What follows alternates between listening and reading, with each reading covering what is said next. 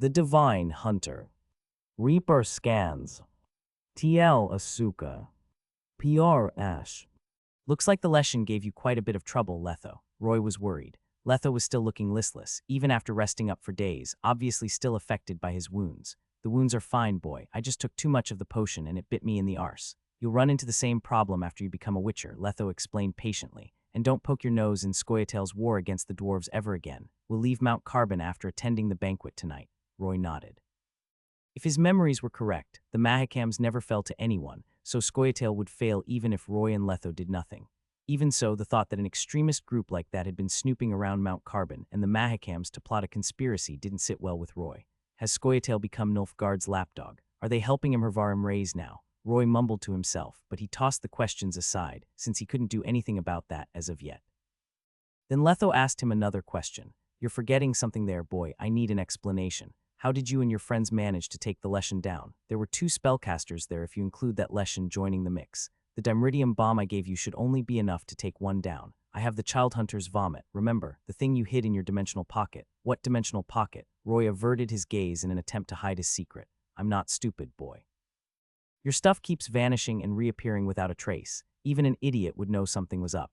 Letho was confused. But there's one thing I don't understand. How do you manage to use a dimensional pocket when you can't even control the elements? I've never seen anyone with that power before, excluding the sorcerers, of course. Roy puffed his chest. I knew you'd see through me eventually, so I'm going to tell you my secret right now.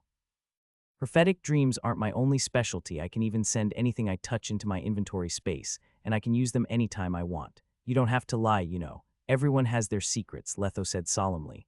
Fine, keep your secrets then, but remember who you are, and never do anything that'll hurt the Viper School's reputation. Of course, the truth can be the best lie sometimes. A short while later, a dwarven servant gave them 2 sets of clothes for the banquet, and Letho started teaching Roy how to behave like the people in high society. He straightened Roy's clothes out and flattened the creases on Roy's back gently, his gaze tender. But when Roy finally wore the striped jacket and the pair of tight, yellow leather pants, all he could feel was something gnawing at his skin, and he felt itchy all over. Damn, this is some shit fashion taste. Why'd the dwarves have to take trash as fashion? Letho chided, stand still, don't jump around like a monkey. Roy was surprised that a veteran witcher like Letho would think that way, asking for high society's help. Is that why they accepted him Hervarum Ray's recruitment and assassinated the emperors in the north? But it's useless. Those guys aren't on the same level as witchers. They're too high up, so there's no way they'd walk a mile in the witcher's shoes and listen to them. Witchers are but disposable tools to them, and witchers are few and far between. As if that isn't trouble enough, feuds always happen between different schools. If the witchers really want to end the discrimination against them, first they must end the feuds and work together. That's the only way to grow stronger. Roy had a lot going on in his head, but he pretended to listen to Letho anyway. You'll have to get used to all these formalities, whether you like them or not, Letho advised, but then a guest came in, uninvited. Seville the wine dealer was still as fat and as resplendent as ever, and he nodded at Letho and Roy. Hello, Letho. Hello, Roy. We meet again. How are you doing? Letho patted Roy's shoulder, stopping his grumbling. And what brings you back to Mount Carbon, Mr. Seville? Will you be joining the banquet tonight? Seville closed the door seriously. I came to help you guys. Danger approaches. Danger? Oh, you mean the lesson? Roy snickered. Too late for that. We killed it and the Scoia'tael members. No, no, no. Seville shook his head, pleading genuinely. I'm talking about the banquet tonight. You have to come with me right away. My uncle is going to trip you up tonight, to say the least. What? Seville pointed out the odd things that were going on around in the plaza, and when Letho and Roy looked around, they did find something weird. The patrols should have been lessened after the Leshen's death, but that wasn't the case. Instead, more guards were patrolling the valley and standing sentry. The crossbowmen and archers were stationed at all the high vantage points, obviously defending against something. Even the patrols around the streets had doubled, though they'd pretend to smile and salute the Witcher and his disciple when they went past them. That fact made Letho think the dwarves were trying to defend against something worse than the Leshen. Do you see? Elder Bravar set everything up to keep you guys from escaping. If you tried to run away, they'd have shot you without hesitation. Letho looked calm, but his clenched fist was a sign that his fury was going to explode. On the other hand, Seville looked awkward after hearing his leader getting mocked, but he forced a smile. I think he crossed the line this time too. He observed them carefully and changed his tune. But if we put this matter aside, he's actually a fair leader. If looks could kill, Seville would have died 100 times right then and there. He gulped, but he isn't planning on breaking his promise. He has prepared your reward for killing the Leshen. It's a rare weapon, a sword called Gwyher. It had been crafted by the gnomes prior to their exodus. Once he gives you the sword, the request will have been completed. Since he would owe you nothing, that give him an excuse to execute you. Ah, classic. They say force is the last resort, but it seems your kind leader reaches for it the first chance he gets. I see. So he's planning on giving it to us, killing us, and then taking it back. Oh, that is so smart, Roy mocked, though he thought it was a shame he had to let the weapon go. He'd managed to read an old article by chance, and it was one that talked about Gwaiher. It was the best sword in the world, the magnum opus of ancient gnome blacksmithing. It could cut through steel like butter, and anyone who wanted to buy it had to fork out an astronomical sum of money. Only gnomes can make that kind of weapon now. Their blacksmithing is top-notch, but it's a shame they've moved to Tacher. It's just what I need, if I can get it. Seville sighed, breaking Roy's train of thought. You shouldn't have killed Kerwin, not even if it was by accident. Yes, he did collude with the Leshen in the murders, but that doesn't change the fact that he was Elder Bravar's only son and heir. Kerwin Hodger was his illegitimate son. Roy was reminded of the rumor Dave had told him. He thought it was just a joke back then. Yes, he was, but Elder Bravar never admitted it because it was a shameful past. Even so, everyone in Mount Carbon knew that. It's an open secret, actually. Seville pinched his beard. Haven't you noticed that they look alike? It's like they're twins. Elder Bravar's getting on in age, and he can't really sire another child now, so of course he'd hate you. I mean, you killed his only son. We can't stay here any longer, so come with me. But where can we go? Roy looked around at the heavy defenses. How can we escape? The worse the crisis, the calmer they must be. Letho and Roy went back to the guest room and kept everything in Roy's inventory space before changing into some casual clothes. Then they went to the cellar with Seville, but to their surprise, their journey went smoothly. A little too smoothly. You did take the Leshen down and help us out a lot. Nobody's going to stop me from taking you guys to the cellar. I am a wine dealer after all. Seville's cellar was astonishing enough, but it was nothing compared to Mount Carbon's. It was as vast as the ocean, and words failed them. The only light was from the candles littering the place, and all they could see was unending darkness, as well as wine barrels as far as the eye could see. The barrel stacks were as tall as hills, and they were neatly categorized by their age and type. When Roy took a look, he noticed that the youngest wine was already at least 10 years old. The aroma of alcohol and wood wafted across the air, and Roy felt tipsy just by taking a whiff of it. He felt everything around him turn into clouds, and his mind started spinning. Letho, on the other hand, caressed the barrels, looking captivated by them since he loved wine a lot more than Roy did. Guys, you can have the wine whenever you want. Let's get out of here first. Seville snapped them out of it and dismissed the guard before continuing down the cellar. They came to the end of the cellar 15 minutes later, and a black brick wall stood before them. Much to their shock, Seville climbed up the barrel beside and rummaged around, and then 2 dull thuds were heard. A moment later, the wall slowly retracted and revealed a dark tunnel leading to Melittle Nowhere. What's a tunnel like that doing here? We call it Smyac. Before the fortress of Mount Carbon was erected, this tunnel was abundant with ores. The most abundant of all, actually. It was pivotal during the early years of our establishment, and its contribution was immeasurable. Seville gazed at the tunnel with respect, and then he sighed. But ever since all the ores had been mined, this tunnel had been abandoned. If you walk straight ahead, you should reach Temeria by going through the manhwarecaps. Walk west for a few days and you'll reach Ellender. Roy stared at him doubtfully. How long has this tunnel been abandoned, old chap? Is it dangerous there? 50 years, I guess, so maybe there's something dangerous in there, Seville said honestly. But if you don't want to take the risk, you can always stay back and face Elder Bravar at the banquet tonight. Maybe he'll change his mind. Seville only had respect and fear whenever Bravar was mentioned. Roy turned to Letho, looking excited to go. What say you? Should we take the risk and face the unknown danger in the tunnel, or should we hang back and expose Bravar tonight? Letho stared into the darkness, murder welling in his eyes. Why should we attend a banquet when the host doesn't welcome us? You ready, boy? You might have to pull your own weight this time. Let's do it. Roy clenched his fist, and Gabriel, which was sleeping in his inventory, trembled when it felt its master's excitement. Roy's only regret was not having the chance to bid goodbye to his friends. Seville, tell Reagan and the boys I said goodbye. Sure, here's food and water. Seville pulled out a big sack quietly. I don't think this much will burden Roy. Hold it. Letho turned to Seville, looking at him weirdly. I need to know something before we go in. Seville took a few involuntary steps back when he noticed Letho's murderous aura, as if a predator were glaring at him. I don't understand, Letho. Do you think you can get away with it? We're not going in without answers, so tell the truth. Seville saw them off and scratched his head as hard as he could. He felt like someone had erased something from his mind, and no matter how he tried to remember, nothing popped up. Not important. Elder Bravar's waiting for me to get back to him. He reset the wall and left the cellar. The Divine Hunter. Reaper scans. TL Asuka. PR Ash. The wall behind them rumbled and closed, blocking their way back, leaving them with no choice but to push forward. Smyac was a narrow, winding tunnel that could only fit 2 people at a time, and because of the long years of abandonment, the tunnel started wearing down. Any slightly bigger movement would make debris fall, and one would worry about the whole place caving in on them. Letho and Roy treaded forward carefully, and a few turns later, they came to a brightly lit clearing.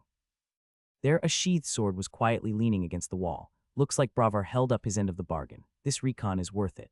Letho managed to find out about the truth after casting Axii on Seville earlier. Turned out Bravar wasn't exactly trying to make enemies out of them, but at the same time, he didn't want to see them again because of his son's murder. He ordered Seville to lead them to Smyek for some monster killing. At the same time, he was trying to vent his fury on them. As for the banquet, well, the dwarves would have a lovely time. Letho didn't care about it, nor did he want to attend a banquet where he wasn't welcome, but having this sword is going to make getting through this place easier. Roy went up to hold the handle, but the sword's weight almost dragged him down. He took a deep breath and yanked the sword out of the sheath, revealing a blade of perfect craftsmanship. The blade was gleaming blue, and it was weirdly humming with joy after being released from its sheath, as if there were a spirit sealed within it.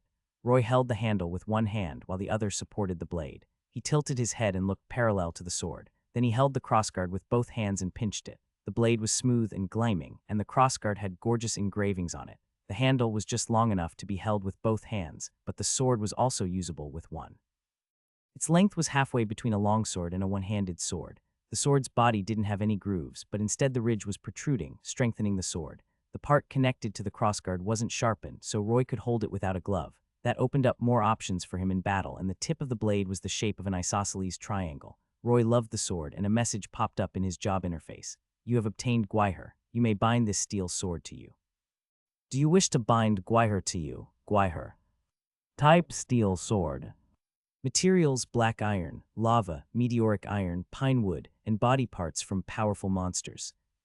Details: the sword weighs 3.06 pounds, and its handle measures at 9.3 inches, while the blade comes in at 36 inches. A spirit dwells within. Circulation: heals the user for a small amount of stamina after every kill. Do you wish to bind the sword?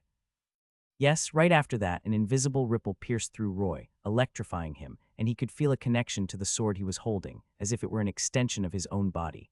When he closed his eyes, he saw another item that gleamed blue in his consciousness.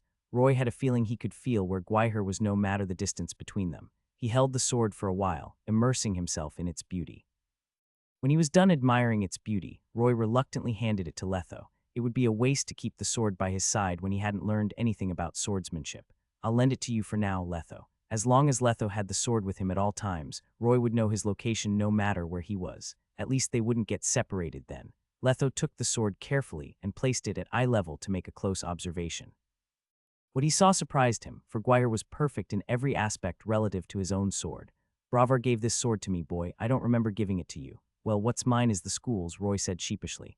And the same thing the other way around. Don't sweat the details. I've bound it to me, so a mere thought is enough for me to take it back. Letho's eyes twitched. You can't use this, and I think we know why. There might be some tough battles ahead, so I'll be using this for now. He tied the sword to his back, and it gleamed alongside his own sword. I should teach you about swordsmanship once we get out of here. They went ahead, feeling slightly at ease. Letho was leading the way, raising a torch above his head, while Roy took the rear, crossbow in hand and ready to shoot. Half an hour later, they slowly came to a plateau and the tunnel was widening. Finally, they jumped down a ledge and arrived at a huge cavern. It was man-made, and a few tunnels were spread out on the wall before them. There were decayed stone altars in the cavern, and the ground was littered with hose, broken tents, and clothing. The oil lamps and extinguished sconces hanging on the walls spoke of the cave's former glory, now reduced to ruins. Ores of different colors were buried in the walls of the cavern, and some of them were glowing a hauntingly beautiful blue. Letho picked one up and fiddled with it, and he clicked his tongue. No wonder they wanted us to explore this place for them no matter what. Abandoned mine, my arse. This is a rich mine, one with immeasurable value. No, wait, something stinks. On the other hand, Roy tripped while he was lighting up the torches. He looked down and was shocked to see the thing that made him trip. This is a corpse. A corpse rolled out from the fallen tent, and there was barely any flesh left on it. Roy could almost see the whole skeleton. Letho put the ore down and checked the corpse without complaint. This mine is a lot hotter than Mount Carbon, or it wouldn't have decomposed at this speed. But this guy probably only died last month. What are you trying to say? Letho answered solemnly. Those bastard dwarves sent other humans aside from us on recon missions in Smyek. No, they sent them to their deaths, so Bravar is just coexisting with humans on the surface. Roy found it unacceptable. He sees humans as nothing more than exploitable tools. We are different species after all. It's not beyond him to see us as nothing but cattle. Letho went on with his observations, ignoring Roy. A human male, probably around 30 years old. Right calf and left arm were torn off and he was disemboweled. There are some bite and claw marks on his neck. Take a look, boy. Roy hunkered down to check the corpse, and he quickly scanned through his memory to see if there was any possible monster that fitted the bill. Judging from the wounds, the killer must be a necrophage, but which one? Look to your left. Letho pointed at Roy's left, and the boy peered in that direction, and he realized there was a blue fungus there. Longroob, remember what I told you. The things that appear in a place are usually the weakness of some particular monster. Roy's eyes shone. Longroobs can be used to concoct necrophage oil, so we're dealing with ghouls here. No, the wounds don't look like they were caused by ghouls. We're facing neckers. The moment he said that, a loud screech came from one of the tunnels around them, stopping Roy's train of thought. Prepare for battle. Let's see what this sword can do. Letho stood up and held Gwyer with both hands, and then he swung it forward, causing the air itself to hum from the slash. The Divine Hunter. Reaper scans. TL Asuka. PR Ash. A hideous creature crawled out from the cave, gurgling. It looked humanoid, but its limbs had sharp claws, and its skin was wrinkly and dark. Its muscles were engorged, and it was naked aside from the piece of tattered cloth covering its crotch. Its eyes were as big as saucepans, and they had no pupils. Its teeth were long and disgustingly yellow, forcing its mouth to stay open. The flesh beneath its chin and neck extended down to its chest, not unlike the jowls of the elderly. Necker. Age 5. HP 60. Stats Strength 5. Dexterity 5, Strength in numbers +1. Constitution 6. Perception 4. Will 4, Strength in numbers +1. Charisma 2. Spirit 3. Skills Strength in numbers passive. Whenever neckers move in packs, they gain +1 in dexterity and will. Evolve passive. Once a necker has consumed enough flesh over time, it will evolve into a necker warrior. The necker screamed at Letho and Roy, and then it crouched and pounced at them from the ledge. Letho charged ahead with his sword in hand. He cleaved through the air with Gwyer, and the gleaming blade sliced through the necker like butter. The monster was sliced in two at the waist, and blood spurted from its wound, flying ahead as its body fell with a thud.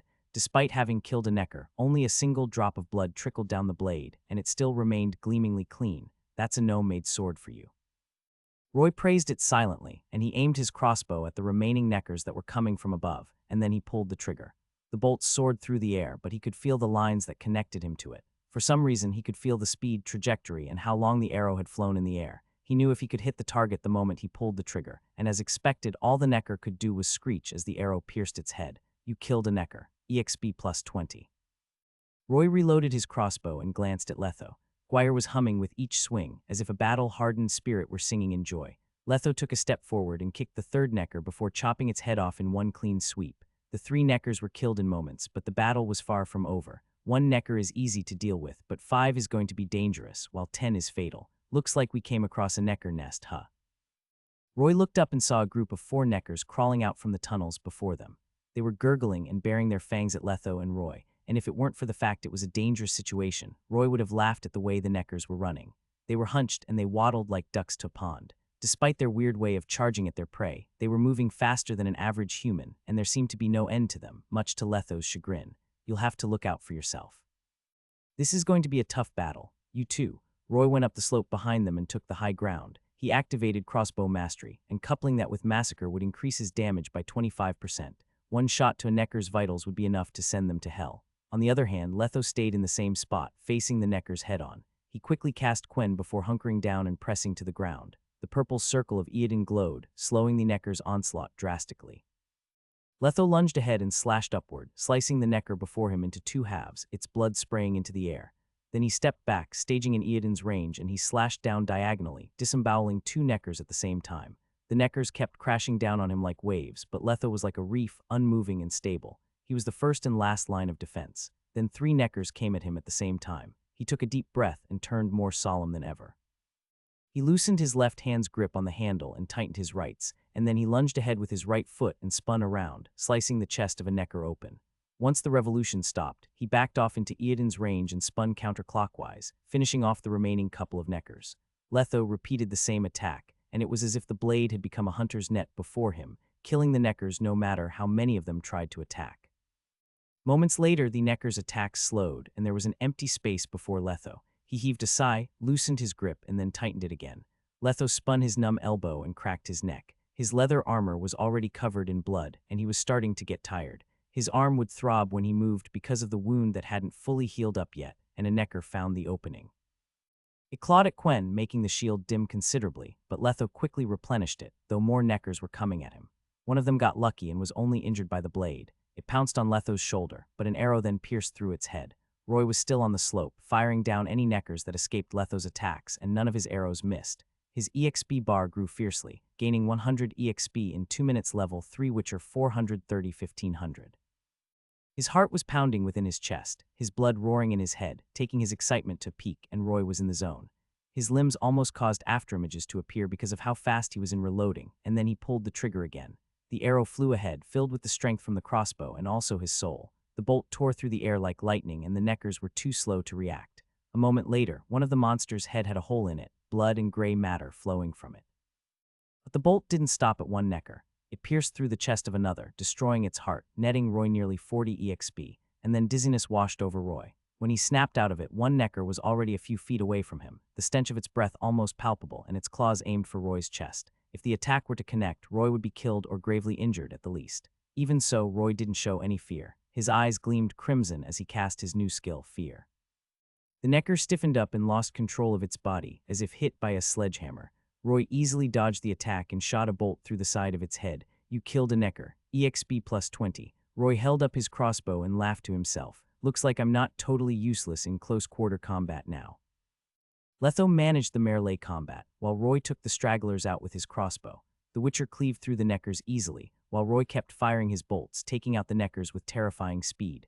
5 minutes later, not a single necker was left standing, and their bodies were strewn throughout the cavern. Some lost limbs, some were cleaved in half, some had holes in their vitals, but none died a good death. The bloody Witcher and Roy were sitting back to back among the bodies, the boy panting heavily. That's Gwyher for you. It slices through the neckers' bodies and bones like nothing. I can feel a weird sensation coursing through me every time I kill one of them. If it weren't for that healing effect, I wouldn't have lasted as long as I did, but you did spectacularly too, boy. Letho took out his wineskin and gulped some liquor. Some of it trickled down his chin. Looks like the fight with the Leshen helped you quite a bit. He tossed the wineskin to Roy. Roy accepted it and drank the dwarven liquor. Some color returned to his face, and he felt liquid courage bubbling within him. We should work like this more. Letho gave him a look of approval. Rest up. The real battle is still up ahead. I bet there are necker warriors in those tunnels, so don't let your guard down just yet. Roy gave it some thought. I killed 10 neckers just now, netting 200 EXP, and now my EXP bar is 530 1500. Necker warriors are more dangerous than their normal counterparts, but that means the EXP gain is better too. For some reason, he thought Bravar Hojer was a great guy for sending him on the recon mission. It was exactly what Roy needed to level up and grow as a Witcher. Seems like we're staying here for a bit. The Divine Hunter. Reaper scans. TL Asuka. PR Ash. Letho's condition suddenly took a turn for the worse. He was still recovering from the copious amounts of potions he took in the battle against the Leshen, and the wounds he sustained were still healing. The tough battle earlier took a lot out of him, and coupling that with the necker's venom made his condition turn from bad to worse. He leaned against the wall, looking more listless than ever. It took all he had just to stand up, so he had no choice but to sit down. Roy felt guilty seeing Letho in that state. He wouldn't have been in such a bad condition if Roy was a bit stronger. I can't fight in this condition. Letho sighed. He'd never felt so weak in years, and he was showing it to his disciple. For once he looked crestfallen. Rest up and don't push yourself. We just cleared a whole horde of neckers. They need time to regroup too, so I don't think they'll attack anytime soon, Roy said, consoling him. At the same time, he took out some food and water from his inventory space, sharing a meal with the Witcher among the dead bodies. Then he tended to Letho's wounds with alcohol and marigold potions. Letho observed him in silence, feeling proud of his disciple. Roy might have thought he was improving at a snail's pace, but Letho didn't think so. It hadn't been more than 3 months since they'd first met, but Roy had already grown from a village bumpkin to a fighter who'd faced off a few types of monsters. He could fight them face on, and even a Leshen died by his hands. Sure, luck might have played a part, but that was still an astounding resume. Letho had never seen such blistering improvement before, not even from the best disciple in Letho's time. The moment he had that thought, Letho had more hope about the Viper School's resurrection. That may be true, but that's no reason to let our guard down. Look around and see if you can get any comfrey, wolfsbane, and longroob. These herbs can grow in caverns too. We don't have any alchemy items with us, so we can't make any potions or decoctions or bombs, but we can make some simple poison, one that can fuck these bastards up. What kind of poison is that? Roy peered at Letho curiously. You never told me you could make poison. I'm from the Viper School. Of course I'd know how to make poison. Letho shook his head, but most monsters are immune to poison, so it makes no difference. Just focus on alchemy for now. Letho sounded reserved about poison, as if he didn't want Roy to dabble in it. Roy nodded, pretending to agree, but he had a different idea. Poison might be useless against monsters, but they're great against humans. This knowledge could prove useful. He went around the cavern and managed to scavenge a lot of herbs. Wow, this cave has everything. Roy managed to get everything Letho asked an hour later, and he even found some rarer ones that couldn't be found easily outside, like blood moss and moluro. He took some of everything and kept it for future use. Paralyzing poison works well against them. First, crush the comfrey, then extract the juices of the longroob, and then the cavern was brightly lit by the torches, and Letho, with Roy's assistance, brewed some paralyzing poison, the one that was the trademark of the Viper School. Ingesting it or injecting it through an open wound could numb a monster's limb and nerves, paralyzing them. It was much better than what the butcher's powder could do. They worked together and quickly processed all the herbs. Then Roy took out a bowl from his inventory space and mixed the materials at a specific ratio, and then he stirred them. At the same time, Letho was teaching him the skills involved in the poison's brewing. Eventually, Roy felt accomplished about the poison he was making. It was a different high from the one he got from the monster killing. It took them a while, but eventually, they managed to make a bowl of dark green, foul-smelling paste. It's rough around the edges since we don't have any tools, but it can work. Letho checked the paste and put it beside him. Now for the last step, the 6-hour wait. But they couldn't waste 6 hours on nothing. You got more space in that dimensional pocket of yours. It's not a dimensional pocket, but whatever you say. Roy stopped correcting him. Yeah, it's got loads of space. His inventory space doubled after his job change. His space was packed before that, but half of it was still empty at that moment. Good. These corpses might be ugly, but they aren't trash, I guarantee that. Letho scanned the corpses and handed Guire to Roy so he could cut off a necker's head. Then Letho calmly split the head apart with his short sword and rummaged within the sticky insides. Roy felt disgusted. Is this some kind of high-end brain massage? A short while later, Letho took out a green, hairy elliptical item that was the size of a thumb. Lucky, he observed the item closely, his eyes gleaming. First body and we already got a mutagen. Is that a green mutagen? Roy was surprised to see something he was familiar with appearing before him. Yes, a lesser one, but it's indispensable in the trial of the grasses. It can slightly increase a witcher's life force and toxicity resistance. Less than 1 in 10 normal neckers have a mutagen within them, Letho explained. Now that we're touching this subject, you ought to know that mutagens are split into 3 types, green, blue, and red, and they're further split into lesser, normal, and greater. The stronger a monster is, the higher the probability of us getting a good mutagen. The green mutagen that's necessary for the trial of the grasses increases your life force and toxicity resistance. Blue mutagens buff the signs, while red mutagens make you more agile. Of course, the better the mutagen, the stronger the buff.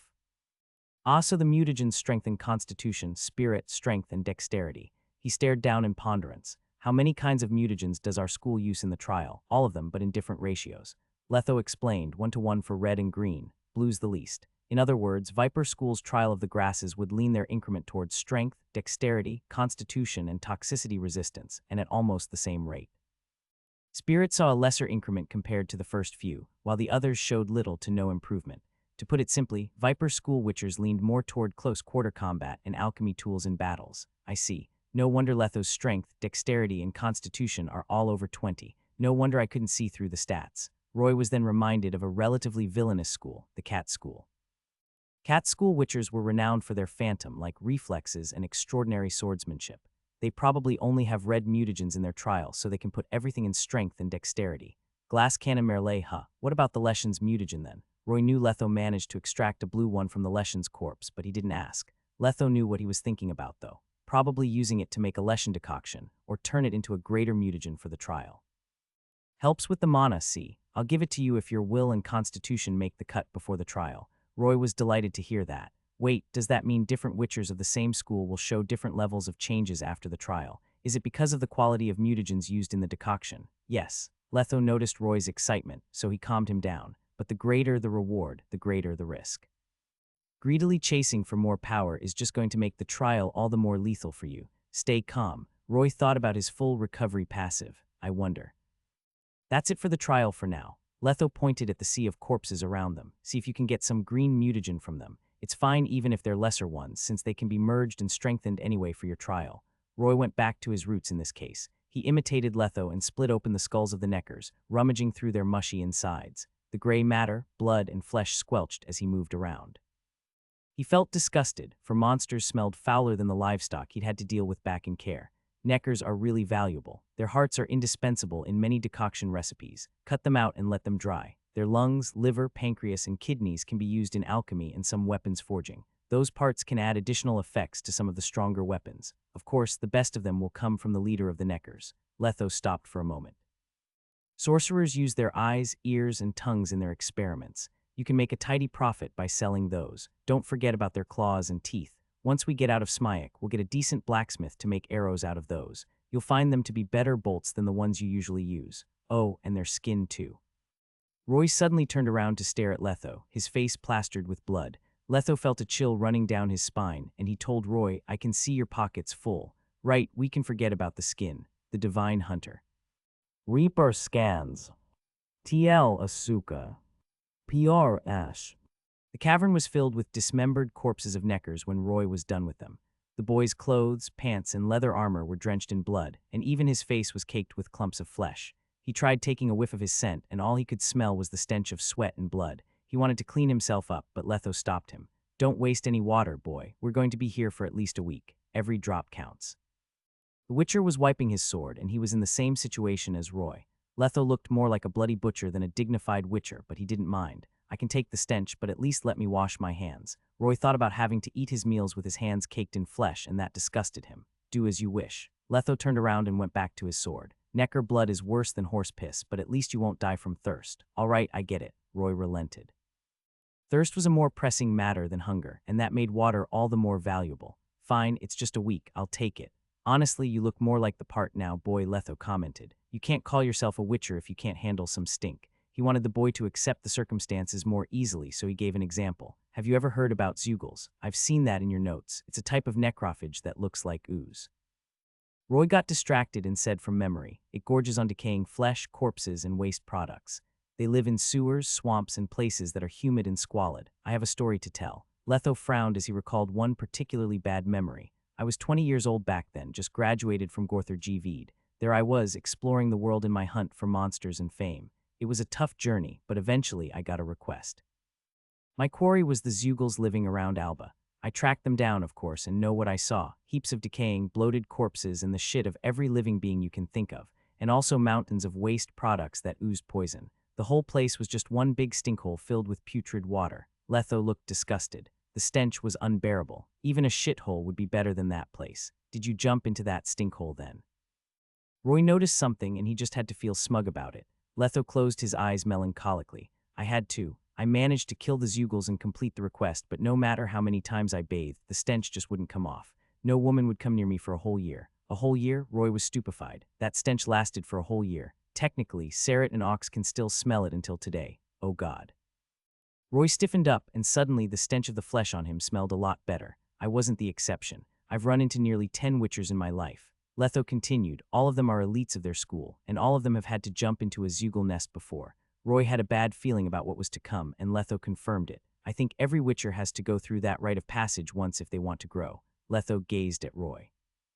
"You should jump into a shithole once to train yourself if you can't get a zeugle request." "All right, I get it," Roy shouted, stopping Letho from telling him any further tales of the past. He was already feeling uneasy from the story. "I'm not going to waste any water, so stop it with the shithole. There are still some Necker hearts left. I'll deal with them." Letho stared at Roy quietly and smirked. Since they couldn't tell morning from night in the cavern, Letho and Roy made quiet estimations and took watch in shifts. Eventually, they had already spent a day in Smyek. It had been more than a week since Roy had had his first potion, so Letho administered the second dose. The pain wasn't comparable to what he'd felt with the first dose, and Roy endured it quietly without passing out. He suffered no side effects, though he sweated buckets and his muscles felt sore. He then meditated and woke up feeling refreshed, as if the pain the day before had just been a bad dream. At the same time, the blood and flesh caked on him had congealed throughout the night. Letho moved around to see how much strength he'd recovered. His stamina was all back, and the wounds from the Necker fight were starting to heal, so he could move around no problem. He told Roy, "Take Gwaiher and chop up 3 corpses. Chop up." Roy was getting fearful of the Witcher's ideas. "Are you trying to feed the flesh to me?" "No, but I won't stop you if you want to try."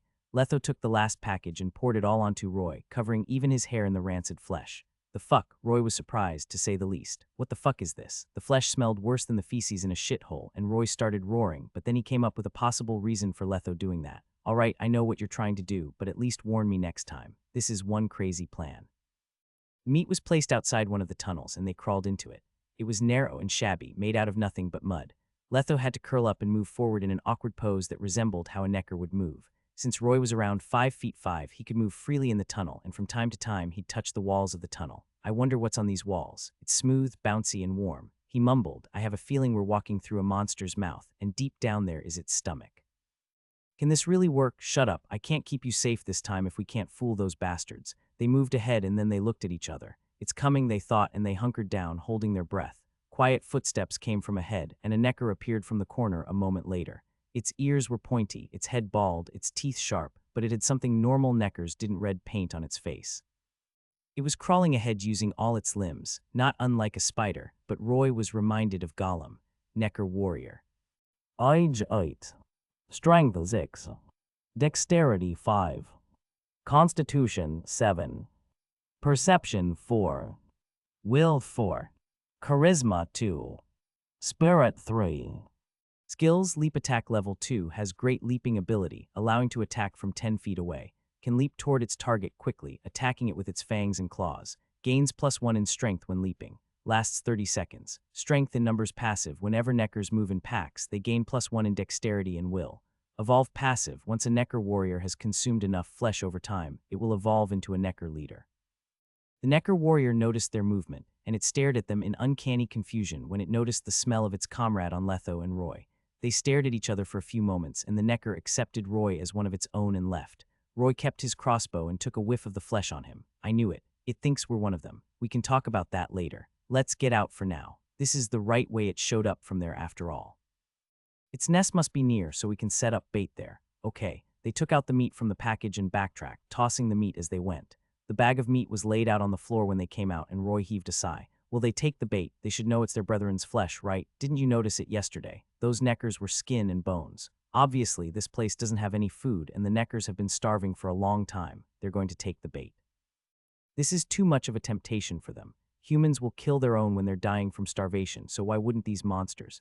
Why do you think this place doesn't have any beasts in it? Roy nodded. But I don't understand. How did we manage to fool them? Because of the flesh. Drowners can't see far, and the same goes for neckers. They rely on their sense and smell and hearing to see things, not their eyes. All they can see is an outline. Since we're covered in the flesh and blood of its kind, it should think we're one of them if we stay some distance away. Roy was impressed by the trick Letho came up with. The Witcher managed to turn the neckers' bodies into alchemy materials, camouflage, and poisonous bait. Even though he was wounded, he could still go against the monsters using his experience. I'm still too green. Books can't tell me about this, he reminded himself. I'm still wounded, so take Gwaiher with you. Don't let even a single one escape. They leaned against the cavern's wall. Letho was holding his steel sword, while Roy was holding Gwaiher. A short while later, they heard the rustle of footsteps coming from inside. Then out came a couple of neckers. They approached the meat curiously, sniffing it for a moment before devouring it. And then Roy heard the boom of footsteps as a group of pale neckers darted out of the cave to pounce at their food. The neckers gurgled in ecstasy as they crawled on all fours toward the meat, their putrid drool dripping onto the ground. The monsters licked the clumps of flesh and engorged on them greedily, oblivious to their bodies' changes. There's an opening. Roy took a deep breath and focused on the task ahead. He raised Gwaiher high in the air and sliced down with all his might, executing the necker before him. Blood spurted high into the air as the necker's head tumbled down to the heap of corpses, the last confusion still etched on its face. At the same time, Roy kicked the headless body away to keep the entrance clear. Roy started to sweat from his neck, and his face turned scarlet with excitement. Never knew killing a monster could be that easy. The Divine Hunter. Reaper Scans. TL Asuka. PR Ash. Roy executed 8 neckers and 2 necker warriors with unprecedented ease. Letho stayed out of his way and only dealt the fatal blow to the stragglers. He was trying to regain his strength. Once they were done, the duo went into the tunnel to finish the remaining neckers that had fallen for the paralyzing poison's effect. In the end, Letho's crude trap helped them execute 20 neckers and 5 necker warriors in less than 15 minutes. Aside from getting drenched in sweat and his hands getting numb, Roy sustained 0 wounds. A necker warrior would grant him 30 EXP, while a necker granted him 20. The massacre netted him a total of 550 EXP, and his EXP bar was at 1080-1500. I'll level up soon at this rate. His face was scarlet, his breath shallow. Letho gave him a glare and warned, don't take them lightly, boy. 3 neckers will spell the end of you with how you are now. I can kill one with my crossbow, one with fear, but I'll have to fight the last one in close quarter combat.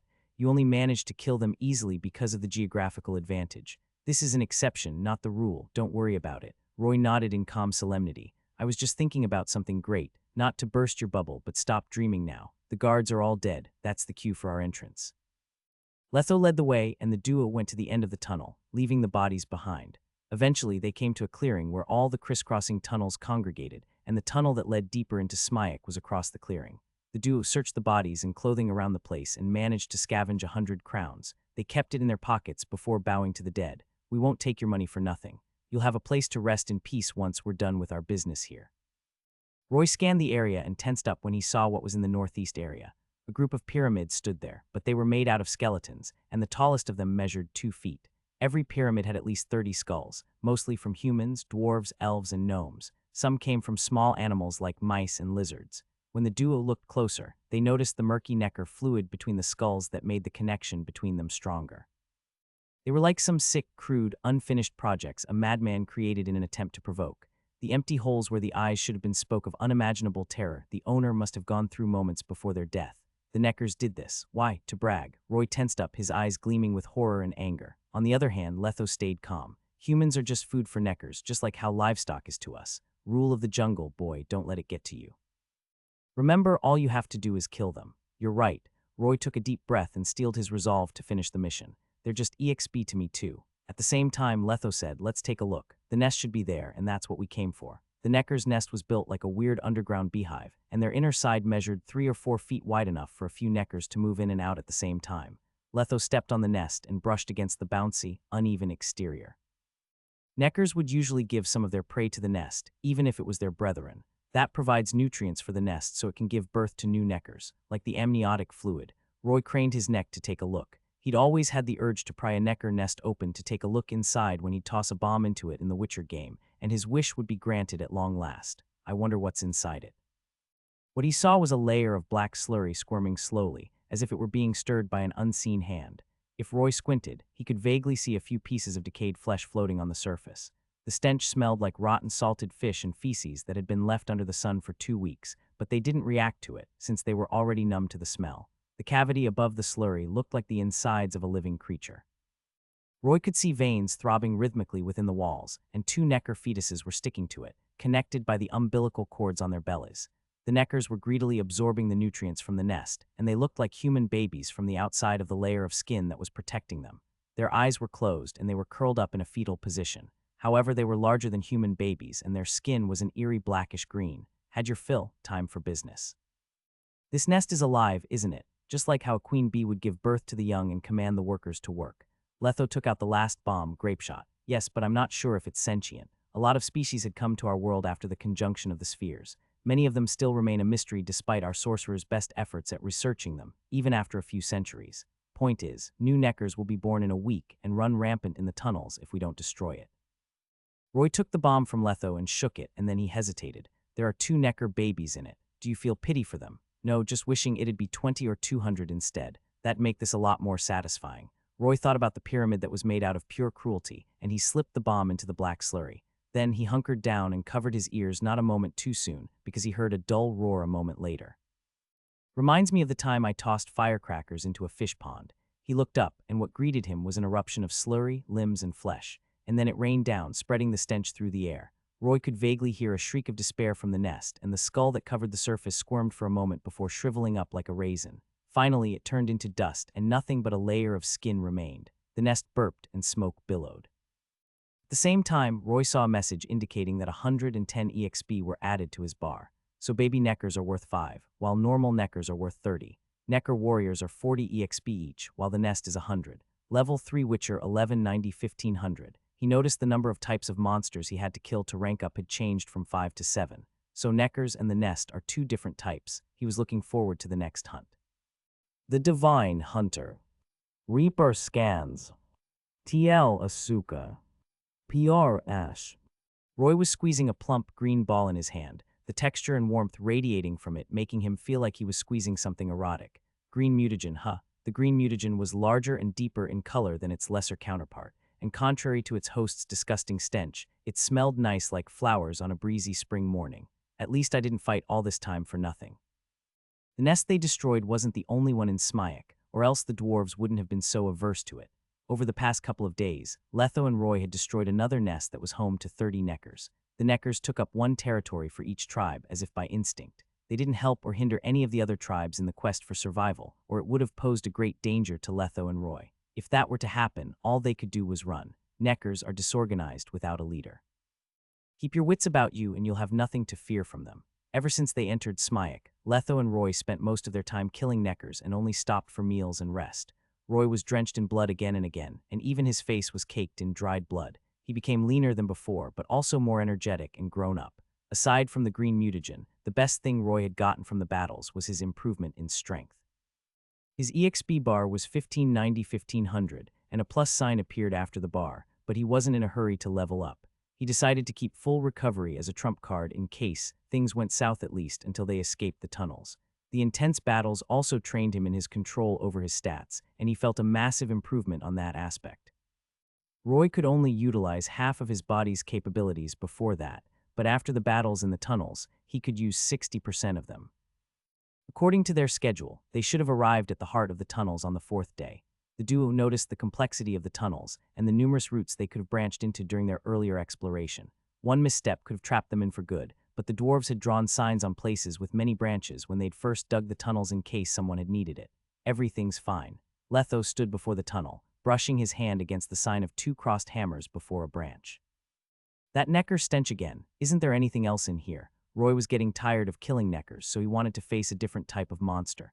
Pray nothing comes to pass, Letho said seriously. We've run out of bombs, oils, potions, and decoctions. If we come face to face with a djinn in this condition, your crossbow won't work on it, and I can't fight it alone, so all we could do is run. If we're unlucky enough to face a Garkane or cave troll, it'd be the end of us. Roy stopped feeling lucky and they entered the cavern.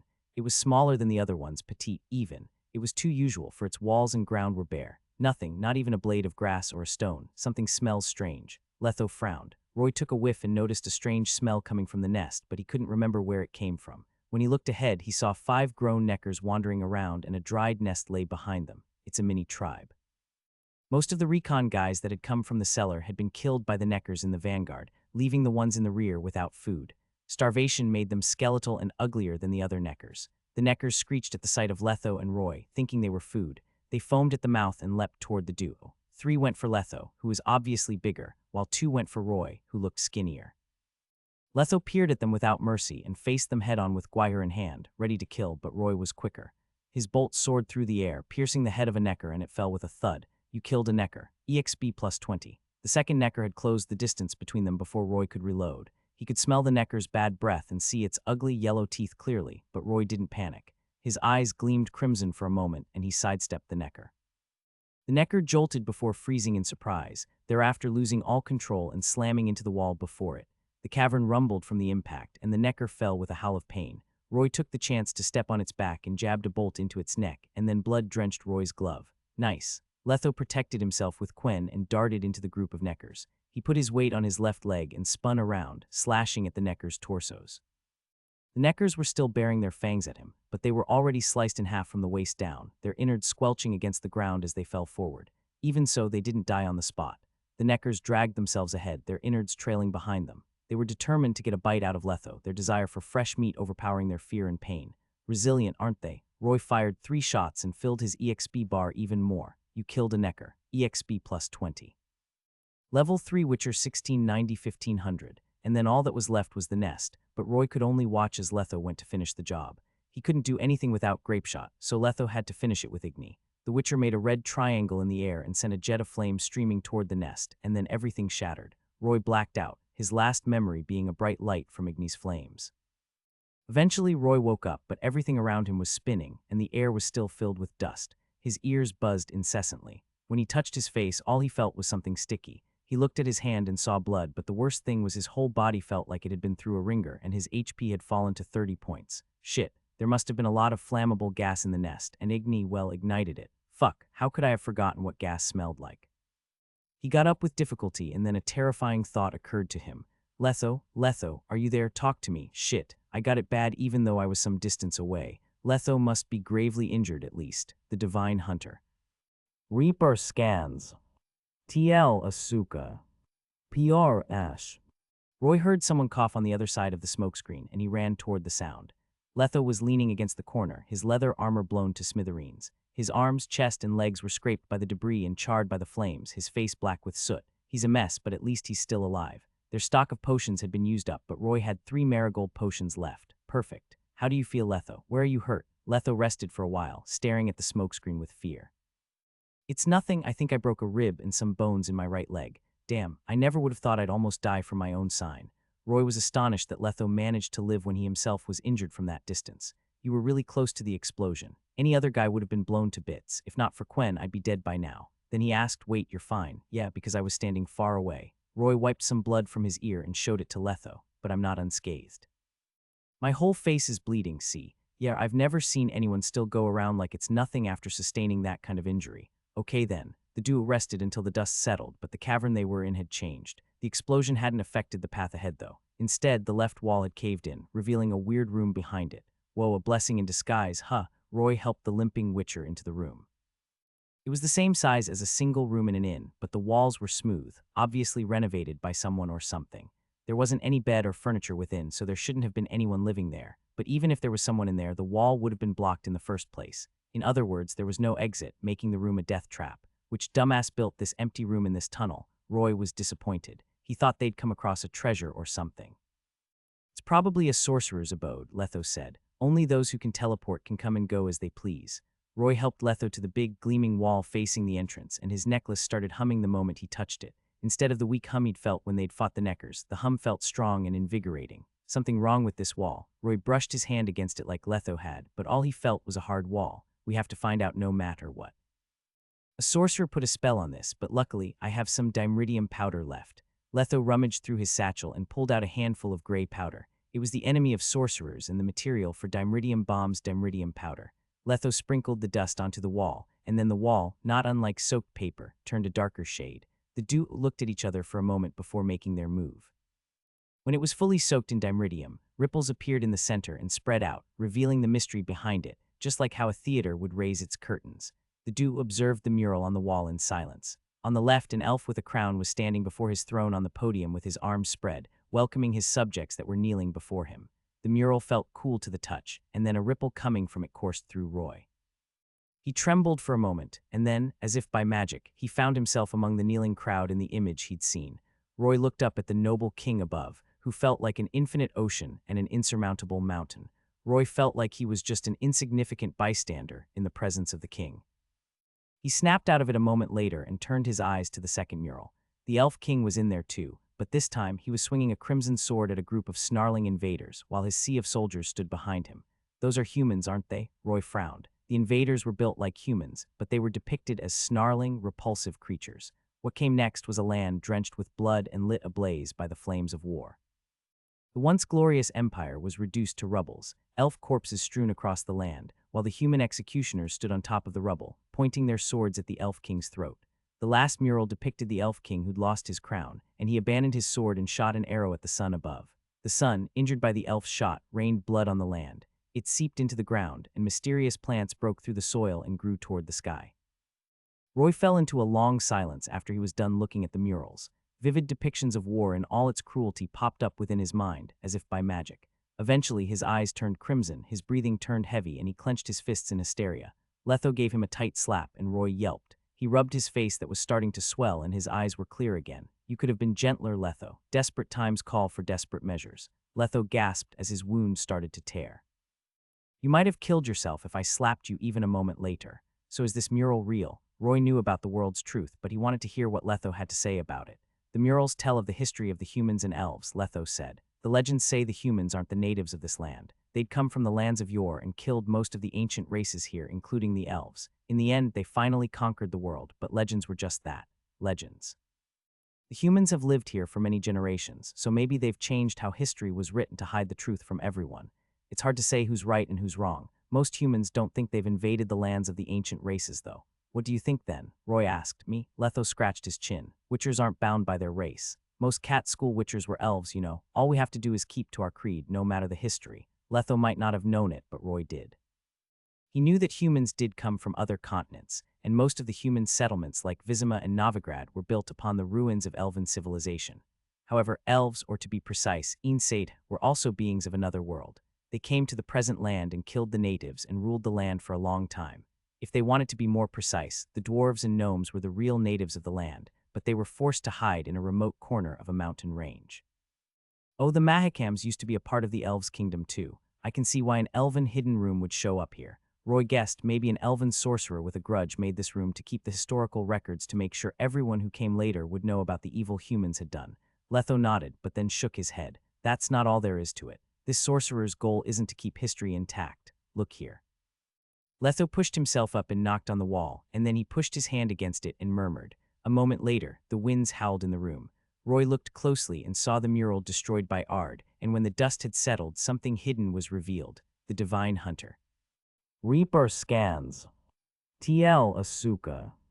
PR Ash. Mini Plantation was behind the mural, and 10 bizarre plants stood there. They were more than 2 feet tall, and their petals were purple and their leaves green. They radiated life and nature, and Roy noticed a lot of wilted plants on the land beside the plants. Roy was overwhelmed by the urge to pluck the plants just by looking at them. He approached them and took a whiff, and then he felt refreshed, as if his whole body just went through a baptism session. Now I want them even more. Child of the Sun. Alternate names: Devil's Tail, Finuid, Dwarfs of Fine. Legends say a great elven archer once pierced the sun with his arrow, and the land absorbed the crimson liquid that rained from the sky. When the sun's blood came into contact with a dent on a rock, a magical plant came into existence. This is an extremely rare herb that possesses incredible effects. Perennial plant. Age 52 years old. Habitat: manhwarecaps, Turtacher, Dragon Mountains, mine caves, or abandoned mines. Usages: can be used in the creation of beauty pills. Cures any blemishes or ailments of the skin. Guaranteed beautification. Can be used in the creation of antidotes. Neutralizes all poison and venom. Will cause an unknown but beneficial change in the body if 5 ounces are consumed. Child of the Sun. Roy mumbled its name in confusion. He might have read a lot of the Witcher world's lore, but he wasn't omniscient. The plant he was seeing right before his eyes was something he'd never encountered before. Observe didn't provide him enough details, so he didn't know anything about the positives and the negatives of the plant. However, he had a guess that the plant might not have been native to the world he was in. The clue was in the blood that rained from the sun in the last mural. He postulated that the plant came from another world when the elves tore into their world with their ship. Have you seen this plant before? Letho was surprised that Roy knew what the plant was called. My notes don't have this in it. Roy kept quiet, and Letho stopped asking. He knew Roy had a lot of secrets of his own, and then he hunkered down and brushed his hand against the leaf of the nearest plant. The leaf chirped in surprise and retracted itself, sticking against the stem, causing it to bend backward, as if scalded by Letho's touch. Roy said, whether by appearance, reaction to stimuli, or place of growth, they are exactly as told in the legends. Maybe this is Child of the Sun, be careful. Letho pulled Roy's hand away from the plant. Don't ruin this, it's priceless. Roy looked puzzled, so Letho hobbled around the plant and explained. My mentor, Ivar Evil Eye, told me that there are a few magical plants in this world that are sought after by royalty, sorcerers, and witchers, but most of them have only appeared in historical records or legends. Almost nobody has ever seen them in the flesh, and Child of the Sun is one of those plants. Letho turned around to observe the bizarre plant. Child of the Sun is the main ingredient in Divine Beauty and Omnipotent Antidote, 2 of the top potions in the alchemy world, but the recipe is lost. Letho's interest was piqued. No poison can go up against the Omnipotent Antidote, not even our schools. It can also neutralize ancient curses. If someone had taken this to Temeria 8 years ago, they could have probably lifted the curse on Princess Ada and married her before that wolf school witcher. Child of the Sun can even break a Striga's curse. Roy finally understood the plant's power. Anyone who has a divine beauty can regain their youth. Letho looked astonished, and they can retain it until the day they die. And divine beauty can extend their lifespan too, so I take this as valuable, it's priceless. Letho was reminded of yet another bad memory. An overwhelming majority of women are obsessed with youth. They'd kill if it meant they could regain it. Letter 1D1B small cap H small cap IS. Letter 1D04 small cap H. Letter 1D00. Letter 1D18. Letter 1D1B. Letter 1D07 small cap R. Small cap IS. Letter 1D1C. Letter 1D18. Letter 1D05. Letter 1D00. Letter 1D1B. Letter 1D07. Small cap B. Small cap Y. N0VIF I Artep ENet. Roy was disappointed though, since both of those products were useless to him, and the recipes had been lost in time. He held one of the plants in his right hand and squeezed it. The plant squirmed around in his palm, chirping in displeasure, not unlike a young lady who was being harassed. Letho was disgruntled at how Roy was hurting the priceless plant. What are you doing, boy? Testing it out. Roy licked his lips. The pill and antidote are useless to me anyway, since I'm going to be a witcher soon, but we have 10 Childs of the Sun here. His eyes were gleaming with desire. I don't think having one is too much to ask, and I'll bet you have the same desire, no. Roy was going for the change he would experience after ingesting 5 ounces of the plant. It's a good change. The elf on the mural shot the sun and grew the plants with its essence, so Roy thought the plants must have had a strong, unknown power. His body was urging him to swallow it. Every cell was screaming out its desire for the plant, as if eating it was a feral instinct, not unlike how a lost traveler would act when coming across an oasis in the desert. You're desiring it, boy. Are you sure you aren't hallucinating? Letho was perplexed, since he didn't feel any desire to consume the plant. I have to warn you that our school doesn't know much about Child of the Sun, so nobody knows if you'll get hurt if you eat it. You might die or worse, get cursed. You'd better think this through. I suggest you clear out your pocket to keep these babies so we can take them with us, Letho said. Trust me, Letho. This isn't going to be a problem, Roy promised. And even if something goes wrong, I can deal with it. Roy had made his decision, and he uprooted a whole Child of the Sun. The plant stopped chirping the moment it was taken out, and it lolled to the side as if it had fainted. When he looked at the remaining plants, they screeched and covered the petals with their leaves, as if trying not to look at the villain who was about to kill them. I feel guilty for some reason. Roy didn't act according to that guilt, for he wiped the dirt from the phenuid he'd plucked and popped it into his mouth. The Divine Hunter. Reaper scans. TL Asuka. PR Ash. The texture's nice. He bit through the leaves and stem easily, and a sweet juice filled his mouth as he munched on the plant, delightfully light and sweet. Roy tasted something else after finishing the whole plant, the sweetness of blood. It lingered in his mouth for a while before disappearing. Roy frowned and wiped the juice from the corner of his lips, and then he saw striking crimson on his finger. It was warm, just like human blood. His frown deepened. It felt like I just gobbled something that was alive. He closed his eyes to feel the change in his body. A strange warmth coursed through him, but it waned after a moment. Roy certainly felt something within him, but it wasn't enough to cause a change. Nothing changed in his stats or job, though a line with a vague green hue showed up in his skill sheet. Roy could see the outline of words, but they were blinking, threatening to disappear at any time. A new skill is forming. I can't settle down because I didn't ingest enough. Roy confirmed the fact he had to ingest 5 ounces to see the change. I'll just eat more of it then, but I can't take them all. Got to leave some for Letho. He uprooted another Child of the Sun, but Letho didn't stop him. Instead, he arched an eyebrow and leaned against the wall, planning to see what Roy had in mind. Roy ate another phenuid and another and another and another. Once he was done with the 5th, Roy stopped eating. Then he sat down in the meditation stance and felt the changes in his body. His brows and lips were trembling as the Child of the Sun released an enormous heat wave throughout his body. His blood-caked face, neck, and forearms were turning scarlet, as if Roy were being baked in an oven. The heat rushed to his brain, turning into thousands and thousands of lines of ancient text. He saw thousands of characters in his head, but he didn't recognize most of them, for he'd never learned that kind of alphabet. Everything was alien to him, though he could see they were rustic ancient, even. Only a few were similar to the common speech he'd learned in the House of Cardell. To be exact, common speech was a derivative of the weird language he was seeing in his head. He was in a trance for God knew how long, and eventually his soul memorized all the words he saw in his mind, including their pronunciations, the way to write them, and even their meanings. Roy had mastered a language just like that. Is this an ancient language? Roy snapped out of his trance, and his instincts told him his guess was on the money. The language he'd just mastered was ancient speech, the one elves used. But how'd I manage to do that? Is it because of the plant I ate? He turned to his character sheet and saw something surprising. You have ingested a sufficient amount of Child of the Sun. You now possess the talent of the El race. You have mastered ancient speech through the legacy of your bloodline. You have unlocked a skill, Elegance of the Wind passive. Elves possess extraordinarily elegant looks and great dexterity. Charisma +1, Dexterity +1. Charisma 5.6. Dexterity 5.1, 6.1. I can't believe a few plants just changed my bloodline, so I'm not a human anymore. Well, not fully at least. Otherworlders like him didn't mind their bloodlines. He wasn't scared about becoming a witcher, so being an elf meant nothing to him. Now I'm an elf, so what? At least I'm not a dwarf or a gnome. That would have been a shocker, and I got 2 attribute points for free. Will it be possible to gain a space-time skill with this bloodline then? He shook his head and smiled. That's too far-fetched for now. I'll put it aside. Letho had been watching Roy quietly, and he noticed the slight changes in Roy's air and face. Roy's face had turned fairer and glossier. Not even the dried blood could cover it, and his ears seemed to grow longer and pointier, though he'd have missed it if he hadn't looked closer. When Roy opened his eyes again, Letho could see a galaxy in them. He's more conspicuous than before. How do you feel, boy? Great. Roy leaped up and stretched his arms before doing a backflip. I feel more flexible and balanced, and I mastered ancient speech. Ancient speech. Letho observed him. Your looks have changed a bit too after eating those plants. Where in particular? Roy touched his cheeks, nose, eyes, and lips, but he felt nothing different. I'll have to get a mirror. You look more sculpted now, and your ears got a bit pointy. That's how a typical part elf looks like. And then realization struck Letho. I see. Child of the Sun is one hell of an invention.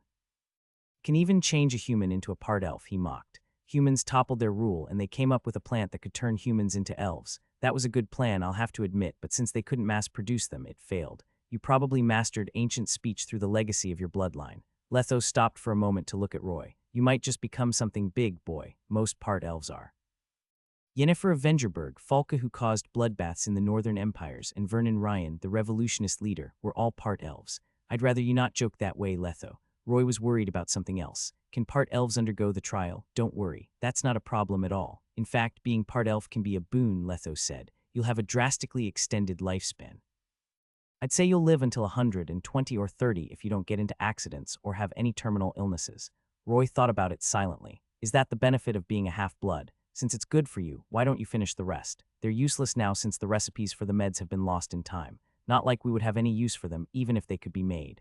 Witchers usually looked like they were in their mid-30s or 40s for a century or two. Most didn't even get that far in life, since battles would claim them earlier than a natural death would. That made divine beauty redundant. Witchers had a high resistance to poison, and that made omnipotent antidote useless. Letho hesitated slightly before uprooting the chirping plants, and then he feasted on them. However, much to their surprise, nothing changed even after he ate 4 of them, whereas Roy had felt a surge of warmth after having a single plant. Child of the Sun didn't do anything to Letho. I wonder why. The mutation, perhaps, Roy mumbled. Witchers technically weren't humans anymore, since their organs and genes mutated after the trial. Maybe the change only works on humans. Letho noticed it and stopped eating. Instead, he asked Roy to keep the last one in his inventory space. I wonder if that sorcerer would kill us if he found out what we did to his Fianuad farm. Roy put Letho's arm around his shoulder and moved forward with painstaking effort. Highly unlikely. It had been more than 10 years since the barrier had been strengthened, so it had been weak. The sorcerer is probably dead, Letho answered.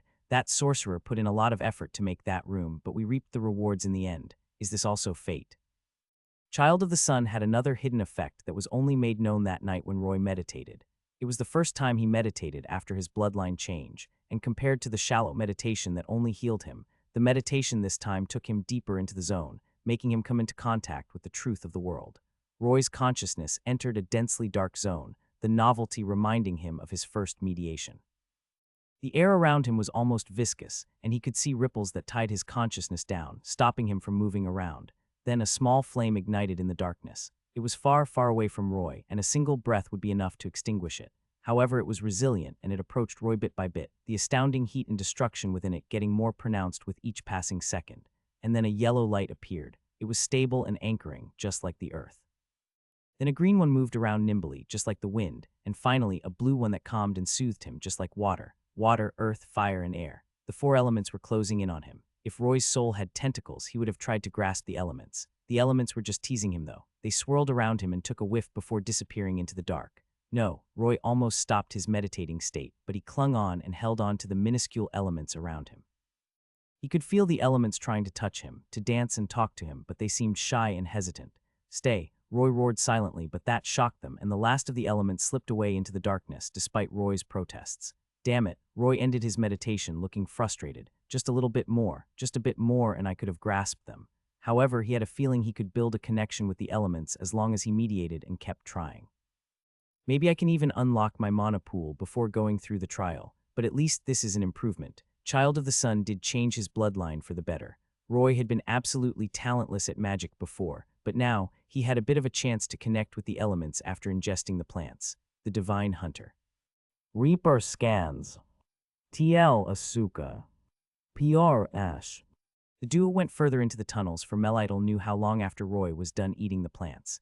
Since their supplies were running low, they estimated it had been 4 days, so they'd been in the tunnels for nearly a week at that point. Letho managed to walk by propping up his broken leg with his short swords and a piece of cloth while using Gwaiher as a crutch. Luckily for them, the journey was peaceful. The monsters must have died from extreme starvation. The stagnant air finally began to flow, and that told them the exit must have been near. They were close to the surface, close to leaving the darkness of the tunnels behind. When they arrived into a bigger cavern after going through the narrow tunnel, Letho shushed Roy and put out his torch. Roy looked to where Letho was pointing, only to vaguely see a Necker warrior dragging its hands around the entrance. The Necker warrior was obviously bigger and stronger than the ones they'd faced before. It probably ate more than its brethren. It looked like an ugly, burly, hunched man, prowling like a guard dog. Its eyes were gleaming in the darkness, its nose twitching. And then it inched closer to the duo when it smelled their scent. But before it could get closer, Roy pierced its head with a bolt and it fell with a thud. You killed a Necker warrior, EXP plus 30. Roy kept his crossbow before going to take his spoils, but Letho held his shoulder. A moment later, 2 more Neckers came out of the tunnel, and then a bloody scene followed. They didn't notice the duo, and they were attracted by the fallen Necker warrior's body. The pair took a whiff before pouncing on it. One of the Neckers gnawed on the neck, while the other dug into the thigh. Their sharp teeth easily tore through the body's skin, severing vessels and flesh, and they gobbled everything down before looking up to the sky to swallow the flesh. When they were done, they licked their lips clean with their lizard-like tongue before going for another bite. The cavern was silent, aside from the sounds of chewing and tearing. Flesh and blood spewed everywhere, turning that spot into a gory mess. About 30 seconds later, a considerable part of the body had been devoured, leaving nothing but bones behind. The Neckers stopped after eating a fifth of the body, and they dragged the remains into the tunnel behind them.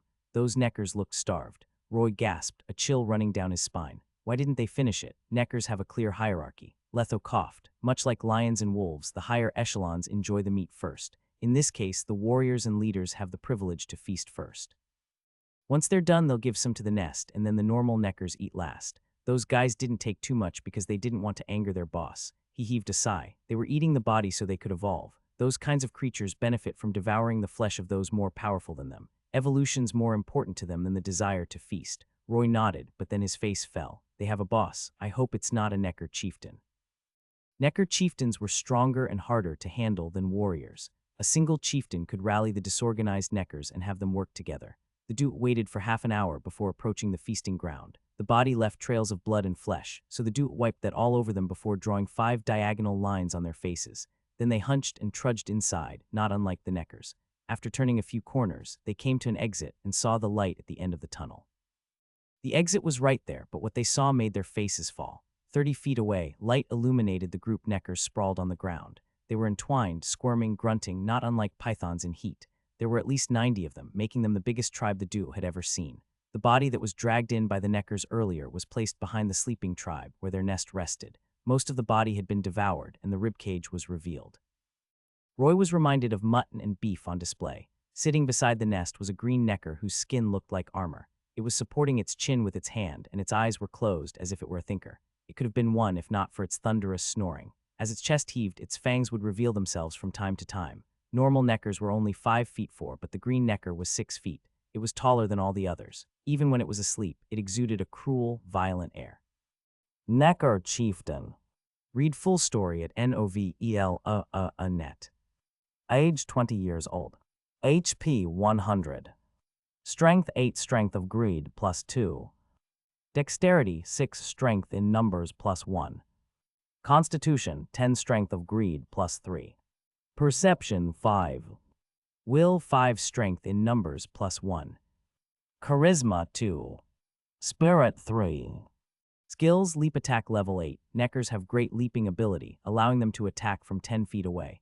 It can leap toward its target quickly, attacking it with its fangs and claws. It gains plus 2 in strength when it leaps. Lasts 30 seconds. Strength of greed passive. Necker chieftains have ingested a great amount of flesh and have undergone 2 evolutions. They possess far superior life force and strength compared to normal Neckers. Constitution plus 3, strength plus 2. Strength in numbers passive. Whenever Neckers move in packs, they gain plus 1 in dexterity and will.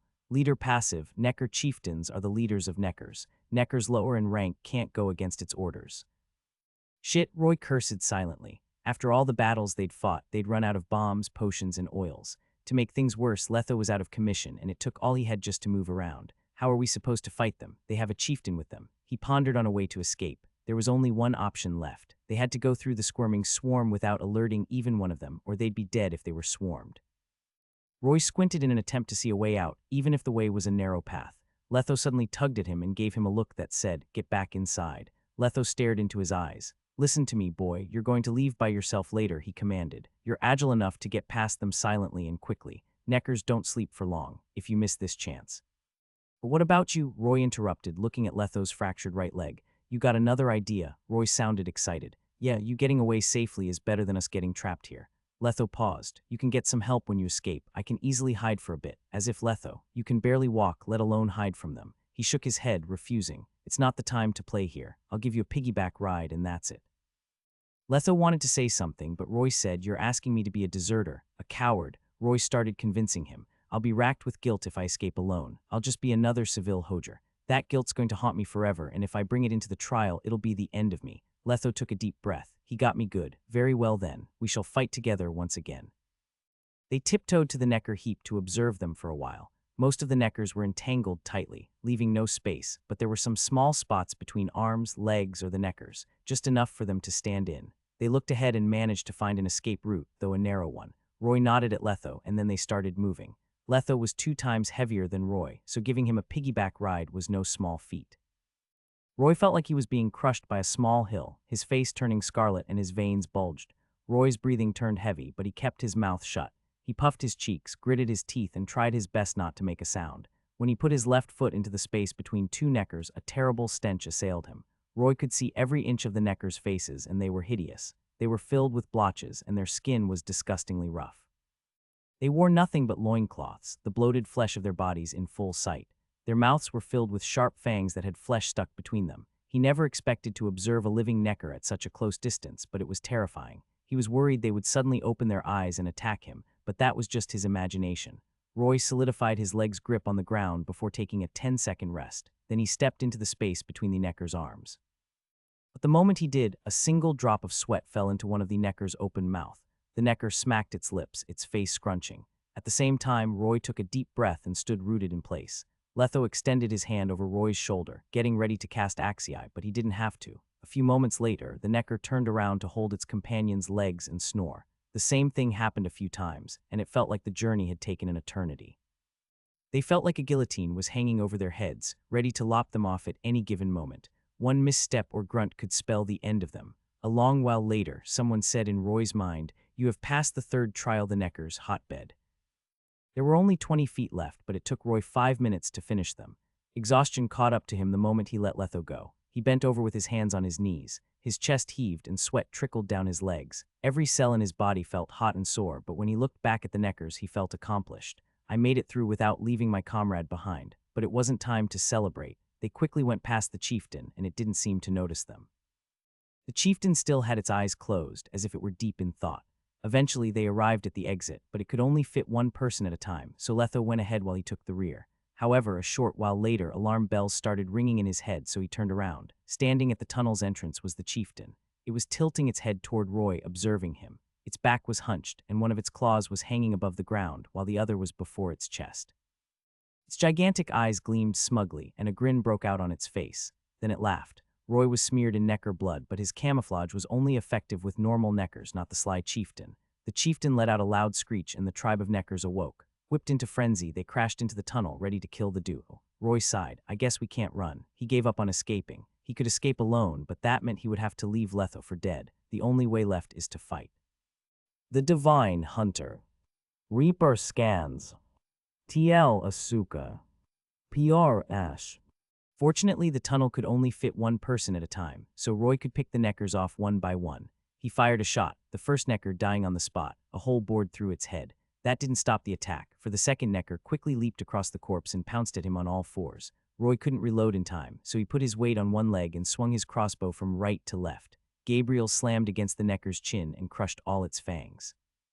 The necker fell back, howling in pain. "Switch with me, boy, take the rear," Letho said hoarsely. He cast Agni, and the circle illuminated the tunnel, slowing down the neckers. "My legs hurt, but my arm isn't." "Shut up, Letho." Roy gripped his crossbow before grabbing the air and brandishing Gwaiher out of nowhere. "I can't hide behind an injured man like a coward. Time for me to protect you now." He thrusted the sword forward, stabbing the necker's chest. Then Roy kicked the necker and yanked his sword out. The blood splattered across his face, but he didn't care. His eyes started turning crimson from the mess. Then he slashed diagonally, and the blade sliced through the necker's chest like butter. Fighting in a narrow tunnel was great, since there was no place to hide. All he needed to do was swing the sword around, and it'd hit a target. However, since his strength and technique were inferior to Letho's, he couldn't slice the neckers in half in one blow. That flaw gave the neckers a chance to attack. Even though their entrails were already spilled, they managed to claw at his left arm and drew blood. Roy winced. The scent of blood worsened their frenzy. The Neckers pushed their fallen comrades ahead like they were shields, slamming into Roy. Guire was stuck in the meat shield, and before Roy could get it out, he was pushed back by a great force. He was still far too weak compared to a tribe of Neckers. Then Letho supported Roy from the back. He tried to hold himself up despite his bones almost being broken. He forced his muscles to give him one last push, and he stood up. At the same time, he extended his right arm across Roy's shoulder before making a blue triangle in the air, and then he pushed it forward. The air itself exploded, and Ard's impact sent the Neckers flying back, clearing the ground for them. Fine, if you're not backing off, then stay in the vanguard. I'll cast the signs whenever you need it. All right, the duo worked together once more, though their positions had switched. Roy, who had always been the rear guard, was standing in the vanguard, attacking with Gabriel and Guire, changing his weapons to fit the situation. Sometimes he'd bore a hole through a Necker's head, then he'd change weapons and slice their body open. Blood was starting to drench him, and wounds were starting to pile up, but Roy showed resolve by refusing to take a step back. Letho stayed behind him, using his battle experience to cast signs in the most appropriate situations so he could sustain himself longer. He kept Eoden up at all times to slow the Neckers, making them easier to kill. If it were just a single Necker attacking Roy, he'd cast Axii to confuse it, creating an opening for Roy, but if they came in a group, he'd send them flying with Ard. It didn't take long for them to mesh well together. 2 minutes later, more than 15 Neckers lay dead at their feet, but new Neckers clawed their way through a few moments later. Once again, Roy stabbed a Necker's eyes with Guire, piercing its head, and then he pulled the sword out.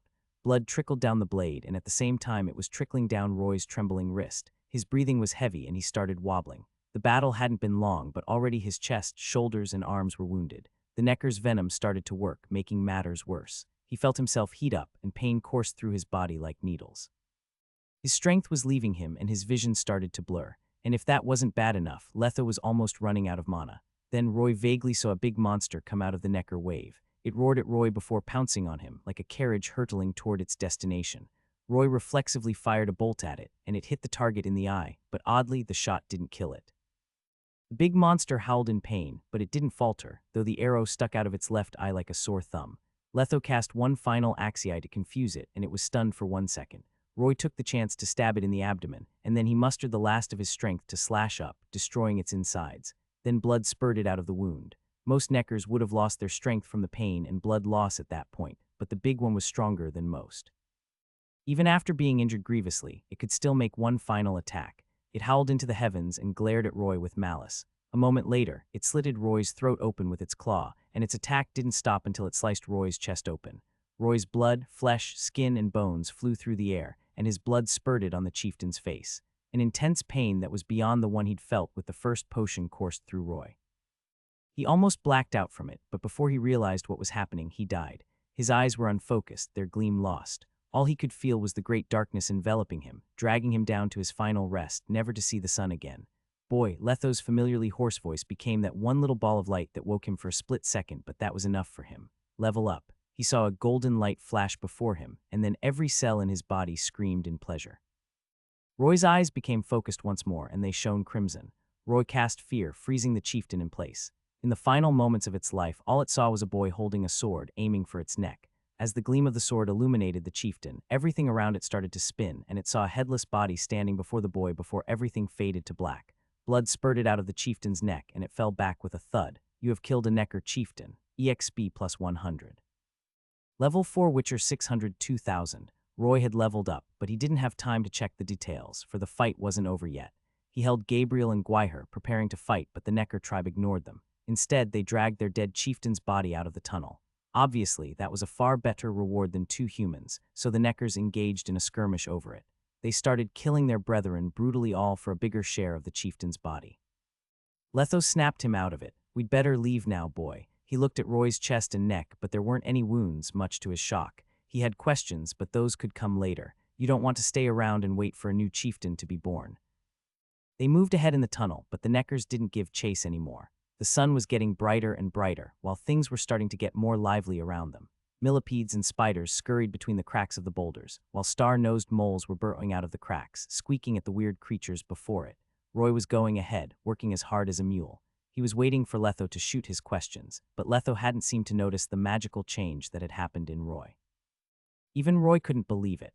The moment he leveled up, full recovery not only healed the lethal wounds, but also the injuries caused by the lesion. The skin of his injuries looked like it had been reborn. It was clear, clean, and didn't seem scraped. His whole body was healed, inside and out. His wounds weren't the only things that went away. Hunger, fatigue, poisoning diseases, and even the exasperation after the long battle in the tunnels had disappeared. He was, in a sense of the word, perfect. Full recovery is more powerful than I thought. There were a lot of new messages in his character sheet, but he'd leave that until they escaped successfully. Letho. Letho knew what he wanted to say, and a smile broke out on his blood-caked face. I don't want to know about your secret for now, boy. Not even if you're going to tell me you're Melitel's son. You can tell me when you really want to.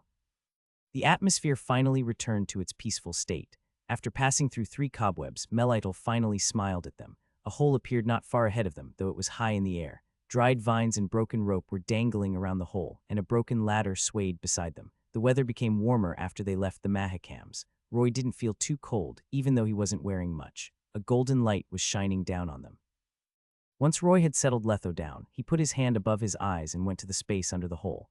The light was blinding after the week of darkness in the tunnels. He had to squeeze his eyes shut when he looked up. After taking a while to adapt, he slowly opened his eyes. Gods, are you kidding me? I can't fly. Fate seemed to be pulling another prank, for the exit was 30 feet in the air. Even witchers couldn't jump that high, and they were a lot stronger than most people. Roy was most people. He could see the blue sky, the glaring sun, and some dried grass through the hole. It was alluring, but he couldn't reach it. Which bastard cut the rope? He was like a lost traveler who saw an oasis in a desert, but when nearing it, found that it was nothing but a mirage. Roy didn't want to give up, so he fiddled with the ladder. Damn it. Even if Letho could stand above the ladder and lift me up, we still wouldn't reach the exit. And with how he is right now, Letho can barely walk. They had no choice but to give up on that exit, and they went ahead, finding something a short while later. On the wall was a sign with a pair of crossed hammers on it. Looks like Melitel hasn't given up on us. A wall stood at the end of the tunnel, seemingly blocking their path, but a few meters ahead, the ground sloped steeply downward. Roy went to take a look and noticed an underground pond that gleamed. The bit of light wasn't enough to shine on the whole pond, but Roy could vaguely see conical stalactite jutting out of it, as if they were the fangs of a beast. It was a nice pond, but its surface and the ground around it was covered in heaps of foul excrements. The pond was a shithole made by the Neckers. This is probably one of their toilets. It's flowing, so it probably leads outside. How else would those Neckers get their food? But a shithole at the end of the tunnel. Is this a joke? Roy felt disgusted, and he had a bad feeling about this. No, I have to find a way to escape through that hole. I can tie a rope to Gwaiher and toss it up.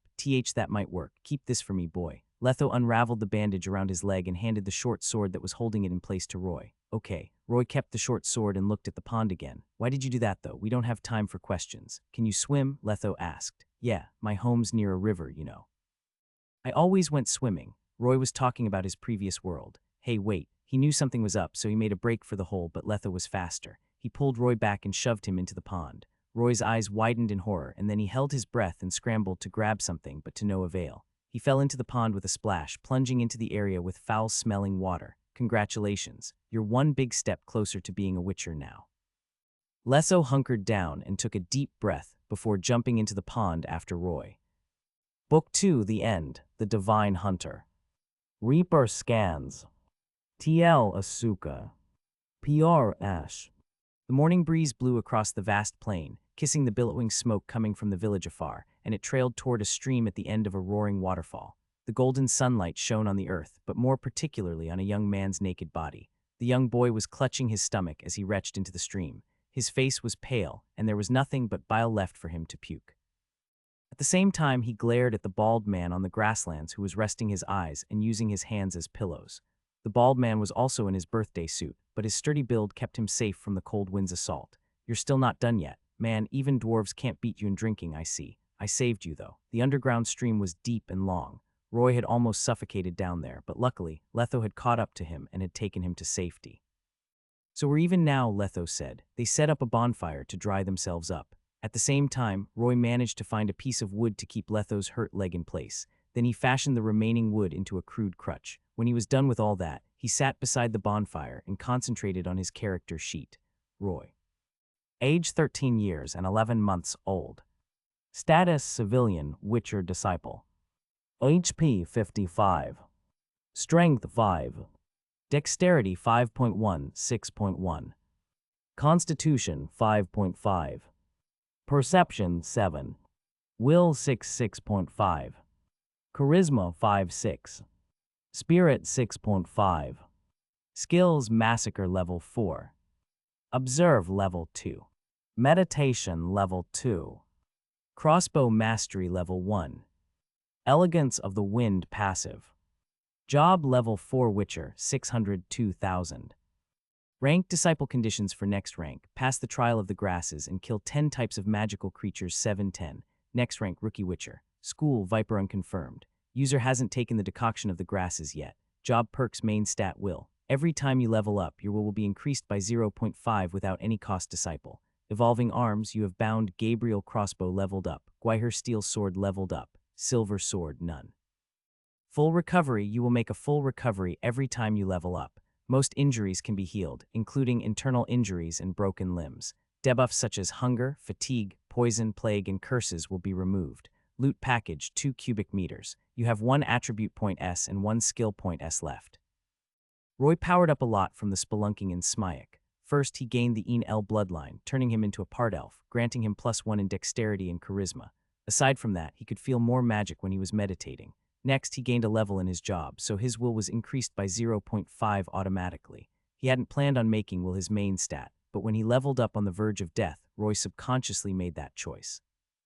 Letho's charisma was his worst stat, followed by will. 10 points might have seemed a lot, but it was nothing compared to his other stats. In other words, it was incredibly hard to see will increase. Will was also related to fear's effect. As long as he kept killing monsters and leveling up massacre, will would become more useful. He knew fear wasn't the only skill will could affect. The stat description itself said will could interfere with reality when it reached a certain point. I'm looking forward to it. Besides, will was crucial for his survival in the Trial of the Grasses. He'd been surprised when he'd noticed will as his main stat, but he didn't regret it. After lots of consideration, Roy had decided to allocate everything to Constitution and will before undertaking the trial. Letho did promise him he'd use the Leshen's mutagen for the potion if Roy's physique passed the bar he set for him. Roy wanted that mutagen, so he'd do whatever he could to get it. Roy allocated the attribute point to Constitution and the skill point to Meditation. Since Meditation's level up would add 0.5 to Constitution and Will, Roy would see a 1.5 point increase in Constitution and a 0.5 point increase in Will. That would cause him to see a 2.5 point change in his stats, so he wanted to get used to them before adding it to his stats and skills. Roy was about to concentrate on his bound weapons to see their change after leveling up, but his ears pricked, and he doused the flames before hiding in an alfalfa bush with Letho. A moment later, 2 farmers came over with their arms around each other's shoulder, and their hoes hung across their backs. One of them looked delighted. "Did you see that show last night? That dancer's slimmer than a snake, I tell ya, and her face is as white as snow. She's just like a goddess. I can't believe the filthy elves would have such beauty among them. What's the troop called? Sea Lion or something? It's Sea Scorpion, yo oaf," the other farmer spat, looking oddly arrogant.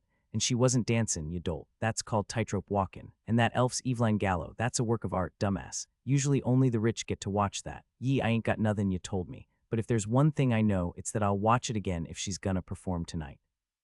The farmer rubbed his hands lewdly. "You dolt, what if your wife finds out about this? You gonna starve. I'm gonna wreck her pussy if she does that, just you see." The farmer came to the alfalfa bush and took his pants off, revealing his soft member. "Look at this. It's bigger than all dervishes' donkeys. Only that elf could get it hard again." He aimed at the bush, humming with his eyes closed, then everything turned black. When he woke up, he and his friend were lying side by side. The night breeze was caressing their naked legs and chest hair. The farmers were in nothing but their underwear, though they were holding 2 crowns each. "Did someone rob us? The money's enough to get us new clothes, though." They looked at each other, flabbergasted, but then they smiled. Roy was wearing a set of clothes that was 1 size too big, and he smiled wryly. "Why did I even hide from them anyway?" Reflex. "You stayed in the tunnels for too long," Letho answered. "I attacked civilians, though." "Does that count as a violation of the code? Are you dumb, boy?" Letho was hobbling behind him, wearing a set of clothes that was 1 size too small, his chest almost bursting out. Letho pouted. "That was self-defense, got it. They'd be pissing on you if you hadn't done that. And I'm sure you don't want to go around naked." I see. I hope the crowns are enough to pay for the damages." The weather warmed up after they'd left the manhwarecaps. The duo went toward the village to see if they could catch a carriage. The ground sloped downward, pointing toward a field that had a lot of cereal planted on it. Alders surrounded the field, forming a path that led to and fro the area. As they followed the path, the duo was led to the lakeside. Hidden behind the alder trees was a pond filled with ducks that quacked incessantly. A crude pier and lonely canoe sat quietly among the reeds, while nets and traps were set in the water. Roy stared at the ducks and licked his lips. "I've had it with dry food. Since we're staying for the night, let's get some meat." He never expected the resources on the other side of the manhwarecaps to be that abundant. So are we in Temeria now? Letho answered, to be precise, we're in Ellender, though it's Temeria's duchy. He paused for a moment. You're getting used to the toxicity after the doses, I see. We'll rest here before going to the Temple of Melidel to proceed with the trial.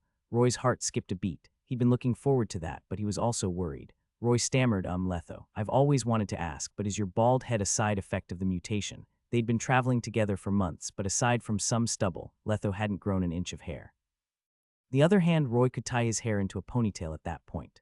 Why? Letho arched his eyebrow fiercely. Got cold feet because of some hair loss. Roy denied it. No, I'm just curious. Mutations happen randomly. You might not go bald, but you might lose some chest hair or some color in your skin. But that's nothing, really. Maybe Geralt lost his melanin during his mutation. That's probably why he has white hair and looks like someone with albinism. Is there any way to prevent that then?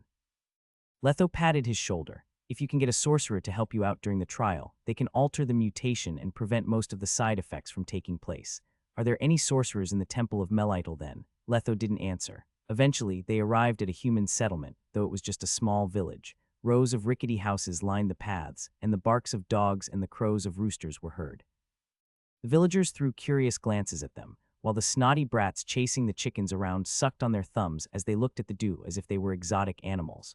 Roy, however, only had eyes for the circle of carriages in the center of the village. More than a dozen people dressed differently from the villagers leaned against the carriages, chatting happily. Is that the sea scorpion troop? Roy massaged his forehead before going up to them with Letho, the divine hunter. Reaper scans. TL Asuka. PR Ash. When the duo neared the carriage, they noticed 6 people leading the troop. 2 of them were young ladies, while the others were men. One of them was an elven sorceress with black-red hair who was wearing a yellow silk dress. She had a slim body, fair skin, beautiful features, and of course, a pair of pointy ears. This must be Eveline, the one the farmers were talking about. The other lady was tanned. Instead of the reserved attire most women would don, she wore a white striped leather midriff top that enveloped her generous chest snugly, revealing her toned abs and sexy, muscular legs. Her nose was long and her features were manly. She had a mohawk and mysterious tattoos on both cheekbones. The 4 men had unique get-ups too. Their clothes were vibrant and fashionable, unlike the villagers. There was one muscular, middle-aged man with a mustache, a tall, lanky man, and a pale, feminine one. The duo observed them, and so too were they observed. Eveline frowned at the duo's stares, but she didn't fly into a rage. On the other hand, the tan lady was staring back at them, feral. A burly, mustached man standing at 5'6" came out to welcome them. However, he was subtly on guard. You 2 seem new here. I take it you aren't Shire locals. You're a traveler. The man looked at Letho. Very well then, you may call me Alan. Alan the Sparrow Whisperer. Our troop has wandered across the lands and come across many fabulous things. Your eyes are sharper than an eagle's and gleam brighter than the sun. I know you're no ordinary traveler. To be more precise, you're a witcher, but you seem to have been robbed. Yes, I'm Letho from Viper School. This is my disciple, Roy, Letho admitted. Tell us what you're really here for. I don't think witchers would just play a prank on us. The members stood beside Alan, looking hostile. The lady with the mohawk snarled, and she whipped out a dagger from her boot and made it dance between her fingers. Letho presented his hands, showing he meant them no harm. Calm down, everyone. The boy is right. I've hurt my leg. He pulled up his pants to show them his injury. You can verify it for yourself if you don't trust us. I think you know most humans are prejudiced against people like me, so that's why the boy didn't tell you everything. The troop members' expressions softened right away, as if they felt the same way Letho did. Roy took the chance to ask, if I may ask, will you be going east to the manhwarecaps or taking the long way through Lower Sodden? No. Alan's eyes gleamed with longing. We're going west where the heart of Ellender is. There, we shall perform. And then we will be heading to Vizima before May Day next year to take part in a grand spectacle. Roy and I are going to Ellender to visit an old friend. Is it possible for us to ride with you? Letho rubbed his leg. I hurt my leg in a battle with monsters, and it's still not healed, so I can't walk too much. Riding on horseback won't be feasible either, so a carriage would be perfect. Well, Alan was in a dilemma. They'd have agreed to it if Letho was a normal human, but he was a powerful witcher. Alan was worried he might kill everyone on a whim. Even though witchers were outcasts like them, Alan still felt like refusing him. You would never ask for anything without pay. It won't even take a week to get to Ellender in a carriage. Letho raised 3 fingers, 30 crowns if you'll give us a lift. The short, ugly member looked tempted, but Eveline refused Letho. I'm sorry, Mr. Letho. If you take a look at our carriage, you'll see that it's filled with necessities, props, and Alan's trinkets. We don't have much space left for you, Miss Gallowavine said. Roy went around Letho and bowed at Eveline with his right hand before his chest. You can choose not to trust Letho, since he is a stranger, but I am not. I am your brethren. That is reason enough to trust me, isn't it? Eveline's eyes gleamed, and she looked at him closely. It was then she noticed Roy's pointed ears, and his looks had subtle elven traits to them. "Are you a half-elf? No, you're a part-elf, aren't you?" she said. Roy only had subtle elven traits, but he could speak ancient speech, so he said, "And she's been to Tegan." Eveline was pleasantly surprised after hearing that, and she felt a surge of affection for Roy.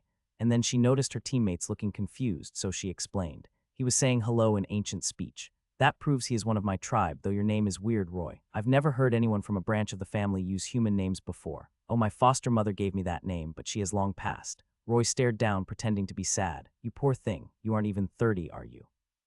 Eveline frowned in sympathy, and then she held Roy's hands reassuringly. "Call me Eveline." Then she gave her teammates a pleading look. "Fine, then," Alan sighed resignedly. "Since Eveline trusts you, you may come with us, but a word of warning. I'll have to set some rules before you go in. Break them and we'll break you." The duo nodded, and Alan told them about the troop in detail. There were about a dozen people in the troop, including the handymen, hitchhickers, and bard.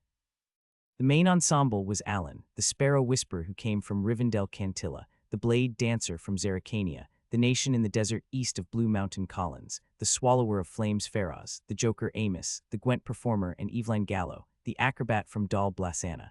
Roy finally remembered where he'd heard of Eveline before. If he was right, she was the one who would help Geralt complete the condition for Hearts of Stone, and the one who would later go on to steal from Borsodi Auction House. But it's still a few years too early for Geralt to get his hands on the Heart of Stone, the Divine Hunter. Reaper. Scans. TL Asuka. PR Ash. The moon shone on Shire Village, where the Sea Scorpion troop was staying at the moment. That night they were circling a bonfire in the village center, enjoying a grilled meat banquet with the newcomers.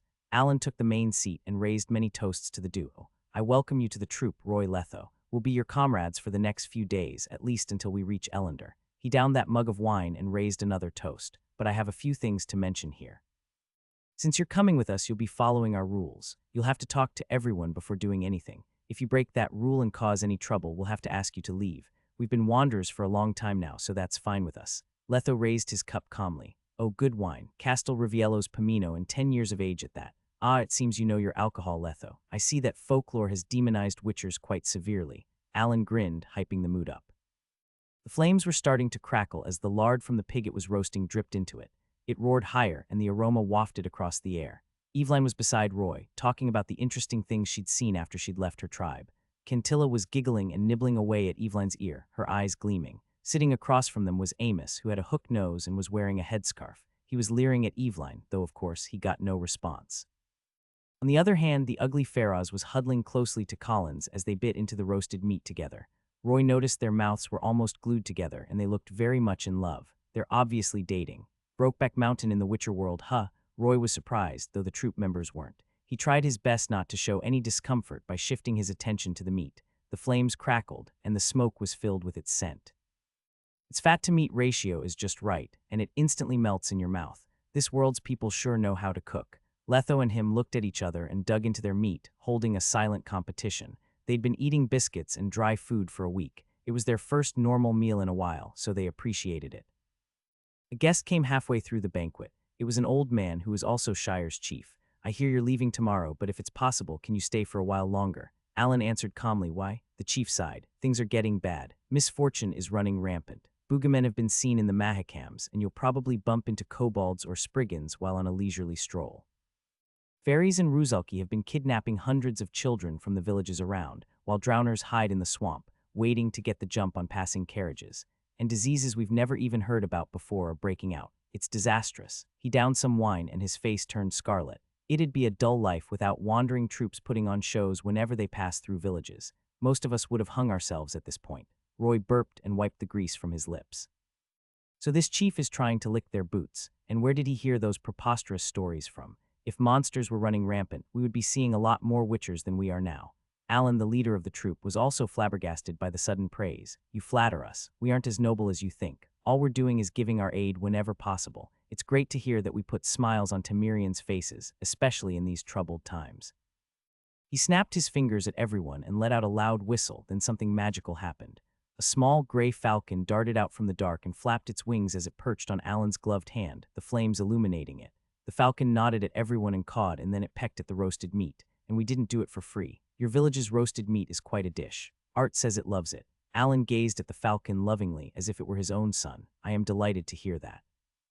Stay here for a while longer. Eat, drink, and be merry. The chief raised a toast. If it's possible, I want to tell you how I feel. He clenched his fists and started talking. It's just a few days' trip to Ellender, but it's not safe. You should stay here for a little while longer, at least until Ellender's troops have cleared the path. Our troop isn't weak. We won't be stopped by mere bandits. Alan sounded confident. And from what I've heard, Ellender's Order of the White Rose only cares about the safety of the city. They don't care about the villages around them. It'd take too long if we were to wait for them. Alan was trying to ask the villagers of Shire about his true goal. Everyone stopped what they were doing at once and waited for the chief's answer. The chief trembled for a while before resolving himself. Then he said, "I'll be honest then. Shire's in a predicament right now. Our trader Andre has been gone for half a month now, and we have no news about him at all.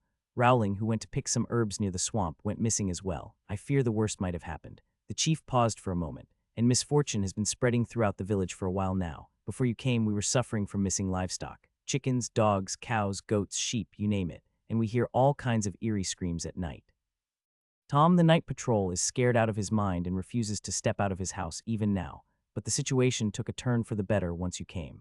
Alan looked at him coolly. "You're saying something's behind this, but we scared it away." "Yes," the chief nodded incessantly. "We think it's either a petty thief or a ghost or a phantom. But since you've arrived, the ghosts haven't shown up. They're probably scared of you guys." The troop members were on high alert after hearing that.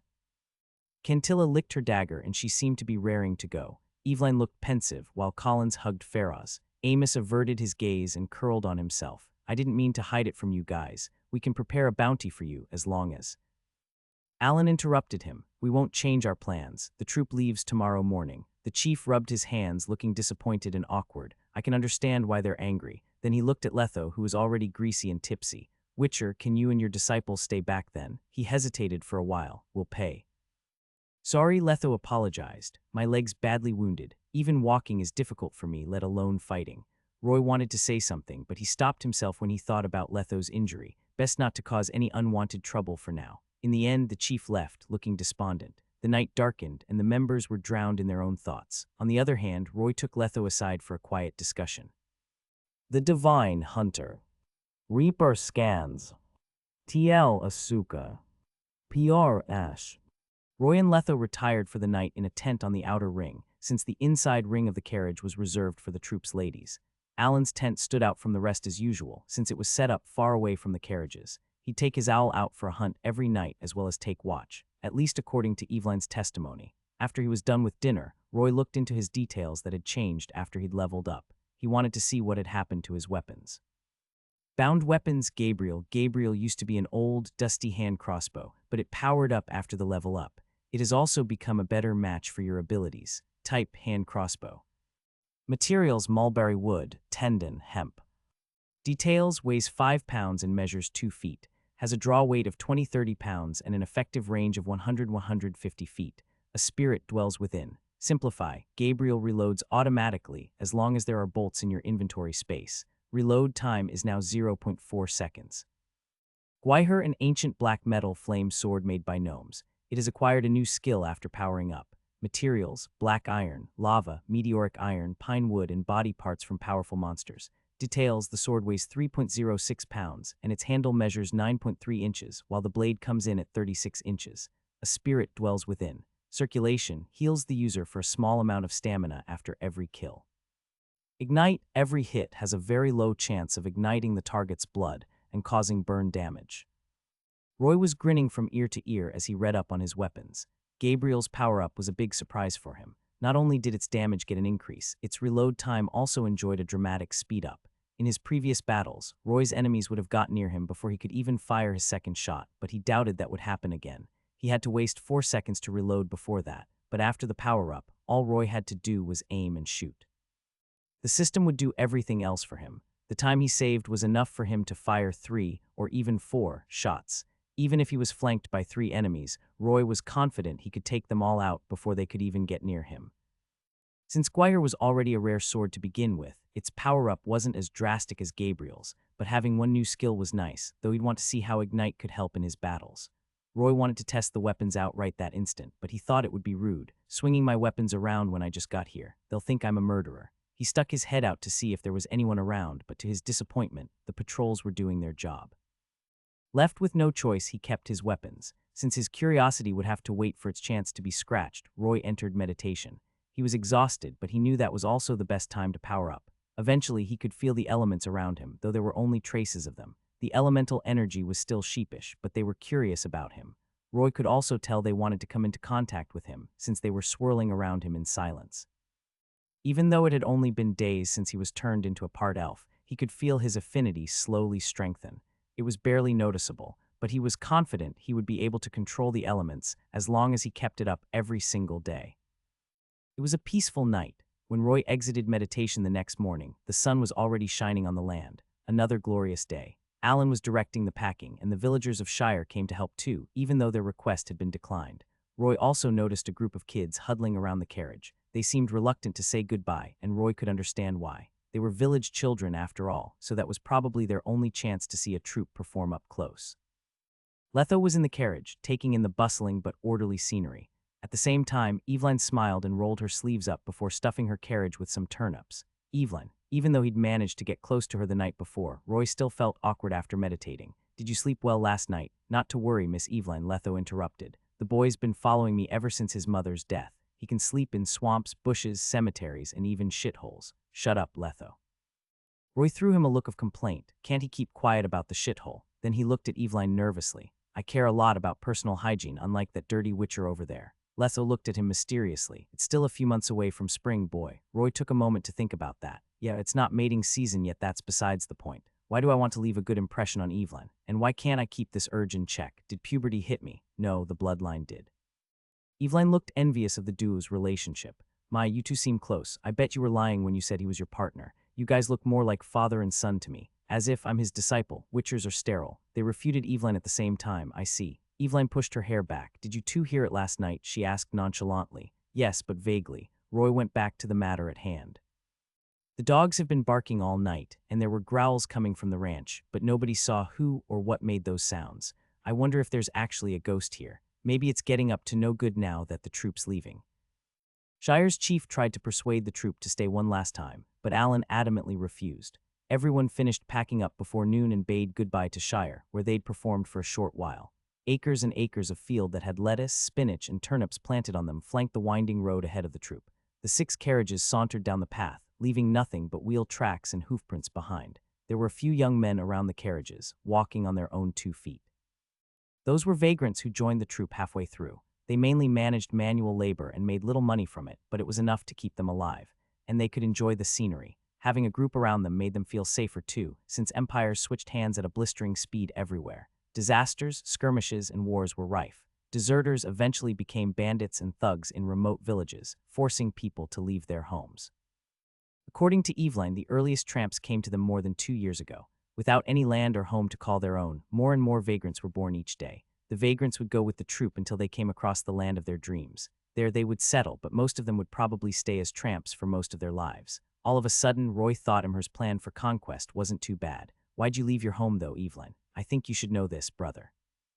Evelyn had a sad look in her eyes. Everyone in Dal Blathana lived in peace for a few years under the Queen of the Field's leadership, but the Daisy of the Valleys led them back to the warpath. "I have a feeling they're conspiring something big, something terrifying. I didn't want to have more blood on my hands, so I left." Roy thought about the ladies in Dal Blathana. Queen of the Fields and Daisy of the Valleys were 2 different factions in Een Said. The former was a pacifist who wanted nothing but peace. She'd even pretended to be a normal girl and lived with the humans to that end. The queen was born with great magical talent, and she brought life everywhere she went. Daisy of the Valleys was a warmonger. She was the future queen of Dal Blathana and the mastermind behind Scoia'tael. She'd repay every violent deed done by the humans tenfold, but she would also come on to abandon Scoia'tael for the elves. That was a story for another time, though. Your turn, Quintilla. "Why'd you come all the way to join the troop?" The exotic Blademaster looked into the distance. "The people of Zerrikania are born warriors, and I want to prove that I'm the best of them all." She smiled, looking ever so dazzling under the sun. Then she pointed at the tattoo on her jaw. "One monster, one tattoo. I think that's fair. I got these from killing an Arrakis and a basilisk alone. I'd love to have tattoos all over my body while I'm still young. After all, can't exactly wait until I'm a decrepit old woman who can't even hold a blade properly." She paused for a moment. "I have to go on this adventure, to search for the creature of my homeland's beliefs." "So you're looking for a worm?" Roy knew that Zerrikania's emblem was a dragon, and the leaders even built the Temple of Divine Dragons. A dragon, but yes, Roy didn't know what to say to that. True dragons like white dragons, black dragons, red dragons, green dragons, and rock dragons could easily destroy draconids like forktails, wyverns, dracolizards, and of course, solo witchers. Their physical strength was overwhelming, not to mention their fangs and claws. On top of that, they could breathe fire, acid, and even steam. There was also the golden dragon, a legendary dragon said to have mastered shapeshifting. You have a great dream, Roy said genuinely. Quintilla raised her chin proudly. I know you're laughing at my ignorance, but I'm not going to conquer them with brute force. Believe it or not, Asericanians have a close link to dragons. I'll conquer them with my devotion. Of course, good luck. What about Alan? Why did he create the troupe? Any big dreams behind it? No. There was a look of longing and romance in Eveline's eyes. Alan travels around the world to search for his true love. He says he can only be released from his pain after he finds the love of his life, the mother of his pets. Is he a bard? Roy had thought that Uri was an owl and Art a falcon. That's weird and romantic at the same time. He thought Eveline was kidding. Eveline threw him a look, but before he could ask, she continued. Collins and Faraz love each other, but unfortunately they aren't nobles. Their love isn't what those nauseating nobles call a thing of dreams.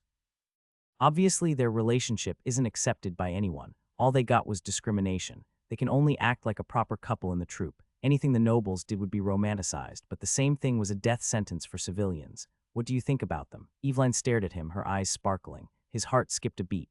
Well, I pray for their love, I think. He was on neutral grounds when it came to LGBT issues. What about Amos? Quintilla snorted in disdain. He's a bastard, Roy rubbed his chin. He's a Gwent performer, so he's a good player, isn't he? Does he have any rare cards? I think I can play with him. The Divine Hunter. Reaper. Scans. TL Asuka. PR Ash. While everyone was having lunch, Letho called Roy and excused them from the troupe. Did you smell it? They went into the bushes beside the path. Roy nodded. It was a group of carriages that carried a lot of merchandise. They just left Shire not long before the troupe, and everything should have been normal, but Roy smelled blood. It's not human blood. I smell insects in it. Letho activated his Witcher senses to see the scent particles. He went past 5 gnarly trees before stopping in front of a burr-medic bush.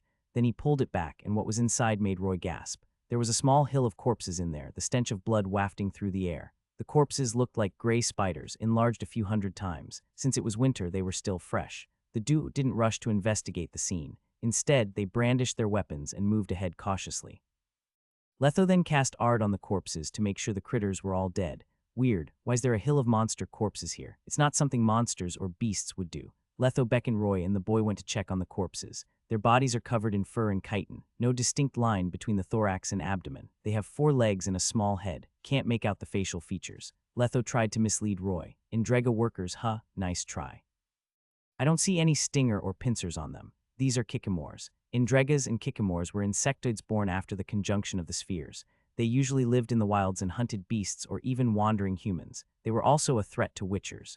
Roy turned the corpse over, revealing a soft, yellow belly that was vulnerable compared to its gray, armored back. This is why it's dead. Someone or something gutted it. Its putrid green entrails splattered on the ground, its legs covered in dirt. Must have struggled before it was killed. Roy brushed his hand on the edge of the wound, looking concerned. Then he checked another body. Claw marks on its back, and most of its body is twisted. The killer must be strong. Look, it almost got torn in half. This one's got holes in its belly. Looks like something bit it off. It's a clean bite in the center, but the edges are jagged. Its killer's teeth are sharp. Canine-like, probably. Roy continued, oh, this one's still alive, but barely. Insects are resilient, huh? Roy put it out of its misery. You killed a kikimore. EXP plus 30. 2 types left. Roy pulled the bolt from the insect's head. It was drenched in green blood, and Roy got some on his hand. He pulled out a handful of grass covered in dewdrops to wipe his hand off. Got anything? Letho gave him a quizzical look. There are 13 bodies here, a whole kikimore colony. Killer took out a whole colony on its own. Roy was frowning, concerned. With claws sharp as daggers and teeth lethal as poison. Probably panthers or wild dogs, or foglets maybe. Letho had voiced his opinion, but he knew he was wrong. No beast is strong enough to take them out that cleanly. Foglets have different teeth, and besides, Roy scanned the scene of the massacre. I have a feeling there's only one killer. These aren't the killing grounds. Everything's covered in grass and there's a lack of footprint. Letho stopped asking him about the killer. If that's the case, the killer must be as powerful as a witcher at their peak. Do you still want to continue? Roy was in a dilemma. We have to do this whether we like it or not. The troupe could get attacked at any time and we'll be right in the middle of it. We have to at least find out what that thing is so we can prepare for it. Roy knelt one on knee and plucked a handful of grass that was caked in red blood. The killer's blood. I have to tell Alan what we're up to in case they get worried. I'll leave the tracking to you. After Roy had gone off to the troop, Letho hobbled along the path for a few minutes and arrived at the source of the scent. There was nothing there except for some craters on the ground around it and barren tongue trees and messy footprints. Most of them were the Kikimore's footprints, but there were a few gigantic footprints among them. The most distinct part was how they only had 3 toes. There was also something bizarre in the clearing's center. Green spheres the size of human fists huddled together tightly, but there was a smidgen of reddish-black among them, obviously caused by a claw. Those were Kikimore larvae, but they were destroyed, leaving nothing but sticky fluids and dead young Kikimores. It doesn't leave anything behind, huh? Letho investigated a tongue tree and saw some claw marks on the bark. He wondered if they were left by the killer on purpose, and then his eyes gleamed. The troop members were starting to get restless when Letho came back. Alan even came to talk to him. Please don't stay away for too long next time, Letho. Everyone's been waiting for you. You might not need this advice since you two are experienced survivalists, but don't leave the camp at night. Alan waited for their answer and only left when he got their guarantee. What did you find? I went back to the scene after you left and found something interesting. Letho looked in Shire's direction. The nest isn't that far from Shire, and there's frequent activity between both spots. What are you trying to say? I found bones of livestock in those bodies and also a human shirt. Roy was surprised to hear that, so that means the chief got it all wrong. The villagers weren't harmed by Ruzalki or fairies, these Kikimores did it. Then he looked confused. The killer's doing them a favor. That's weird. The divine hunter. Reaper. Scans. TL Asuka. PR Ash. Roy and Letho were talking in the carriage. Why did it kill all the Kikimores? To keep the villagers safe. Roy couldn't believe his guess. The killer was a strong monster from what they'd seen, and none of them would go out of their way to help humans. Do you know what the killer is? Probably. Everything else matches it, though there's no urine. Letho didn't look too sure, but best not speculate before we actually see it. So why did it do this? Roy asked. Is it protecting the villagers? Letho answered, probably a coincidence. Maybe it just moved here, and it's very territorial, so it killed all the Kikimores. The troops should be fine if they get out of its range. Letho calmed himself down. Don't worry too much about it, and don't tell the troop about this. At the same time, the troop was keeping a close eye on the duo. You've been getting along with them well, Eveline. I trust you know them fine enough. Alan crossed his arms, his eyebrow arched quizzically. We don't hear anything bad about the Viper School in the north, and they look normal enough, but for some reason I think they're hiding something. Eveline bit her lip. I'm sure Roy's fine. I can trust him, but she changed her tune. I'm not sure about Letho. He's a man of few words and even fewer emotions. I get the chills every time he looks at me. It's like he can see through my soul. His injuries don't seem fake, though. They say witchers are emotionally messed up.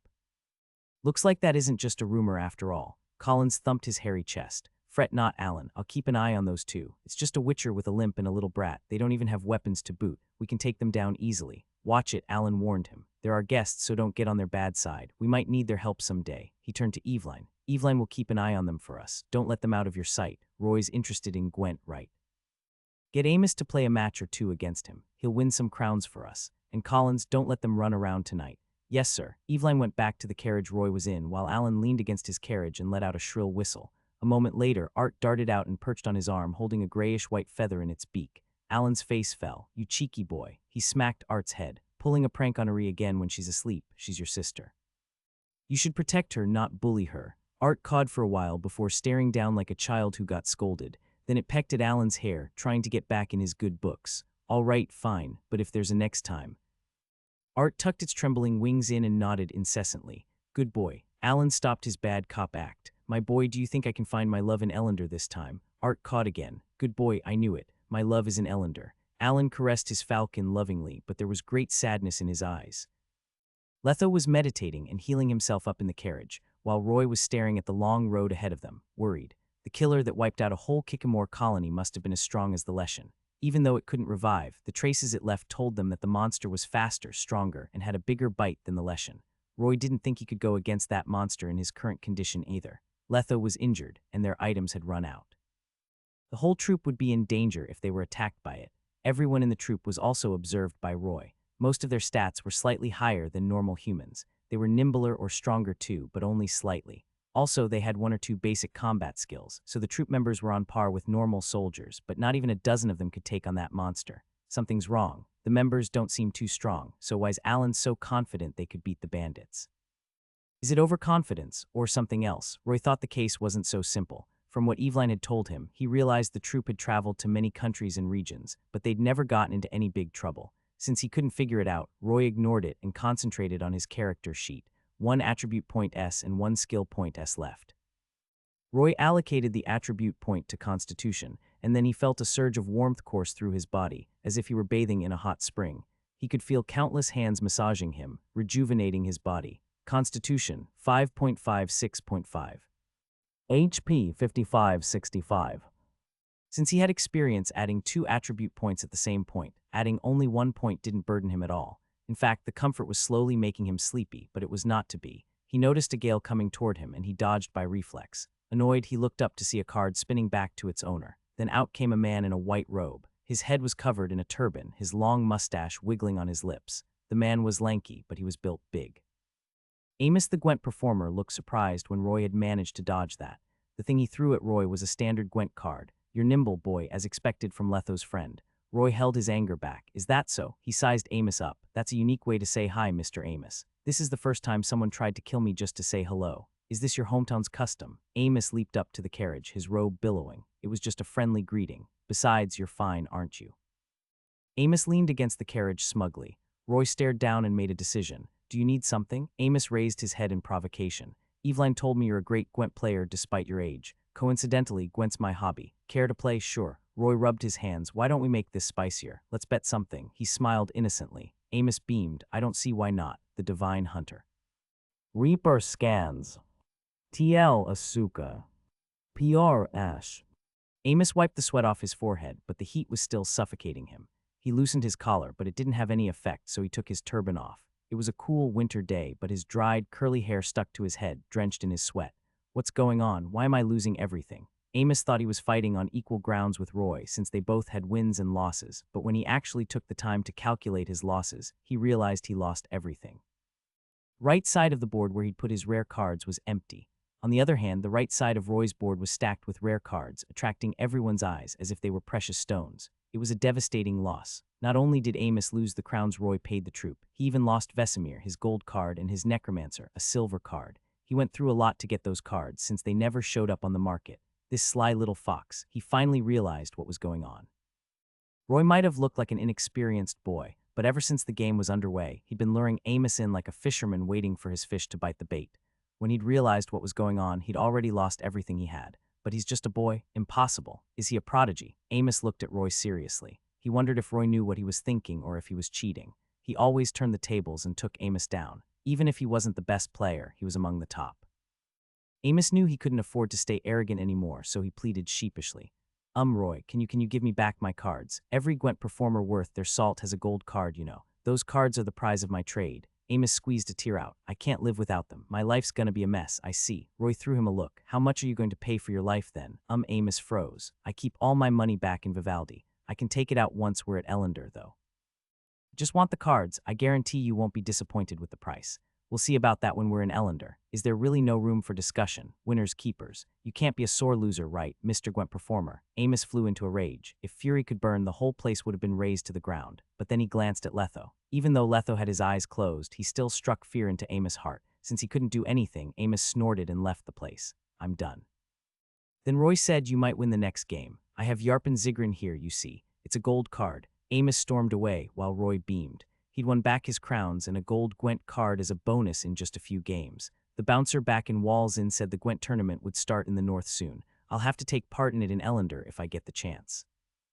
Also, Amos seemed to be really salty about his losses, so he asked his troupe members to challenge Roy. Roy, ever the welcoming boy, accepted their challenges and made a small fortune. Since then, everyone looked at him weirdly. They were fearful but also angry. The only one who ever won against him was Eveline, and that was only because Roy let her. When Amos found out about that, he stopped haunting Eveline. He was ashamed to even talk to her, since it meant she was a better player than him by extension. At least he knows his place, but he keeps looking at me like he has some plans lying in wait. Roy wanted to teach him a lesson, but he was on someone else's turf, so he refrained from doing so. He was also annoyed about something else. The troupe had been keeping a close eye on them, albeit subtly at times, but that couldn't escape his perception. He could feel the members' eyes on them at all times. Even Eveline was supervising him, and she was genuinely nice to him. Everyone else was just pretending to respect them. He never felt so annoyed before, not even back in Care or Mount Carbon. It was the first time he felt that upset when someone so blatantly distrusted them. It was worse than facing off against a bloodthirsty monster. He was a human boy to begin with. Even though he'd seen the discrimination faced by the Witchers, the full effect didn't hit him until he was at the receiving end. Letho once told him, monsters aren't the first problem new witchers will run into, it's the change in humans' attitude. Most spend years getting used to the discrimination. Humans are social creatures, but witchers have to learn to live alone. I have to face monsters and humans' bad attitude, huh? Best not to dwell on it. I should meditate. Roy started spending more time on meditation, just like Letho did, and half a day had passed since then. Something interesting also happened over the next couple of days. Roy noticed Alan leaving camp one night with his owl, Uri. He went into the bushes outside the camp area, and he didn't even bring any weapons with him. When Roy looked into it, he realized Alan was doing the same thing every night. Owls are nocturnal animals, so I can understand why it goes out at night, but why'd Alan go along? He's not much better than a normal guy. He'll get himself killed by going into the forest at night. Letho's necklace didn't detect any magic from the troop members, so Roy knew Alan didn't have any magical items on him. Alan kept bringing Uri into the forest every night until the 5th day came, the Divine Hunter. Reaper scans. TL Asuka. PR Ash. The sky was overcast that day. Dark clouds hung above them, and rumblings of thunder were heard from the heavens above. After getting through the forest, the troop came across a path that was flanked by rocky walls. Halfway through the valley, the troop stopped, for they noticed a fresh trail of blood on the ground. Everyone started whispering, while Roy brought his guard up. It looked like someone or something dragged the bloodied body up the path. The victim's body must have been cut up by the sharp rocks as it got dragged along, leaving chunks of flesh behind. It was obvious that that place was ground zero. Aside from the trail of blood, there were also strips of cloth, some boots, a few rusty hoes, and weapons improvised from farming implements. The trail extended ahead. Behind the boulders flanking the path ahead stood a destroyed spike, though every piece was as big as a carriage. What kind of monster did this? Alan quickly ordered the troop to get out of the valley. Everyone backed off, and Alan decided to investigate the scene along with some of the members. The duo insisted on joining the recon team, and Alan failed to dissuade them, so he let them do what they wanted. The putrid stench of blood filled the scene.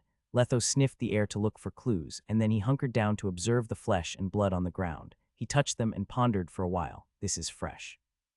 The attack probably happened last night. Surprisingly, nobody was shocked to hear that. Instead, they were calm, abnormally so. Roy was used to it since he practically killed a mountain of neckers, but he didn't expect the troop members to be as well. So they came across something similar before. Be careful, Letho. You aren't fully healed yet, and God knows if there's anything in there, Alan suddenly told them. I can hold my own. The team approached the boulders ahead of them, which were as big as the destroyed blockage behind the boulders. The road narrowed to a small path that only allowed one carriage to cross. Roy leaped onto the boulder and looked down. This is a natural barrier. It's perfect if you want to hold the fort, and anyone who wishes to travel to Ellender must pass this valley. I'd stop any travelers and extort them too if I were in the same position. What are you trying to say? This isn't Ellender's official checkpoint. Shire's chief is right. The path to Ellender is blocked by bandits, but these guys got caught in something bad. Where are they right now? The team went around the boulders and saw the 300-pound blockade. Then they noticed the small hill of human corpses. Some had their throats slit open, some were disemboweled, some had their spines broken, and some were torn to pieces. The tattered clothes they were wearing were already drenched in blood. Roy was reminded of the revolutionists he'd met outside Aldersburg.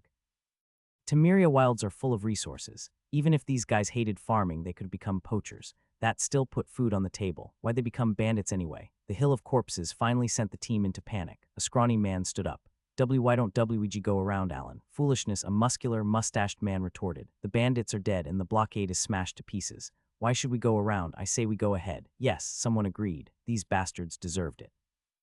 This must be retribution from Melittle, a devout believer said. Melittle, huh? Roy dismissed it. Melittle wouldn't be so cruel as to break anyone's body. He and Letho looked at each other before going in to investigate the corpses. There were 15 of them. Most of the deceased were adults, but there were 2 kids and an old man. When Roy found 20 crowns on the corpses, the pious member went into a frenzy. See, I told you this is divine retribution. Melittle's giving me her blessing. She's always generous and helps her believers. Nobody else would have stumbled upon those crowns. Yeah, there are a lot of crowns. A guy with scabies on his head laughed. Enough for a few pints, eh? Shut up, that's blasphemy. Nobody noticed Roy and Letho looking more and more worried as the investigation went on. The bandits suffered the same wounds the Kikamores had, but we left that place days ago. Did it follow us? What happened, Letho? Is something wrong? Letho gazed at everyone sharply, and some of the members shivered from the intensity of his gaze. What happened? Letho didn't answer, so Alan turned to Roy. Roy snapped out of it and gulped. The killer isn't human. No human has this kind of strength, nor do they have claws, and the footprints aren't human either, but the killer isn't Melittle. What is it then? Everyone was waiting for the answer nervously, but Roy changed the topic. Hey, you said Melittle always helps you out, didn't you? Did she clear the path every time you guys ran into the same problem? Yeah, I've been traveling with the troop for 2 years and something this freaky happened twice. Another guy backed him up, albeit without certainty. Now that you say it, it's actually true. Once in Dal Blasana and Ard Kerrig, the team started making a ruckus, but one snort from Alan shut them up. Alan went up to Roy and grinned toothily. Letho Roy, he let out a hearty laugh. Let's call it a day, eh? The bandits are dead and you guys got some money out of it. Now let's go back and push forward. No matter what it is, it helped us out, didn't it? Yeah, his team said. Letho answered calmly, very well then, we'll call it a day. Roy went back silently, but once he got into the carriage, he mumbled, I saw a scar on his neck. That scar's new. We got everything wrong. The one who killed the Kickamores wasn't in Shire. He's always been with the troop. We're playing with fire, but it doesn't seem to be hostile at the moment, nor did it do anything unforgivable. Letho looked confused too, since all that monster knew was chaos and mindless murder. Can beasts really possess human intelligence? The proof is in the pudding. Let's just keep quiet and watch, Letho answered. They couldn't do anything else anyway, and Letho started wiping Gwaiher, while Roy looked weirdly at Alan, who was calming everyone else down, the divine hunter. Reaper scans. TL Asuka. PR Ash. The moon was hidden behind the thunderclouds that night, and a loud crack of thunder later, rain fell. Roy felt the raindrops falling on his hand, and then he pulled his arm back. It's raining. And then, as if on cue, the tents and carriages were buffeted by the rain. The raindrops sounded like loud drums, and the northern gale blew at the tents, threatening to uproot them at any moment. Then things got worse. There's a situation. Roy went out into the rain, and Letho followed. Their shirts were drenched in an instant, but they didn't have time for that. One of the troop members was screaming in the distance, but his voice was almost drowned out by the rain. The dude quickly went to him. What happened? A monster attacked us. The man was breathing heavily, his face pale, but he managed to hold Letho's hands. You have to help us, Letho. You're the only one who can do it. He was shivering uncontrollably, obviously shaken to his core. Where's everyone? Eveline Cantilla and the other guys went after it. They were headed to the swamp. They told me to hold the fort. Roy looked into the distance, but the rain and darkness was stopping even him. He could only see 20 feet ahead of him, so going after them in these conditions would prove unwise. Calm down. Letho calmed the troop member with Axii. The rain started not long ago. Did you manage to see the monster? What did it look like? It was too dark so I didn't see it clearly, but its eyes looked feral like a cat's, or a wolf's, and they gleamed. I see. Where'd Alan go then? The man frowned. I didn't see Alan, but I saw Art and Ari flying east. We'll be back soon, so stay here and don't go anywhere, Letho said. I'm counting on you guys. The duo strode into the darkness, their boots squelching against the ground. Letho was carrying Gwaiher, while Roy was holding his crossbow. Neither of them had a torch, for the moonlight was enough light for them to go on. Is he out of his mind? Roy was frustrated. Why'd he pull this stunt on a night like this? I thought he was supposed to be the troop's guardian. What if his members got hurt? Letho replied calmly. He must have realized we found him out earlier. This is just a trap. And we're walking right into it. He'll come for us if we don't, and he won't be friendly. We should take the bait and see what he's up to. They went ahead, crouching and hiding in the rain. A short while later, they saw the flicker of a torch ahead, and they heard the voices of the members who'd gone after the monster. Right when they were about to rendezvous with the troop members, an owl appeared before them. It cooed for a moment before perching itself on Roy's shoulder. Its wings were wet from the rain, so it couldn't fly well. It raised its fat wings and pointed to the left. This is Alan's owl, Uri. Is she giving us directions? Uri heard Roy's mumble and nodded at him with an uncanny show of human intelligence. Then she opened her wings and stood up to bow at them, much to Roy's surprise. Is she bowing to us? You're such a lady, Uri. Uri covered her face with her wings sheepishly. Whoa, she understands human language. Alan's more complicated than I thought. Roy eased up a bit since Uri was trying to be friends with them. They followed her directions for about 10 minutes before arriving at a mini pine forest. The rain was blocked out by the dense foliage, and a boulder that stood at 5 feet sat at the end of the winding path. There, a towering figure sat. Roy cast Observe on it from a long distance away, but it wasn't the same data he got a few days ago. So this is Observe's weakness. It can't see through a shapeshifter. No, a cursed one. Age 33 years old. Status Sea Scorpion Troop. Troop Master. He is the founder of Sea Scorpion Troop, a proactive and charismatic man loved and respected by his troop members. Cursed one, he is afflicted by a terrible curse.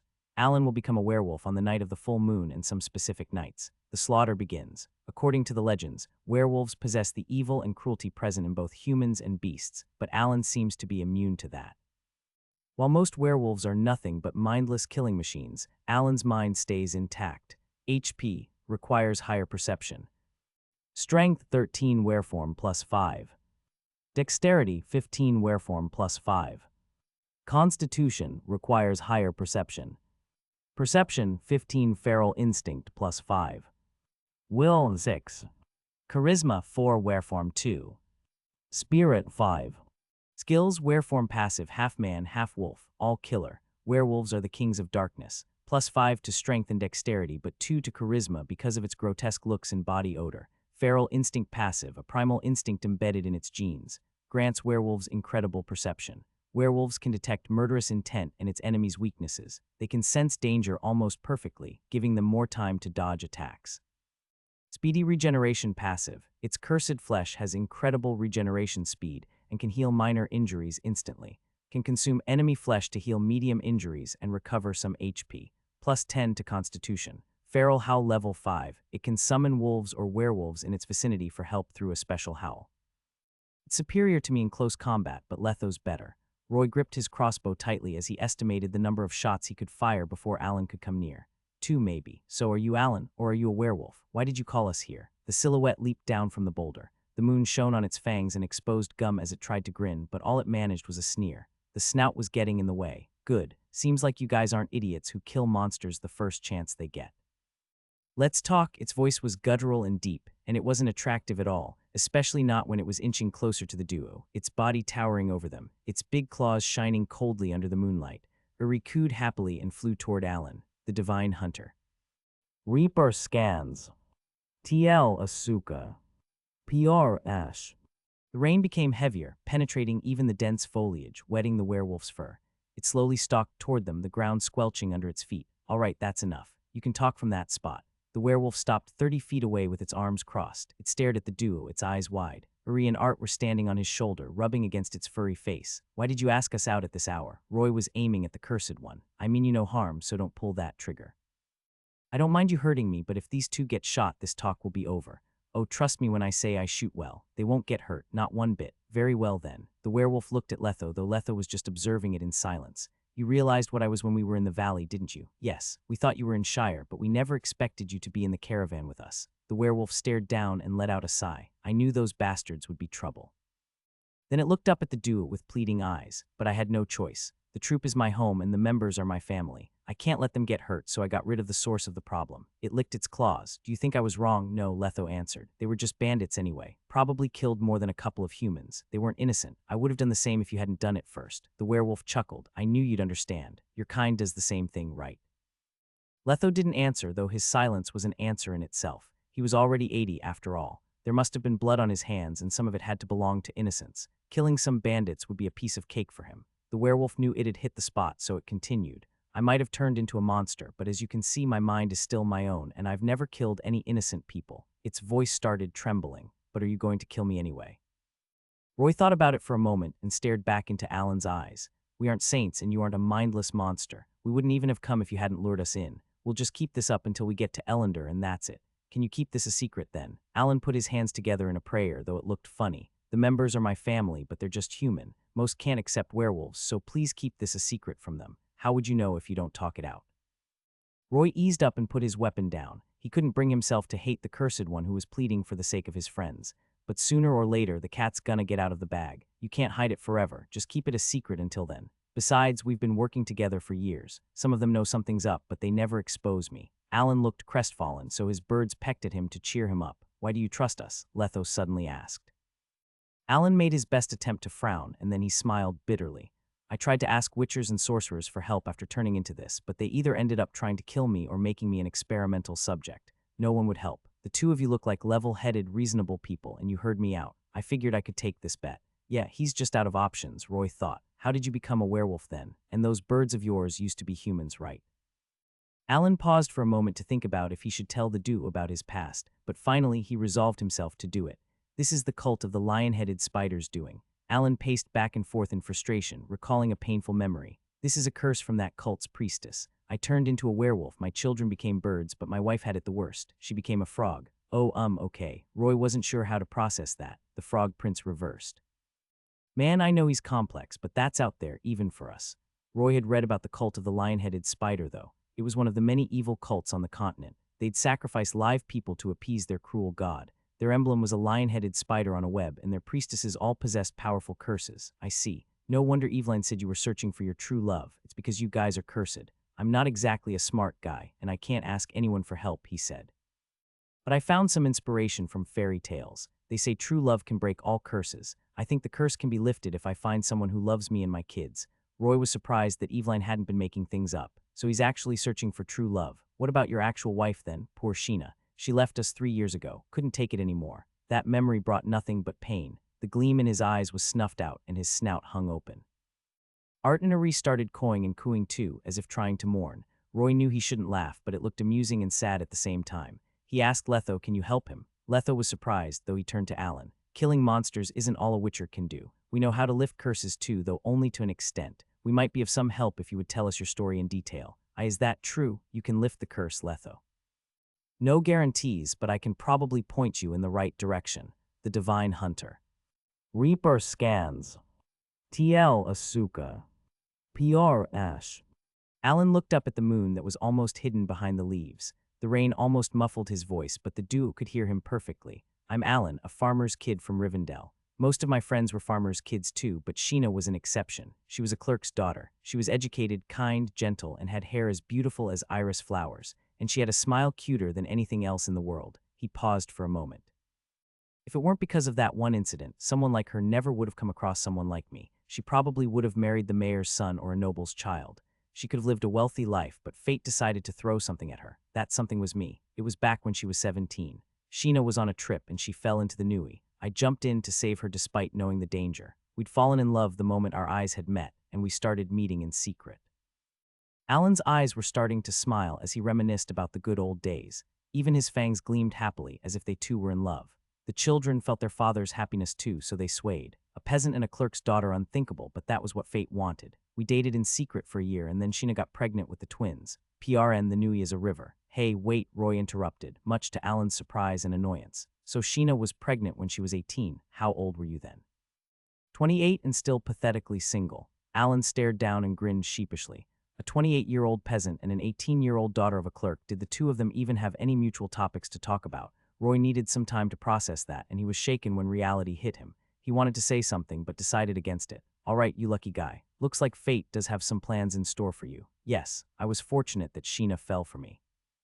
Of course, we couldn't hide her pregnancy forever, so we eloped. Or else her family would have probably disowned her, and the whole town would have called her all sorts of names. We'd left one night and escaped into the great forest. He clenched his paws and looked down again, but I was a useless man. I didn't prepare enough for the trip. We got lost in the forest, and when we were about to run out of supplies. You met her, that priestess, Roy interrupted. Alan nodded solemnly. Rachel saved us, took us to a rundown temple, and took care of my wife until her delivery. I need to confirm one thing. Letho frowned, looking serious as well. Did she ask for anything before she helped the two of you? Something like a reward? No, Alan replied adamantly, but the duo realized he sounded sadder than before. After my wife's delivery, Rachel held Ari for a while. Then she said the unthinkable. Alan's voice was starting to get hoarse, and his face contorted with rage. That bitch wanted our daughter. Ari was just an infant, but she wanted to take her away before Sheena could even see her. Can you imagine how hard it was for us? Alan roared at them. Roy took an involuntary step back and aimed his crossbow at Alan by reflex. She wanted Ari to stay with her in that dark, humid, putrid place and inherit her legacy. Rachel wanted her to become a hack. A servant for that disgusting spider. I would have said yes if she wanted me as her servant, but she wanted my child. Alan's eyes gleamed crimson. Naturally, I refused her, he said coldly. He had a faraway look in his eyes, as if screaming at something that wasn't there. We'd convalesced at the temple for a while until Sheena had felt better. The bitch noticed us when we were about to take Ari away, and then she started making those gestures.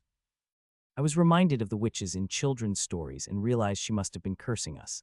Scared out of my wits, I got a knife and plunged it in her belly. Alan tensed up. Not even the rain could muffle his heavy breathing and pounding heart. A long, long while later, Alan fell dead silent. We hid in the temple, waiting for Rachel to bleed to death, and then we saw the weird signs she'd drawn on the ground using her blood. That marked the start of our nightmares. He sighed, but the curse isn't all bad. At least I'm free of any and all disease, and I never tire. Also, the whole family became telepathic, so we can communicate freely, made hunting and caring for them easier. And I started a traveling circus to take them on a trip around the world. But Sheena couldn't take it. She hated slimy stuff like frogs when she was alive. She held on for 2 years, but eventually she succumbed to the curse.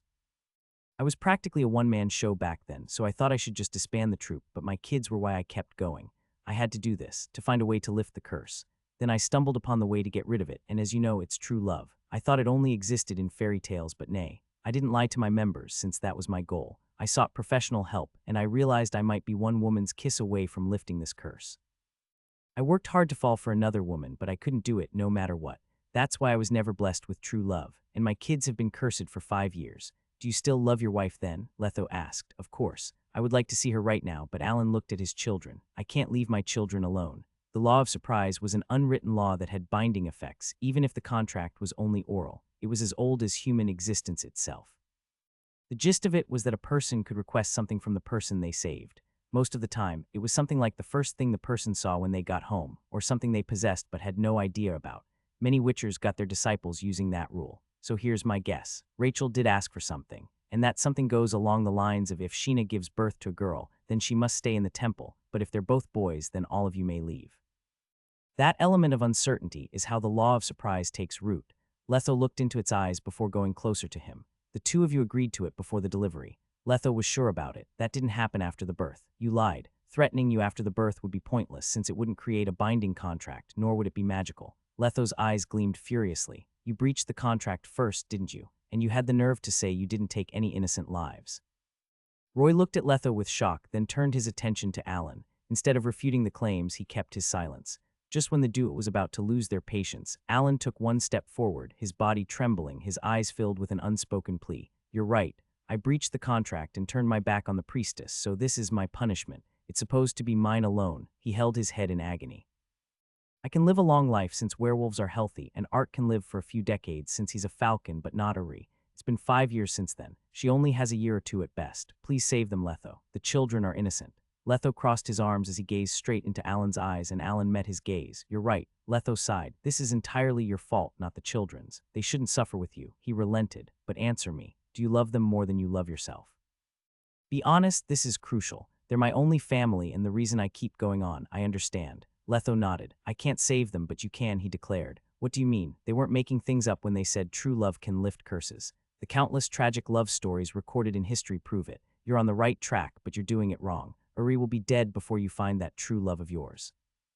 Consider this, you're the person who loves them the most, and family love is a form of love too. There's no need to find someone else to fill that role. I don't understand. Alan was confused. I love them more than I do myself, and they never leave my side. Even so, they're still cursed. Every fairy tale has its own little nugget of truth in it. You can find unimaginable power in love and blood, Roy interrupted. He was reminded of Geralt's story. One that was uncannily similar to Alan's, and he knew what Alan had to do to lift the curse. Now that we're certain you love your children deeply, we're one step away from lifting the curse. All we need now is blood. Blood combined with true love can end all curses and misfortune. Be specific. What should I do? Alan was in a hurry. Roy looked at Alan's kids, then opened his mouth but said nothing. They're just kids, so we'd better take this somewhere they can't hear us, Letho said. He glanced at Roy furtively, wondering why Roy would know the way to lift the curse. Alan had a bad feeling about it, but he told his kids to stay on a tree not far from him. They can't actually understand things that are too complex, though. Alan combed his fur with trembling paws to calm his nerves, but what he heard next made his mind go blank. You're the main target of the curse, so most of it will disappear when you die, and the blood taken right before that will be enough to lift the rest of it, Roy explained. This is the only way your kids can get rid of that curse and live their lives normally, Letho said somberly. You'll have to prove your love to them by using your very life.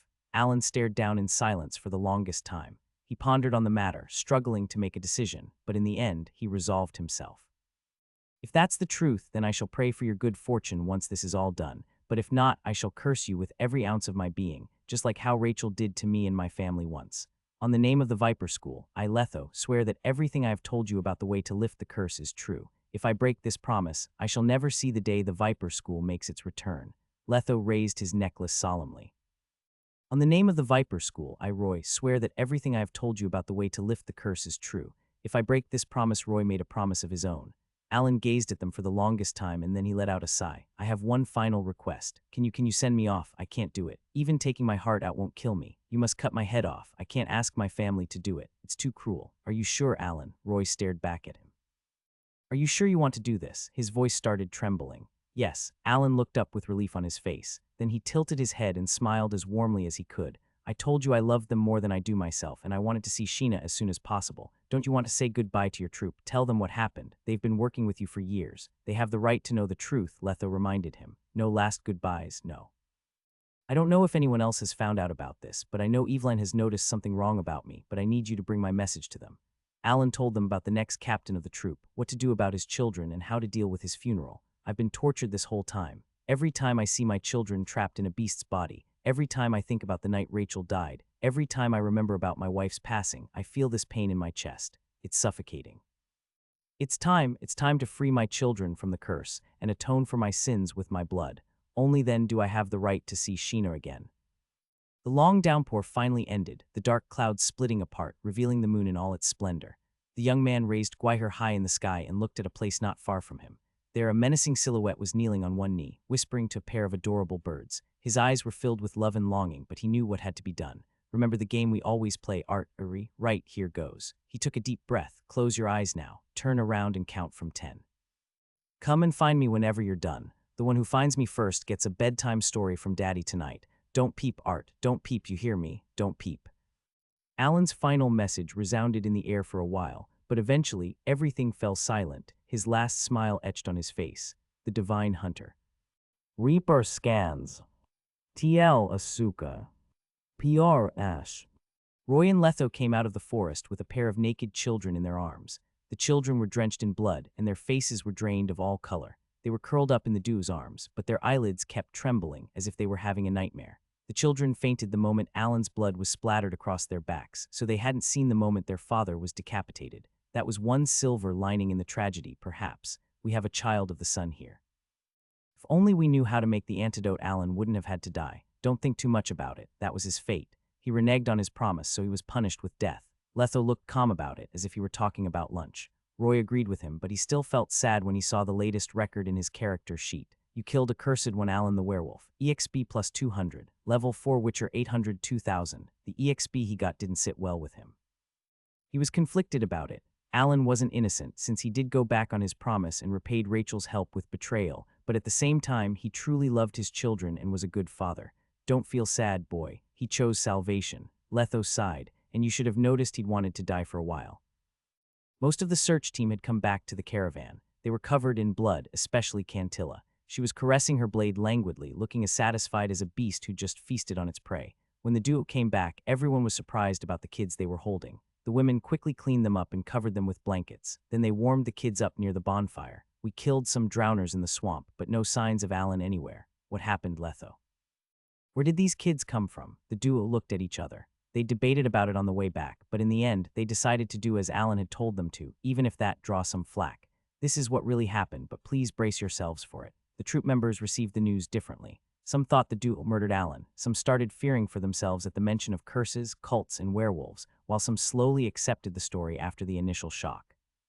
Fortunately, the main troop members chose to believe the duo. They'd noticed Alan's weird actions over the years, though they'd never confronted him about it. I always thought Art and Uri were too close to Alan. Their collaboration was seamless. I see, so they're his kids, the only proof of his existence. Alan was a good father, but he worried too much. We've been friends for years now. He could have told us about it. He probably didn't want us to feel sad about it. Alan's always been that way. He puts everyone else first. His nightly hunts with Uri were also his way of keeping us safe. Cantilla gritted her teeth and sighed. So what if he's a monster? Zeracanians don't care about that as long as they're our friends. Then Amos suddenly spoke up. Alan had been acting weird, but he never harmed the troop. He was a great captain, but I don't trust the Witcher. He glared at the duo. Witchers are cold-blooded animals who would kill any monster they come across.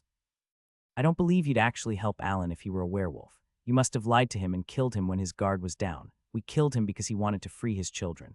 Letho threw him a cold look. He saved his soul and his children by giving up his own life. You know, I knew something was wrong with you here ever since I played Gwent with you. Roy pointed at his head. You say this is just a story we're making up to cover our murder, but what about the kids? We aren't gods. We can't just snap our fingers and make them appear out of thin air. Amos was at a loss for words for a while. When he was about to retort, Eveline shot him a dirty look, forcing him to swallow his words. I trust them. She sighed. It's just like Alan to do this. The most important thing now is his funeral. We can't let him rot in the wilds. His body's still there. Alan had turned back to his human form after the decapitation. I'll take you guys there later. But he wanted you guys to burn his body right there and collect his remains. Spread his ashes in the Nui if you ever travel to Rivendell. His wife was sent off the same way. The troop members were surprised to hear that. Alan wouldn't tell that to anyone, Eveline decided, so now we know they aren't lying.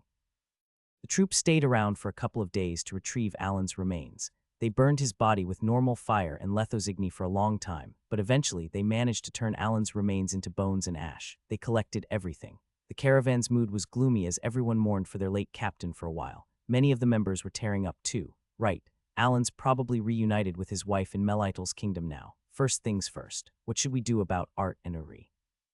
We take care of them, of course. Quintilla thumped her chest, and we need a new captain as soon as possible, preferably someone charismatic. Amos quickly voiced his opinion, only getting everyone's glares in return. He shut up.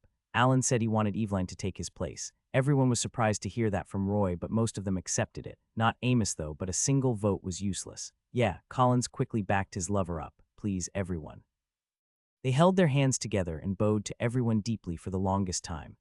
Everyone was taken by surprise. They never thought the gay couple was any different from other couples, but instinctively they thought Faraz and Collins were different from a heterosexual couple. They couldn't let them adopt Alan's kids, and so the members were in a dilemma. Eveline and Amos wanted to refuse, but they didn't want to hurt them. Roy kept quiet for a while before stepping in. Uri and Art are special, in a sense. Not anyone can adopt them. They've been living as a falcon and an owl for 5 years, so they operate differently from normal humans. Owls are nocturnal creatures who can get really active at night. They feed on frogs, insects, and other small creatures. On the other hand, falcons love to dive from high up in the air. Can you even imagine how Art would act? And besides, Alan wanted them to get adopted by the Temple of Melitel in Ellender. It's a good place filled with kind, gentle souls. The Divine Hunter. Reaper scans. TL Asuka.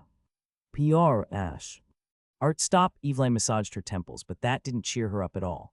Faraz was trying to catch him, but Art kept dodging him. Still thinking he had wings, he ran around the caravan like a wild rooster, flapping his arms, hunching his back, craning his neck, lifting his butt. The boy ran ahead like a falcon, trying to fly, but he couldn't.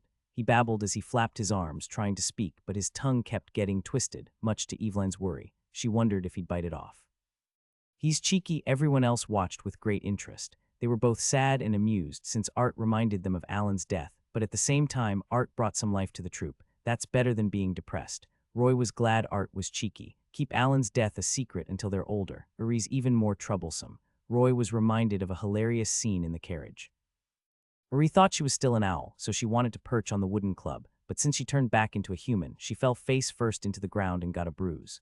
Uri kept crying, but then she seemed to remember her missing father and stopped making any sounds altogether. But the biggest problem was the children having a limited vocabulary. They couldn't talk in any human tongue either, and they were psychologically worse off than their peers. They were only sensitive to friendliness and mockery.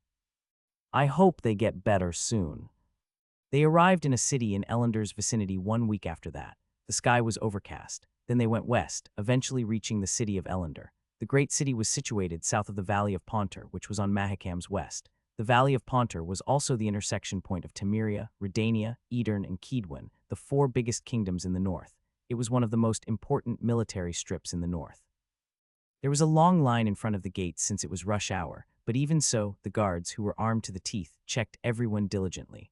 Roy told Eveline to meet up at an inn later before leaving with Letho. It's been a while since your last trip to Ellender, right? Roy explained. From what I know, they don't take well to witchers now. It was early 1261 at the moment.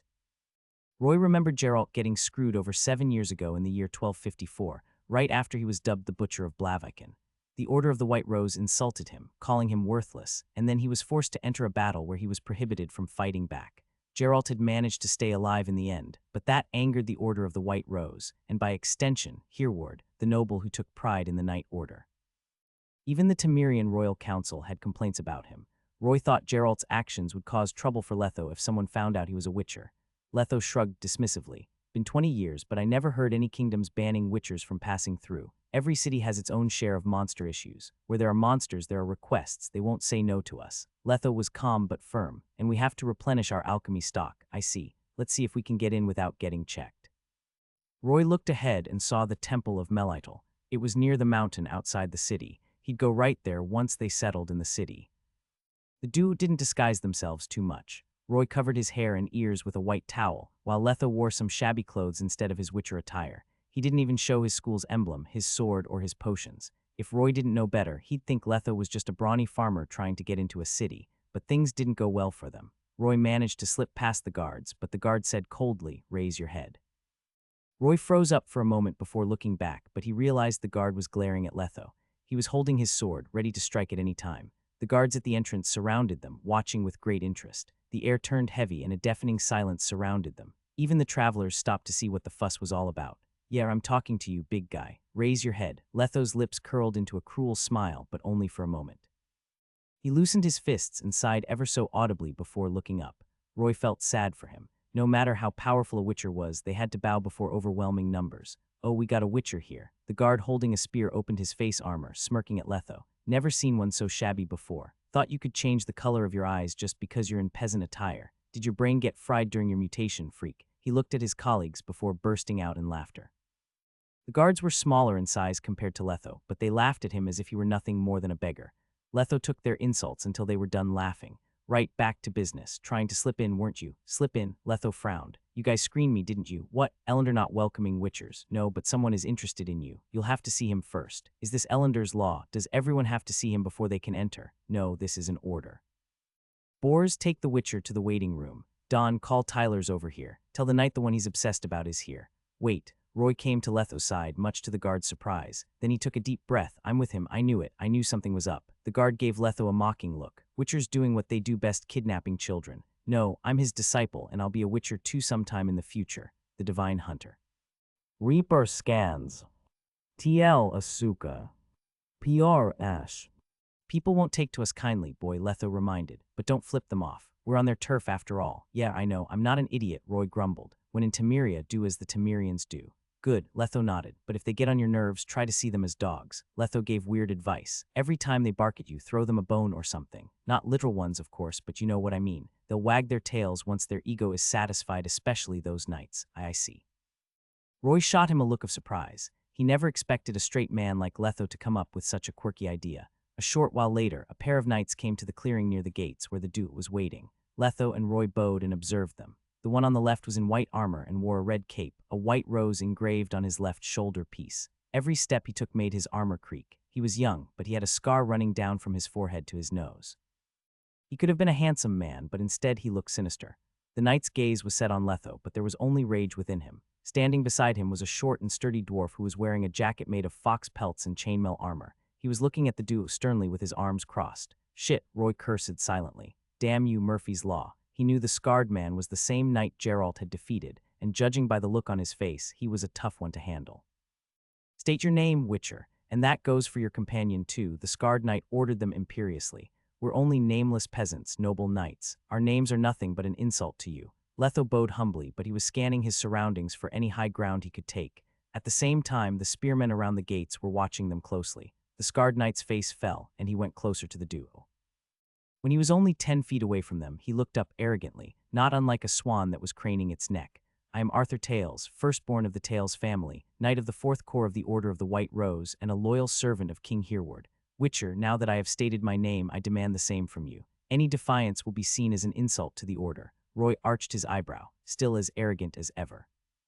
Left with no choice, Letho answered, I'm Letho, a witcher from the School of the Viper. This is my disciple, Roy. How can you prove it? Where's your crest? And why are you trying to get into Ellender City? Tales asked a lot of questions, and his hand was already on his blade. If Letho showed even an ounce of hesitation, he would cut him down. His teammate's lip twitched, and the dwarf took a deep breath. I think you know why we're trying to get into Ellender. We got into a few fights before this and wrecked our equipment. Most of our supplies are gone, so we need to restock in the city. And my leg's lame too. Here's my insignia. Please show mercy to us, sir. Let us pass through Ellender. I see. Arthur looked at the necklace and nodded. When he confirmed that Letho was unarmed and lame, his eyes gleamed. Letho from the Viper School, I, Arthur Tales from the Order of the White Rose, challenge you to a duel. He unsheathed his sword and held it with both hands, pointing it at Letho. But Mr. Tales, you're a noble knight. Don't you think it's too much of an honor for me? I'm just a witcher, not even a knight. I don't think I'm worthy of this. Yes, Roy added. We're not worthy of the honor of a knight's duel. He scorned himself. Tales stopped them. We have a creed here. If you were the ones challenging me, then I'd have the right to refuse, but since I'm challenging you, you must accept or you're nothing but a piece of worthless trash. I see you as my equal, but of course it is just temporary. Roy was shocked by the ridiculous declaration. Crazy, arrogant bastard. That's quite the logical explanation you got there. I guess you must be a fan of philosophy too. The highest stat he has is 7. Damn, he's stupid. I could probably take him down if it weren't a duel of swords. If he doesn't wear his armor, of course. The sarcasm flew past Tails' head, and Letho asked, "What will happen if I refuse then? Aside from being seen as trash, then you must leave Elender. Our city doesn't welcome cowards." The dwarf chuckled. "Ah, shut up," he said gruffly. "You're a knight, remember the creed. This is just shameful." "No, you shut up, Cranmer." Tails' face was flushed. "This is personal. I must defeat a witcher to regain my honor. I don't mind you tagging along, but if you're butting in, then I'm smashing your head in. Try me. I ain't letting you do whatever you want," the dwarf retorted. Arthur gnashed his teeth. "Go back to your troops or I'm telling on you." "Cranmer, Dennis Cranmer." Roy's eyes gleamed. "Cranmer's a dwarf with a sense of justice and equality. He's going to join the army of the manhwarecaps in the Second War to resist Nilfgaard's invasion. This guy's important to Mount Carbon." "I think I'll take this. Dennis Cranmer. Are you the Dennis Cranmer?" Roy went up and feigned surprise. "You know me." Dennis looked at him with doubt.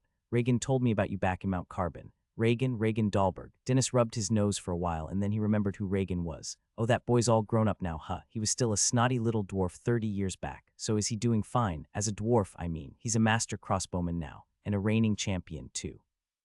I see he's even more of a troublemaker than his brother is." Dennis gave him a friendly look. "So how do you know him?" "I learned how to shoot from him for a bit." Roy stared down awkwardly. "But I'm stupid, so I didn't get a lot of his teachings." Dennis was excited to see someone who just came from his hometown, so he talked with Roy about Mount Carbon, leaving Arthur alone. Roy made a new friend out of him after they talked. He even spoke about the time he and Letho took out the Leshen and the Neckers in the tunnels, effectively helping the dwarves. The dwarf patted his shoulder. "Ah, I see. Now that you're my friend," he turned around to Arthur. "This is no longer personal. Roy's a part of my family now, so his mentor is my friend. You are forbidden from venting your anger on them." Tails glowered at Dennis. "How dare you, Dennis Cranmer?" "Ah, shut up." Dennis snorted. "Count Falwick's not even here. You have no one to rely on, and dwarves always stand up for their friends. You want to get them? Then face me first. Or you can tell King Hereward about this. Let him decide." Arthur's veins popped, but he couldn't do anything. He glared at the three of them and threatened, "Just you wait. You'd better not pull anything in the city, or I'll rip a new one. You'd better not harass them, Tails, or you're getting it." After Arthur was gone, Dennis turned to the duo. "Don't worry, you two. That bastard gets on everybody's nerves. He ruined his reputation himself. If you run into any trouble, come to the castle and tell them I sent you. I'll help you out." "Ah, what are friends for? Let's drink when we have the time. Not good to let the guests go without some wine." "I'll take one request for free," Letho offered. "Elender does have its own share of problems, but most of them aren't really big." Dennis smiled. "It's fine, Letho, but I'll take you up on the offer." The Divine Hunter. Reaper scans. TL Asuka. PR Ash. Cranmer left them shortly after that. The duo went along the main path leading into the city, where buildings were crammed together. The sellers were hollering at everyone who went past, trying to get their attention. "Magic salve, get your magic salve here. Cures everything from patches to scabies. You won't get it elsewhere. Look here. I got some talismans and pills. Get one today and regain your youth. And look at this. Hallucinative potion. One gulp and you'll know what ecstasy is like. Some swear this even gives the dead a boner. Got a mice infestation. You came to the right place, folks. Look at this cat. It's cute, cuddly, and catches mice faster than you can say meow. And it's a great companion too, perfect for the family. Hey, you look like you need a tooth extraction. I bet that toothache is driving you nuts. Then step right up. I offer painless tooth extraction and at a low cost too. How low can you do?" Roy asked the dentist. He wondered how a dentist could work with a chair, a bottle of wine, and some rope. 10 copper an hour. The lean dentist grinned toothily at him, but his teeth were black. The duo rendezvoused with the troupe after leaving the shady street, and they hired a guide to show them the way around town. Finally, the group settled in a remote inn called Pot Belly. The inn's lobby was mostly taken up by the troupe, much to the innkeeper's delight. On the other hand, Eveline was twirling her hair, looking troubled. "Living in the city costs a lot. The accommodation fees ate up most of the money Alan left us. We can't go on like this. Cantilla, take some guys with you to survey the plaza and the crowded spots in the city. See if you can get us a spot to perform." Cantilla put her legs on the table languidly. "Sure, boss. Everyone else can take the day off. It's been a tiring journey." The troupe members went to do their own stuff. Some played Gwent, some kept drinking, and some went upstairs to have some fun. "So what next, Roy? Are you leaving with Letho?" Eveline gave Roy a gentle look, as if saying she wanted him to stay. Roy nodded stiffly. "I've been traveling for years. Just when I finally got a friend, you're already leaving." She pulled him closer, almost kissing him. "Witchers live a dangerous life. Why don't you stay with me in the troupe? You won't mind, will you, Letho? After all, you have a lot of disciples, right?" She grinned cheekily at Letho. Roy almost lost himself when she hugged him, but only for a moment. His will was getting stronger by the day, after all. Even so, he had to put on a show. "I don't want to say goodbye either, Eveline," and then he felt her pushing his head against her chest. Oh, so this is how a woman's chest feels like a dream. He was almost suffocating from the soft, bouncy breasts that enveloped his face. All he could smell was the intoxicating fragrance from Eveline. Letho crossed his arms, watching the shenanigan unfold. Then he smiled sarcastically. I'll respect your choice, Roy. He'd given his permission, though Roy knew that wasn't the case. You can pursue a career as a circus performer. I won't force you. He emphasized the last sentence. I see. Take care then. Eveline sighed and stared down in silence. Are the kids still asleep? Roy shifted the topic awkwardly. The troop members had been trying to work with Ari and Art over the last couple of days, but that messed up their biological clock, so they could fall asleep at any given moment. Eveline composed herself, but it was obvious she still wanted Roy to stay. We have to find them a home. The troop can't take care of them forever since we wander the world. Alan said the Temple of Melitl was a good place, but I'd like to see if there's anything better. I want real professionals. Oh, and I might run into you there. Hey Letho, is it me, or has Eveline been acting weird around me? Letho rubbed his chin and realized something incredible. Well, you're saying you don't get it. You're usually the smart aleck, so what happened? Taken up by your lust for a woman's body. All right, stop joking. Roy clenched his fist as if threatening to crush Letho's hand. I just refused a woman all for you, you know. Yes, you weren't imagining it. Eveline was trying to mate with you. Letho nodded. Elves aren't exactly a fertile race, unlike humans who breed like rabbits. To make things worse, they're only fertile at certain ages. You're a young part elf and she's already of marrying age. Elves were elegant and enjoyed a long lifespan, but they were also open about sex. Roy had heard stories about how elves would fuck their comrades as much as possible before they died to keep the fear of death at bay. But I'm a minor. Not exactly. You're a part elf, so you grow almost at the same rate as you. You're gonna be mature in a few years. Not to mention you can live a long life and your looks are acceptable for them. Letho gave Roy a look that sent a chill down the boy's spine. Eveline's a beautiful, gentle, and sexy woman. You sure you don't want to stay with her? Roy was reminded of the feeling of Eveline's gigantic breasts, but he quickly stopped himself from thinking about it. His body had changed ever since he ingested the child of the sun, as if he were giving in to his primal urges. Forget it. I prefer monster killing. Wipe your drool away. Letho stood up with the help of his crutch. Time to sell off the stuff in your pocket and restock some alchemy supplies. Then we're going to the temple. The Divine Hunter. Reaper scans. TL Asuka. PR Ash. Roy got a lot of materials in his inventory space after the battles in Smyac. There were hundreds of Necker eyes, tongues, ears, innards, and all sorts of organs. They were going to sell everything off aside from the green mutagens, the fangs, and the claws. They had to make the potion for the trial and some bolts for Roy. The parts would net them some money and free up some space. As Temeria's duchy, Ellender was filled with all kinds of merchants selling every item under the sun. Of course, there were also those who'd buy monster parts, though the price could vary. If the merchant knew the seller was an amateur, they'd lowball them, but Letho was no amateur. He had lived for 80 years and knew much about the market. His strategy was simple: name his price to the buyer and stare at them in silence for a few moments. Some of the buyers would make a better offer after getting stared at for a short while, and about 30 seconds later, they'd give him the offer he wanted. Letho's sharp gaze, intimidating build, and scary look were enough to scare the buyers into submission. After selling the parts to 3 buyers, they managed to make 200 crowns, but then they spent the money on their alchemy supplies. The duo had a hard time after consuming all their items in the tunnels, so the first order of business after getting out was to restock, and it was a big restock. They got a lot of items, including Balis fruits, arenaria, celandine, and a lot of herbs. They also got sulfur, phosphorus, and saltpeter to make bombs. There was also mahakaman liquor, kirsch, and fiorano in Roy's inventory space. Then they went to an established blacksmith in the city to make bolts for Roy. Each cost 20 coppers, and Roy made 100 of them. Also, the dude wouldn't let a stranger get a hold on the sword. Finally, Letho went to a clothes shop to make 2 sets of gray leather armor and pairs of long boots. Wearing shabby clothes made it hard for him to move, and they offered no protection. The armor was not cheap. Then came sundown, and the whole city basked in its golden light. Roy went through the bills after their purchase and was shocked by how much they'd spent. It was all the money from their sales, and they'd had to pay quite a lot from their own pockets. Whoa, witchers may make a lot of coins, but it's a risky job, and it takes a lot out of their pockets. They only had around 100 crowns left. Even without spending on drinks and women, finances were tight. I think we should take some requests, Letho. We need crowns. Roy stared at Letho expectantly. If he managed to kill one more type of monster, all he had to do was pass the trial, and he'd become a rookie witcher. He had never taken any request from the bulletin board ever since he'd followed Letho, but he wanted to. It was a rite of passage for a witcher. Not at the moment. Letho gave him a piercing look. Haven't you had enough in Smyac? It's time to rest. You're going to help me with some alchemy work, he commanded. Once we are set with the potion, we'll be heading to the temple. Letho rented a place with a kitchen so he could change it into a lab, just like how he did in Aldersburg.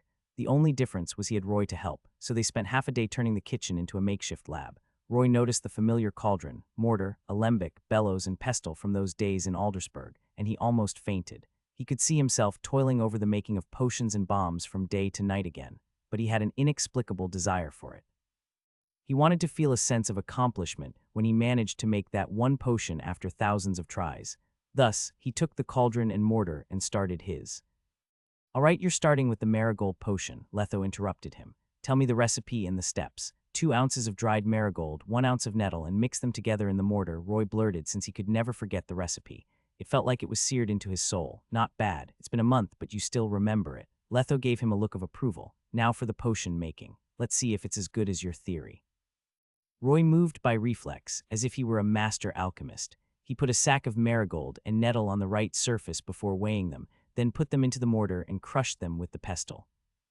15 minutes later, the liquid in the cauldron was starting to simmer, a faint fragrance wafting across the lab.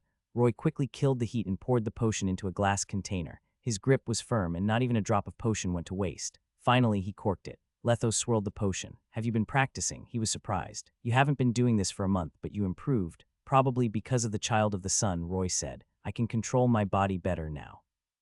Having one more point in dexterity certainly helped Roy. "This is a surprise. Well, you're done with marigold potions now. Let's move on to the next one."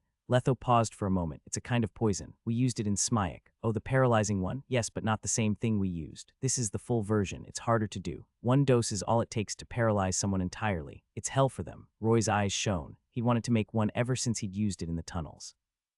Paralyzing poison would be a more useful tool than oils or bombs in certain scenarios, but then Letho stopped his thoughts.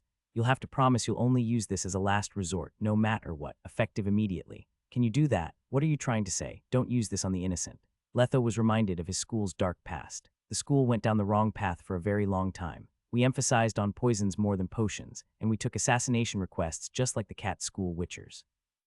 But we were worse, so much worse than they were. Because of that, our reputation took a hit." Letho paused. "We'd ask every disciple to take in a pet and make them kill it before the training ended so they'd grow indifferent." Roy was shocked since Letho never asked him to do that, nor did he expect the school to have such a dark past. At the same time, he was glad he was born at the right time. He wasn't necessarily a kind person, but he wouldn't kill needlessly either. "So you also."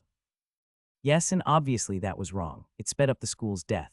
Letho was solemn. "It's hard to stop once you start abusing your power. Eventually, you're going to lose yourself to it. If you were to turn out like that, I'd take you back to the school for re-education." He emphasized re-education. Roy's heart skipped a beat. "Very well then. I swear on my name as a witcher of the Viper School to only use poison as a last resort." Roy had made another promise. But Roy remembered what Letho ended up doing, so he looked at him. "What if you need to use this to revive the school? Will you do it?" "It depends on who the target is," Letho answered after a short while of silence. "What if it's the king? What's the matter with you?" Letho refused to answer. "That's it for assassination talk. All right, let's get on with it. Remember the simplified version's recipe. Crush the comfrey, extract the longgroup's juice, cut up the wolf's." And then his character sheet shook. A new skill was born. Alchemy Level 1, a crafting skill that allows you to make oils, potions, decoctions, poisons, and bombs. Rank, Beginner Alchemist. You now possess the skills to make marigold potion, paralyzing poison. Roy was excited to see that since he finally saw the fruits of his labor. "Is this the only poison we can make, Letho? Or are there more?" "Yes, but not now. First, make 5 doses of paralyzing poison and 5 marigold potions. Keep them in your pocket, and help me with the decoctions and bombs." The Divine Hunter. Reaper scans. TL Asuka. PR Ash. Roy was checking the items on the table, the light in the lab illuminating his face. 2 dancing stars. Roy held 2 green glass containers and tossed them into the air. When they came down, he grabbed them and opened his palms, then the canisters were gone. He turned to the blue bottle with yellow bands tied around it. 1 dimeridium bomb. Didn't have enough dimeridium. He pointed at the bomb, then it disappeared, just like the dancing stars. 2 Dragon's Dream, 2 Swallows, 5 doses of paralyzing poison, and 5 marigold potions. He brushed his hand across the crystal clear potions and 5 yellow potions. Everything is accounted for. Roy looked at Letho, who was meditating, and smiled. It took them a week of non-stop work, but they'd finally restocked their item supply.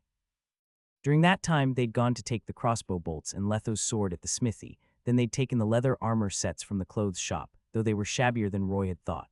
And then all that was left was the trial. Letho stopped meditating, though he had a concerned look on his face. "All right, leave me alone now, boy. I'll be staying here for a few days to process the ingredients for the decoction. Do not disturb me. Take a stroll around Ellender."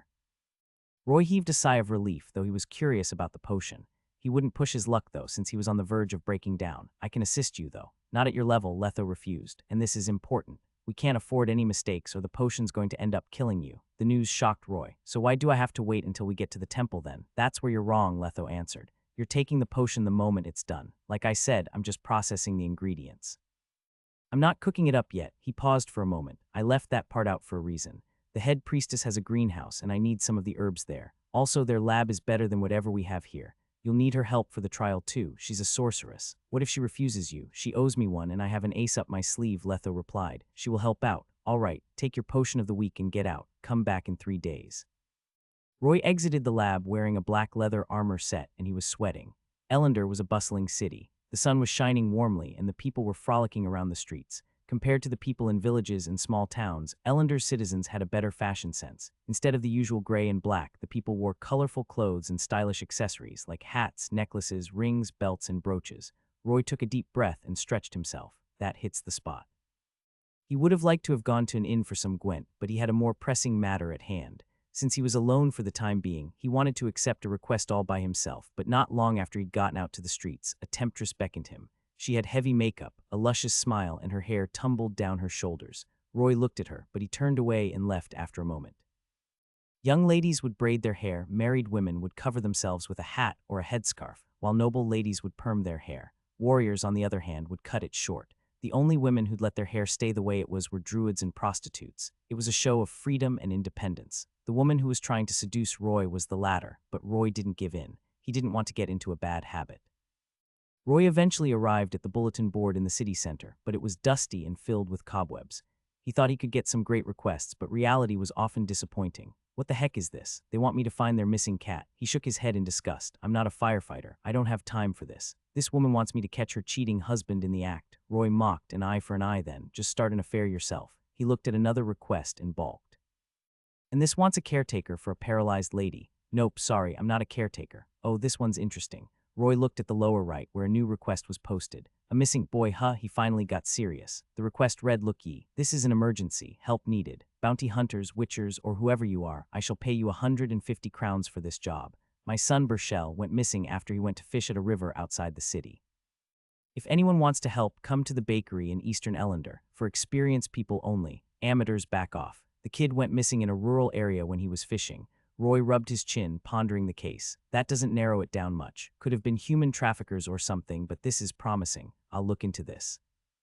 The bakery was sweltering, but Huckle didn't care. He was neatly putting dough and more dough into the elliptical oven. Huckle had been working as a baker for 20 years, and at least a third of the citizens were his customers. Baking used to be the thing he liked to do the most. It was gratifying to see raw dough turn into brown, fluffy bread. Every time he saw them come out perfectly, it brought a smile to his face, but no longer. He had been gloomy over the last couple of days. He liked bread, but his son was more important. Every time he thought of his missing son, he would start to shake, and an urge to cry would seize him. Huckle knew what every missing person in Ellender would end up as, a corpse or a chewed-out corpse. Not many came back alive. I'll keep looking after this. Hello, might you be Huckle the baker? Someone called out, snapping him out of his nightmare. Huckle composed himself and took his mittens off. Yes, but the kitchen is off limits. Go to the storefront for the bread. You won't find a better offer. 20 crowns is all you need for one satisfying loaf of bread. It's all dough and nothing else. No sawdust, no clay, no potash. He reflexively promoted his bread. I also accept payment in terms of flour, any type of flour. I'll keep some, but you'll get most of it back as bread. Sorry, but I'm not a customer. Roy put on a smile. He noticed the baker's bloodshot eyes and the fact he was wearing nothing but thin clothes.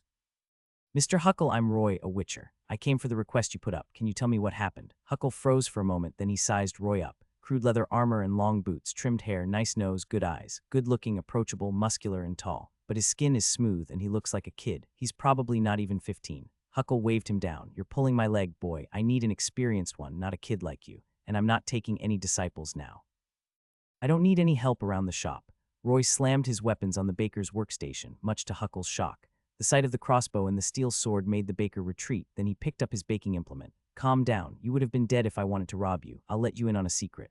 Roy wanted that effect. Then he kept on lying. I'm a part elf, so I look younger than I am. I'm of age now, and I've taken on my fair share of requests. He showed Huckle his ears. The moment Huckle took a look, Roy hid his ears again. Your son's disappearance smells fishy, doesn't it? He asked seriously. That's why you need an experienced witcher. The earlier he's found, the higher the chances of survival. If you give up now, it might be a month before the next witcher comes around. The baker finally wavered since Roy was right. He was running out of time. I'm not here for the deposit. Just tell me what I want to know. Roy raised his head confidently and went closer to Huckle. You can keep the money if I fail to find your son. The baker finally stopped frowning. No harm in telling him. I lose nothing and I get a free helper. Huckle took a deep breath before leading him to the storefront. He took off his hat, revealing his unkempt hair underneath. Then he sat down. Want some bread, Roy? Fresh out the oven. Your eyes are different from the other witchers, though. Everyone says witchers have the eyes of a beast, but your eyes look the same as mine, because I'm a part elf. All the witchers you've seen used to be human, Roy answered forcefully, staring at Huckle. Now talk. Huckle wiped the sweat off his face. Very well then. Deciding to trust Roy for the time being, he said, my son Burchell just turned 18 this year. Yes, you said that in the request. When and where did he go missing? 27th of December. That was 2 days ago. Burchell went fishing at Wigan outside Southern Ellender at 1 in the afternoon. It had been his usual hunt. He goes there once every fortnight and spends most of the day there. Fishing's his only hobby. He lives with me and is still single, so he has nowhere else to go, Huckle bemoaned. Burchell always comes home before 7, but he didn't come back that day, even after 9. Huckle slammed the chair with his fist. I knew something was wrong. He looked fearful. Ellender's curfew starts at 9, or maybe he stayed the night at his friend's place, Roy speculated. He's 18. He's come of age. It's normal to stay the night somewhere else. I asked his friends, but none of them saw him. Huckle looked worried. I even bribed the patrols so they'd help me. They told me they saw him going out that day, but he never came back. Ellender receives a lot of people every day, so maybe the guards missed him. No, Huckle denied it. I have proof. I saw his fishing rod at the riverside. There's a red cloth on it. It's empty, his beloved rod. He's been using it for 10 years. That's the only thing I found. Roy asked, did you find anything else? Blood, handkerchief, or anything that he brings with him? I got some old-timers to look around last night, but we got nothing. Huckle was getting frustrated. That's why I posted that request. Have you ever run into something similar, Roy? Huckle was going to panic. He wanted to use an honorary title for Roy, but he was too young for Huckle to do so. Do you think my son is still alive? I can't be sure about that, since I don't have enough information for now, Roy answered calmly. What about the knights? They should be responsible for you guys, no. Huckle spat indignantly. The order is only loyal to the king.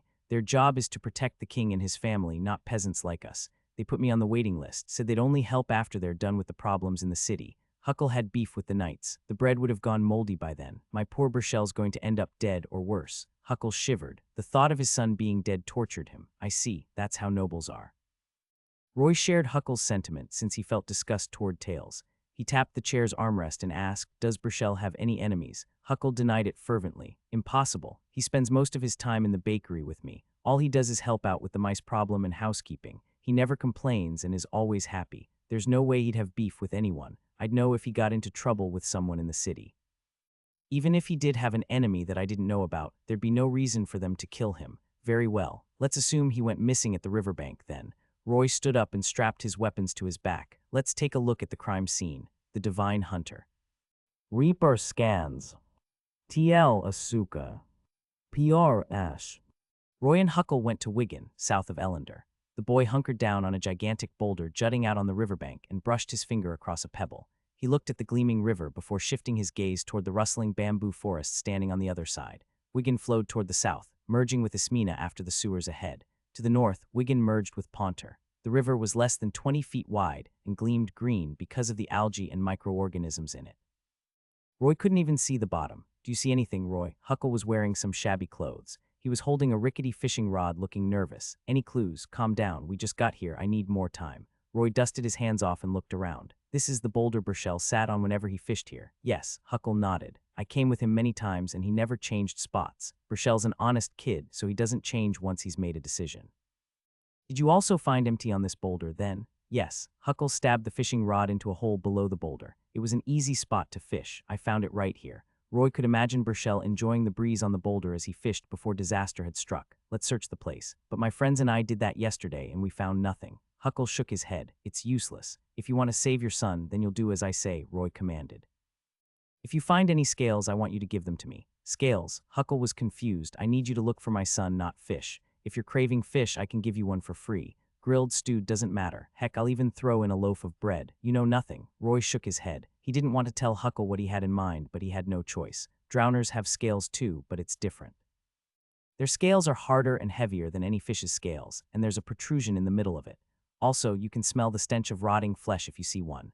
Huckle paled. Everyone who lived near a river knew there could be drowners lurking in the waters. If anyone were to be attacked by them, their chances of survival were slim. Huckle didn't want to believe it, so he retorted, but Burchell's been fishing for 8 years. There's no drowner here. Everything's changing.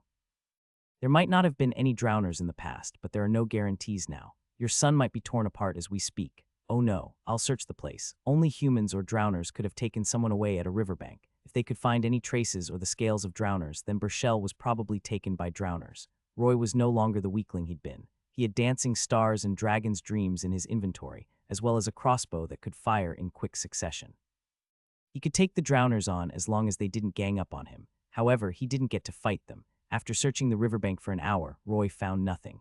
There were scales, but all of them belonged to the fish in the river. There were no drowners or any torn clothes in the river. Since monsters always left traces wherever they went, Roy was sure the river was free of drowners. On the other hand, Huckle heaved a sigh of relief.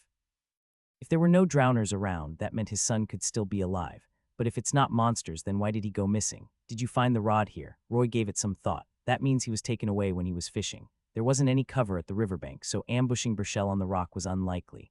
Roy looked back at the dense bushes not far from them. It was a remote place, so if the culprit ambushed Burchell from the bushes, they could have covered their tracks and saved a lot of time. Did you search the bushes yesterday? Yes, Huckle hesitated for a moment, but not thoroughly since I had to post the request this morning. I was going to come this afternoon. No, as far as I'm concerned. Huckle shook his head. They live in the north near the temple. The swamp is in the south, so nobody ever goes there. Only Burchell comes here most of the time. He knew how the blood of neckers, drowners, leshens, and humans smelled like. Even though he wasn't as strong as a witcher, he was slightly confident that it was human blood, and probably spilled around 3 days ago or less. That's when Burchell vanished. This must be a clue.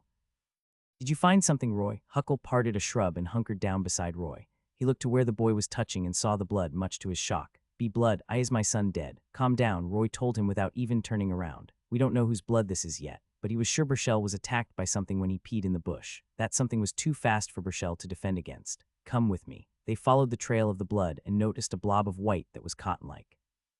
Roy picked it up to take a whiff, but it was odorless. He pushed it together and pulled back, and the ball turned into sticky strings. This is mixed in with the blood. What is this, anyway? Roy had a feeling the ball of sticky item was a clue to what the culprit was. Is it a monster? Can't really remember which monster produces this. They kept following the trail of blood. Roy and Huckle noticed some dried blood after covering some distance. The trail led them deeper into the forest, and eventually the trail became thinner and thinner. Finally, they stopped at a clearing in the far east of Ellender, where shrubs grew wild. The faint scent of flowers wafted across the air while turnips surrounded them. There wasn't anyone around, so the turnips weren't taken. Roy and Huckle looked ahead and noticed a deep hole in the field ahead of them. The Divine Hunter. Reaper scans. TL Asuka. PR Ash. The trail stops here, Roy. Does that mean my son is in that hole? Huckle gulped, his fingers twiddling. Nervously, he asked, what is this hole? Did an anteater or mole dig it? They can't make one that big.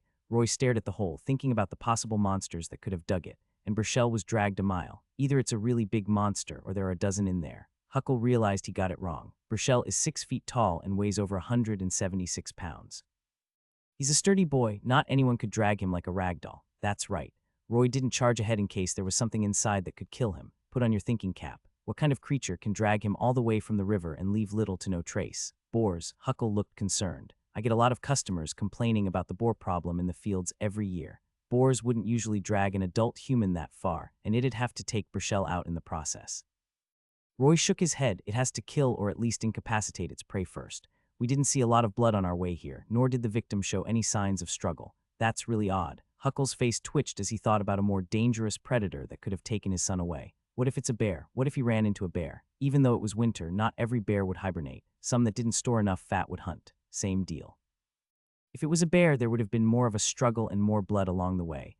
Roy looked at the hole again. Look at the turnips. Then compare it to the hole. The hole's just around half an adult's height. There's no way any bears could live there. What is it then? Huckle covered his face in despair. What would hunt humans? We can't take it slow anymore. Huckle stood up, his eyes filled with resolve. I can feel that he's still alive. He's waiting for me. You don't even have a weapon. How are you supposed to fight the thing inside? Roy pulled him down. Forget saving your son. If you charge in there without a plan, you're going to get yourself killed. I was blessed with Burchell when I was 30. His mother eloped with someone else after she gave birth to him. Huckle was panicking. I raised him alone. If he dies, then I'll take my own life. Listen to me. I have a plan. Roy's eyes gleamed. Since he wasn't sure if the victim was alive, he couldn't throw any bombs inside to lure the monsters out. Nor could he smoke them or he'd kill the victim. But since that monster left its den to drag Burchell back, it was a hunter, and hunters hunted. Even green dragons would get baited by a poisoned goat, let alone something like this. Get a chicken or a duck, Huckle, and make it quick. See if you can buy one from the people nearby. You're trying to bait it. Huckle was stunned, then he realized what Roy was doing. But will it work? We won't know unless we try. Get a chicken or a duck. Anything works. Roy reminded, and keep its mouth shut. We don't want to bait it until the time is right. Half an hour later, Huckle came back with a big, glossy rooster. Its beak was tied up so it couldn't caw. Since Huckle held its wings tightly, it couldn't struggle either. On the other hand, Roy had already applied poison to his weapons. What now? Now we wait. Don't make a sound. Roy took the rooster and caressed it. Sorry, but you have to die so we can save someone. Then Roy slathered it with half a dose of paralyzing poison before force-feeding the rest by prying the rooster's beak open. Finally, he made a cut on the comb and let it bleed before tossing it to the hole.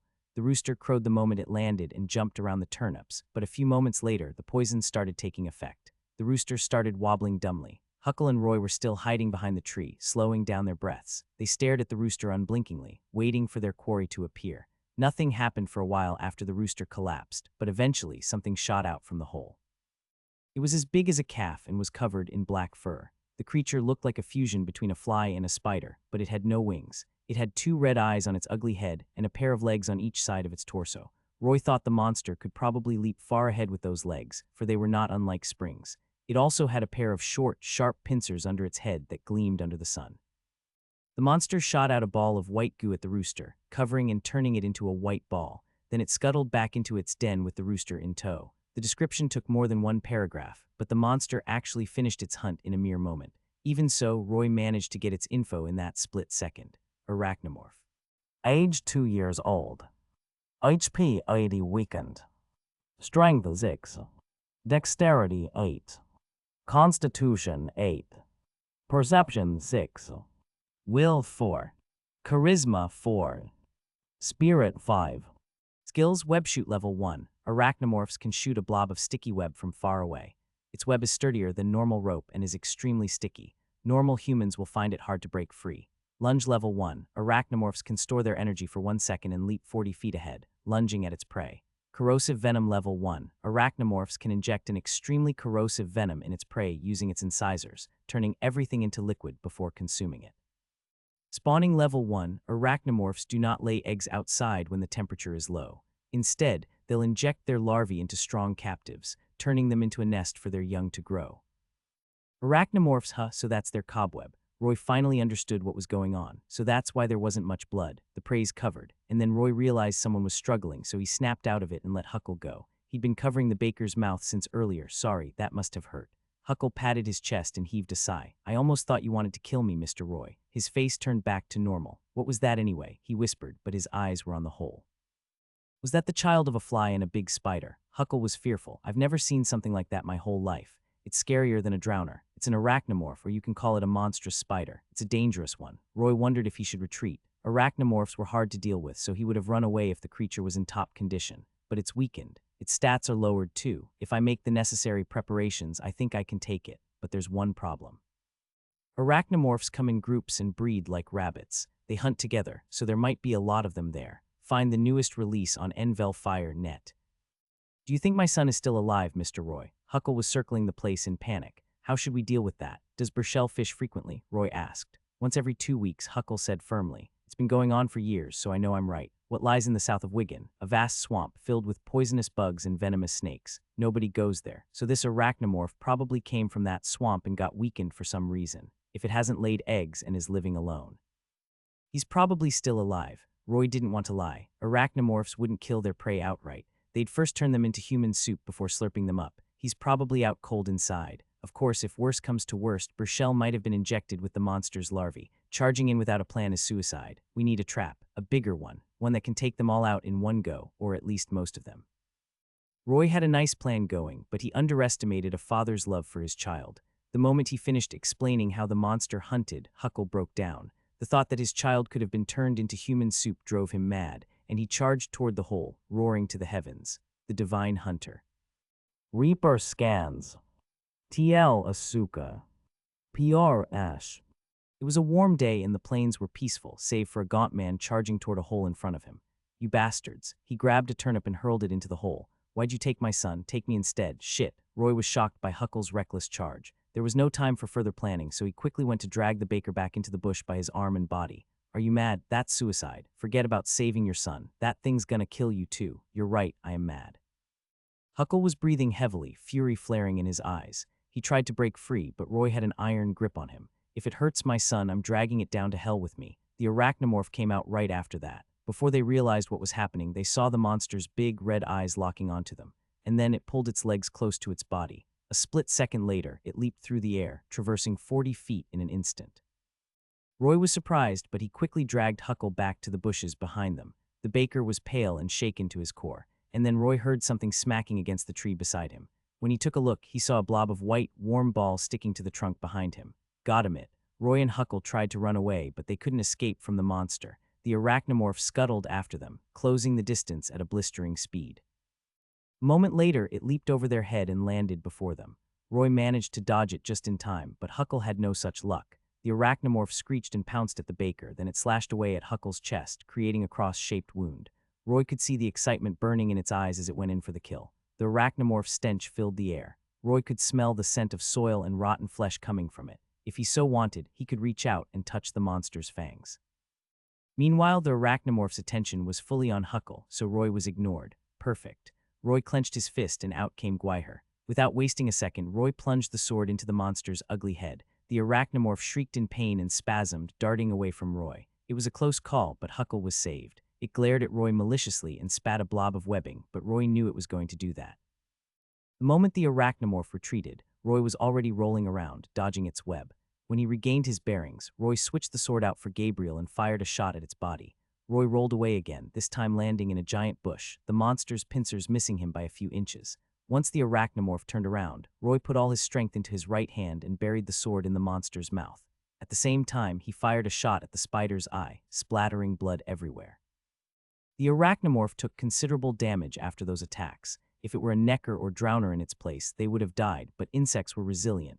Even after all that, it had a third of its HP remaining, but it was already spasming on the ground. Roy didn't attack anymore. Beasts were at their most dangerous before their deaths. Roy took the chance to dive into a bush and kited it around the forest. He wanted to draw the battle out, at least until the paralyzing poison took effect. If it doesn't, I might have to use one dancing star, but he knew he had a chance to kill it without using any bombs.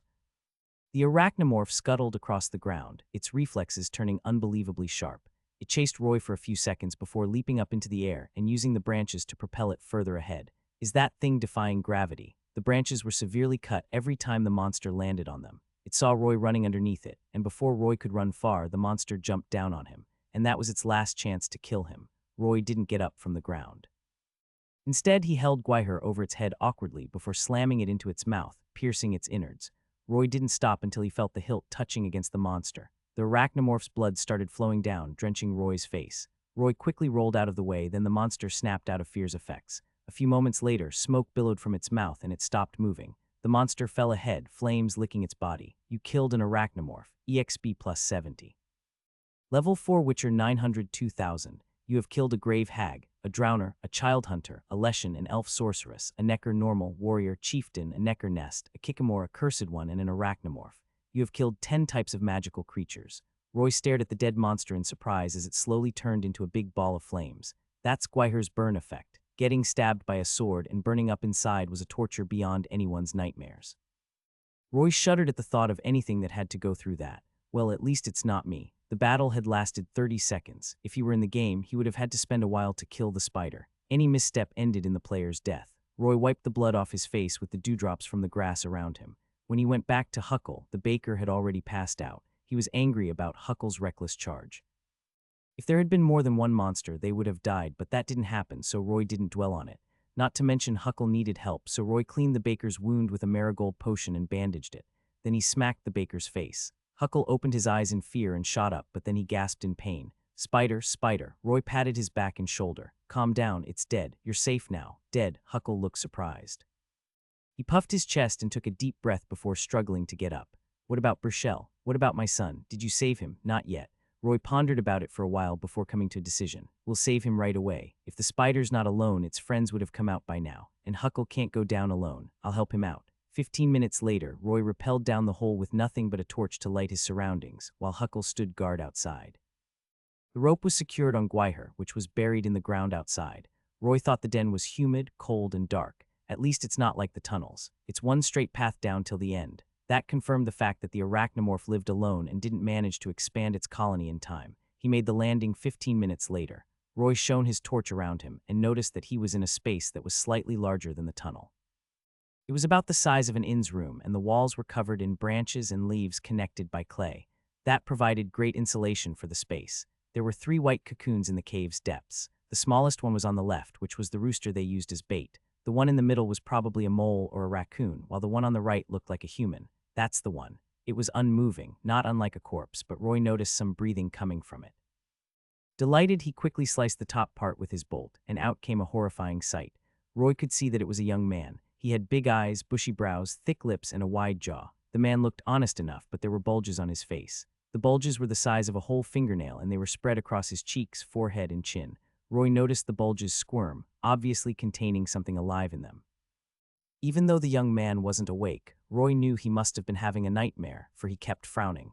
Burchell, gender male. Age 18 years old. Status civilian, baker's apprentice. HP 1050 dying. Roy turned around and took a deep breath. He thought he'd seen a lot of disgusting things, but the sight still made his stomach churn. Having live spiders in his body must be a torture. Can you hear me, Burchell? Say something. Roy tried to wake him up, but he got no response. Left with no choice, he tied the cocoon up with a rope and dragged it up with him. The divine hunter. Reaper scans. TL Asuka. PR Ash. When Huckle saw what happened to his son, he took one step back and plopped down. If it weren't for his will, he would have fainted there and then. Is that Burchell? Huckle looked at Roy. The old baker was shivering, tears streaming down his cheeks. Roy didn't want to lie to him, so he nodded solemnly. Burchell, my son. Huckle scrambled over to Burchell. He stared at his son and tried to touch his face, but Roy stopped him. You'd better not touch that, Roy reminded. It's just going to make it more painful for him. Try calling his name. If he wakes up, tell him whatever you need to. This might be the last time. What do you mean last time? He's going to be fine. I know he will. I'm taking him back and getting the best healer in Ellender for him. Huckle tore at the webbing as he screamed. Can you hear me, Burchell? Open your eyes. It's me, Huckle. Daddy's here. No matter how much Huckle tried, he couldn't get through the webbing. It was too hard for him. Roy was about to slice it open with his sword, but then Burchell mumbled, familial love, huh? His eyelids twitched and he regained consciousness. When he saw the familiar face of his father hovering before him, Burchell could no longer contain himself. Tears streamed down his face that was filled with bulges. Huckle, he looked excited, but all he could muster was a weak mumble. Even that was enough to make him spasm from the pain. I'm here, son. Huckle's here. How are you feeling? Huckle was overjoyed that his son regained consciousness. He quickly huddled closer in an attempt to hear what Burchell was saying. Where does it hurt? Don't worry, son. I'll get someone to heal you up. It hurts. Huckle turned to Roy, tears still streaming down his face. Please help me, Mr. Roy. Let's take him back together, he pleaded. I'll give him a piggyback ride then. We can go faster that way. Roy looked at Burchell and hunkered down to have a closer look. He shook his head. Put him on my back. Roy didn't think anyone could heal Burchell, not even sorcerers. Sylphs are his only hope at this point. Burchell suddenly muttered something. What is it, son? Emilia. Emily. Who's Emily? You want to see her? I'll find her right after we get back to town. I swear. W.H. White Rose. White Rose? Roy was surprised that Burchell would mention the nights when he was inches away from death. Order of the White Rose. Do they have anything to do with this? Calm down, son. Take a deep breath. You can talk about this when we get back to town. Kill me. Huckle froze and started shivering, but he forced a smile. We'll be in town soon, just hold on. It hurts, kill me, it hurts. Kill me. Huckle took a deep breath and closed his eyes. He started sobbing, but he buried his face in his hands, his shoulders shaking. He's infested with the spider's younglings and he's weakened. Roy sighed. Living is nothing but torture for him. Roy told him the dark truth. Perhaps we should free him from his misery. No, you're a witcher, Mr. Roy. You know how to save him, don't you? Huckle suddenly hugged Roy's legs as he pleaded. Please, I can give you 5, no, 10 times the reward. I can give you everything. Please just save Burchell. All I ask is for him to live. I'm sorry, but I can't help him, Roy answered reluctantly. He knew he couldn't do anything, but he wanted to see if he could help the poor family out. What would Letho do? Roy started thinking about every alternative he had. I can't just stand here and do nothing. Spiders can be killed, but you won't like the idea. Roy cut away the webbing around Burchell. It might even kill him quicker than the spiders would. Can you accept that? Roy pried the webbing open and looked at Burchell's chest. The sight made him sigh. The same bulges appeared on his chest, rib, and belly. Obviously, the larvae were already in there, ready to hatch. The monster babies were gnawing through Burchell's innards, nourishing themselves. Aside from the bulges, there was a clean gash on the right side of his stomach. Didn't look like a scar from the arachnomorph, however. According to Letho's notes, Burchell most probably got stabbed. Ironically, the thing that stopped the bleeding was the arachnomorph's fluid, so someone hurt him before he was taken by the monster. Roy thought back to the things Burchell had said. White Rose, Emily, is this connected to that? While Roy was thinking about the possible conspiracy, Huckle was contemplating whether he should go with Roy's idea or take his son back to town. He couldn't decide, but then his son pleaded, "Kill me." He was already sweating furiously from the pain. "Kill me, please." "Do it." Roy put him out of his misery. Huckle yelled, Whatever happens, happens." Roy nodded and clenched his fist, then a green, long-necked bottle appeared. It was Swallow, a potion in his inventory. "Don't freak out. This is just a little trick. See this potion? Witchers use it to heal themselves. Of course, that only applies to them since they've mutated. Anyone else would end up impaired, to put it mildly. Kills monsters too, of course." Roy raised the potion up to observe its contents. It was a clear green shade, radiating hope and death at the same time. Once Burchell takes this potion, it'll kill the spiders in his body. What about Burchell then? This potion heals and poisons at the same time, but he's too weak right now, so he might end up dying. Frankly, his chances are slim. Roy didn't continue. Instead, he uncorked the potion and smelled it. Also, the spiders are going to wreak havoc for a short while after the potion comes into contact with them. It'll make things more painful for your son. Do you still want this? Roy stared at them solemnly. Burchell looked up at him from the cocoon, his eyes pleading. He opened his mouth, revealing his rotten cavities and tongue. "Give me." Huckle had a look of despair on his face, but he nodded. Roy did as he was asked. Burchell gulped down the whole bottle of potion, desiring the sweet release it would bring. It was still daytime, but a deafening silence enveloped the field. Not a soul stirred, save for the young man who was breathing heavily. Roy and Huckle stared at the poor man in silence, and Huckle sat down and put his son's hand on his chest. He gazed at his dying son lovingly, as if the deformed face didn't faze him. He whispered, "We'll fish somewhere else after this, son. There's a good spot right outside the temple. The girls always wash their clothes there. They're really pretty. Tell me if you fancy anyone. I'll see if I can match you two up." Huckle sniffled. "You've never even held a girl's hand before. Remember the tailor's daughter? You blushed at the sight of her. No can do, son. You need to marry and raise a family. I want a grandkid, you hear that?" Burchell's face was turning green and his face contorted. He curled up for a moment and loosened up the next. His whole body was spasming, down until his fingertips. The hatchlings under his skin were wreaking havoc in his body, desperate to flee. A long time later, Burchell finally slumped, and he showed no pain anymore. Even the bulges caused by the hatchlings were starting to disappear. Aside from his greenish face, he looked just like a normal young man. Burchell heaved a long sigh, smiling weakly at his father. H. Huckle. "I'm here, son, I'm listening." Huckle held his son's hands tightly, his veins popping. "I love."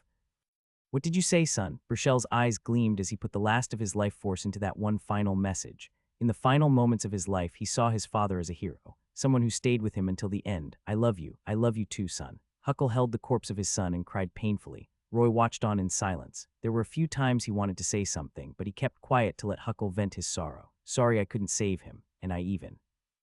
"No, this isn't your fault. You warned me. All I can do now is accept his fate. This is what manhwaedit wants." Roy massaged his cheeks to keep himself from crying. He mustered a consolation. "My condolences. His soul is with manhwaedit now. Yes, I'll take him back to town for you." He looked at the corpse. "You're injured. I want to do this myself. This is the last journey." Huckle hunkered down to take his son. The weight of the corpse almost crushed him, and the wound on his chest was torn, drenching the bandage. Even so, he gritted his teeth, going back to Ellender in silence. Roy saw him off. For a moment, he wondered if he should have told Huckle about the scar he'd found on Burchell's stomach, the one that could have been caused by a human. No, he just lost his son. He can't take any more than that. This can wait until he settles down a little.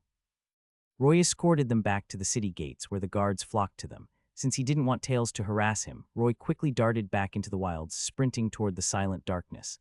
There, abandoned plains and bushes grew abundant, but Roy only had eyes for the darkness ahead. Rage took over him as he recalled the scene of Burchell's death. A fire was lit within him, and he needed to douse it. It took him a long run, but he finally calmed down, though he was already in the forest by then. Roy sat down and spaced out for a while before thinking about the fight against the arachnomorph. Observe is one hell of a skill. Noticing the monster's stats and skills before the fight gave him ample time to make the necessary preparations to face it without taking a lot of damage. The fight also proved that strengthening his weapons was essential. If Gabriel was still the same crossbow he'd gotten in care, he would have only had time to fire one shot before getting chased around by the monster. There wouldn't have been any time to reload or fire a second shot. Simplify changed everything. Roy didn't have to reload the crossbow himself, since the crossbow would do it for him. A second or third shot could mean the difference between life and death. However, Gwaiher was, in modern terms, the MVP in the fight.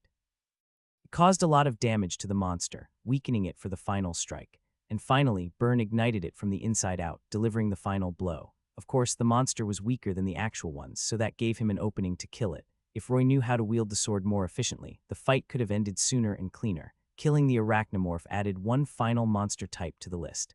After the trial, he would level up to a rookie witcher. The only thing left for him to do was improve his crossbow skills.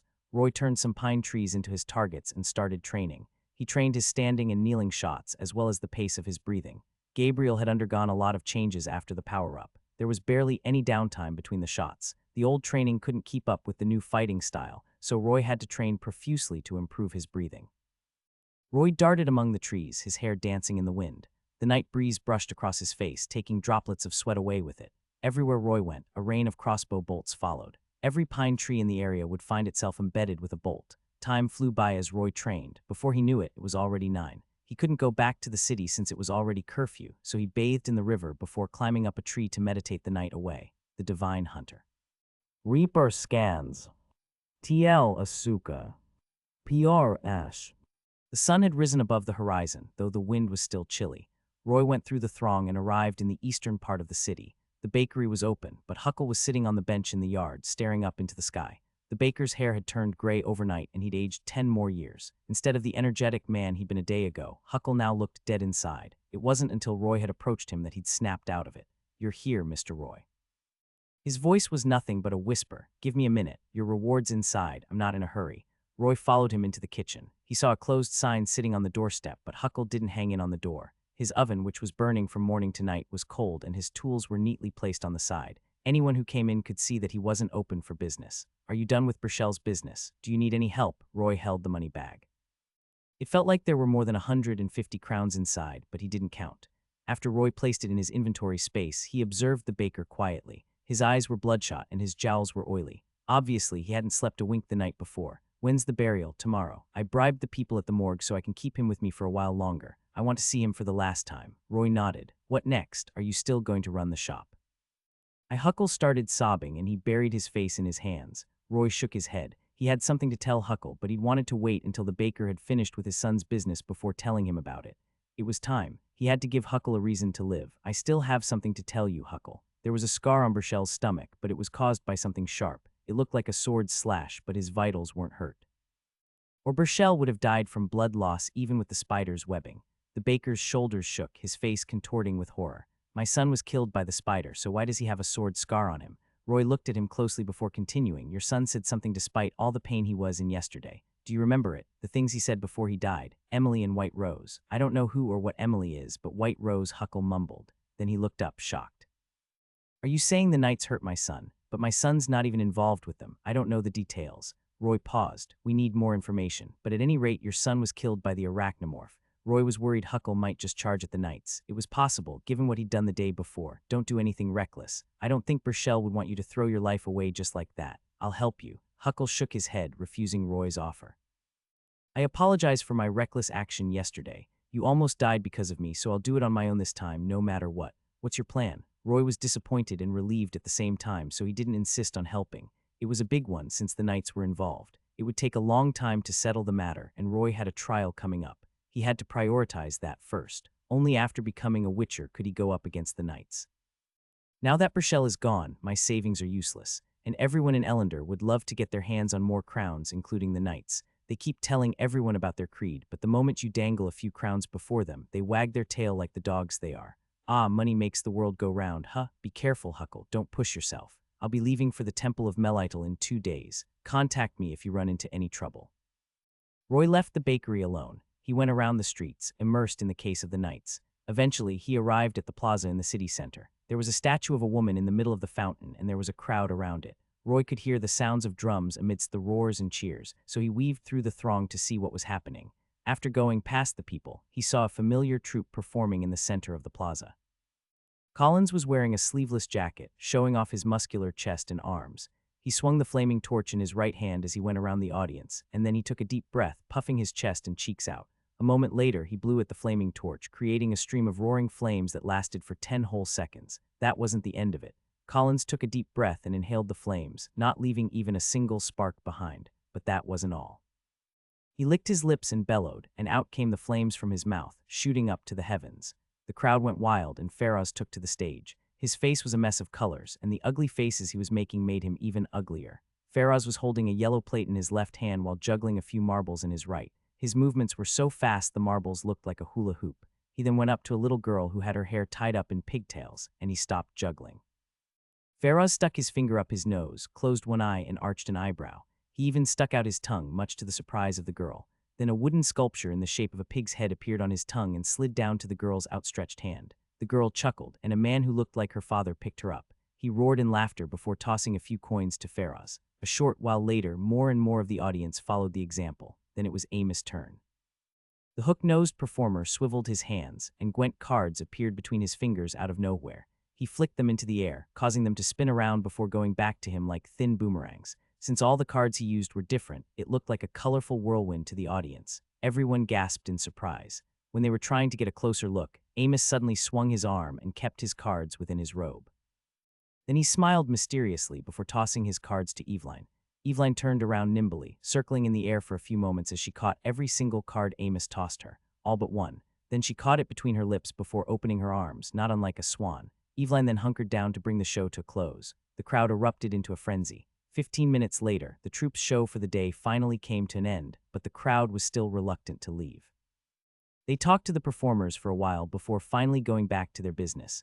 The troupe made a lot of coins, though most of them were copper. "This is my first time seeing a troupe's performance. What a show." Roy praised Eveline, who was sweating from the performance, then he waved at Faraz. Eveline pushed her hair back, her face flushed, just trying to make a living. She chuckled. "That's an art," Roy said genuinely. "You must have practiced hard to deliver that performance.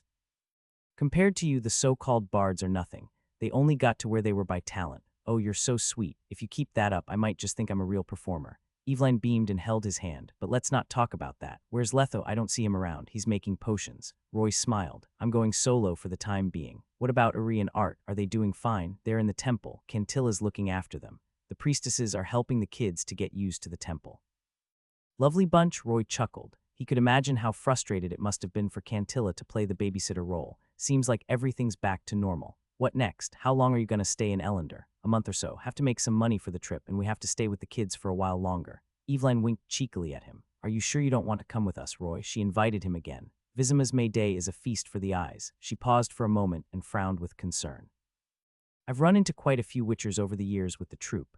They're powerful but also lonely. Most of them die a horrible death. You can come with us and relieve yourself of the stress. Everyone has their own way of living. You guys like to perform while I'm fated to fight monsters. I see. This might be the last time we meet then." Eveline sighed. "Not necessarily. We have a long lifespan. Maybe the troupe will already be the most famous performance group in the North the next time we meet again. Perhaps." Roy made small talk with the other members before leaving. Letho had to keep to himself for a couple more days, so Roy went about his business. He wanted to make sure he could pass the trial, so Roy had to get enough EXP to trigger full recovery at will. To that end, Roy went to Ellender's Wilds to hone his skills. He hid in the bushes, practicing his archery, getting familiar with Gabriel, and gaining some EXP in the meantime. Beasts in the forest would net him anywhere from 1 to 10 EXP. After 2 days of hunting, he hunted 2 rabbits and a group of 5 dogs. Regrettably, he only managed to kill 1 dog by ambush and another by stunning it with fear and slicing its head off. In the end, he gained 60 EXP. Right now, his EXP bar was 992,000. Roy came back to the makeshift lab on the 3rd day. The door was open, and Letho was packing the alchemy items, his eyes gleaming. "To the temple, boy, the divine hunter. Reaper scans. TL Asuka. PR Ash." It was the first day of the year 1261. The sun was shining brightly on the land of Ellender. Letho and Roy were walking on the path toward the temple that was hidden behind the great boulders. "The religion of Melitl is one of the oldest in the continent, but its origin is lost in history," Letho said. "A long, long time ago, every tribe had their own harvest goddess. The goddess protected the fields and sanctioned every marriage. The worship of Melitl gave the goddess power, and the ministers in her temple carried out their duties ever since. When they arrived at the temple's garden, they saw the priestesses busy with their chores. They were harvesting the turnips, tending to the garden, and feeding the livestock. Most of the priestesses were young and some were still children. Some of the friendlier ones smiled at them, some even nodded. Even though witchers were frowned upon by most of the world, they saw none of that discrimination from the priestesses.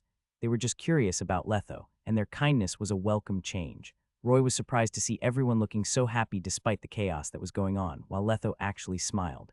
Melidal's temple is filled with adorable priestesses. Women flock to this place every year, while some leave the temple to become clairvoyants, midwives, healers, proselytizers, and teachers. Some even became herbalists in villages around the world. They lead a good life, Roy commented. Living a farmer's life, learning how to read, and mastering a trade was the perfect life everyone wanted to lead.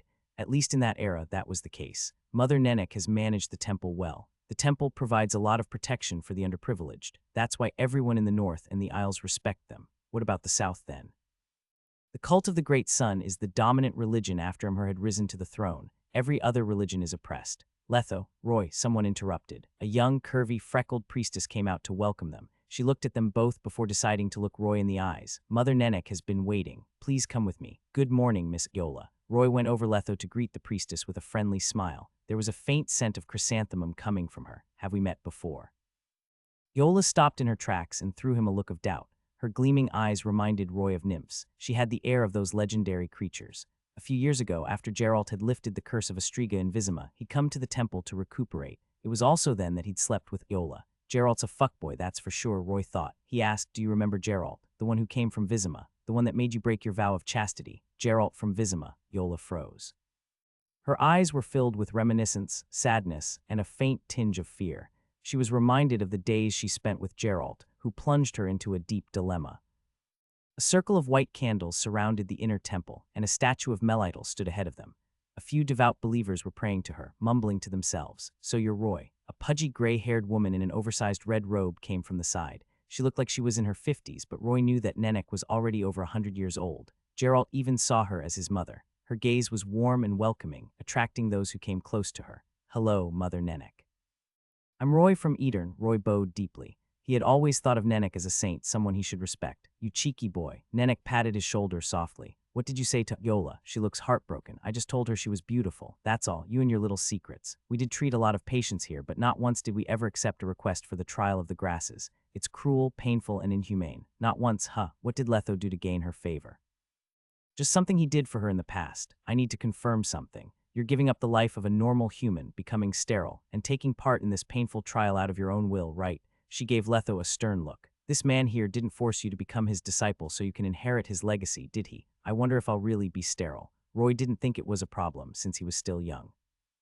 And he could probably wave his sterility away with the character sheet in the future. He was also prepared for the pain that would come. I'm doing this out of my own free will, Roy emphasized. I've been learning from Letho for months, and I'm sure I want to do this. I want to have the power to kill monsters and protect the people I love. I want to see the world without any worries. Roy was adamant about undergoing the trial. His eyes were gleaming, as if stars were embedded in them.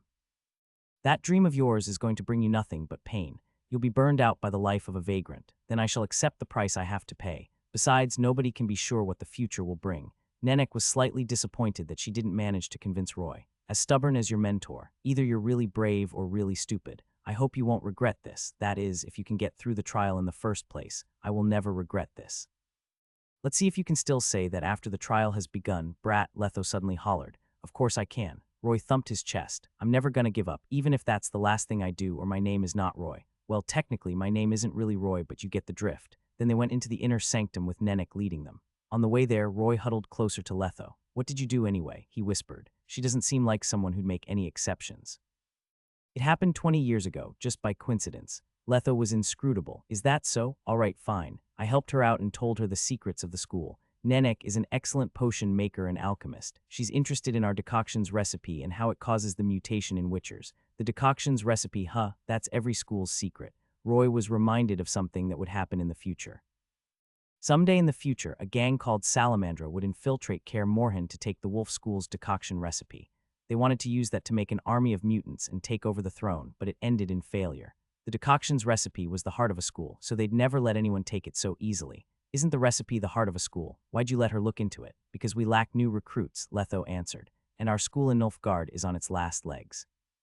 If we can't get any new recruits, the recipe is as good as useless. He gave Roy a hopeful look, but everything will be worth it if you can get through the trial. Besides, I only gave her the copy. The original's still with us. He held his necklace. Get through the trial. Roy noticed that detail. He licked his lips, feeling pressured. How long does the trial take in most cases? It's a case-by-case basis. If your body and will are strong enough and nothing happens in the process, 2 to 3 months should do it. But if you're unlucky, it might take 6 months to a year. Most candidates die in the process. Then they arrived at a cavern. It spanned 100 feet in length and width while crystals covered the ceiling. The crystals blocked out the harmful rays of the sun, providing enough light for the herbs to grow and bloom gorgeously. Right, let's see what we have here. 5-leaf melatotes, and the pots there have puff heads. Oh, and this long, black leaf here's a sawcut. There's also blood moss there, and are those raven's eyes? They're gleaming. The flower with the striped petals there is a mousetail orchid, and that's reach cluster. It's perfect for antidotes. Roy cast observe on the plants there and noticed there were more than 200 types. All the herbs were what they needed for the trial. It was a shame there weren't any herbs that could raise his stats. Take a look, you two. Nenek tightened her robe around her belly and looked at the cavern of herbs. Tell me what you need. Letho stopped her. Hold on a second, Nenek. Any news about the sorcerer? If he undergoes the trial without a sorcerer beside him, the mutations will be extremely unstable and it'll cause a lot of complications down the road. Yes, I remember that. You ask a lot from me. Nenek heaved a sigh. I've sent a message to a suitable candidate. She's a royal advisor in Karak. Every few months she comes to the temple and we talk about herbs. If I'm right, she should be here in a couple of days, but I can't guarantee she'll help you. Roy gave it some thought. He vaguely remembered Karak as a seaside nation located northwest of Broccolin. Who's the sorceress again? Can't remember. He was looking forward to it. The Divine Hunter. Reaper scans. TL Asuka. PR Ash.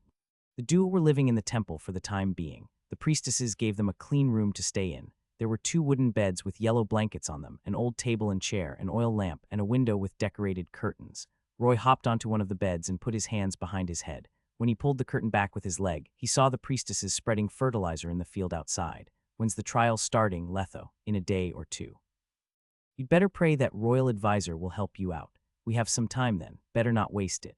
Roy clenched his right fist and swung it around as if he were holding a sword. Time for that thing. You really want to know how to use a sword, huh? Letho shook his head. Then he hunkered down and rummaged through the bottom of the bed. A short while later, he pulled out a wooden sword. I told Nenek to put this here precisely for this. Roy's eyes gleamed, then he rummaged through the bottom of his bed.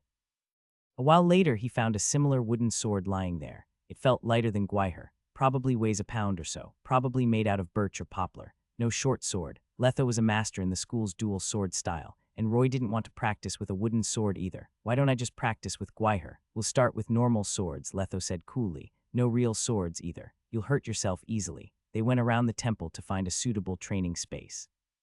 The priestesses were healing some patients in a room, while Jola was teaching the kids to read and write. Roy noticed Art and Ari in that room. They were sitting in a chair, reciting the words taught to them aloud, just like the other kids. Roy nodded in approval, then he went away with Letho. Eventually, they arrived in a quiet corner in the temple where a tongue tree was standing. Letho looked at Roy quietly, then he said, You've been bugging me for a long time now, but that ends today.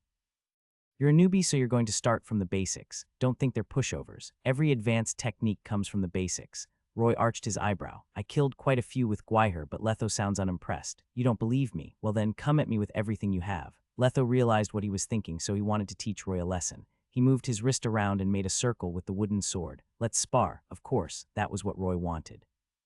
He stood up straight, gripping the sword tightly, but Letho was doing something strange. He held his sword with both hands and raised it above shoulder level. He was slightly crouched, his feet pointing outward. There was a solemn gleam in his eyes, as if he were in an actual battlefield, ready to die at any moment. Roy knew he couldn't take the training lightly. He put his left leg forth and thrusted his sword at Letho's shoulder. Alas, his movement was too obvious. Before it could even reach Letho, he'd already blocked it. At the same time, Letho used that momentum to get into offensive range. He held his sword high and he stabbed Roy's chest. Before Roy could defend himself, he felt a throb of pain coming from his chest. Roy leaped back in an attempt to dodge, but Letho wouldn't give him that chance. The Witcher zipped ahead, this time his sword pointing downward, and then he slashed upward, pointing the tip at Roy's throat. Roy felt like he was a land that was going to be tilled by a hoe, and the thought made him sweat. Finally recognizing the gap in skill between them, Roy stopped attacking. Instead, he circled Letho, trying to find an opening, but Letho didn't have any. He followed Roy as he circled, waiting for him to attack, his tip always aimed at Roy's vitals. No openings. Roy decided to change his strategy. He decided to start with a feint, and once Letho took the bait, he'd take the chance to start his counterattack. However, Letho wasn't making it easy for him. Letho lunged ahead and stopped Roy's feint, then he held Roy's sword using the wooden sword's crossguard. Letho yanked Gwyer back, and Roy was left without a weapon. That was not the end. Letho used that momentum to get closer to Roy and slammed his knee against Roy's belly. At the same time, he smacked Roy's collarbone with the wooden sword. Roy howled in pain as he wobbled helplessly. His pain gave birth to fury, and that fury was set ablaze. Roy picked up the wooden sword on the ground, intending to charge in recklessly. He decided he would get a hit in even if it meant his loss. Their swords crossed for a moment, and that moment was enough to decide the outcome. Roy's cheeks were swollen. He let his wooden sword slip, and he fell down, his eyes closed in defeat. No matter how he attacked or defended, he was full of openings for Letho. He felt like a helpless child fighting against an adult, as if he were nothing but prey. Now do you understand how important the basics are? Letho hunkered down and patted his face, grinning coolly. I held back, but still, you didn't stand a chance. Am I really that weak? Roy hoped Letho would give him some encouragement, but he was spared none. You'd be dead in 5 seconds if you tried to fight like that. He kicked Roy's stomach, and Roy quickly stood up. Stay humble, you hear. Yes, then start paying attention. Letho started from the basics of the basics, how to hold a sword. The basics of swordsmanship were more boring than Roy had imagined. Most people got it wrong at the very first step, holding the hilt. The majority would hold the same spot using both hands, or their hands would stay close to each other. The correct way to hold the hilt was the opposite of that. The dominant hand should be holding the spot near the crossguard, while the other hand should be holding the other end of the hilt. Whenever a sword was swung, the dominant hand would decide where to hit, as well as bear the sword's weight, while the other hand would provide extra mobility. It worked on the principle of leverage. If the non-dominant hand swung the hilt up, the blade would slash downward. Roy understood it immediately, for he already knew some basics to begin with. So I've been holding it wrong, but I feel comfortable enough. I killed a lot of neckers in Smyek holding it like that. The new way of holding it felt awkward for him. It would be hard to get used to. Letho answered, that would work against amateurs, but if you ran into pros or the more dangerous monsters, you would have been full of openings ready for them to exploit. Your technique and flexibility would have been a big disadvantage. You might be attacking them with all your might, but it wouldn't hit as hard as you would want it to. Don't forget about the sparring. Realization struck Roy as he recalled how he was rendered powerless in mere moments. I see. Keep on practicing, but this time do it the right way. Roy obliged. He walked around the grounds, swinging the wooden blade, but it didn't take long for him to get irked. He could swing the sword easily if he held the hilt with both hands on the same spot, but when he did it the traditional way, his hands being in different places stopped coordinating. The strength would sometimes go in opposite sides, causing the blade to slip out of Roy's hands. If he couldn't coordinate well and swung the blade the wrong way, Roy could end up hurting himself. No wonder Letho wouldn't let me practice with Gwyer. Holding a sword the right way is one of the basics, but its importance can't be underlined enough. If you don't perfect it, you can't master the more advanced techniques. Let me demonstrate. Look closely. Letho didn't involve any footwork. Instead, he lunged ahead and slashed downward, performing a simple slash and thrust. At the same time, he talked about the nitty-gritty of hold strength and the key to the movements. Anything I need to know about this stance? Not yet. You'll be practicing the right way to hold a sword today. Depending on your proficiency, I'll teach you basic footwork in a day or two. As for the basics of attacking, well, you'll have to wait until next week for that. Roy nodded. After going through some training, Roy realized the way of the sword wasn't as exciting as he used to think. Even the simplest movement had a set of theories behind it, with countless battles to prove its efficacy. Spending the whole afternoon practicing a single movement was boring Roy. Eventually, his excitement started withering away. Letho wasn't surprised to see that. Regretting your choice, the training's only going to get harder. Not a chance. Roy wouldn't back down. I'm not going to give up. He went through the same boring routine once when he was practicing his marksmanship. Roy didn't stop training, and sweat drenched his clothes. When the sun had set, the sound of a bell rang through the temple. As if on cue, the priestesses stopped working and headed toward the canteen, chatting happily. Roy and Letho followed the crowd into a hall that was beside the main one.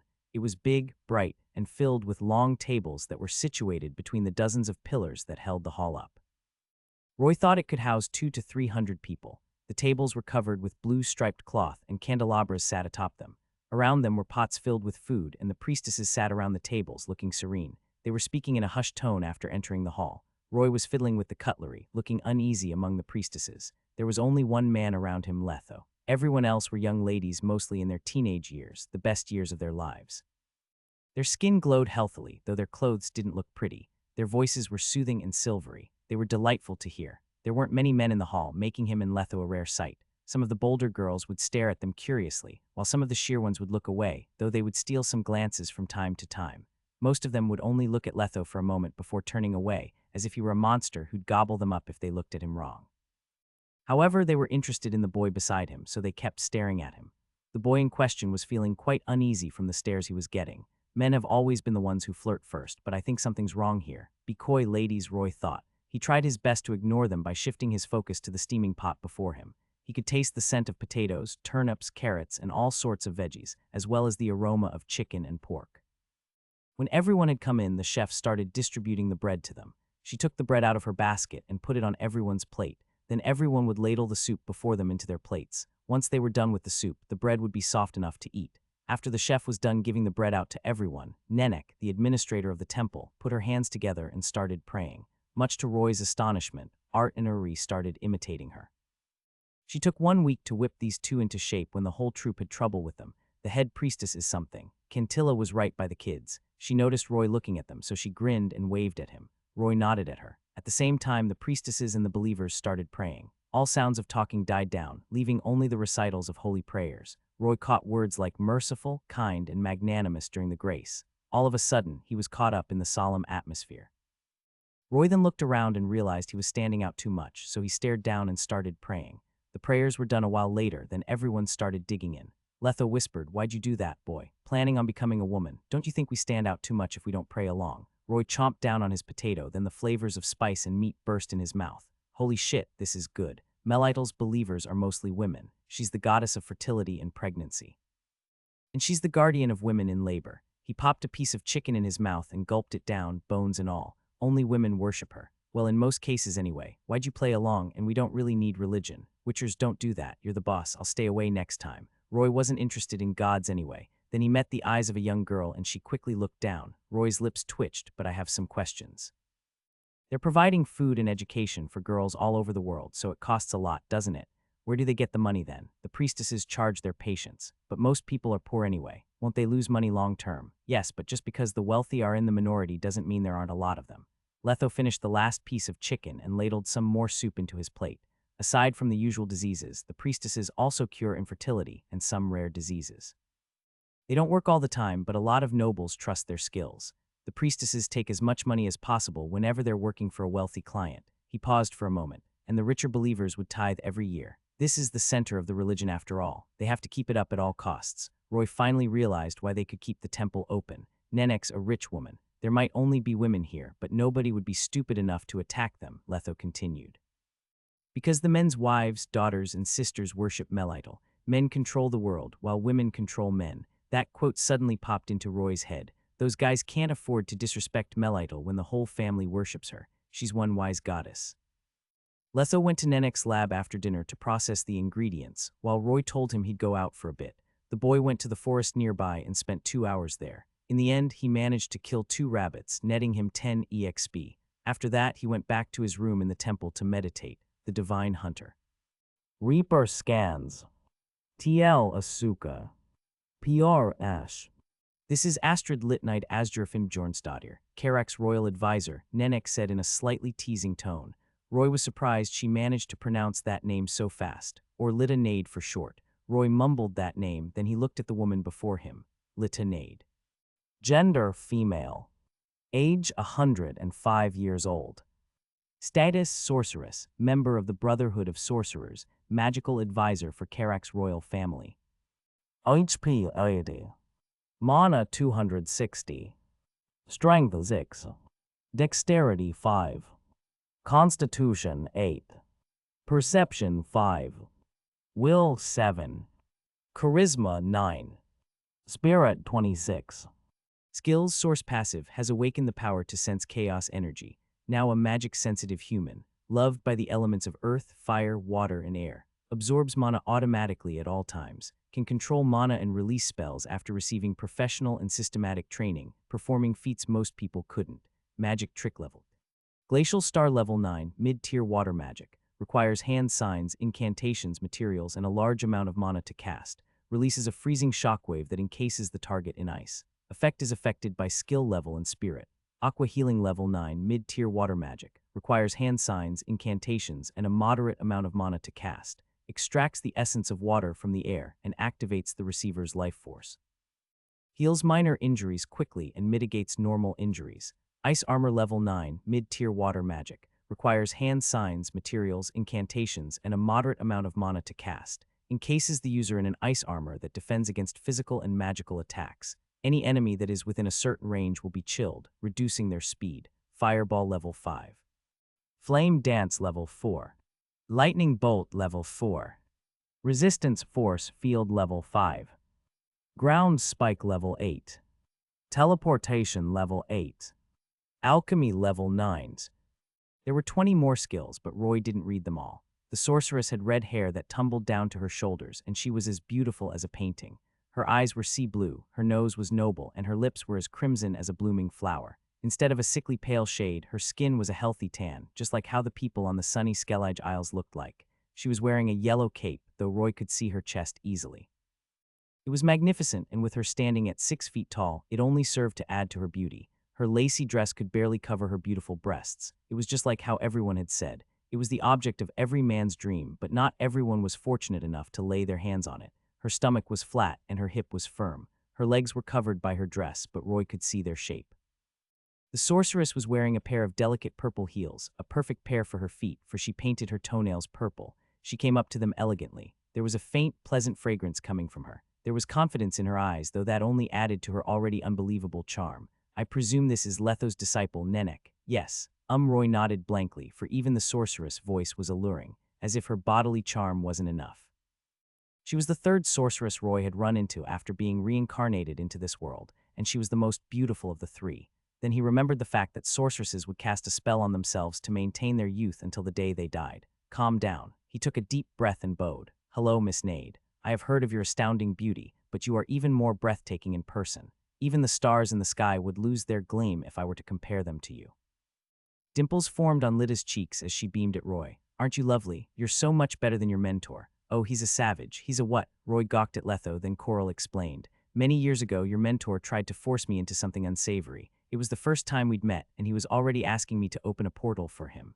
Oh, If it weren't for Nenek, I would have turned him into a patch of soil and flushed him down a ditch. Lyda looked cold. I would have left him for dead, she cursed, then she smiled again. But you're different. At least he didn't rub off on you. A pause later, she said suggestively, I hear you're an interesting boy. Then Lyda extended the back of her hand to Roy. Her skin was delicate, and her fingernails were polished with purple. Roy wondered what she was getting at, then he realized she wanted him to kiss her hand. He obliged. It was only for a split second, but the sensation of her hand made his heart pound. Why'd she do that? Do I know her? That's a good start. Lyda looked satisfied. You may call me Coral. Only my friends, close acquaintances, and those I like are allowed to call me that. I think we will be working together quite happily for some time. Working together. Roy thought she phrased that weirdly, and he felt a chill when she looked at him. It were as if she saw him as a test subject, and a good one at that. Yes, didn't Mother Nenek tell you about it? I'll aid you in your trial while you will work with me on my research. I need every detail of your body. Her eyes gleamed, and she looked up in indulgence, as if she were imagining something grandiose. I have your scummy mentor and Mother Nenek to thank for this. Now I have the chance to witness something not even sorcerers have: the trial of the grasses, hormonal control, undisclosed secrets about virus cultivation, and the famous secret recipe. She made it sound like a romantic story every woman longed to have, though Roy thought it was the crazy dream of a researcher. This is the dream of all sorcerers in the world. Roy gulped. He had a feeling he'd unknowingly stepped foot into a trap. He looked at Letho for help, but Letho looked surprised as well. Ahem, Miss Coral. You dare call my name, you savage. Very well then, Miss Lyda Nade. I have to remind you that Roy has to pass the trial before you can conduct any experiments on him. Well, that was unnecessary. Lyta looked at Roy with great interest, then she went ahead, her chest bouncing. Roy could feel the heat coming from her. I've read something about this. In an era long past, a rogue sorcerer managed to cook up a potion that could cause mutations in the human body. His successor improvised on that formula, and many years since then, it was that successor who controlled the mutation process with magic. But somewhere in the middle, the legacy was lost, all that knowledge about magic and strength. The Witchers were left with the recipe and the trial. They have the lab and they do conduct the trial, but alas, they have no sorcerer to help them with it, and thus the trial is equated to a death sentence. She paused for a moment. But now that I am here, I shall not allow such transgression to happen. I cannot allow a disciple to take in that half-baked decoction, for it means certain death. Letho turned away as if remembering a painful past. I shall control the process with my magic, ensuring its precision. Once again, I shall recreate the miracle Ulzer and Cosimo performed in history. I will make sure Roy does not suffer the ramifications of the mutations. He shall be the perfect Witcher.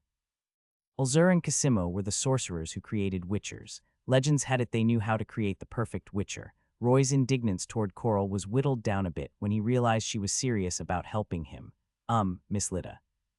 Coral, right, Miss Coral. Do I have a chance to survive if I accept your help? No questions. You need my help. You can't reject me. The sorceress was being pushy, but Roy couldn't refuse her, not when she had a couple of big reasons. He tried to look away, but Roy noticed he was locked in place by something. All he could do was look into her eyes and fall for her temptation. Your chances of survival are greatly increased with my help. Greatly increased, huh? Roy stared down, his mind wandering back to that ever-important entrance exam. His heart pounded furiously, as if it would burst out of his chest at any given moment.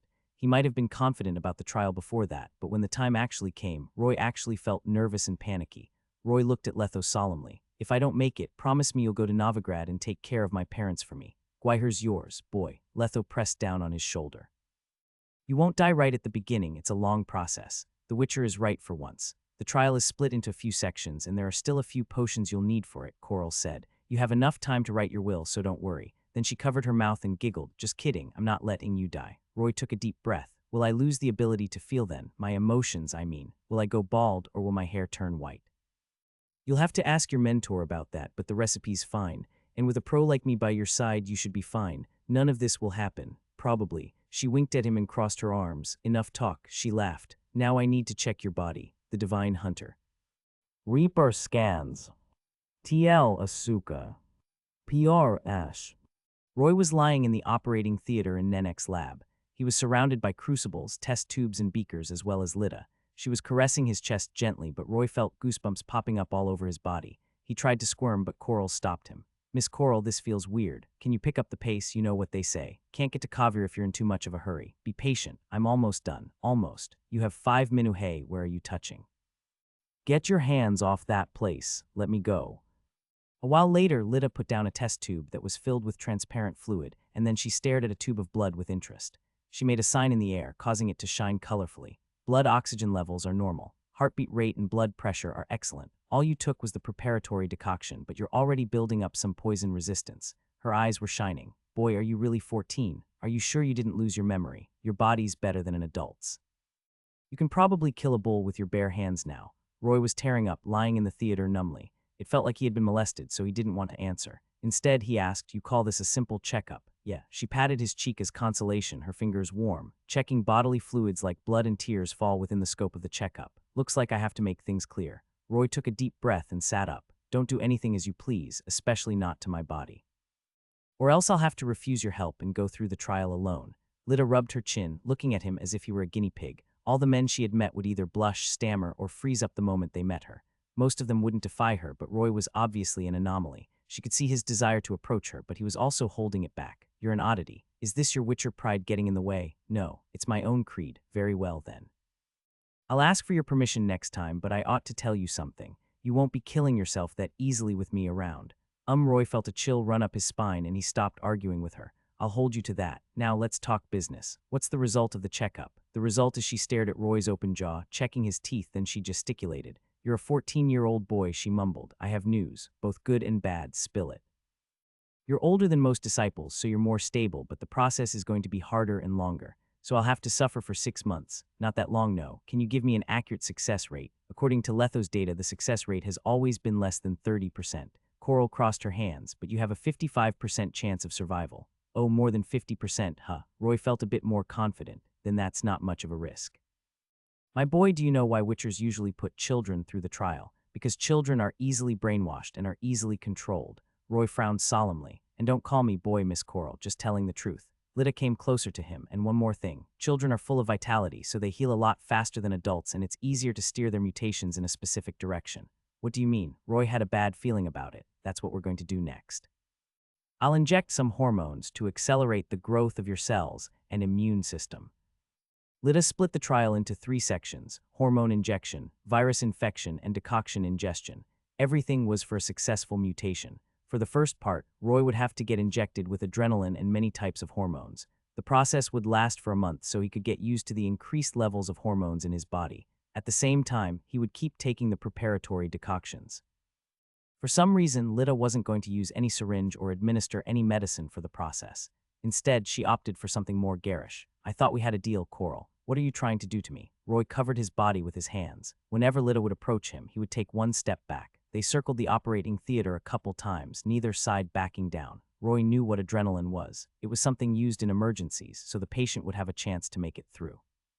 Of course, he was curious about it, but Roy was also feeling uneasy, since it was his first time undergoing the mutation. Your body's like an empty vessel. It needs some restructuring before it can accommodate some new parts in it. Don't worry, I'll be gentle. It won't hurt at all. Can you stop being so suggestive, Coral? What if someone hears you? You started it. Well, do you want to keep this up? Roy smacked his forehead. He knew he had no choice, but he wouldn't give in just yet. Explain. Lita's face turned scarlet, delighted that Roy didn't give in. If you wanted to do this the traditional way, your body would expel the hormones after a short while, so the effect wouldn't last long. That was one of the reasons the trial had such an abysmal success rate. But if we do it my way, the results will be optimal. What's the catch? The catch. She arched her eyebrow and chuckled coyly. You'll be constantly aroused and you'll look more grown up after a month. That's magical Viagra. Roy wondered if he should take the offer, and in the end, he did. Lita started chanting the ancient incantations, then a black strand of an unknown substance emerged from the test tube on the table before burying itself into Roy. He felt itchy, but otherwise everything was fine. That's it. Magical injection. Lita crossed her arms, looking amused. What did you expect? That you'd faint? That everything would start to spin? Roy started breathing heavily, his face turning scarlet, his heart starting to pound, and his muscles started tensing up. It felt like he was on a track field, just waiting for the signal for him to start his sprint. I feel. Lita glanced at him and she snapped her fingers. Looks like it went nicely. Do you feel charged with energy? Like you need to vent everything out? Good. Time to go to the front yard. Why? Because Letho will teach you the way to properly channel that excess energy. Once again, Roy was standing under the tree. Let's resume practice, boy. Roy nodded, his face still red, his breathing still heavy. After getting injected with the hormones, he was afflicted with the aroused status as if he had gone berserk. His strength, dexterity, and stamina were raised by one. There was a ball of flame within him, and he was easily agitated. You seem agitated, but that won't do. You can't let your emotions do the battle. Letho was being more talkative, but he sounded dark and provocative. There was no warmth in his gaze either. Letho was trying to provoke Roy, but the boy didn't take the bait. Good, at least you have some self-control. Keep that hand up. Letho patted Roy's forearm, elbow, upper arm, shoulder, back, lower back, and thigh, adjusting his stance. I'll whip your swings into shape today. Of course, you're still going to hold the sword the right way. Why aren't you teaching me any footwork? Roy said, louder than he had expected, much to his surprise. Because that comes after you swing the sword, or the enemy will see through your attacks from the footwork alone. Now suck your stomach in. Don't spread your arm's strength. Make sure it's focused on one point, and put your back into it. Literally, the corrections wouldn't stop. Don't stiffen your arm, you'll only waste your strength. But don't relax it fully either. You won't be killing anything if you don't tense up. Now feel the strength in your arms. Hold that stance. Lift the hilt with your left hand and swing the sword down with your right. All right, now slash, and stop. The sword was about to cut through the ground, but it came to a forced halt halfway through. Roy grunted, his face turning redder. If your fingers are trembling, that means you overexerted yourself. Never swing a sword at full strength unless you're sure you can kill your enemy. If you do that, you'll leave yourself open for counterattacks. Learn how to save your strength. It'll save your life someday. In most cases, you'll have to reserve 30% of your strength. Again, continue. The training went on until sundown. By then, the hormones had worn off, though Roy had also slashed at the air thousands of times. His arms were so sore, and even lifting a finger was difficult, though he wouldn't realize that since he fainted from exhaustion. The Divine Hunter. Reaper scans.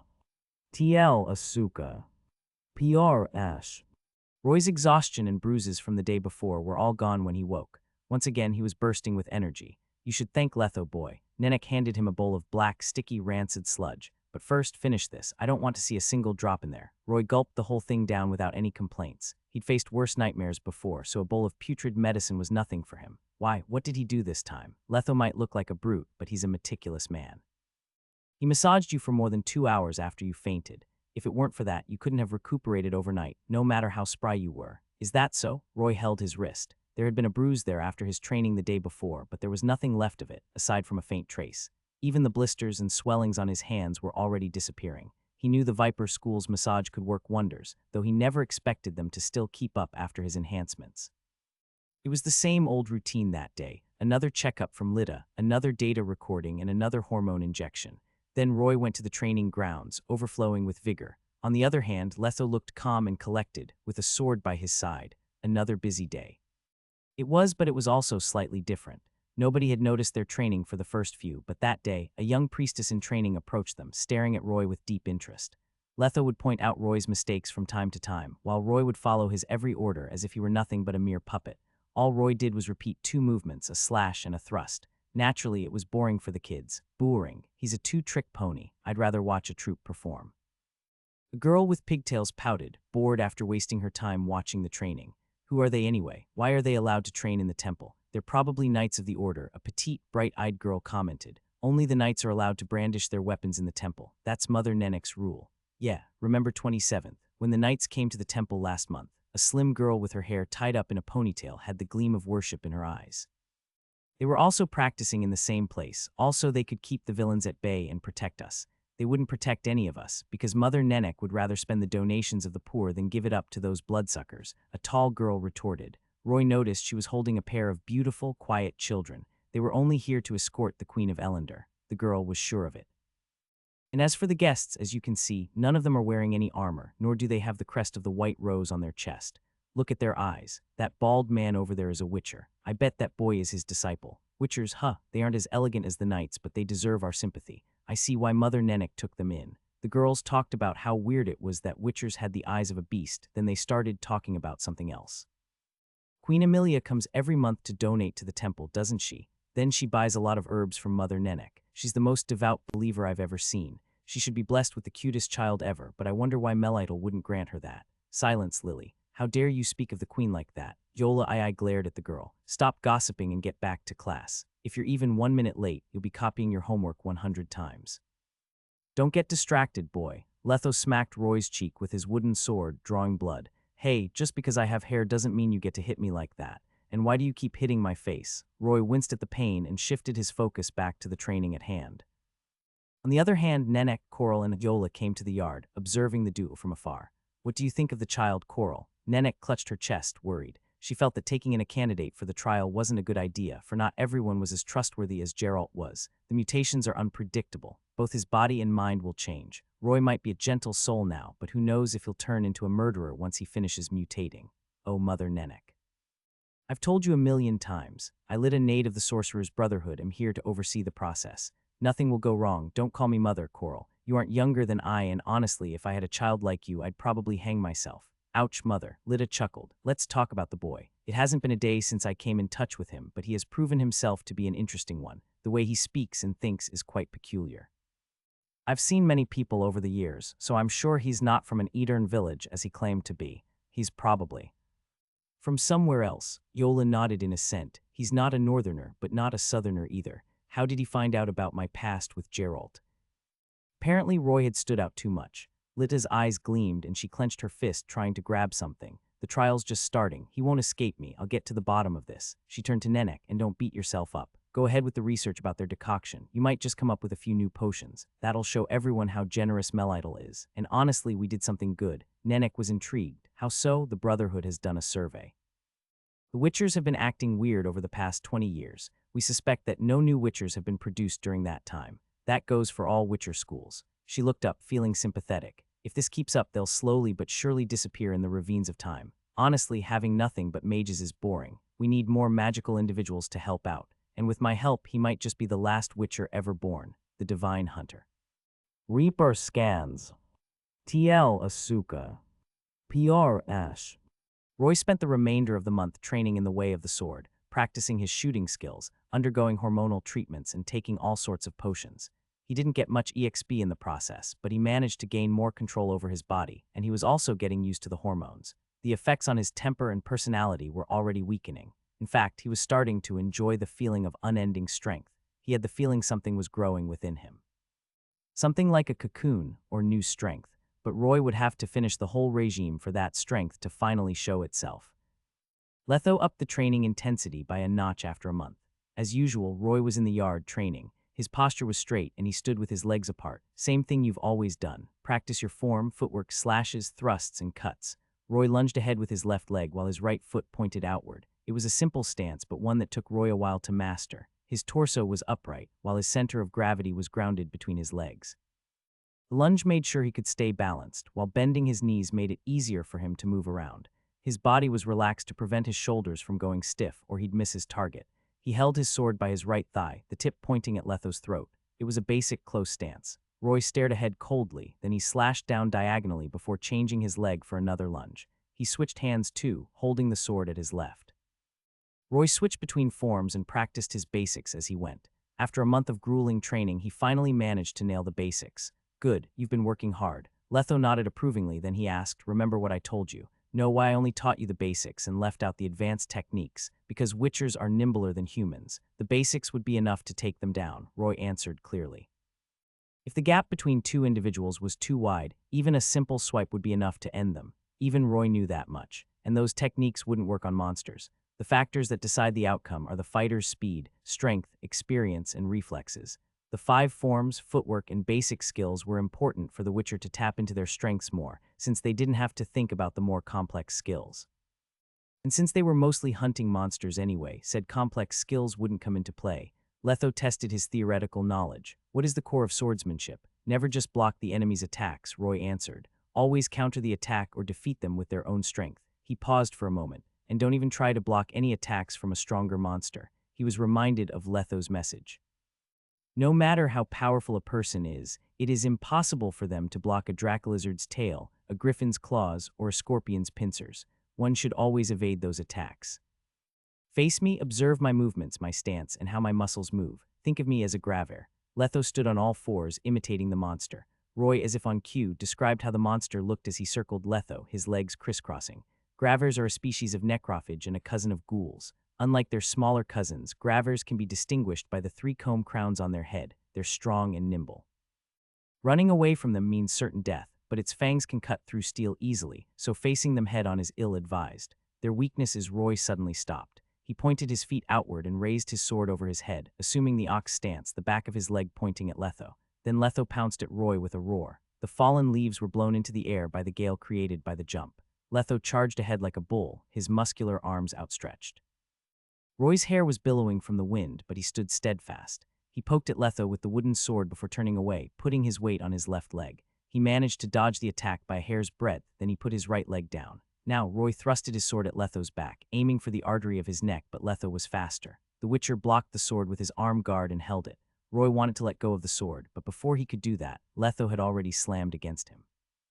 Then he was beaten up again. The ground trembled slightly as Roy fell backward, his face pale. He clutched his chest in pain, feeling as if his insides had been rearranged. Ow, that hurts, be softer. Pain is how you learn. Letho wouldn't let him go. Instead, he went closer and whispered, I'm not Coral. I won't show mercy just because you beg for it. And this makes your 154th death. Enough, I'm telling Coral about this. Roy finally found a way to shut Letho up. I wonder if she'll flush you down the sewers if she gets mad.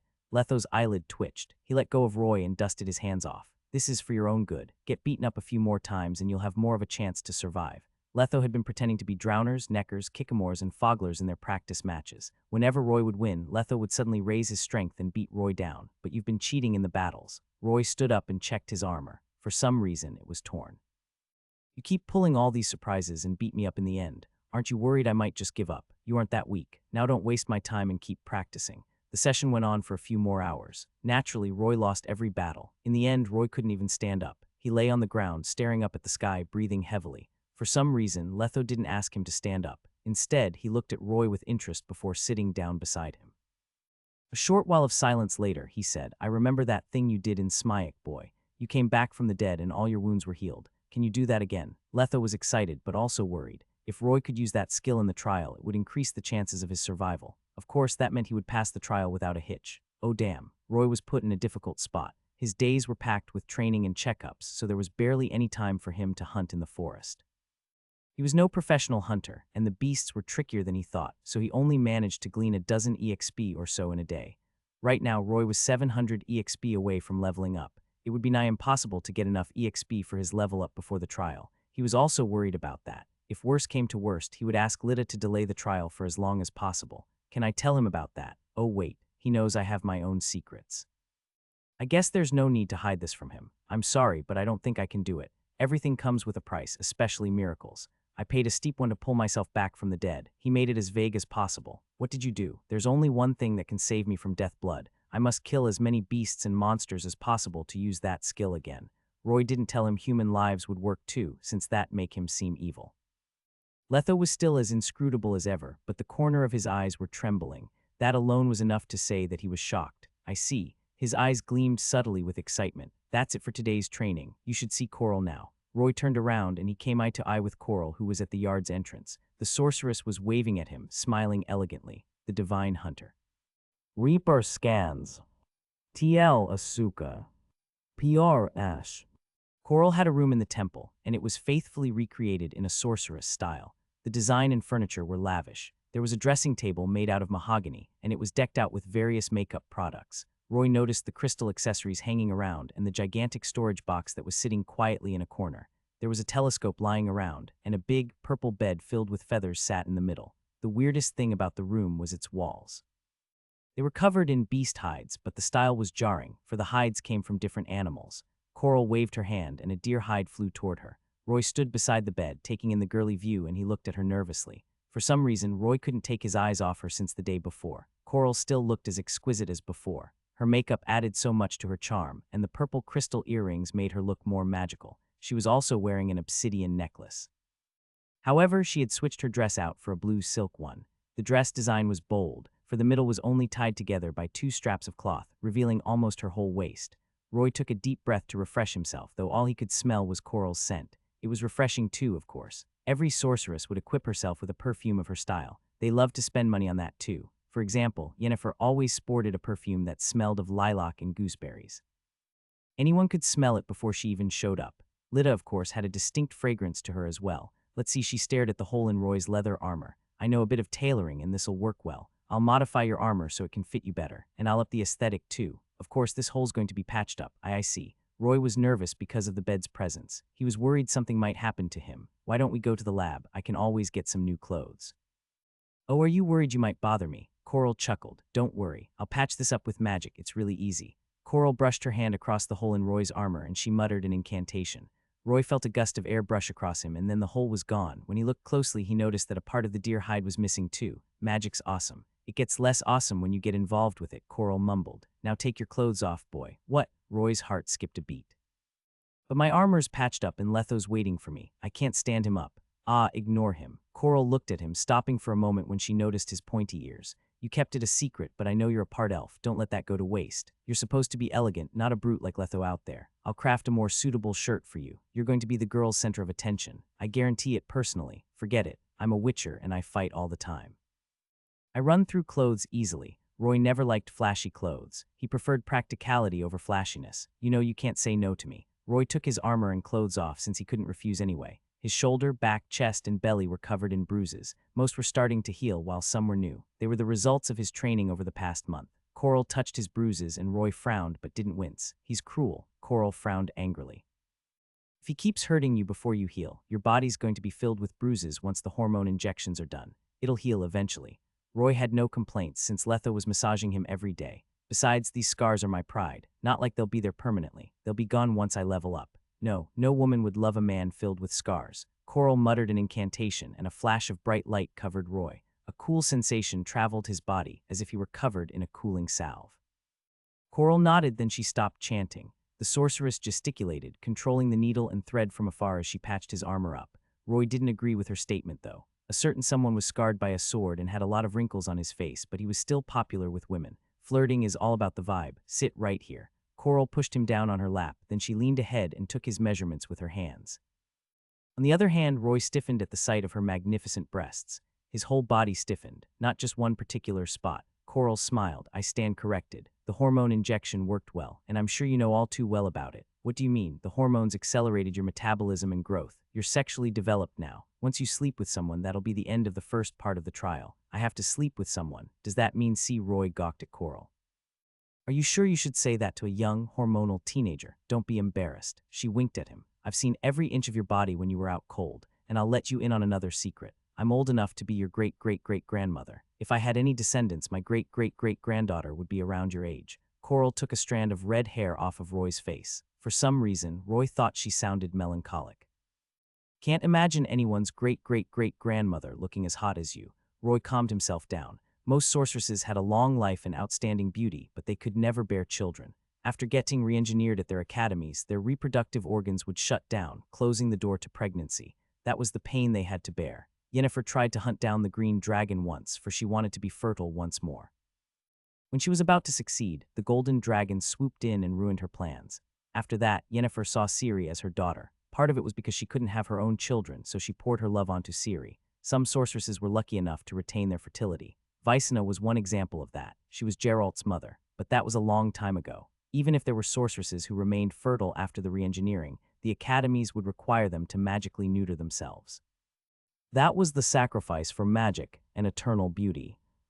Coral kept patching up his armor while chatting with him. She sounded loving and almost motherly. Letho wouldn't do that, and when Roy thought about how much she took care of him, he felt touched. Oh, right, she patted his head. A woman's age is their biggest secret, and now I've told my secret to you. You should tell me your secret in exchange. Where are your parents, and when did you find out you were a part elf? Moore and Susie, huh? Roy was reminded of the fact that it had been 4 months since he and his parents went their own ways. He wondered how they were doing in Novigrad. I should ask Letho if I can send them a letter. He modified his background story and told that version to Coral. However, he kept his character sheet, his life in the other world, and the Child of the Sun a secret. Lita wasn't satisfied with the story, so she stared at Roy. Do you know who Kasiga is, Roy? No, who is she? Your friend, another sorceress. He massaged his temples as he combed his memories for that name, but he got nothing. That's her new name. It symbolizes her departure from her past life. Her old name was Toya. She smiled when she noticed Roy was surprised. That's the hunchback I helped out in Aldersburg. Did she finally get into the academy? You saw her. Realization struck Roy, and then he started concerning himself with Kasiga. So Kasiga has joined Aretuza. How is she doing? Is everything well? Don't worry. She has started her life as a disciple, and it'll go on for 10 years, according to the academy's syllabus. She's probably practicing meditation with her fellow disciples. She gets along well with everyone, even made some friends. Besides, life on Thanid might be boring, but at least memorizing and chanting incantations is better than getting tortured by her family. Roy heaved a long sigh, and his mood was buoyed. He smiled, genuinely happy for Toya. Coral noticed that smile, and she nodded. An old friend told me about it when I went for a visit last month. She talked of her past in great detail during the interview. It was then we found out that you were the reason she even got there in the first place. Then Mother Nenek asked me to help you guys out. When I heard you were involved, I decided to come over to see what the fuss was all about. I couldn't believe a Witcher's disciple would meddle in this kind of affair. No wonder she's so warm to me, like I'm a friend. She thought about what had happened, and she twiddled her thumbs, her eyes filled with surprise. You helped a girl with a tragic past escape her life in Aldersburg, sending her to the Isle of Thanid so she can join Aretuza. That's unheard of, even in fairy tales. She looked down into his eyes, her hair tumbling down the sides of her head. You're famous in Aretuza, you know. She tried to see through him. If you ever go there, the sorceresses will gawk at you like you're some sort of new creature. Someone probably wants to dissect your brain and see how it works. Why'd you help a deformed girl anyway? All Roy could smell was a nice fragrance, as if he were sleeping on a bed of roses. Coral was the only person he could see. Everything else was unimportant. His heart started pounding as he fell further into his trance. Roy started feeling lost, as if he were hypnotized, but he snapped out of it quickly. Roy looked away, then he got off from her lap and stood. So you want to know the reason? Roy licked his lips, pacing back and forth. I stumbled upon Kasiga among all the humans and dwarves in Aldersburg. That was probably fate. You know how religious witchers are about fate. Since fate decreed this meeting, and since I could help her out, that's what I did. You pitied her. Roy didn't deny it, though he elaborated, but a bigger part of it was because I wanted someone to help me out if ever I was in a pickle. This was an investment. If Kasiga were to fail, then that would mean I would have done everything for nothing. Coral suddenly chuckled. She was gorgeous whenever she laughed. Then she raised her finger, and the shirt and armor slipped onto Roy by magic. What are you laughing at? Roy buttoned his shirt, stomped his foot, and moved his limbs around. He also realized there was a crest on his armor. It looked like a rose and a briar at the same time. Coral stopped laughing, though her breathing became shallow. You're a young boy and you're talking about fate with me. Why, I'm old enough to be your ancestor. I wouldn't mind if the one talking was Letho, though. At least that's what I believe. Very well then, I'll go along with that. Coral looked at him gently, her gaze full of approval. Since you helped a sorceress out, you shall be duly rewarded. She leaned forward, wearing a serious look on her face. I'll do my best to help you out in the trial, with or without the recipe. I will make sure you pass, that's a promise. The Divine Hunter. Reaper Scans. TL Asuka. PR Ash. Night had descended upon the land, and the moon bathed the earth in a silvery light. Not a soul stirred in the temple, save for a few in the lab. The temple was dark, illuminated only by a few candles and magical lamps in the hall and the lab. The priestesses had gone to sleep after a day of hard work, while Letho discussed the trial with Coral and Nenek, leaving Roy alone. Roy started going through his character sheet. Roy. Age 14 years and 1 month old. Status civilian, Witcher disciple. HP 66. TH letter 1D07 link to the ORIG small cap I N of this information, R letter 1D07 STS small cap I N, N0V3L, FIR tap E net. Strength 5.3. Dexterity 6.1, 6.3 Constitution, 6.5, 6.6. Perception 7. Will 6.5 Charisma 6. Spirit 6.5 Skills, Massacre level 4 Observe level 2. Inventory space 2 cubic meters square. You have 1 skill point S remaining. After the intensive training and hormone injection, Roy had finally mastered the basics of swordplay, and his stats showed some improvement as well, but it wasn't enough for him. Roy allocated the remaining skill point to meditation, then a few messages popped up in his head. Meditation level 2 level 3 Constitution, 6.67.1 HP, 6671 Spirit, 6.57. A surge of warmth coursed through his body, and Roy lay on the bed, enjoying the comfortable sensation his skills level up brought him.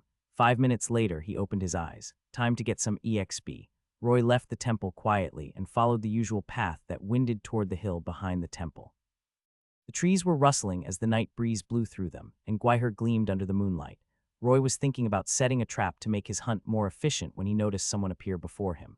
Letho was crouching on the ground, his head reflecting the moonlight, his gaze locked onto Roy. Nice timing. I was going to come see you. I thought you went to Nenek's place. Why are you here? Roy sniffed the air and noticed the stench of blood permeating his surroundings. He also realized that Letho's armor was splattered with it. Could he be? Letho beckoned Roy before going into the dark forest behind him. A few minutes later, they arrived at a clearing where Roy was in for a surprise. There were 5 rabid dogs lying on the ground, seemingly out cold. Their chests were heaving and their breaths were visible. Half of them had their legs broken, their bones jutting out of their limbs, while the remaining had bloody gashes on them, and their wounds had the stench of paralyzing poison. Roy knew Letho did this because of the conversation they'd had that day. Did you do this for me, Letho? He looked at the Witcher with gratitude and confusion. Killing a bunch of dogs was easy, but capturing them alive was not. In fact, it was a hassle. I wonder how long it took him to do this. Roy was about to say something, but Letho interrupted him. Save the sentimentality, boy. He wiped his sword and the blood off his armor with that blue handkerchief again. Kill them and make it snappy. All you need to do right now is train. I'll do the menial tasks for you. I'll capture your prey every night until the conditions to recreate that miracle are fulfilled. Letho looked at Roy solemnly. My only demand is that you pass the trial. Do not put our efforts to waste. He sighed. I'll make an exception this time. The goal of this slaughter is for survival, not a prevention of death. I understand. Roy abhorred the idea of enlisting someone's help in his path of leveling up. He'd always seen the adventure as his own and nobody else's. However, there was no time to be stubborn about principles. Roy raised his sword and he killed the prey Letho captured for him. You killed a rabid dog, EXP plus 10. You killed a rabid dog, EXP plus 10. Everything was proceeding as Roy had wanted. He trained his archery skills and swordplay, went through the trial, and gained EXP every day. Letho had honed his hunting skills over his long years of adventuring. He always came back with different types of prey. Sometimes it would be a pack of dogs, while others it would be a few bunnies, mice, vipers, or boars. Roy could easily gain 20 to 100 EXP, averaging around 50 per day. The EXP bar will be filled up after half a month. It was a peaceful life, though sometimes a pebble would be thrown into it, causing a ripple. After a month in the temple, Mother Nenek made a new request. She wanted Roy to take part in the temple's prayers. Roy managed to escape the morning prayers so far, but Nenek wouldn't let him sit out of the evening ones. Forget it, Mother Nenek. You know we Witchers only believe in fate, Roy answered. He respected the priestesses for their all-encompassing kindness, but he valued his freedom more. Roy didn't believe in gods, so he wouldn't tie himself to a religion. Most Witchers didn't like gods either. They'd stay away from them, but there were some who became converts too. Roy remembered someone called Merton who converted to the religion of Lebioda. After his pilgrimage, Merton tossed his weapons, armor, and his school's blueprints into the fountain, severing his ties with his past and becoming Lebioda's believer. Roy would take the blueprints for himself. It wasn't his style to let a treasure go unnoticed. Nenek didn't compromise. You're living in the goddess temple. It is customary to show respect to her, especially when you have so much blood on your hands. You should feel the goddess' kindness so you can wash the violence away from your heart. They walked down the quiet corridor before arriving at the spacious hall, where hundreds of priestesses, believers, and disciples were kneeling on the ground, their hands put together in a quiet prayer. They were all wearing gray, and their attention was directed at the statue in the hall. The golden gleam of the setting sun covered them in a layer of holy light. It looked as if the statue before them were their master and their creator. Even young children were showing their devotion to it. An idea struck Roy. What they call gods are just dimensional monsters, just like what demons are. they just possess supernatural powers. Priestesses shepherd the believers, and in exchange, they bless the priestesses with power or divine providence. But it's been decades since there's been a divine miracle in this world. Even so, this place is the center of the religion. There must be something special about it. Goaded by that idea, Roy stared at the statue of a trinity of a young lady, a pregnant woman, and an elderly woman, the one which everyone was worshipping. He activated Observe. The statue of Melittle, the vessel of faith, avatar of Melittle. Alarm bells started ringing in Roy's head, then he noticed the statue opening its eyes and throwing him a glance. The statue's eyes were golden. They were solemn, grand, and infinite. For an instant, Roy felt his soul being dragged out by an invisible hand. He saw himself leaving the temple, flying toward the sea, and then ending up in the void of space. All he could feel was a boundless fear of the unknown. The glance lasted for an instant, then the statue closed its eyes, but still, Roy felt like an eternity had passed. Roy snorted and he clutched his chest, breathing heavily. He was drenched in sweat, and every inch of his body trembled uncontrollably as a wave of exhaustion washed over him. A drop of crimson liquid fell to the ground. Roy touched his face and realized he was bleeding profusely from the nose. He quickly covered it before looking at the crowd. Luckily, the believers were still deep in their prayer, so nobody noticed anything wrong with him. Roy quickly went back to his room. A long while later, Roy finally managed to stop his nosebleed and calmed himself down with meditation. Then he looked at his character sheet. HP 3071 Fear. That glance shaved off more than half of my HP. What are those eyes? Could they be? He quashed that thought the moment it popped up. I cannot observe anything divine, he warned himself. Not until I'm powerful enough, the divine hunter. Reaper scans. TL Asuka. PR Ash. It was a sunny day. A young man was standing outside Coral's room sheepishly. He was pacing around, holding a stack of books in his hands. The boy gritted his teeth, pondered on the matter at hand, then finally took a deep breath and knocked on the door. Roy T. These are the books Miss Lida wants. I got them from the library. Please have a look, the boy stammered. He stole a sheepish glance at the room and finally saw the lady he liked. The boy grinned, almost drooling. The boy's name was Jar. He grew up in the temple and was working as its librarian. He was also one of the few men in the temple. The boy was at the age where he was curious about girls, so he couldn't resist Coral's charm. He'd come over every other day with some excuse just to see her. If he didn't know better, Roy would think he truly liked her, but he knew Jar would eventually shift his attention to Triss Marigold, then to Siri, who would immerse herself in cultural studies at the temple. He even tried to kiss the runaway princess in the future. He's a playboy, that's for sure. Then he was reminded of something and huddled closer to Jar. Did you confess to Yola II like I told you to? I can see she likes you. You gotta seize the chance. Jar blushed, finally looking away from Lida. I will. Come on, be a man. I am. Jar tried his best to stand upright, but he still looked as thin as a bamboo stick. I'll confess, but I have something else to do today, so that'll have to wait. Goodbye then. He looked at Coral one last time before closing the door and escaping the scene. Ah, youth, Coral smiled at Roy. He's such an innocent child, perhaps even more than you are. Innocent? Roy shook his head. That's not a compliment. He smacked the books against the table. Miss Coral, please stop teasing Jar. Whoops. I tried my best to keep my charm in check, but I still shine no matter what I do. She stood up and spun, showing her body off to Roy. Roy pouted. Time to talk business, my beautiful sorceress. He patted the thick cover of the book. Roy licked his lips. I'm not trying to be a sorcerer. Even though he meditated every day, his elemental affinity had barely grown. He was still weak in terms of magic. I want to power up my signs through systematic learning of magic. If a normal sorcerer's disciple was a torch, then Roy was a match, and some of the more powerful sorcerers like Siri and Vilgefortz were volcanoes. Sure, Roy was weak, but at least he had a spark of magic, unlike most people. Signs? Coral was amused. Those are just simplified spells. They aren't real magic. Letho's Ard can snuff out the fire in the hearth, but if I were to cast the same thing, I could send the flames flying into the sky and turn them into stars, she said confidently.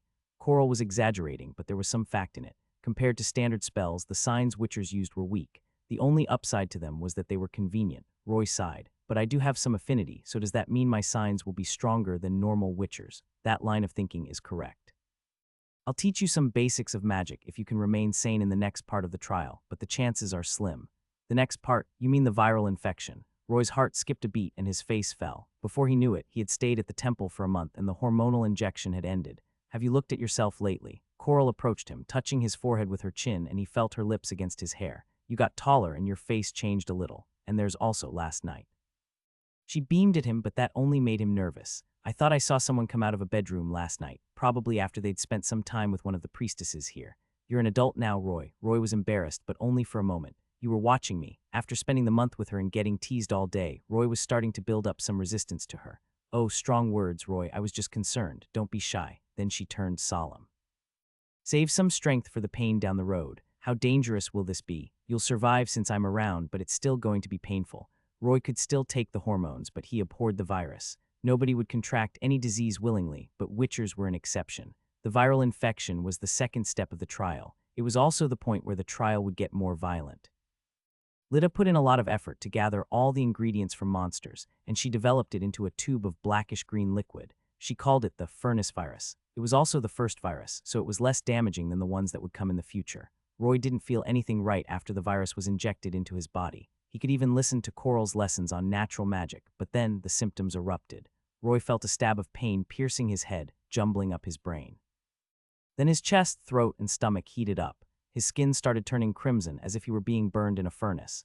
It didn't take long for him to be drenched in sweat. Even his tongue was swollen from the heat.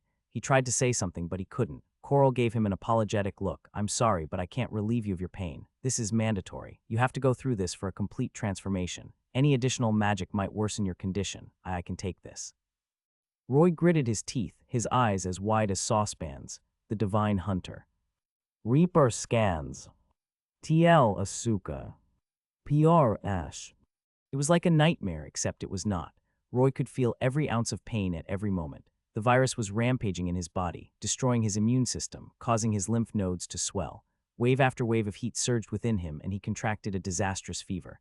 His lips turned dry, and blisters started popping up, but no matter what he did, he could never fall asleep or even black out.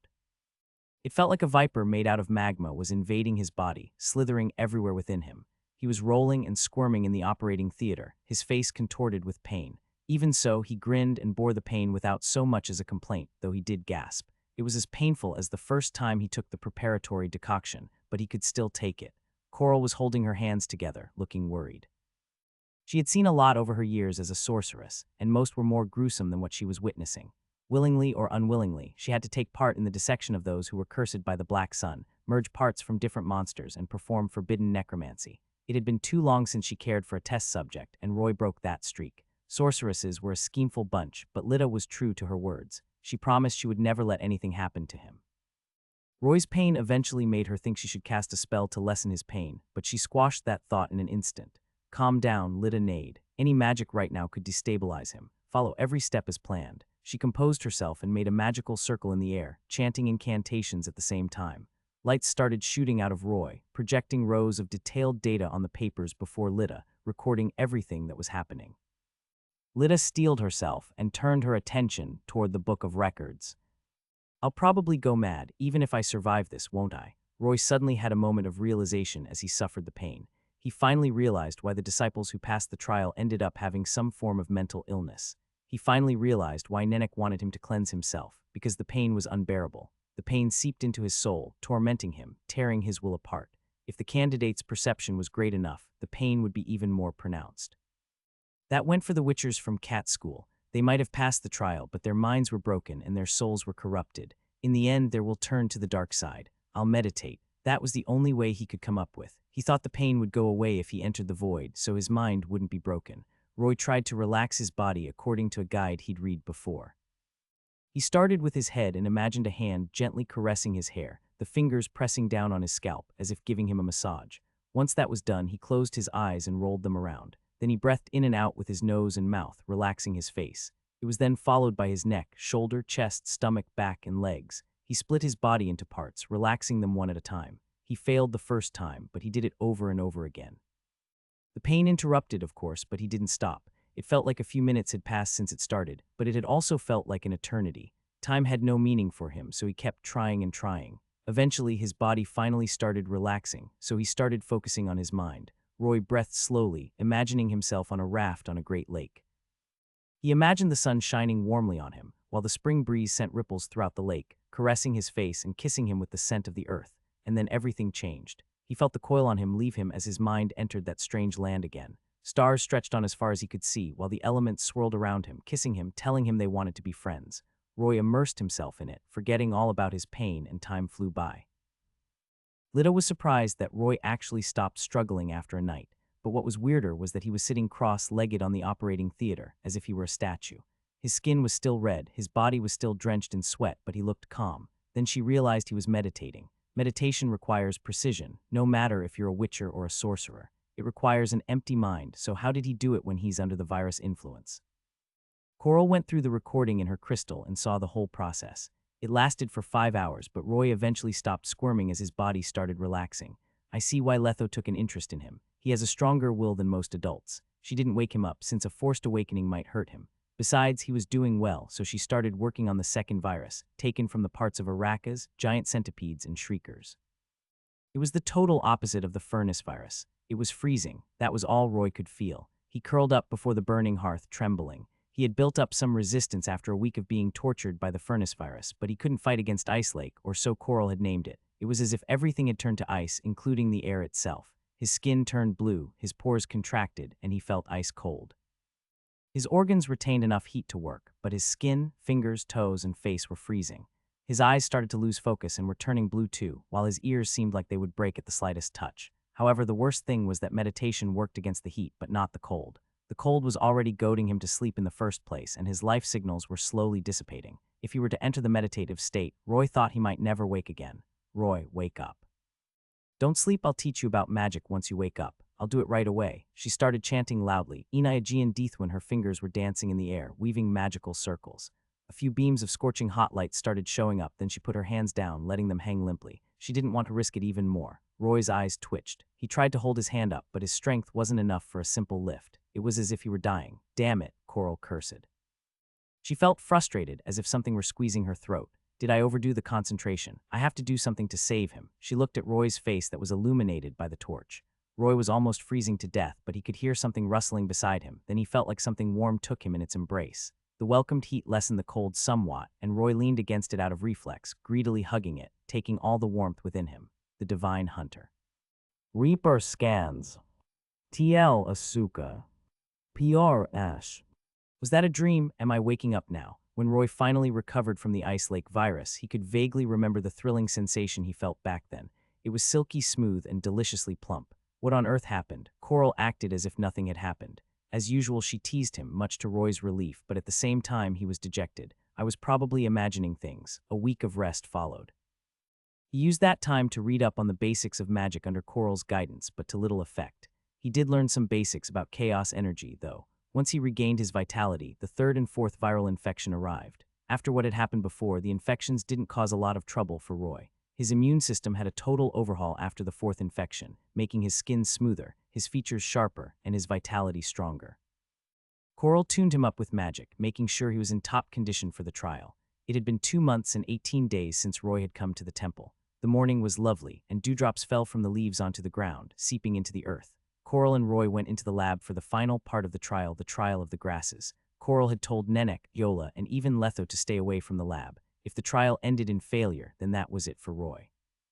Before that, though, Dennis Cranmer came to see Letho with a request, so Roy gave Gwaiher to the Witcher for that. He would only know about the details of the request after the trial. The door was tightly shut, then Coral snapped her fingers, and bright lights turned on in the corners of the hall, illuminating the lab. A few empty bottles were laid out in a row on the operating table, and there were some materials lying on it. Some of it included the spinal fluid of forktails, the poison glands of manticores, and albino bruxatongues. There were also herbs like bryonia, ribleaf, and mandrake. And then Coral said, Roy, a reminder. What you went through before was just a process to build your foundation for the third step.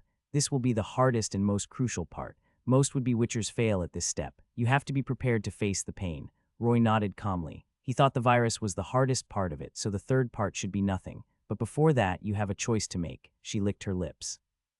According to Letho's recipe and Lida Nade's supplementary research on the trial of the grasses, there are 3 potions you have to take, namely Mother's Tears, Wild-Dry Juice, and Speargrass Sap.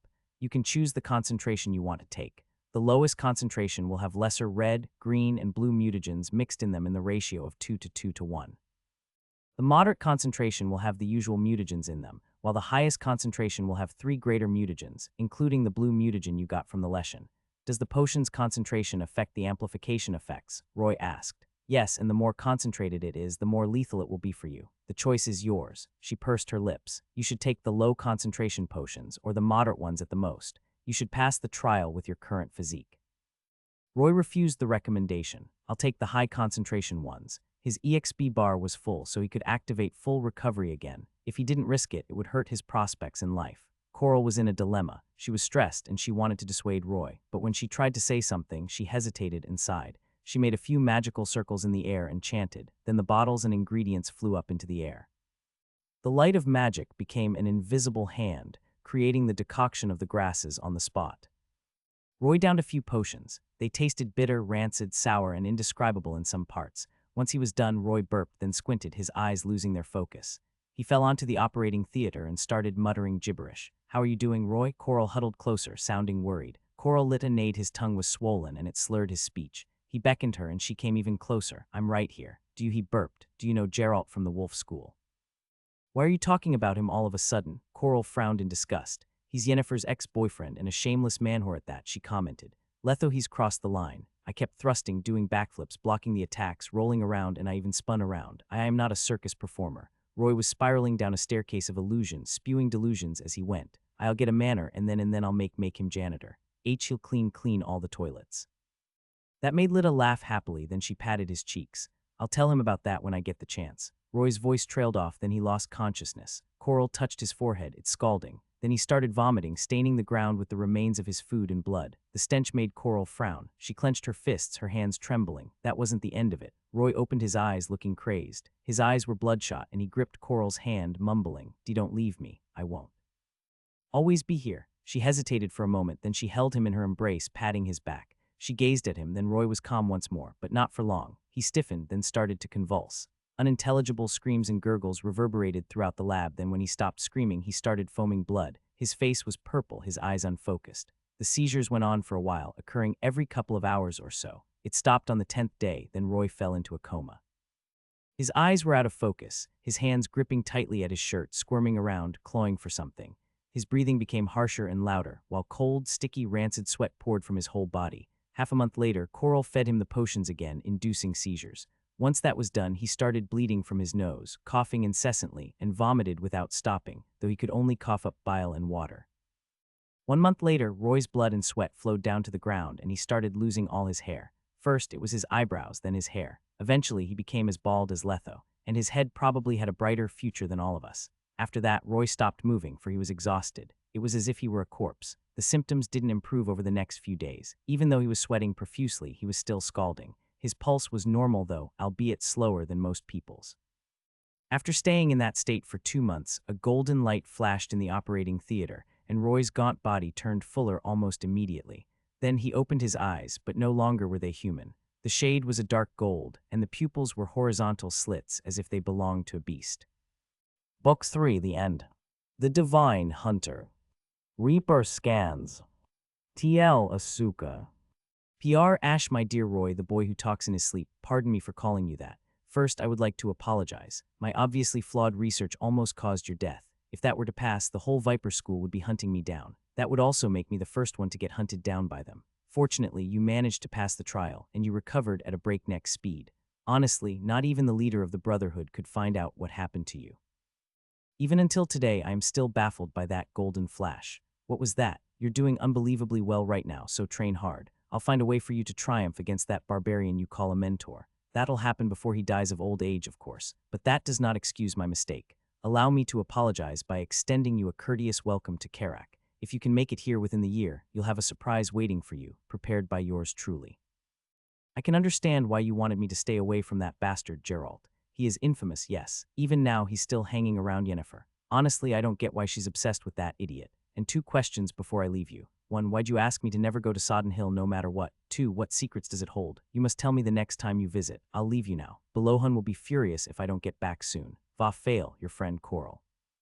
Written in the month where the flowers bloom, Temple of Melital Ellender. A lean young man was lying on the hammock in the temple's yard, sighing, dark gold iris. Is that because of the high concentration of the mutagens? He kept the letter carefully, then he thought back to the moment Coral said goodbye. He vaguely remembered her standing before the swirling portal. There had been a loud rumbling around them, but he could see her waving goodbye to him. Of course, she was as beautiful as ever. Roy rubbed his head, feeling slightly vexed. Do I really talk in my sleep? He told Coral to never go near Sodden Hill, for that was where she died in the original timeline during the First War. and it was her death that gave Sodden Hill another name, Hill of the 14. He considered Coral a friend after all she did for him, so he would try to save her if he could. At least regrow my hair before you leave. I look weird. Coral promised he wouldn't go bald, but it happened anyway. Roy wondered if it was because his choice backfired on him.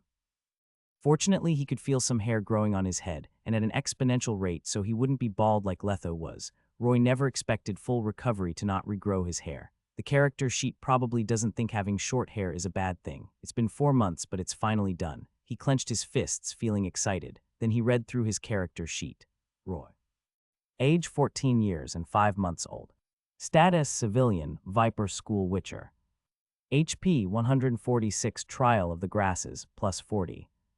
Mana 145 Trial of the Grasses, plus 40. Strength 5.39.3. Dexterity 6.3 10.3. Constitution 6.6 10.6. Perception 7.8. Will 6.5 8.5 main stat plus 1. Charisma 6 7. Spirit 6.5 10.5. Skills Massacre level 4. Observe level 2. Meditation level 3. Crossbow Mastery level 1. Sword Mastery level 1. Alchemy level 1. Witcher Senses level 1. The Trial of the Grasses modifies all Witcher's organs, granting them extrasensory perception. Your 5 senses are now linked with your instincts, allowing you to see, sense, and voices. You can track down traces normally invisible to the human eye. This skill can be strengthened by leveling it up and increasing your perception. You can increase its level through training. Elegance of the Wind passive.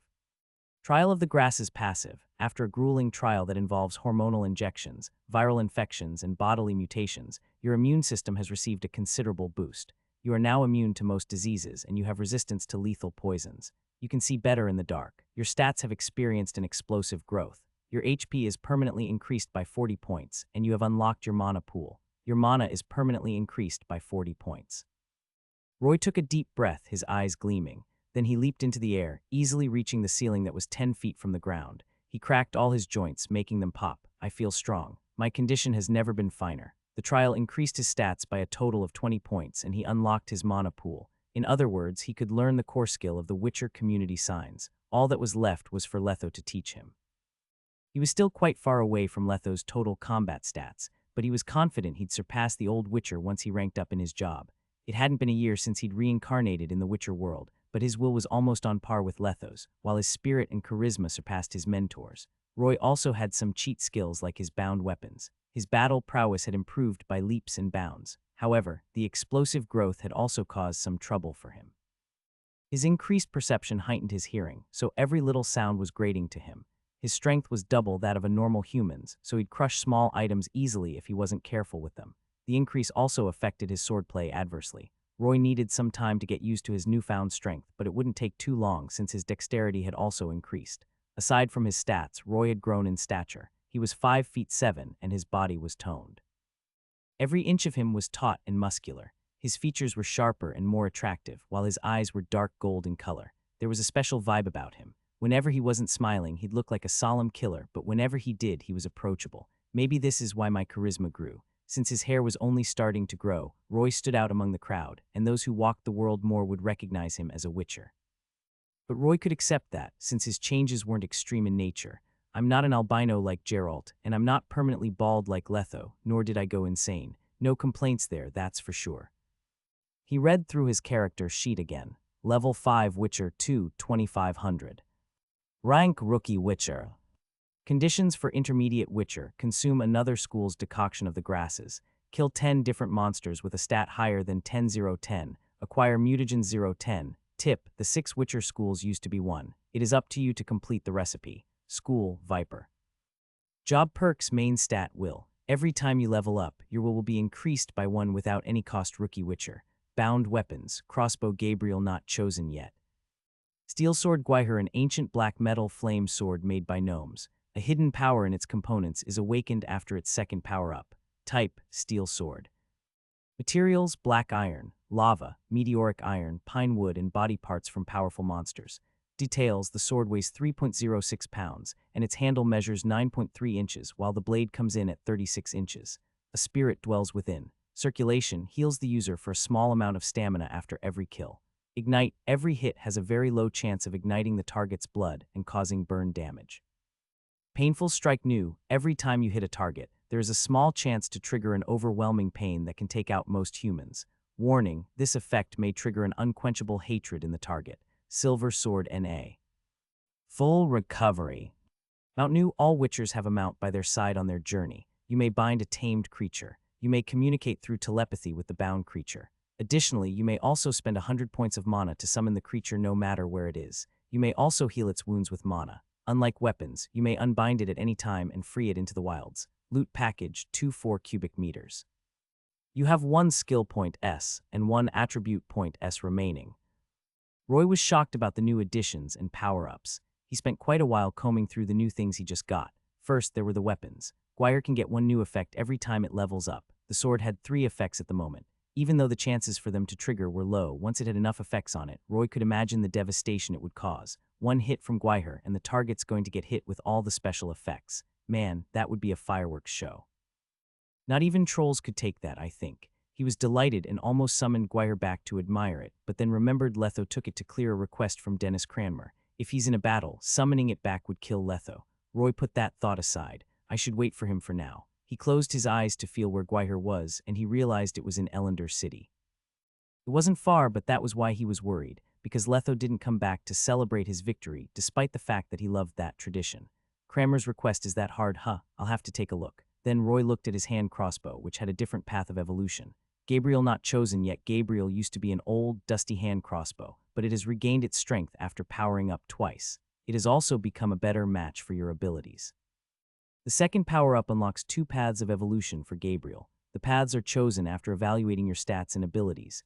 You may choose 1 path. Different paths will provide different power-up choices. Effect Burst Shot. You will fire 2 shots at the same time every time you pull the trigger. Please make sure you have enough bolts in reserve or this effect will not activate. Effect Guided Arrow. Costs 20 mana points. Fires a magically charged shot.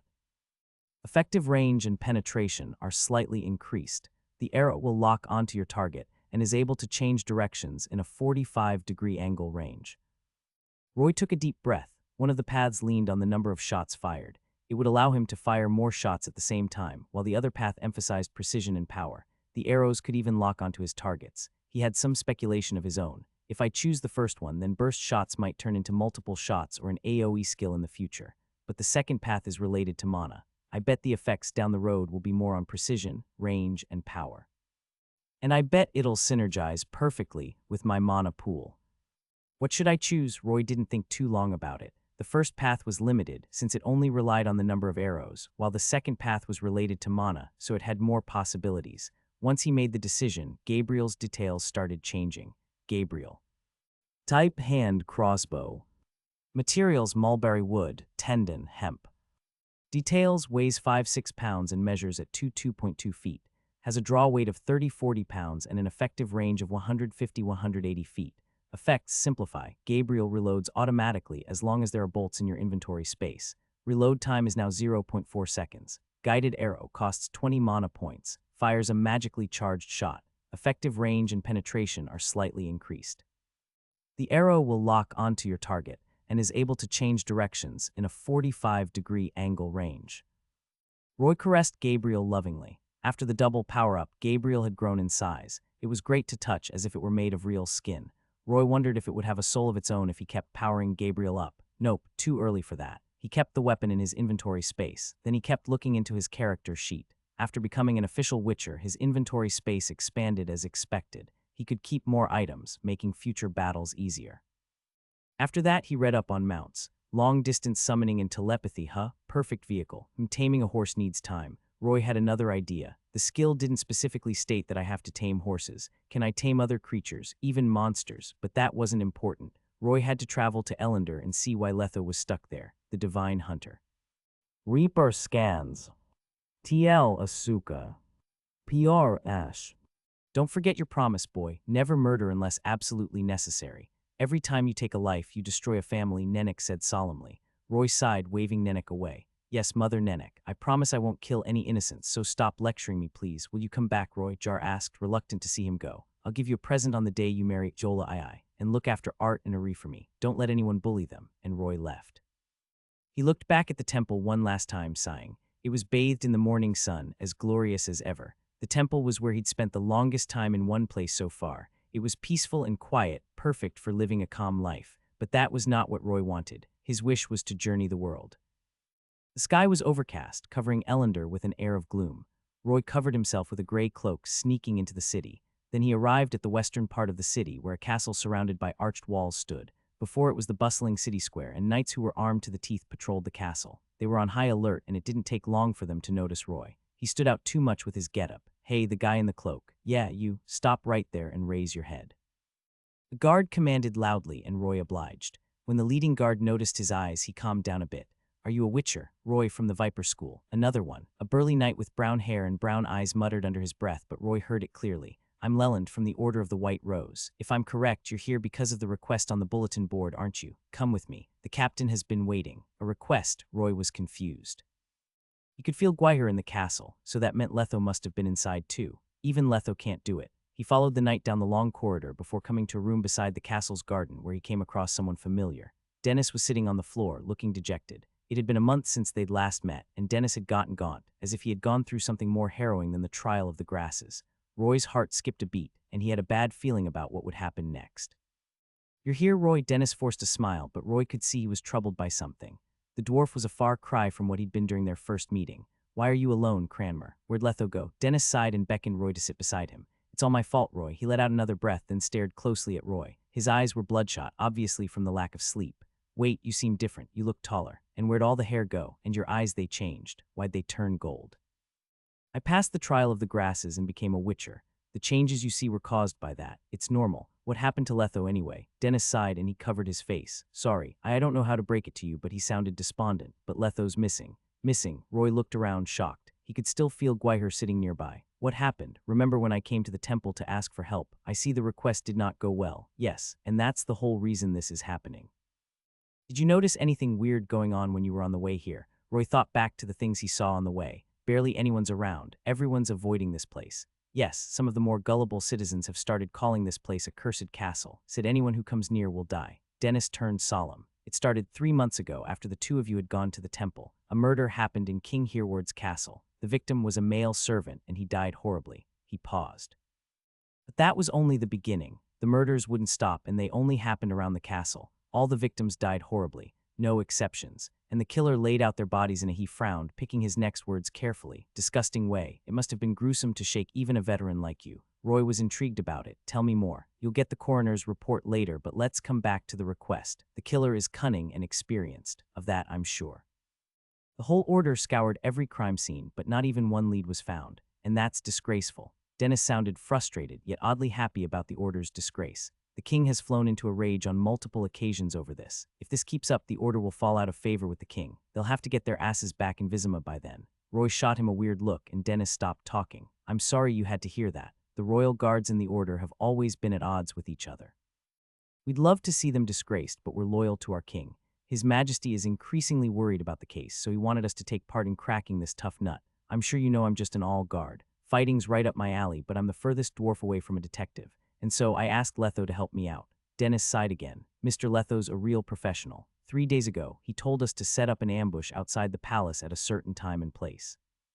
As he had predicted, we noticed someone scurrying out of the palace. The crossbowmen started shooting, but somehow that bastard managed to dodge every arrow. The events were humiliating for them, especially for Dennis. The killer's speed wasn't human. It was like a bolt of lightning in the dark. For some reason, the killer knew we were lying in wait for an ambush, so he escaped through the alleys. We couldn't catch up, but Mr. Letho managed to follow that scum." He paused for a moment.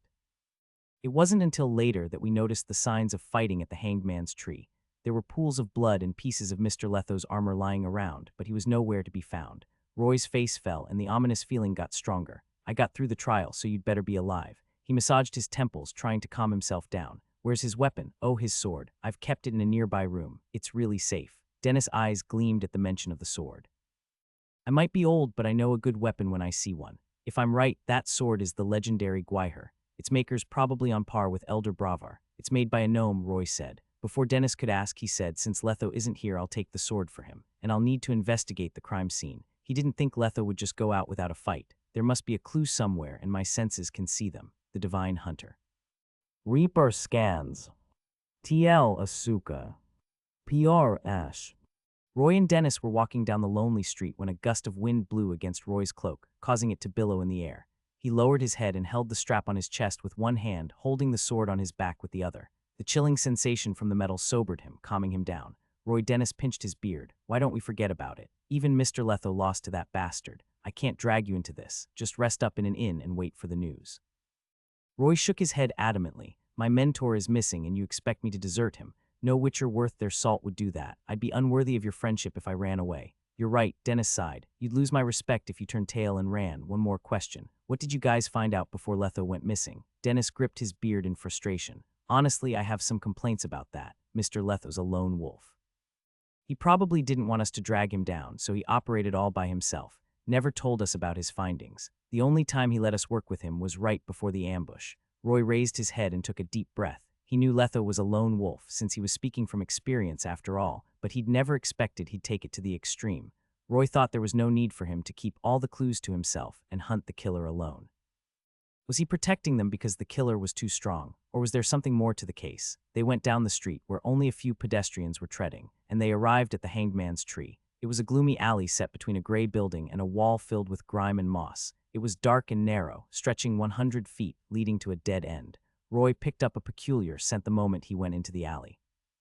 He followed it and wound up seeing a few patches of dried blood on the ground. That was the only clue, the only one visible to the human eye anyway. He hunkered down and scraped some dried blood, then sniffed it and closed his eyes to process what he smelled. There's a faint smell of blood and rotten flesh. Smells like human blood, so it's probably Letho's, but I've never come across that other smell. What did Letho run into? When he opened his eyes, his pupils contracted into slits. Two invisible ribbons started floating in the air, extending beyond the alley he was in. One of the ribbons was red, while the other was black. That was something only witchers could see. Why'd it split in two? Roy pondered on it. On the other hand, Dennis was shocked when he saw the change in Roy's eyes. He instinctively grabbed his sword, ready to defend himself. For a moment there, it felt as if an apex predator had set its eyes on him. Roy's eyes reminded him of the legendary dragons, for they possessed the same color. But I thought he was from Viper School. His mentor's eyes were amber in color. Roy stood up, frowning. He scanned his surroundings and hesitated for a moment before deciding to follow the red ribbon's trail. The trail would thin at times, but it would become darker whenever Roy came across a patch of dried blood. Since he had a lead, Roy followed it. Dennis didn't know what was going on since he couldn't see the smell, but he was experienced enough to not disturb a witcher during an investigation. Quietly, he followed Roy. 5 minutes later, Roy stopped before an old, nearly abandoned street. His face fell, but he turned around and followed the black ribbon. He even parkoured through the roofs of the city in pursuit of the lead, but it didn't take long for him to stop in dejection. Did you find anything, Roy? Dennis finally asked, sounding urgent. Sorry, I'm not as good as Letho, so I found nothing. The trail suddenly went cold. It was either because too much time had passed or Roy wasn't skillful enough yet. The trail went cold, huh? Dennis looked disappointed. Are we still gonna go on with this? Yes, but not here. Roy wanted to look into something else. Are the bodies at the morgue? Yes, all 6 of them. Take me there. They went in another direction and traveled for half an hour. Finally, they came to a cold, looming tower at the end of a street. A staircase leading to the morgue underground was hidden behind a half-opened door. A strong stench of rotten flesh assailed them the moment they came in. Roy frowned, pinching his nose. They don't even have a guard here. Dennis shrugged. The dead would have been swiped clean of their coins before they got sent here. Not even the poorest bandit would raid this place. There ain't anything but corpses here. That means you have to look out for corpse eaters. And don't forget that the killer might try to erase the evidence. The dark corridor was illuminated by nothing but some dim torches. Roy and Dennis went past a few rooms that were filled with cabinets that stored dead bodies, and there were even rooms where deformed corpses made by stitching together different body parts were lying on the steel table, much to Roy's shock. Dennis explained, "You might think there are a lot of corpses here, but that's because someone always drops dead in Ellender. Accidents, diseases, turf fights, assassinations, the list goes on. More than a third of the bodies are unclaimed, and more than half of the cases are still unsolved." He sighed. 6 victims might seem like a lot, but if it weren't for the fact they died near the castle and drew His Majesty's ire, the knights wouldn't even have cared about it. It's the same in every city. Everyone's stretched as thin enough as is. It's impossible to crack every case, so we only pick the ones that the powers deem important, Roy agreed. It was a medieval world where the rulers saw the lives of peasants as nothing but mere commodities.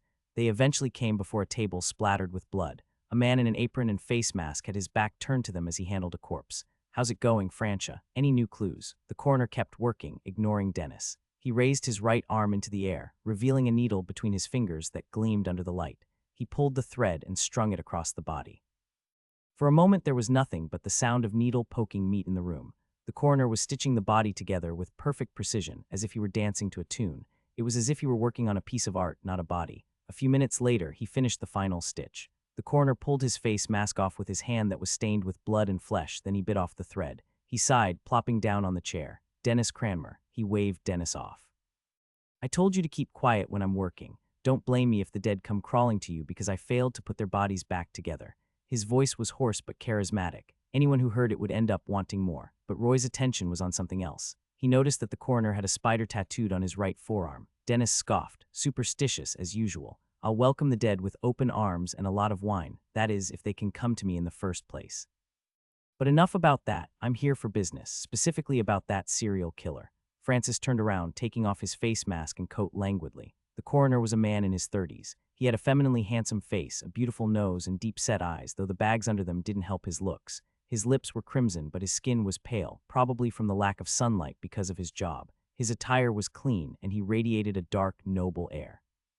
The coroner leaned against the chair sluggishly, yawning. Then he turned his head to Roy. Hey, new kid. He grinned toothily. Don't look at me like that. If you want some fun, try the House of Peacocks in Goldmine. It's in the northern part of the city. The ladies there are hot, speaking from experience. Roy didn't budge. We can leave the brothels for another day, Mr. Francis. I need you to take me to the corpses. Dennis introduced. This is Roy Lethos.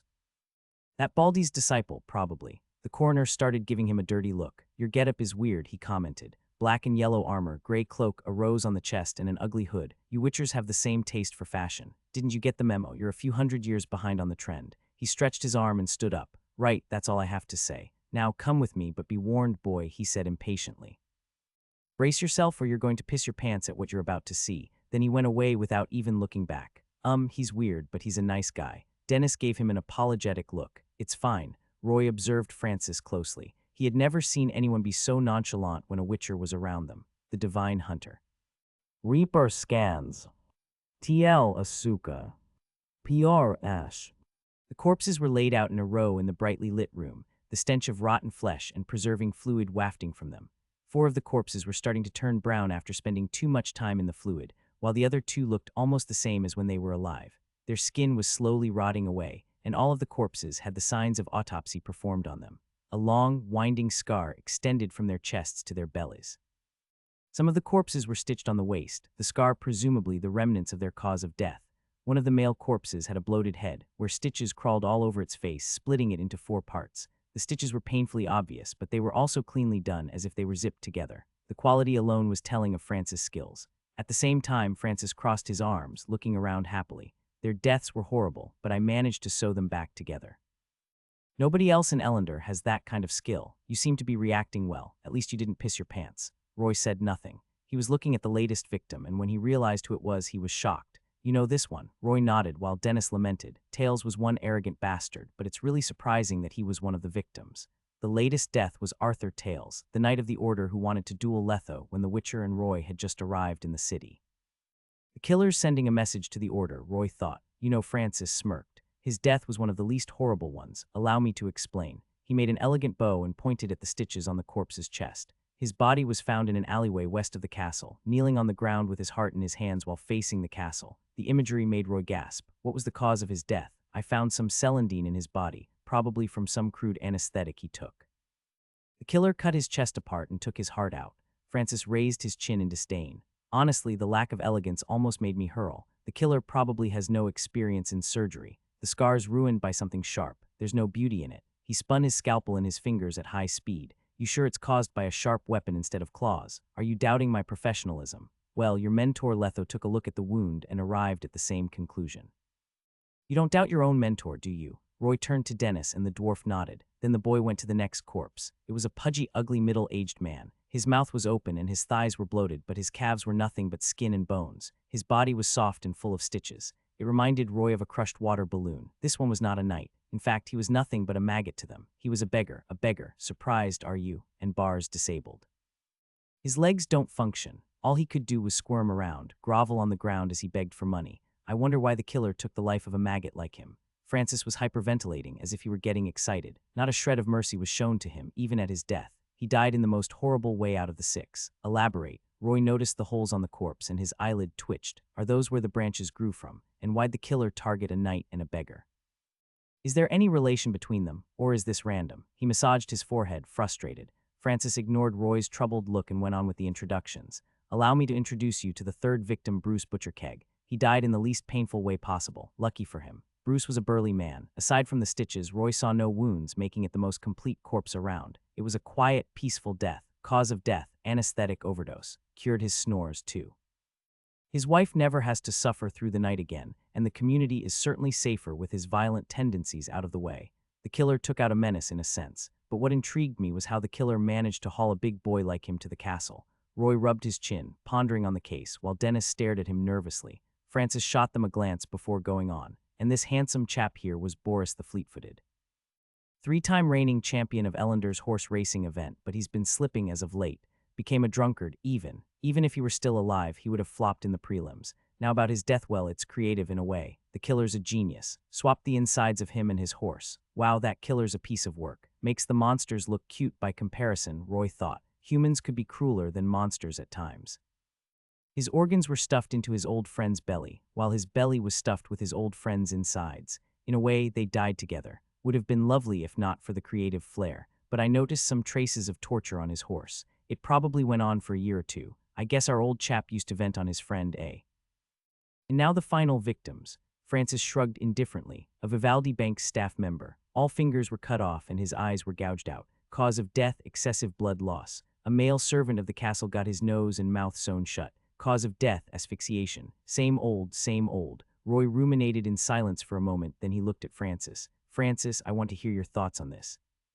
Do you think the killer did this because they have some gruesome fetish, or do they have some sort of motive? Motive. Francis tut-tutted. Getting back at the order, I presume. If there's even one to begin with. Maybe they wanted to humiliate the order so the king would send the knights back to Temeria. Did Letho tell you about his side of the investigation? You should know him better than I do. He's really paranoid and he trusts no one. That's all I have for you. You'll have to ask someone else if you want more answers. He raised his chin impatiently. Shouldn't you be arresting the killer right about now? I have a few more bodies to process today, but if you treat me to a session at the House of Peacocks, then I can let you stay for as long as you want. 10 years, probably even longer. I don't really remember. Francis had made an offhand remark, spinning his scalpel around. Unbeknownst to him, Roy had cast Observe on him, getting all of his details. The Divine Hunter. Reaper Scans. TL Asuka. PR Ash Francis. Age 35 years old. Status coroner deals with corpses in a dank basement. A master in surgery and stitching corpses together. Poet, his poems do not rhyme, and the words have no sense of beauty, nor do they convey any meaning. Most people would think of his poems as nothing more than trash, though he finds it entertaining, at least to himself. Francis will keep making poems. Hidden status. You realize something is wrong with him. Francis has a hidden identity. HP 80. Strength 6. Dexterity 10. Constitution 8. Perception 8. Will 6. Charisma 7. Spirit 6. Skill surgery level 10. Francis' face fell. A warning boy, staring is rude. Roy hid his surprise. Sorry, I was thinking about the case. We'll be leaving right away. He took the dwarf and left the basement, pretending as if nothing had happened. Once they came back to the city, Roy felt the weight on his shoulders melt from the sun's warmth. Cranmer, how much do you know about Francis? He asked. Some of that guy's stats are higher than your average Joe's. It was a stark contrast to Francis' weak looks. There were too many mysteries surrounding him, but Roy was more concerned about his hidden identity, for he had never seen Observe describe someone's hidden identity that way.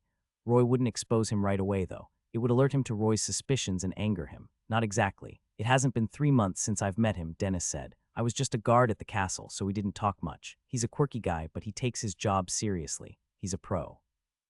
The Order should know more since they have to visit the morgue a lot. It's part of their job. But why are you interested in him anyway? Roy scratched his chin. No reason. He shifted the topic. I might sound like a broken record, but are you sure the target's a human, not a humanoid monster? Did it exhibit any non-human trait? The mere thought of the encounter was enough to send chills down Dennis' spine. Mr. Letho specifically told us to only attack when he was in close range. I was trained as a crossbowman, so I saw our target clearly since it wasn't a dark night. It was a man, around 6'3", muscular, long arms, but I couldn't see his face. His cheeks were puffy and his movements weren't human. He muttered, could it have been a monster? It's possible. Roy stared up into the sky. Can you tell me more about the victims? I want to know where they lived and where they were found. Dennis pinched his beard. If I'm being honest, Roy, this is just a waste of time. The Knights have looked into everything and double-checked everything, and they worked with the local triad to look into some of the darker news. I can tell you that the victims were unrelated to each other. Hell, they wouldn't even have crossed each other's paths. I think the killer is just a madman. This is all random. Do you think he'll keep this up then? Roy asked. Yes, but I think Mr. Letho managed to slow him down. He's probably tending to his injuries, so we have some time to breathe. All the more reason to apprehend him before he finds his bearings. The investigation must go on. Roy finally got the information he needed. They agreed to meet up some time later and went their own ways. Dennis went back to his post in the castle, while Roy went to the sundry shop to purchase a map of Ellender City. He marked all the crime scenes with a piece of charcoal and linked them together, just like how Letho did back in their hunt for the Leshen. A short while later, he realized the points formed a circle, but no matter what he did, he couldn't figure out what the sign meant. It doesn't mean anything. Did the killer really murder at random? Have I been doing this the wrong way? He'd hit a dead end, but Roy didn't give up. Instead of heading to the scene, he went back to the inn. The troupe had taken their leave a while earlier, and there weren't many customers inside. The innkeeper was sitting behind the counter, smoking out of boredom. But that wasn't the point. A question, innkeeper. The innkeeper puffed some smoke at Roy's face, shooting him a sordid look. Would you like a room? If you can answer my question, ask away. There's nothing I don't know around here. Did a guy stay here a few days ago? Bald, burly, with eyes of amber. Tom sucked on his pipe, frowning, then he remembered the guest Roy was asking about. You're talking about the Witcher with a steel sword, I presume. A man of few words he was. He booked room number 4 right upstairs, but he checked out 3 days ago. I knew it. Roy wanted to know more. Did he leave a message for anyone? Tom shook his head. All right, then I'll book the same room he stayed in. When Roy arrived at the room, it had already been cleaned by the waitstaff. There were no traces of Letho in it, though Roy went around, sniffing the air for something, and he picked up a peculiar smell, dwarven liquor and that sickly sweet stench. And what's this? He noticed some powder between the cracks of the floor. Ghoul blood. Letho made a potion here with these ingredients. Roy couldn't make any decoctions, but he knew the recipes for them. He combed through his memory and found out that Letho had made black blood, and high-quality black blood at that. Letho made a dose of black blood here. The discovery finally gave Roy another lead he needed. Not many humanoid monsters were strong enough to dodge crossbow bolts and hurt a Witcher. Ikimara, Bruxa, Katakin, Doppler, and higher vampire. A dose of high-quality black blood could turn Letho's blood lethal, making him a perfect weapon against ghouls and vampires. Perhaps the killer is a vampire, and a higher vampire at that. The other variants don't possess the intelligence needed to blend in among a large populace. Higher vampires can make themselves look like humans, and they aren't afraid of the sun. Garlic, fire, and stakes won't work against them either. The possibility of facing off against a higher vampire scared him. If he were to make a list of the most powerful beings in the Witcher world, Gontar O'Dim would have been the strongest, if Roy hadn't come across the golden eyes in the Temple of Melitl. Those eyes could have belonged to a god. In that case, Gontar O'Dim would be second on the list, while the king of the vampires, the unseen elder, would be third. Higher vampires would rank right after that. They were indistinguishable from humans, and they didn't differ in bodily functions. They didn't need blood to sustain themselves either. Higher vampires were far superior than normal vampires, and their regenerative abilities were off the charts. Not even decapitation or having their heart crushed could kill them. They weren't afraid of holy water or any religious symbol either. On top of that, they could go off the magical grid. Not even a Witcher could see through them, even with their senses activated. Geralt's friend Regis was a higher vampire. Even when he was almost nothing but ash after getting killed by Vilgefortz, he came back to life with the help of another vampire, though it took him years for that. A small group of higher vampires could massacre a town with 1,000 people if they worked together. A regular Witcher couldn't kill a higher vampire easily either, unlike what the games had shown. Letho could have been killed. He wasn't sure if Letho could win against a higher vampire in a battle. Calm down, it's just an assumption. Let's go through this again. Roy rubbed his cheeks, forcing himself to calm. He sat cross-legged on the wooden bed, calming himself through meditation. Roy went through everything he had found and sorted them all out. Higher vampires were rare creatures. They had emotions and free will just like humans did. In a sense, they were more sensitive than humans. Of course, there were good and bad higher vampires, at least in the eyes of humans. For example, Regis, who was a vegetarian, and Detlef, who fell for Sylvia Anna, were the moderates. The higher vampires of that faction were willing to coexist with humans. They wouldn't destroy human society if humans didn't cross the line. On the other hand, the rest of the higher vampires were hunters, or in other words, evil. They saw humans as nothing but cattle, as food for their palate. There were 3 factions among the hunters, distinguished by their way of raising humans. One let them do as they pleased until they were ripe for the taking. One raised them in a ranch, and the other took care of them until the day of their slaughter.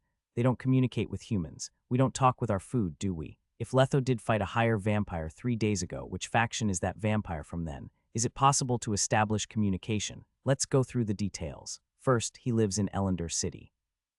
2. He was powerful enough to have killed every soldier back then, including Dennis. But he didn't do that. Instead, he escaped to an alley to fight Letho. Could he be trying to hide his identity in case anyone was hurt? This one could be from the moderate faction. I hope so. That means Letho could survive, even if he lost. Aside from the 6 deaths, Roy never did receive any report of another victim. Even the knights who were on the case weren't hurt. The killer didn't kill as he pleased. If the vampire were a hunter, everyone in his path would have been butchered. But if he were from the moderate faction, he wouldn't kill at random, much less lay a finger on the innocent. Roy shook his head. There must be something special about the victims. The knights missed something, and that something is the motive for the murders. Then he shifted his attention toward the killer's identity, and Francis was his prime suspect. He's a coroner. It's easy for him to fiddle with the bodies and hide the evidence. Kramer said he didn't see the killer clearly, though it's obvious that he was taller than me and Francis. And the killer wasn't hurt either. That means it's stronger than a higher vampire, which is impossible. Black blood is potent enough to harm a higher vampire. Francis was suspicious, but Roy wouldn't confront him without any definitive evidence. Besides, he didn't know the killer's motive. Facing him off at that point would be suicide. Roy didn't think he could kill a fake vampire either, since he was just a rookie witcher. Higher vampires didn't die easily. Piercing their hearts with a silver sword, decapitation, and burning them with igni only served to put them in a deep slumber. Only a higher vampire could vanquish a higher vampire. Fighting them is a last resort. He wanted to save Letho, but he wouldn't approach the suspect if he wasn't sure he could take him down. That angered him. I need to find out the reason for the murders and what he's afraid of. The Divine Hunter. Reaper scans. TL Asuka. PR Ash. Roy woke up early the next morning and went to the second victim's house. The victim's name was Farquhar, a 33-year-old man who worked at Vivaldi Bank. He lived in a beautiful red 3-story house in the city's middle-class area. He had 2 adorable children and a beautiful wife named Misha. He'd lived a good life. Farquhar never expected death to come to him so soon, so he'd never had the chance to make any arrangements. To make things worse, he was the only breadwinner of the family, making his death all the more devastating. Misha was on the verge of a breakdown, and she wondered how much longer she could take it. We don't even have any income now that Farquhar's gone. What's going to happen to the kids? Misha was trudging back and forth before her front door with the kids in tow, obviously looking troubled. Pardon the intrusion, ma'am. Might you be Mr. Farquhar's wife? A gentle voice called out. She looked in the direction of that voice, but she didn't recognize the man. He was almost bald, and his eyes resembled a beast's, much to her terror. However, he was smiling warmly at her. She tensed and put her children behind her. Are you a witcher? Wow, I really stand out. Yes, I'm Roy from the Viper School. My friend had been killed by the same bastard that had taken your husband's life. He'd sprinkled in some lies. I want to avenge him, so can you answer some questions? The children held their mother's arms tightly, and Misha stared at Roy in fear for a while. H, how is the investigation going? T, then. Sorry, I found no leads for now. Roy shook his head. He noticed the children and the woman looking pale and gaunt, so he wanted to help. I apologize if I've scared the children. If you'll answer my questions, I'll give you some money. It's not much, but it'll help. He looked at the children. I think you'll be needing the money, so here's some. I'm sorry this has gone on for so long without any news. Roy could only spare 5 crowns since their funds were stretched thin as they were. That bad. Doesn't your husband have any savings? Roy asked gently. Misha smiled bitterly. Most of his money is spent on the mortgage in the family. We're in the red every month, she answered without hesitation. Didn't expect this world to work just like my old one, Roy thought. Then he said casually, Vivaldi Bank is a big bank. Everyone knows it, so he should have been a well-paid man. Why was he still paying for the mortgage when he was already 30? It is what it is. Misha patted her children's head and stared at her house. Ellender's a big city, so it costs a lot just to live here. And this house is near the city center. You wouldn't believe how much it costs. It's been 5 years, but we're still paying for it. Misha had a look of hatred on her face, and she held her hands and fidgeted. Roy knew it was his cue to cut in. You can tell me if you're having any trouble. I can help you out. She stared down in silence for a moment. Are you really a witcher? They say witchers are heartless mutants. They wouldn't give away their money to the surviving family, and they wouldn't be as friendly as you. Those are just rumors. There are both good and bad witchers, Roy answered honestly. All you have to know is that I mean no harm to you. I only want to arrest the killer. God, I would have cast Axii if I could. You can take the money back if you want. She bit her lip. And I can give you more, but don't expect too much. All I want is for you to clear my husband's name. Roy shot her a look of surprise. Why? What happened? The bank rescinded the interest-free loan right after my husband's death, and they accused him of embezzlement. Misha's face was flushed with anger. Apparently, she trusted that her husband was innocent, but we don't even have any extra crowns. We've been married for 10 years, and he's been nothing but a perfect husband. He gets home on time and never messes around, and he's never taken even one extra crown home. He was an honest, hardworking man, and his colleagues know it. You can ask them if you don't believe me," she sighed. Even the esteemed Mr. Vivaldi, the bank's owner, praised him in person. "My husband won the Best Employee award too. I don't believe for a moment that Farquhar would have embezzled any money." Roy didn't take the money. He was there to look deeper into the victim's background, and he didn't want to take money from a poor, single mother. The young witcher went to the city's Vivaldi Bank and waited silently in the alley beside the establishment. When the workers were going to leave for lunch, Roy tailed one of them silently. Since he hadn't mastered Axii, Roy covered the man's head with a sack and threatened him into answering. However, the employee was already spilling the beans before Roy could even start his routine. He was terrified since he thought the serial killer who was terrorizing the city had come for him. Roy sighed after listening to the whole story. Misha had got everything wrong. The bank did not accuse Farquhar of doing something he hadn't. They had proof. Every employee had to undergo a body check before clocking off in case someone made off with more money than they should have. However, Farquhar had found a loophole. He'd hid the money he stole in the restroom's secret compartment. But before he could cash out the money, death had already come knocking. The new employee who took his place noticed the inconsistency in the account, and finally they realized Farquhar had been stealing from them. Farquhar took the bank's money. Did the killer murder him because of that? Is he a vampire of justice or something? Roy didn't stop after that. Instead, he went to the eastern part of the city, where the beggar used to make a living.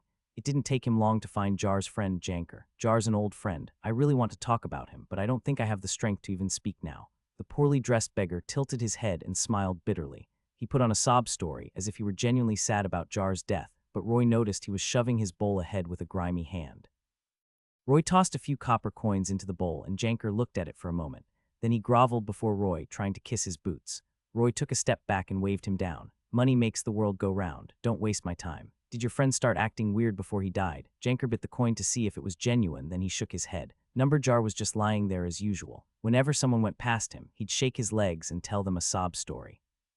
"If I didn't know better, I would have shed a tear. Some friend you are, talking trash about him after he's died." Janker was slightly agitated by that comment. "Everyone's putting on an act in this line of work. That's the truth. Honestly, I envied him. He could make 3 days' worth of money in one just by lying there and telling everyone about his legs. Everyone else had to run around to make a living." He paused for a moment. "He was a rich guy in our circle. He didn't even need to move to rake in serious crowns, and he was really well fed. None of us expected him to die. He was just missing for one night, so we thought he'd come back eventually, but nay. I heard he suffered a lot before he was killed. Pierced by a tree, wasn't he?" Janker gasped fearfully, then he cursed. "The bastard's out of his mind. If this keeps up, I'll have to leave Ellender and find some other city to live in." Roy tossed him another coin. "So he made a lot of money and didn't spend much, so he must have some savings, right? Did he cross anyone or indulge in anything?" Janker squinted. He wouldn't really dwell on anything, so no, he didn't cross anyone. He spent his days either lying around or eating. Never saw him staying in an inn despite the money he made. He never went to the gambling den either. I thought about it for a while, and I came to a conclusion: the guy loved to sleep. Roy was surprised someone like that existed. He had money, but he wouldn't even try to have fun. No, it's more like he didn't want to move around. "How would you rate Jar, seeing as you've been friends for 10 years? Boss, stop with that formality. We're just beggars, not scribes. We don't rate anyone. You're asking for my thoughts, aren't you?" Janker finally gave it a serious thought. He rubbed his chin for a while before answering. He was lazy. Can't think of anything else. Not a scholar, you see. He was really, really lazy. The elders thought he was an honest man, so they wanted to give him a job, but he said no without batting an eye. "Why should I work hard when I can make the same amount of money just by lying around?" That's what he said or something. Janker paused to catch his breath. "I've been thinking a lot, and he had a point. I would be grinning all day if I made as much as he did." Roy left after that, though Janker hoped he'd stay, since Roy kept giving him money. The other beggars gave him the same answers. Apparently, Jar's laziness was known throughout the beggars' circle. If I assume the killer murdered Farquhar because of his embezzlement, then why did he kill Jar? Because he hated Jar's lazy and unmotivated self. Roy thought about it for a moment, then he caught on to something, but he wasn't sure if his guess was right. He was about to look into the servant's background in the castle when he realized Huckle's bakery was nearby. It had been 4 months since his son had been killed by the arachnomorph. Roy wondered how the old baker was doing. Did he find out who hurt his son in the first place? The divine hunter. Reaper scans. TL Asuka. PR Ash. Roy wanted to visit the bakery, but before he even got near, he noticed someone banging on the door. When he came closer, he realized there were 2 men outside the bakery. Their clothes were in tatters, and they were armed with a bat. "Open up, you old git," a man with a big nose and a bigger braid cursed, "or I'll burn this whole place down with you in it." You should feel lucky we even want your place. Come out right now and sign this contract if you know what's good for you. This is your only chance. Keep this up and you get 100 less for every day wasted. Who are you two? Roy came up to them quietly. He scanned them and confirmed that they were just humans. And why are you here? The man with the big nose whirled around, surprised that Roy could sneak up on them. He pointed his bat at the young witcher and shot him a glare. You want to know who we are, people you shouldn't mess with. Now scram, get your bread at another bakery. Don't poke your nose where it doesn't belong, boy. The other man was fat and had a flushed face, though he pointed his bat at Roy all the same. But when he noticed Roy's golden eyes, short hair, and well-built body, he started having second thoughts. Oh, or you're getting it. Roy shrugged. He didn't want to waste time with the thugs, so he unsheathed his wooden sword and spun it around before holding it at his waist. He pointed the tip at the thugs and lunged ahead, his torso relaxed. Roy might have settled this matter another way if they'd been knights or officials from the castle, but since they were only thugs, Roy was confident he could beat them without a problem. Time to test my skills. You little twerp, think you're some big shot, are you? The man with the big nose swung his bat at Roy, but Roy didn't even dodge the hit. Instead, he stepped ahead and made a horizontal swing, blocking the bat before it could hit his chest. He clasped the bat between the blade and the crossguard and slid the sword ahead. It hit the thug squarely in the chest, and the impact made him tumble back. Before Roy could do anything, he felt a gust of wind coming from the other side. The fat thug was aiming for Roy's head, but Roy crouched and evaded the attack. The fat thug was about to regroup when he realized his hit missed, and Roy leaped ahead silently and swung his left hand, slapping the fat thug with his sword.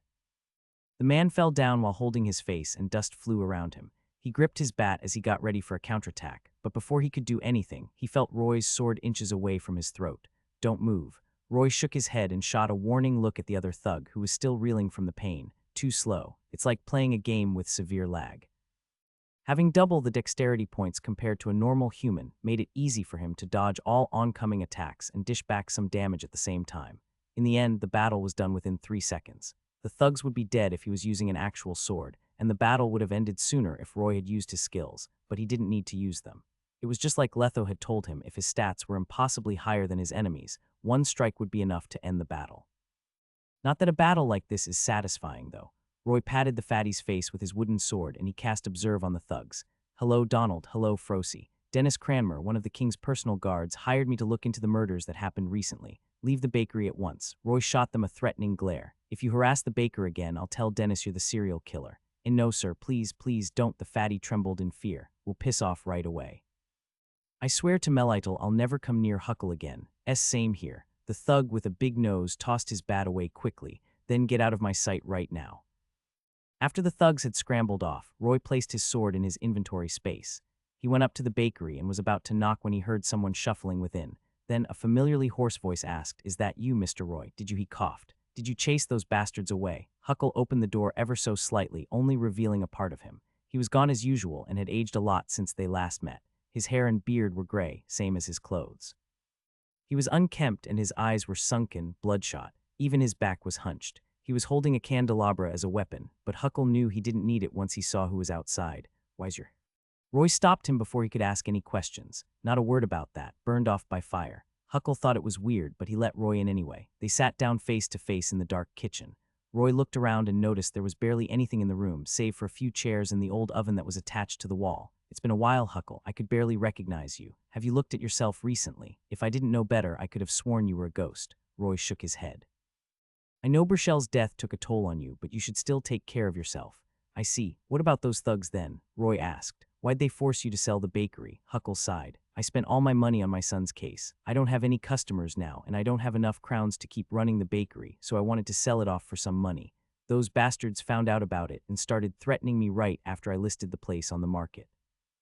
They wanted to purchase it at a price far lower. Huckle glowered. I say to the shithole with them. He picked the candelabra up and swung it in the air. I'm not a coward. They aren't getting away with it. I need the money to keep looking into the case, so I'm not going to accept any offer that's lower than what I want. And nobody's tackling this. Roy realized the reason the moment he asked the question. Oh, is it because they're busy with the murders? Spot on. The Knights are busy with the serial murders. They don't care about extortions. It's trivial to them. That's why those bastards got away with it. I would have hired a mercenary to whoop their behind if I had the money. It's all right, Huckle. I just told them off. Roy looked at him seriously. They're getting it if they try to pull anything funny. You don't have to. It's fine. Roy declined. He wouldn't take any payment since he hadn't spent too much time on it. They started talking about Burchell's case. So what did you find after all this time? If you're talking about a lead, then I did find something. At least I didn't spend my money for nothing. His eyes glimmered when they finally started talking about the case. Do you remember the exact date of Burchell's disappearance? Last year's 27th of December, Roy said. The scene of Burchell's death was still fresh in his mind. The Knights wouldn't venture to Wigan at that time under normal circumstances. Huckle nodded, but it was a special day. I went around the city, and I can confirm that there was one group of knights who left in the morning and came back later in the day. What day was it? The day Queen Ermelia left the city to pray at the temple. She was escorted by a group of knights. Roy wondered what Huckle was talking about, so the baker stopped for a moment to explain. The queen and king have been married for many years, but they aren't blessed with a child. Melitel's a goddess of fertility, so you get why she's praying to her. That makes sense. Then Roy realized he had heard something similar before when he was training in the temple. The priestesses were talking about the queen. Wait, Ermelia. The queen's name is Ermelia. Roy poked his temples. That sounds familiar, so you remember. Huckle was happy that his investigation led to something significant. My poor son said two things before he died. One was the order, while the other was Emily. Emily Ermelia. Wait, he wasn't talking about Emily, right? Correct. My son said the queen's name before he died, and I spent a lot of time thinking about it. Huckle was sure his conclusion was right. Burchell mentioned the order and the queen, so the bastard who hurt him must be among the group that escorted the queen that day. Huckle's face was flushed with anger, and he was trembling. I don't know why that bastard left his post. I don't know why he went to Wigan, and I don't know why he hurt my son, but by Melitel, I will get my hands on him and drag the answer out of him. Huckle's chest heaved as he let out a few heavy breaths. What do you think, Mr. Roy? Roy put his chin on the back of his hand. Does Burchell know Ermelia? He gave it some thought, but something seemed off about Huckle's conclusion. Of course he does. Everyone and their mother has seen Her Majesty. She's a gorgeous and gentle woman. Did Burchell know she would visit the temple that day? Well, Huckle hesitated for a moment. I don't think so. Burchell didn't know. Then why did he say her name? Huckle suddenly went to the living room and came back with a piece of wrinkled paper that had names written on it. The one who wrote the names had obviously never written before, for the writing was nearly illegible. I bribed a servant of the palace, spent most of my money to get my hands on this list. This is the list of the knights who escorted the queen. There are 15 of them. Take a look. Roy was impressed that Huckle managed to go that far to avenge his son. If Huckle's assumption was true, then the knight who hurt Burchell would be among the escort team. He took the list from Huckle and read through it. Linton Foreman, Simon Patrigaden, Clyde Grint, Sylvester Beatty. Roy paused for a moment since he saw a familiar name, though that particular knight was already dead. Arthur Tales. Do you have a copy? Yes, I'll take this one then. Roy decided to tell him a bit about the reason he wanted the list. I'm helping His Majesty's guard for the time being, so I might just come across the knights. I'll look into this if I get the chance. Roy nodded. Take care, Huckle. Stop beating yourself up. He didn't refuse the offer this time. Going against the knights was risky, so it was sort of a request. He didn't want to stay over for too long, so Roy took his leave. Dusk had descended when he left the bakery. Since it would be inconvenient to visit the victims' homes at that point, Roy went to the places where their bodies had been found. However, he couldn't find anything. The latest death had happened 2 weeks ago, while the first one had happened 3 months back. It had been too long since then, and the knights had searched the whole place, ruining any clues that might have been left behind. Roy activated his Witcher senses to see if he could pick anything up, but he found nothing. He didn't give up at first and searched into the night. 3 hours later, he came back to the inn. Roy took out a journal with a black leather cover from his inventory space and recorded the results of the investigation for the day. He'd requested a notebook and quill from Nenek after he became a Witcher so he could record all his adventures. There were the records of the child hunter in the House of Cardell, the Leshen in Mount Carbon, the Necker chieftain in Smyek, and Alan the werewolf in the notebook. If Roy survived his adventures, he could give the notebook to his own disciple. If he didn't, then the notebook would be proof that he lived. 20th of May, year 1261, the serial murders of Ellendor City. Victims investigated Farquhar, embezzled money, had a wife and 2 kids, Jar the beggar, lost both of his legs. Very lazy, Letho is still missing. 2 trails of blood found at the scene of his disappearance. Once he was done recording, Roy meditated for 15 minutes to regain his strength. Then he left the inn and hid in a remote corner of the city. Not even the moonlight could penetrate the darkness of the place, and no guards patrolled. It wouldn't be possible to keep on investigating in the dark, and he had to keep up with his training. It had been months since he last trained. Roy clenched his fists, and Gwyher appeared in his hand. He crouched slightly, relaxed his muscles, and stood in a lunge position with his left leg forward. Roy held the sword horizontally by his face, the blade pointing at where his enemy's throat would be. As usual, he practiced the 5 stances, the basics, and the footwork. Roy had gotten quicker after passing the trial. Every movement was explosive, but the transitions still felt awkward, since he wasn't used to his newfound strength as of yet. The only way to adapt was to train every day. Roy was drenched in sweat after an hour of training, but he didn't stop. Instead, he switched Guiher out for Gabriel. There was one thing he wanted to try, and that was Gabriel's new effect, guided arrows. First, he fired a normal shot at a tree to see how far it would pierce through the trunk. The bolt managed to bury itself a few centimeters into the trunk. Then he cast guided arrows, and the moment he pulled the trigger, he felt something weird happening to him. It didn't take him long to realize that his mana was being concentrated onto the crossbow. Mana 20, the bolt soared through the air, and Roy didn't stop firing. 3 seconds later, Roy had fired 7 shots, losing a huge portion of his mana. Mana 5145, the moment he stopped shooting, he felt a wave of exhaustion crash down on him. Everything around him turned white and distorted, as if he were going on an LSD trip. Roy knew he was about to faint, but he bent over and held his knees to stay awake. The dizziness lasted for more than 10 seconds before finally going away. Good thing I tested it out before going into a fight. Roy realized his body would react adversely if he exhausted his mana too quickly. Gotta be careful. After he had regained his bearings, Roy checked on the arrows that had the guided arrow effect cast on them. They were buried deeper in the tree compared to the normal shots, around 50% more. The system calls this a slight increment. The power-up is huge. Roy kept up his archery practice, and he noticed his mana had gone up by 1 point after an hour. He arched his eyebrow in dissatisfaction. Guess it's because I have barely any affinity with the elements. He never expected his mana to replenish so slowly when he wasn't meditating. In other words, he couldn't keep using guided arrows unless he had potions that could replenish his mana quickly. Once he found out about that, Roy finished his practice for the night and went back to the inn to meditate. I'll test the range and tracking ability next time. Gotta get some fast and nimble targets. They make the best test subjects. The Divine Hunter. Reaper scans. TL Asuka. PR Ash. Roy's mana was fully replenished once he exited meditation 6 hours later, much to his relief. If he couldn't fully replenish his mana in one session, that'd make guided arrows useless in battle, since he would also have to spend mana on signs in the future. He washed himself up before traveling to the palace. Dennis was already waiting for him, and together they went to the servants' room. Roy wanted to look into the third victim that day. On their way there, the duo came face to face with a few knights in shining armor, literally.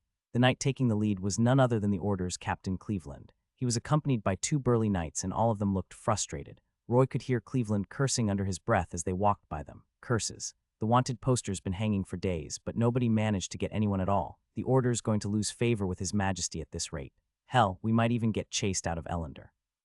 Calm down, Captain Cleveland. The portrait's too vague for anyone to see. I can understand why nobody's turning anybody in yet. Besides, Mr. Letho's missing right now. It'll be hard for us to find someone who's deliberately hiding himself in a city this big without a Witcher's help. Hold up. What did you say? We need a Witcher, that's right. Cleveland looked around and his eyes lit up at the sight of Roy. Have you found anything, Mr. Roy? He strode to Roy. The young Witcher shook his head.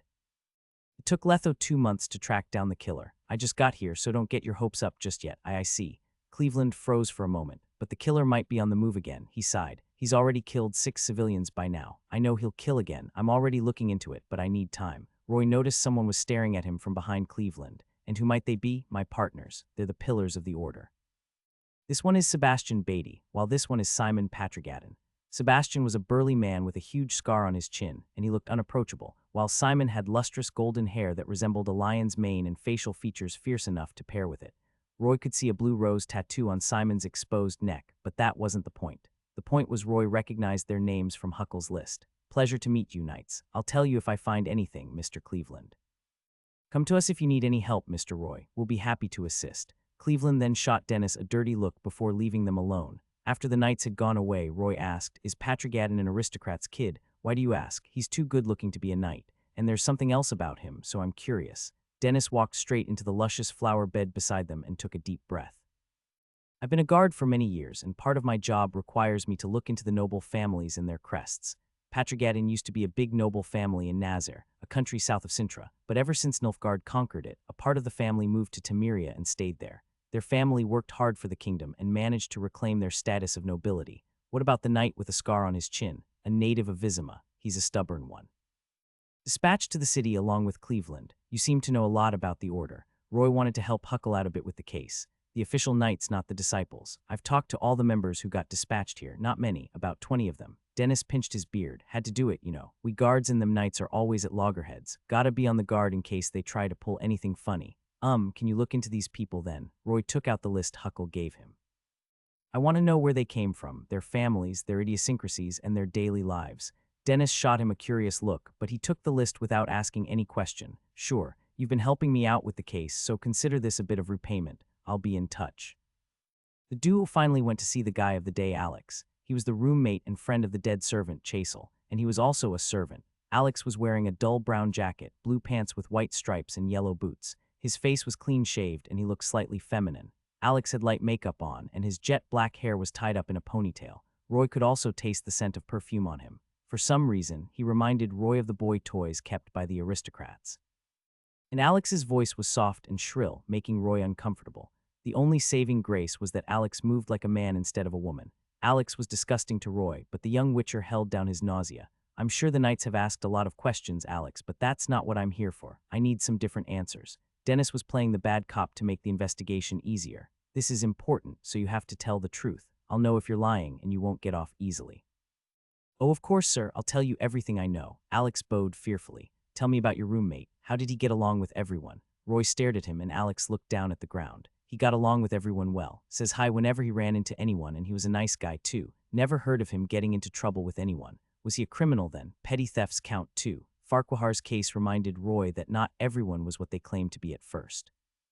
No, sir, the servant answered nervously.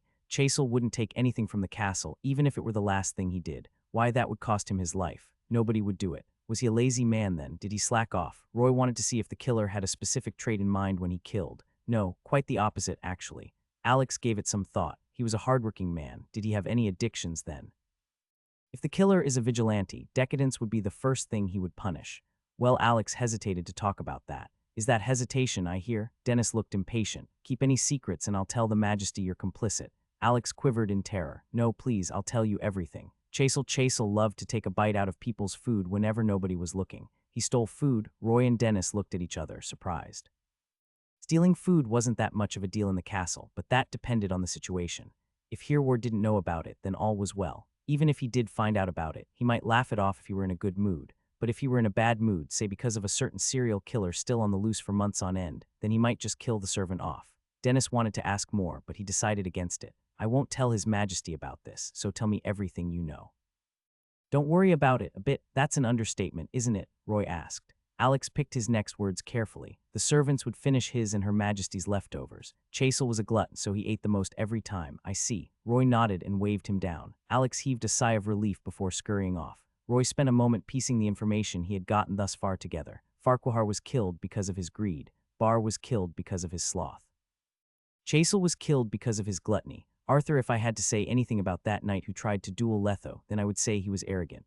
So pride, we have 6 victims right now. The number's not right, but it's only a matter of time. An idea struck Roy. All the crimes the victims had committed could be summed up in one phrase, but Roy found it unbelievable. He massaged his temple as he processed the possibility of that concept. Impossible, he muttered.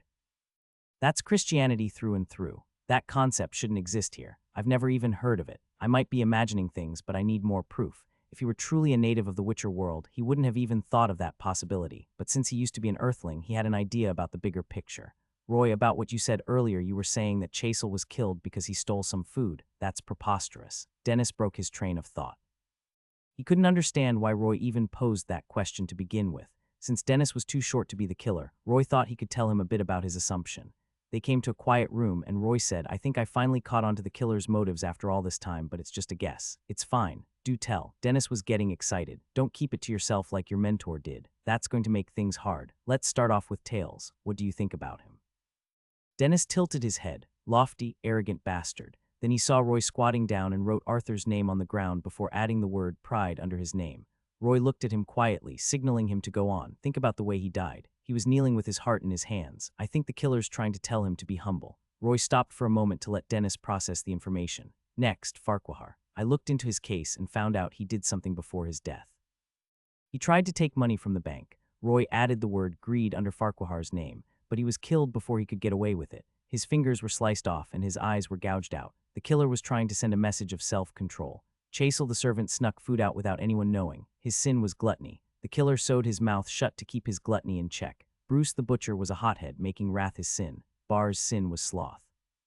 Boris the Fleetfoot used to be a racing champion, but he spiraled down a path of self-destruction after his loss. He envied his rivals, but he vented all that envy on his horse in the form of torture. His sin was envy. He couldn't even love himself and stand back up, making him worse than his horse, who stayed by his side until the very end. The killer switched their insides to send a message of love. Twisted, I'd say. Roy stopped for a moment.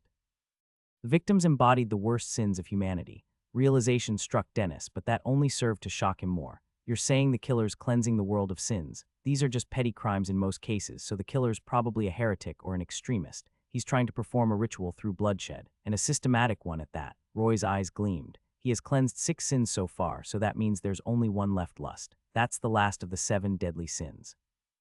The killer has 1 target left. Wait, Roy, Dennis was intrigued. Why is it 7 deadly sins? Care to explain? Why that particular number? Which religion started this? You've never heard about the 7 deadly sins before? Dennis shook his head. I'm not a theologist, but I've lived a long life.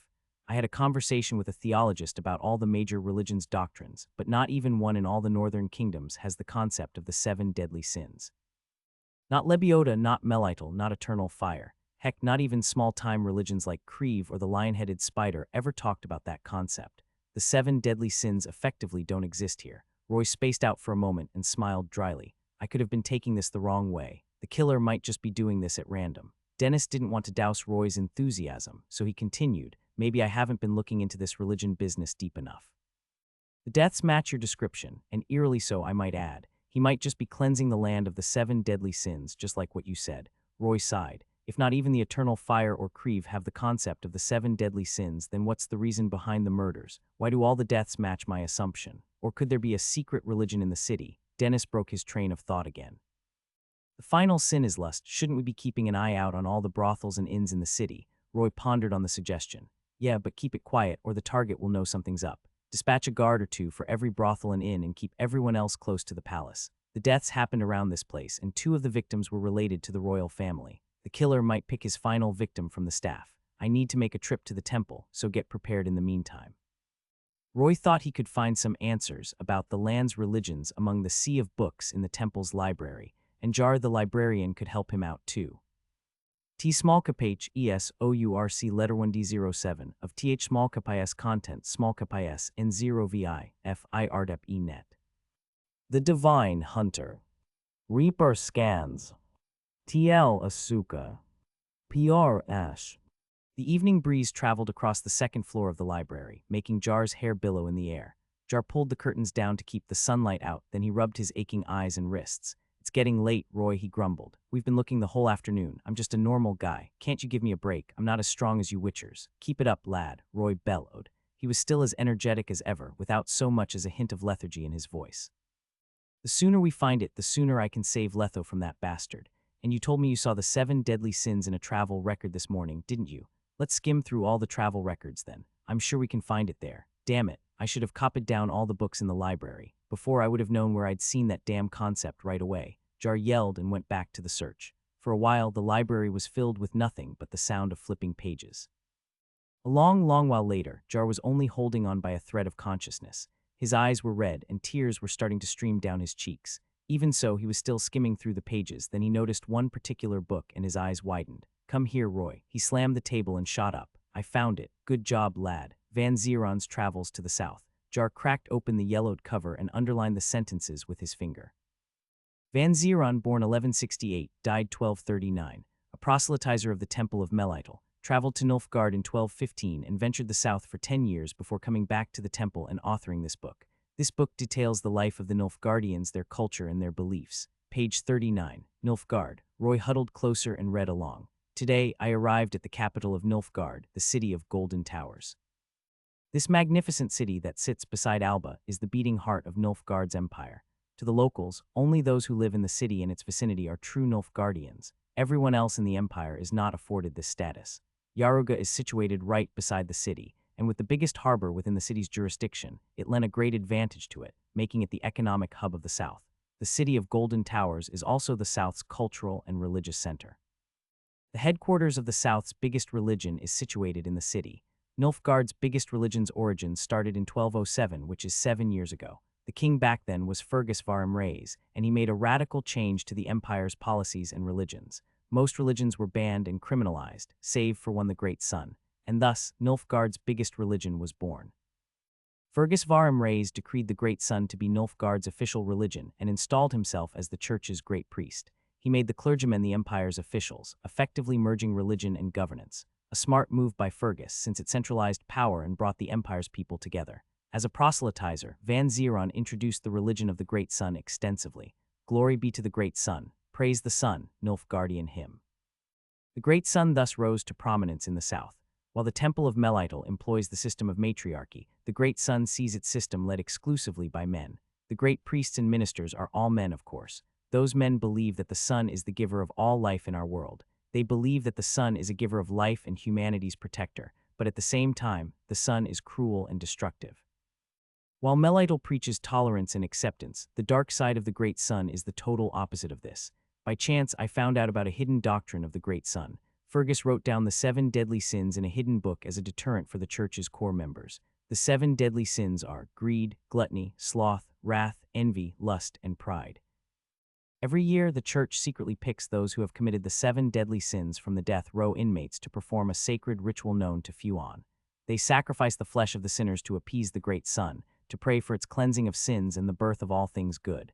They believe the sun will grant them their wish. There must not be a drop of innocent blood spilled by any partakers of the ritual, or the purity of the sacrifice will be tainted. Since most of the religion's believers are men, they usually ask for partners.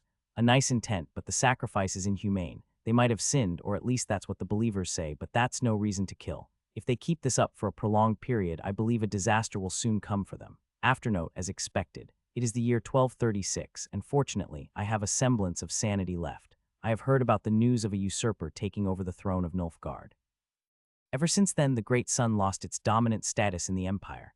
The Great Sun, Roy wondered about the religion for a bit while realization struck jar. No wonder we didn't find anything in the northern religions. The 7 deadly sins originated in the north, and it involves a secret ritual. The religion only lasted for 30 years and waned after the emperor's fall. This is probably the only record about the Great Sun among all the books here. Hamlet, Witcher version. Really.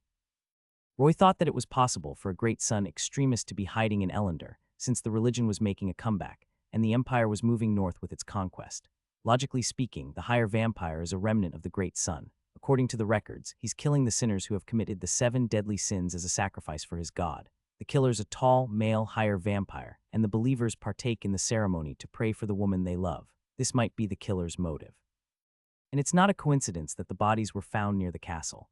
Roy had a solemn look on his face, much to Jar's confusion. There's a woman in the castle whom the killer likes, and he's showing his love for her through bloodshed. But killing 7 people over a servant would be a bit too much. That means the lady must be of high status. Does King Hereward have any daughters? Roy's sudden question made Jar jump. He thought about it for a moment and stammered, and no, His Majesty has no children.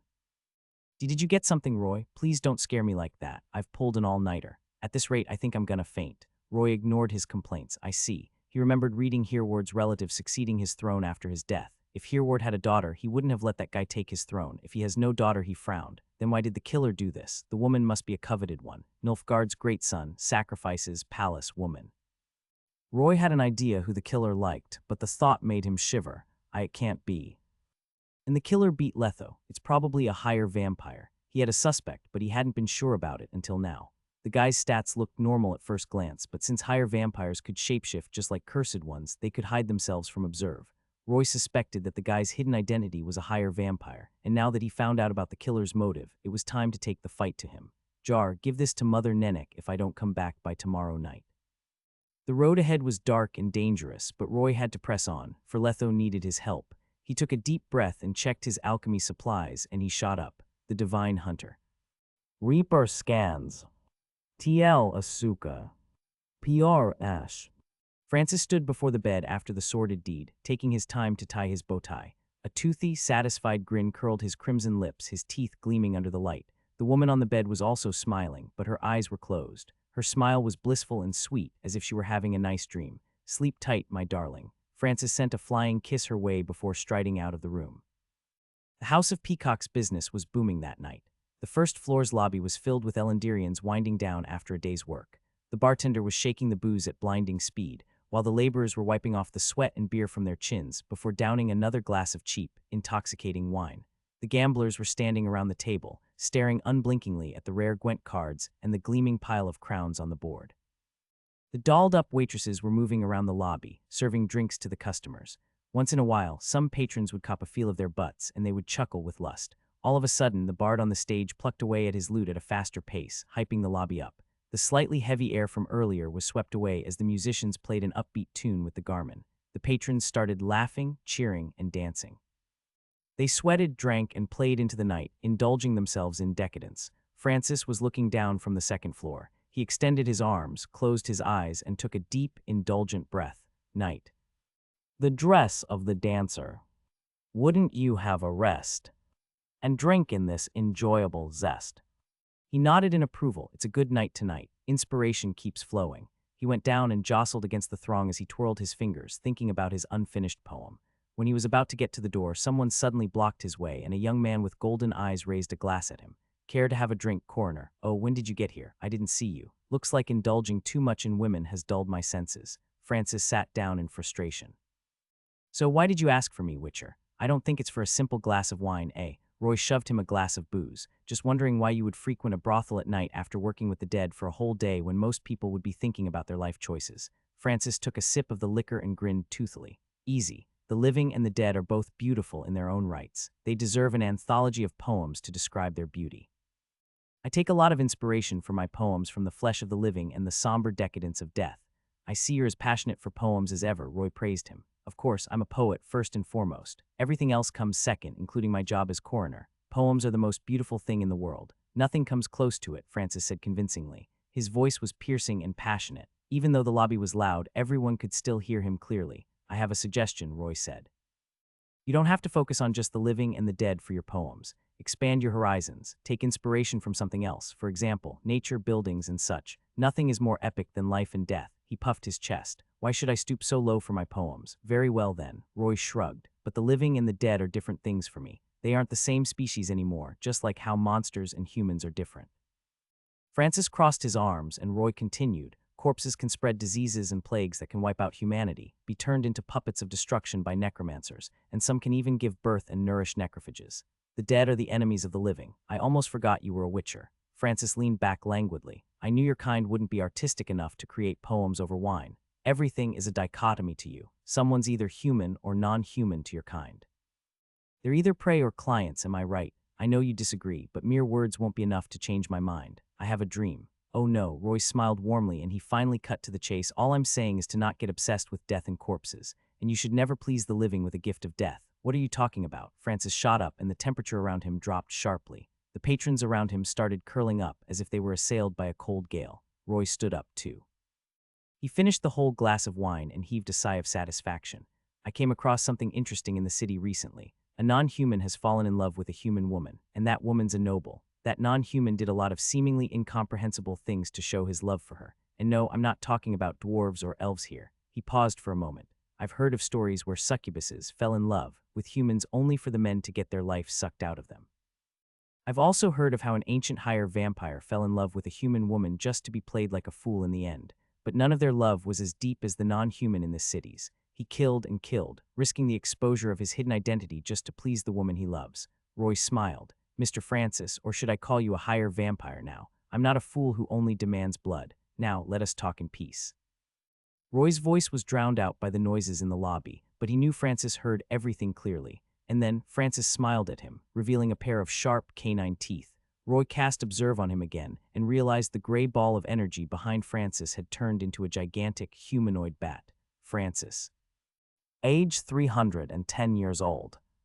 Status coroner, poet, higher vampire. A higher vampire has bared his fangs at you. You have seen through the veil shrouded in red, revealing his true form. Higher vampires rest at the top of the vampire pyramid. Compared to his lower brethren, higher vampires' behaviors resemble that of humans. HP requires higher perception.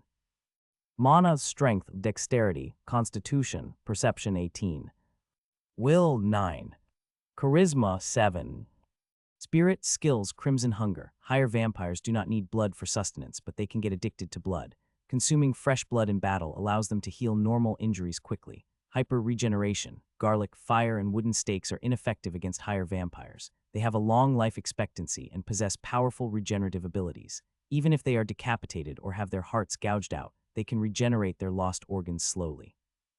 Some powerful higher vampires can revive, even after being turned to ash, though it would take a long time. In a sense, only a higher vampire can vanquish a higher vampire. Hypnosis casts a hypnotic spell on the target, causing them to open up and listen to the caster's orders. Invisibility changes the color of the caster's skin, allowing them to blend in with their environment. The human eye is unable to see through the caster's camouflage. Spread turns into a group of bats and dodges any incoming attacks. Allows for high-speed movement. Scarlet Summoning allows the caster to forcibly command any nearby, low-ranking bloodsuckers to assist them in battle, including but not limited to bats, bruxa, and ekimara. Flesh of Blood releases all the power contained within the caster, turning them into a gigantic bat.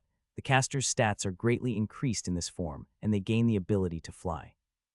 The caster will be overwhelmed by bloodlust and lose all sanity. They will also grow fangs and claws. Higher perception required for more information. Roy gulped and froze, the divine hunter. Francis roared with laughter, and laugh lines appeared on his face. His fangs had already disappeared, and he didn't seem furious about getting exposed either. It was as if Roy had told him a marvelously hilarious joke. You shouldn't be a witcher, boy. With that kind of imagination, you could have been a best-selling author. You can write an interspecies romance novel titled A Loving Vampire and the Playful Lady. Has a ring to it, eh? I know a few guys who work in the industry. Sure, they don't have the artistic sense to appreciate and publish my anthology, but boy do they know how to sell. I can introduce them to you. His eyes gleamed with mockery. The nobles love all things bizarre, boy, more than the peasants do. I have a feeling that the novel is going to be a hit. You're going to be rich, Witcher. Rich. You can say goodbye to the Witcher life and be a best-selling author. Roy stared at Francis closely, but he didn't see anything that indicated that the coroner was nervous. Either he's a good actor or he's denying it.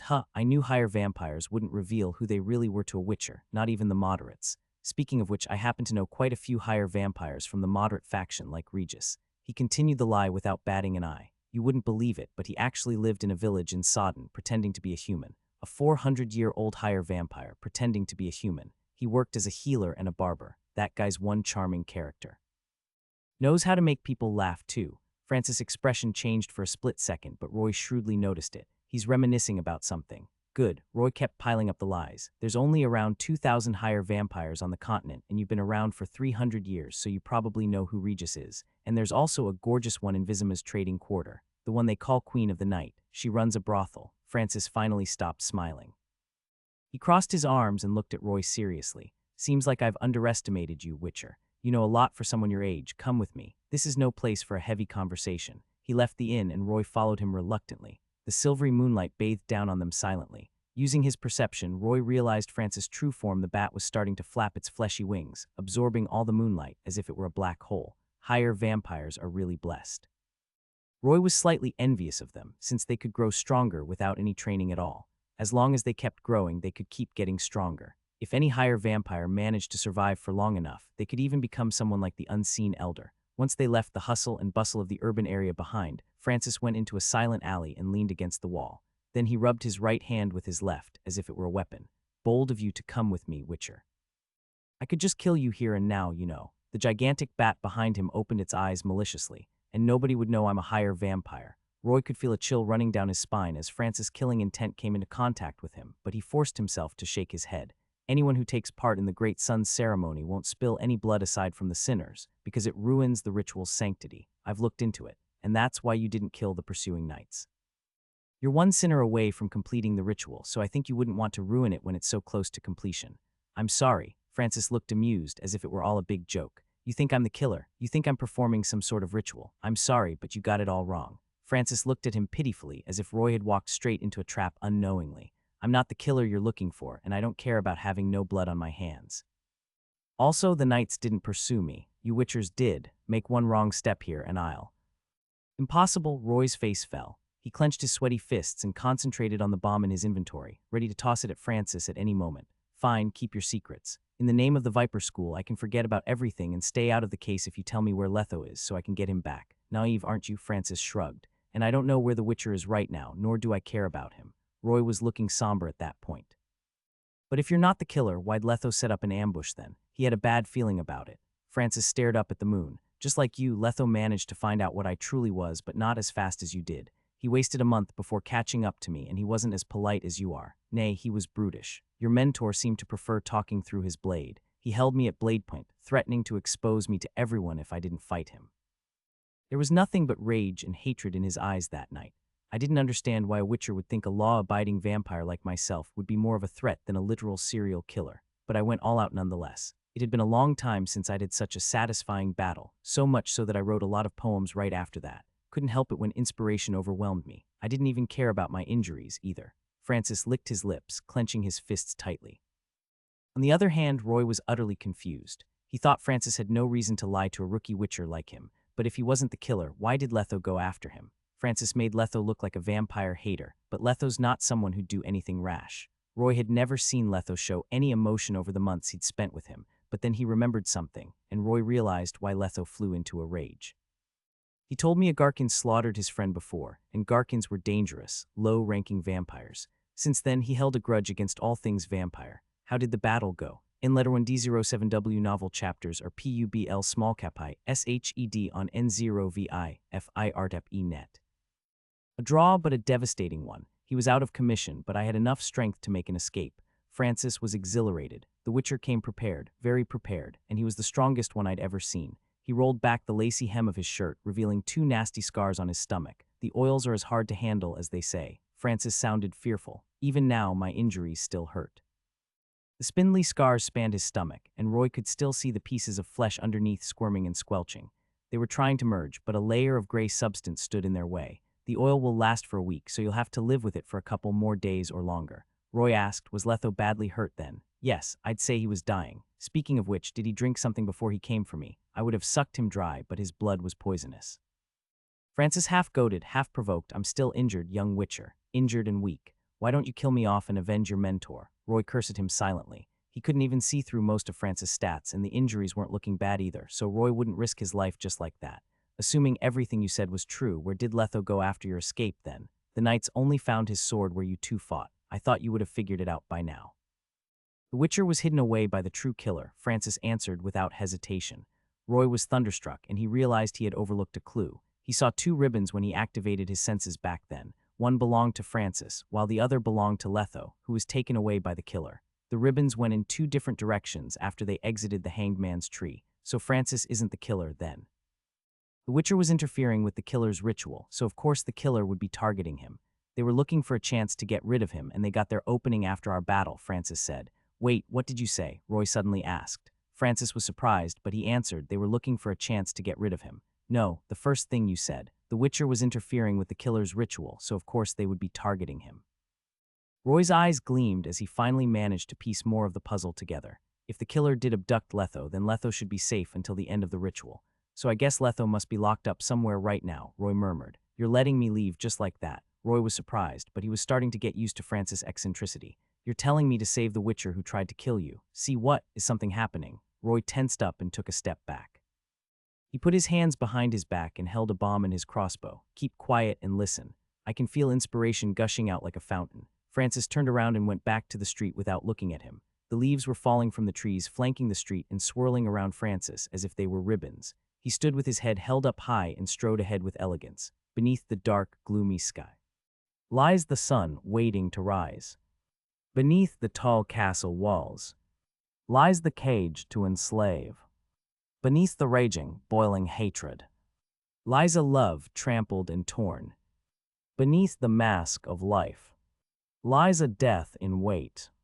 The bloody bat whipped up a gust of wind, and Francis disappeared into the night, leaving the echo of his terrible poem trailing around the street.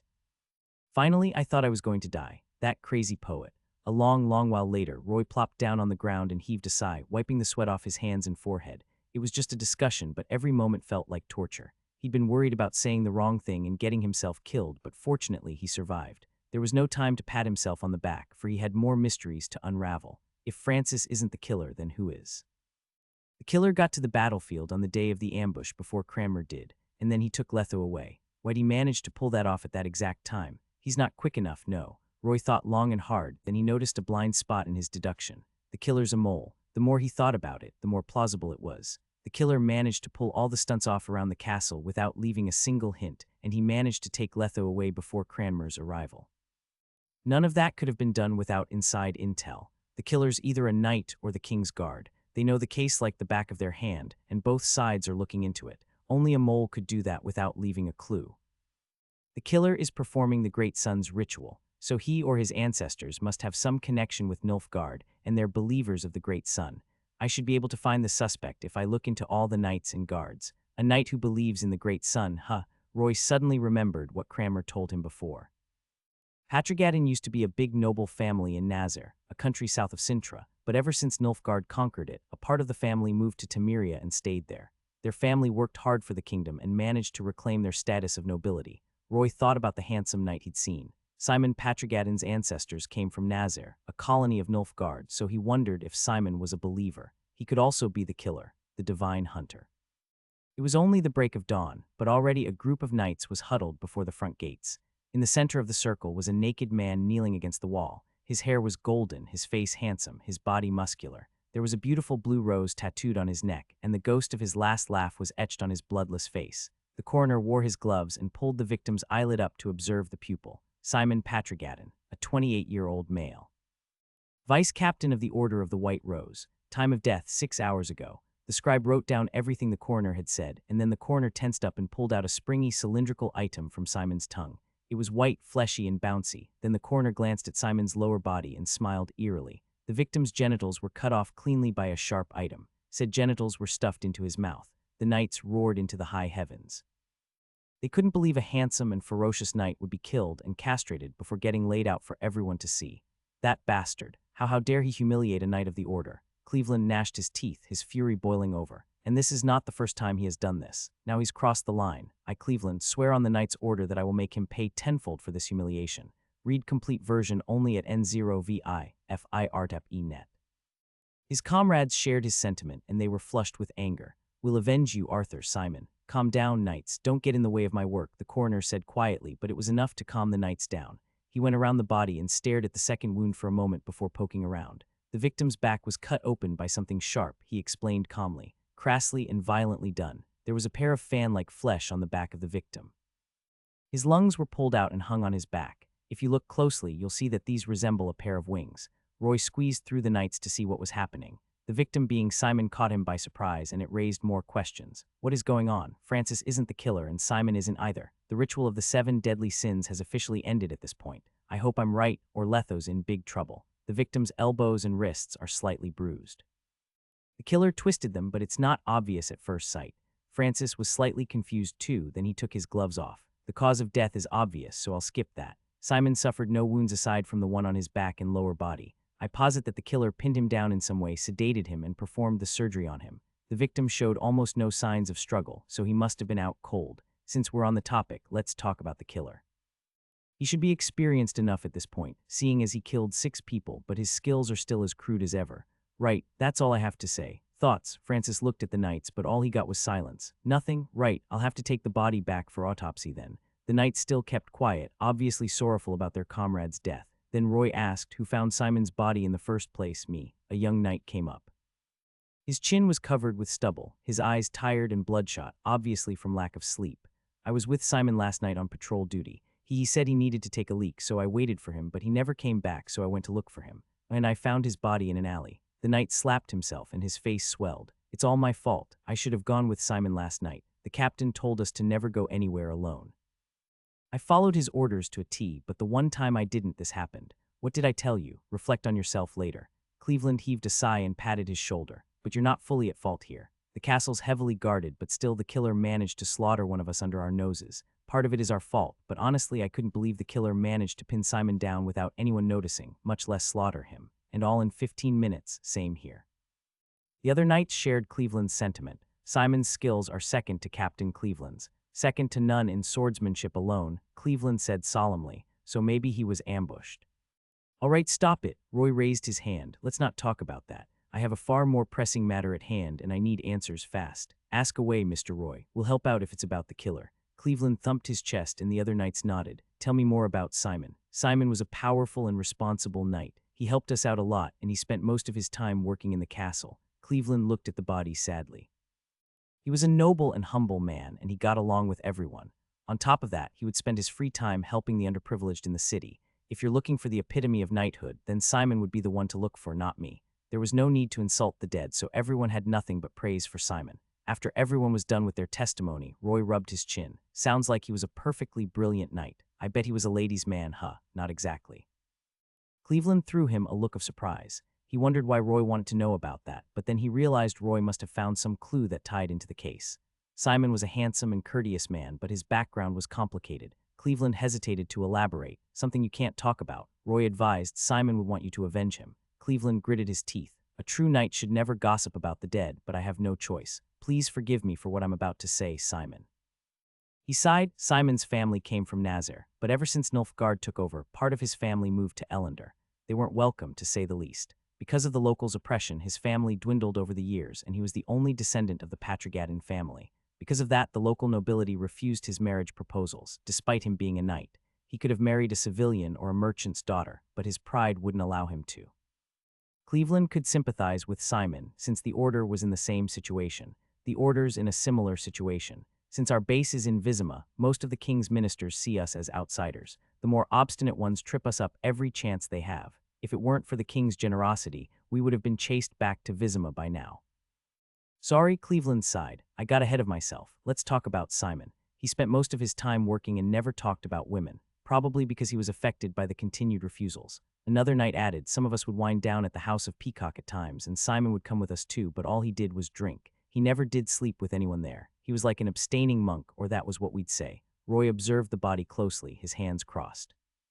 If he's as lustless as the knights say, why'd the killer pick him as the embodiment of lust? Was he a hypocrite or a loyal lover? Then he saw Dennis waving at him from behind the knights. Roy went up to him and Dennis whispered, I looked into everyone on the list. Shoot, I looked into every knight, all 25 of them. Dennis gave him a piece of parchment. Their details are written right here. Nicely done, I'd say. No, Dennis shook his head. Everyone else is native to Temeria. Anyone whose ancestor was a Nilfgaardian. I have no idea about that. Dennis almost leaped in fury. Don't tell me you want their ancestors' info. No, Roy shook his head, his expression gloomy. Simon's dead. That's the biggest suspect gone. If he was really the killer, he wouldn't have finished himself like this. There's no way, but I'm not convinced he's innocent either. His ancestor came from Nilfgaard. He was an upright guy, and he never dated anyone. Even so, the killer chose him as the embodiment of lust, and the whole ritual was done for that lady in the castle. Is there a connection between them? Roy went back to the knights. He needed to verify something. Cleveland coughed. Mr. Roy, pardon me, but have you found something? Roy stared back at the doubtful knights and nodded. I have an idea who the killer is. Can anyone here take me to Simon's place? He scanned through the knights. I've checked the other victims' homes, and now I need to check Simon's in case there's a clue there. The Divine Hunter. The knights were silent for a while, then the young knight who patrolled with Simon came up. I used to be friends with Simon, Mr. Roy. I knew him and his family quite well, so I can take you there. Salvator at your service. Please come with me, Witcher. The Patrigadin's residence was located in the northwestern area of the city. It had a moderately sized yard, where weeds were overgrown and the gates were rusty. The ground was also filled with fallen leaves, making the place seem more desolate. As they went down along the main path, Roy noticed a dry fountain standing in the yard's center, while a 3-story building stood behind it. The walls of the building were discolored, the paint was curled up, and dregs of ivy were plastered on them. 2 stone lion statues stood on each side of the front door, and there was a date carved on the statues' plates. 1240, month of the harvest, that's the date of this manor's establishment, Salvator explained. Roy looked around at the gigantic manor, clicking his tongue. Simon lived in this manor all by himself. He didn't even hire a servant. Wouldn't he get lonely? He never complained, or at least we never heard any complaints from him. His whole family probably loved their peace and quiet. When they came up to the front door, Roy looked up and realized a window on the second floor was left ajar. Without even thinking, he slightly crouched before leaping up into the air. Those movements aren't human, Salvator thought as Roy climbed up the wall like a lizard. A while later, Roy entered the room on the second floor. Salvator suddenly remembered something, and his face fell. A moment later, he leaped up and got into the room, albeit barely.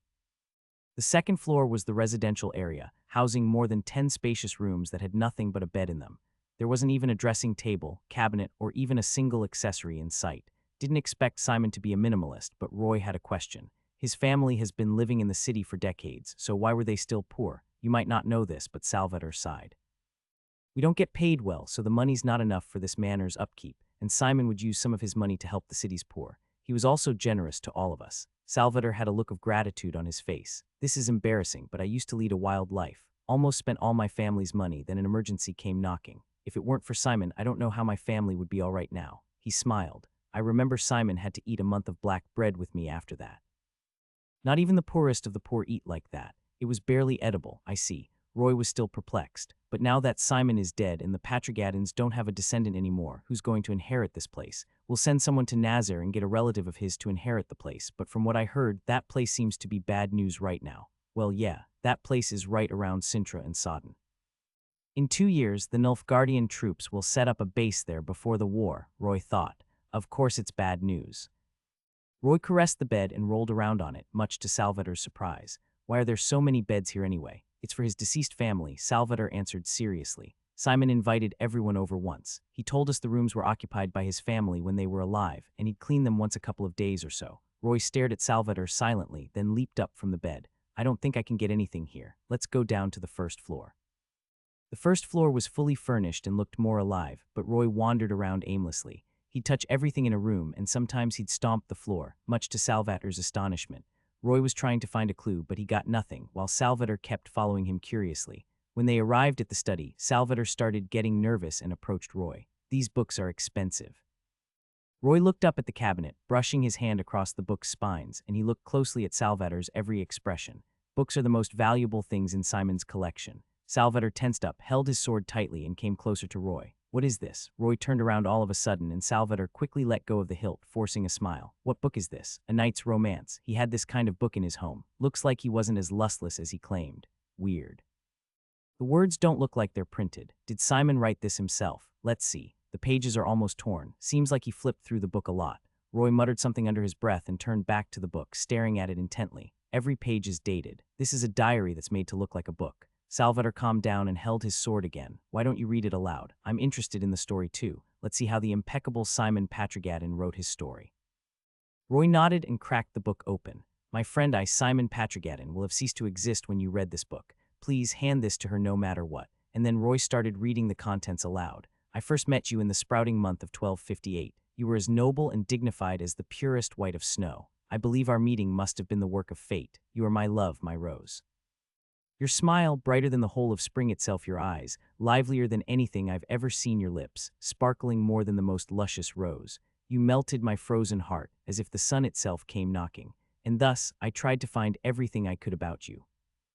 It started that day. He insulted you, called you a barren bitch. It broke your heart, and I came to comfort you while you took pity on me. And then Roy's eyes widened in shock. Hey, there's something weird here. He pulled something out with his index and middle finger, then he realized it was crimson lacy underwear. Wow, spicy. The young witcher turned his head away. You seem nervous, Salvator. And why are you sweating? Did something happen?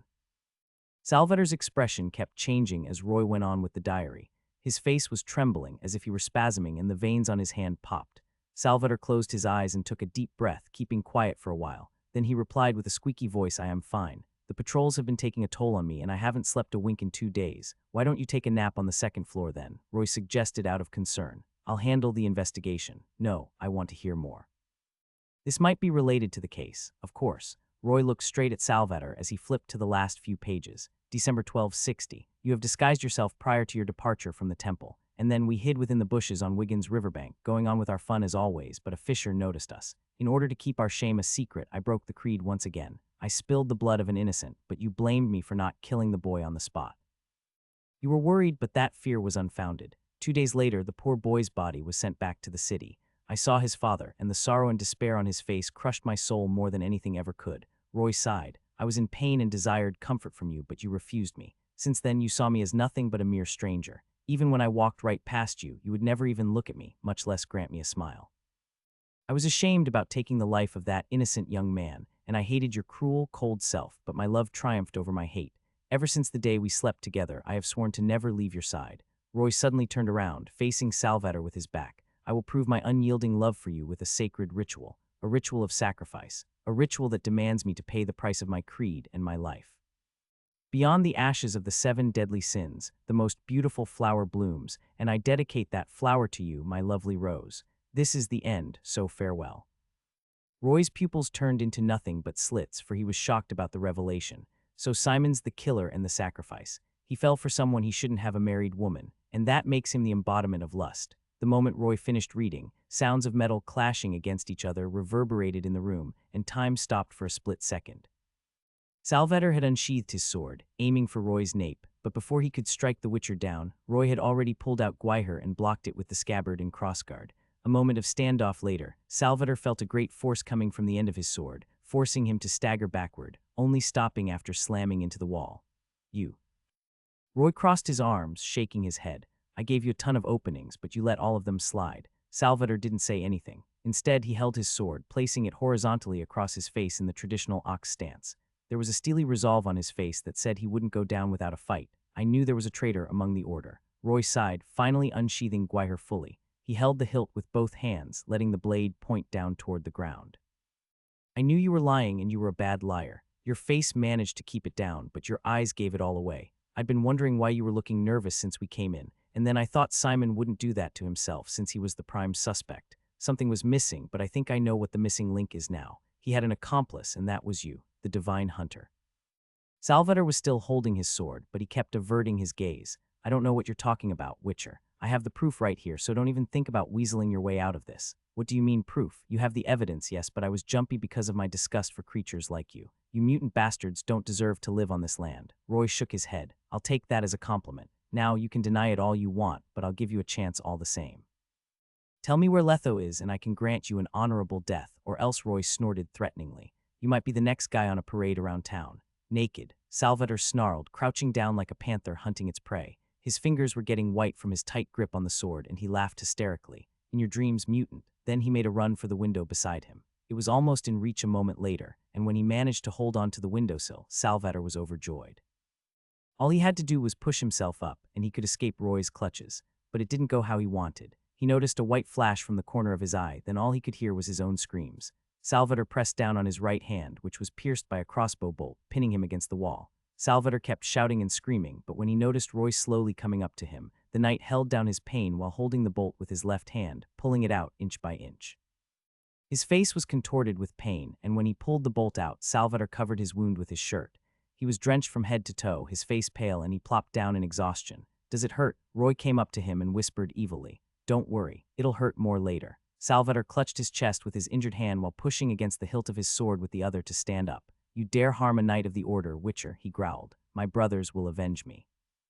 Don't you think it's a little bit too late for that? Roy snorted. Do you really think they'll help you when they find out what you did? Naive. I bet they never thought the killer they wanted to apprehend had been hiding under their noses all this time. But that's understandable. Only someone in the order could have done this despite the knights and guards heavily patrolling the place. Traitors are usually hard to detect after all. Do not slander me, Witcher, Salvador roared. You could never comprehend the ritual's importance. Nope, but what I do comprehend is that if anyone were to know of your crimes, that would bring shame to the order. Your comrades will abandon you, your family will be shamed, and the people will see you as nothing but a joke. Roy locked his gaze on Salvador, and he went in for the kill. Let me guess. You were guarding the room like the faithful dog you were when Simon and Her Majesty Amelia were having fun in bed. Did you watch the show and cheer them on, Mr. Knight? Silence. Salvador finally snapped, and he pounced at Roy with his sword in hand, as if he didn't feel the pain. He moved by instinct, and he aimed for Roy's throat with every swing he made. On the other hand, Roy drew upon his training from the temple's courtyard. The young Witcher leaped back swiftly, evading Salvador's attacks. No matter how much Salvador swung his sword around, Roy could always dodge it in the nick of time with his footwork. Every time he felt the sword brush against his skin, an electric current coursed through his body. Roy shivered, but not from the cold. Instead, he was excited about the battle. Salvador's barrage of attacks was done a moment later, but he only needed a split second to catch his breath. That split second was all Roy needed. Roy lunged ahead and swung Gwyher up, clashing it against Salvador's sword. A loud boom was heard before Salvador's sword was sent flying away from the impact. Before Salvador could process what was happening, he saw a twisted, bloody shadow appear behind Roy, whispering horrors into his very soul. The fear gripped him like a monster's claw, petrifying him.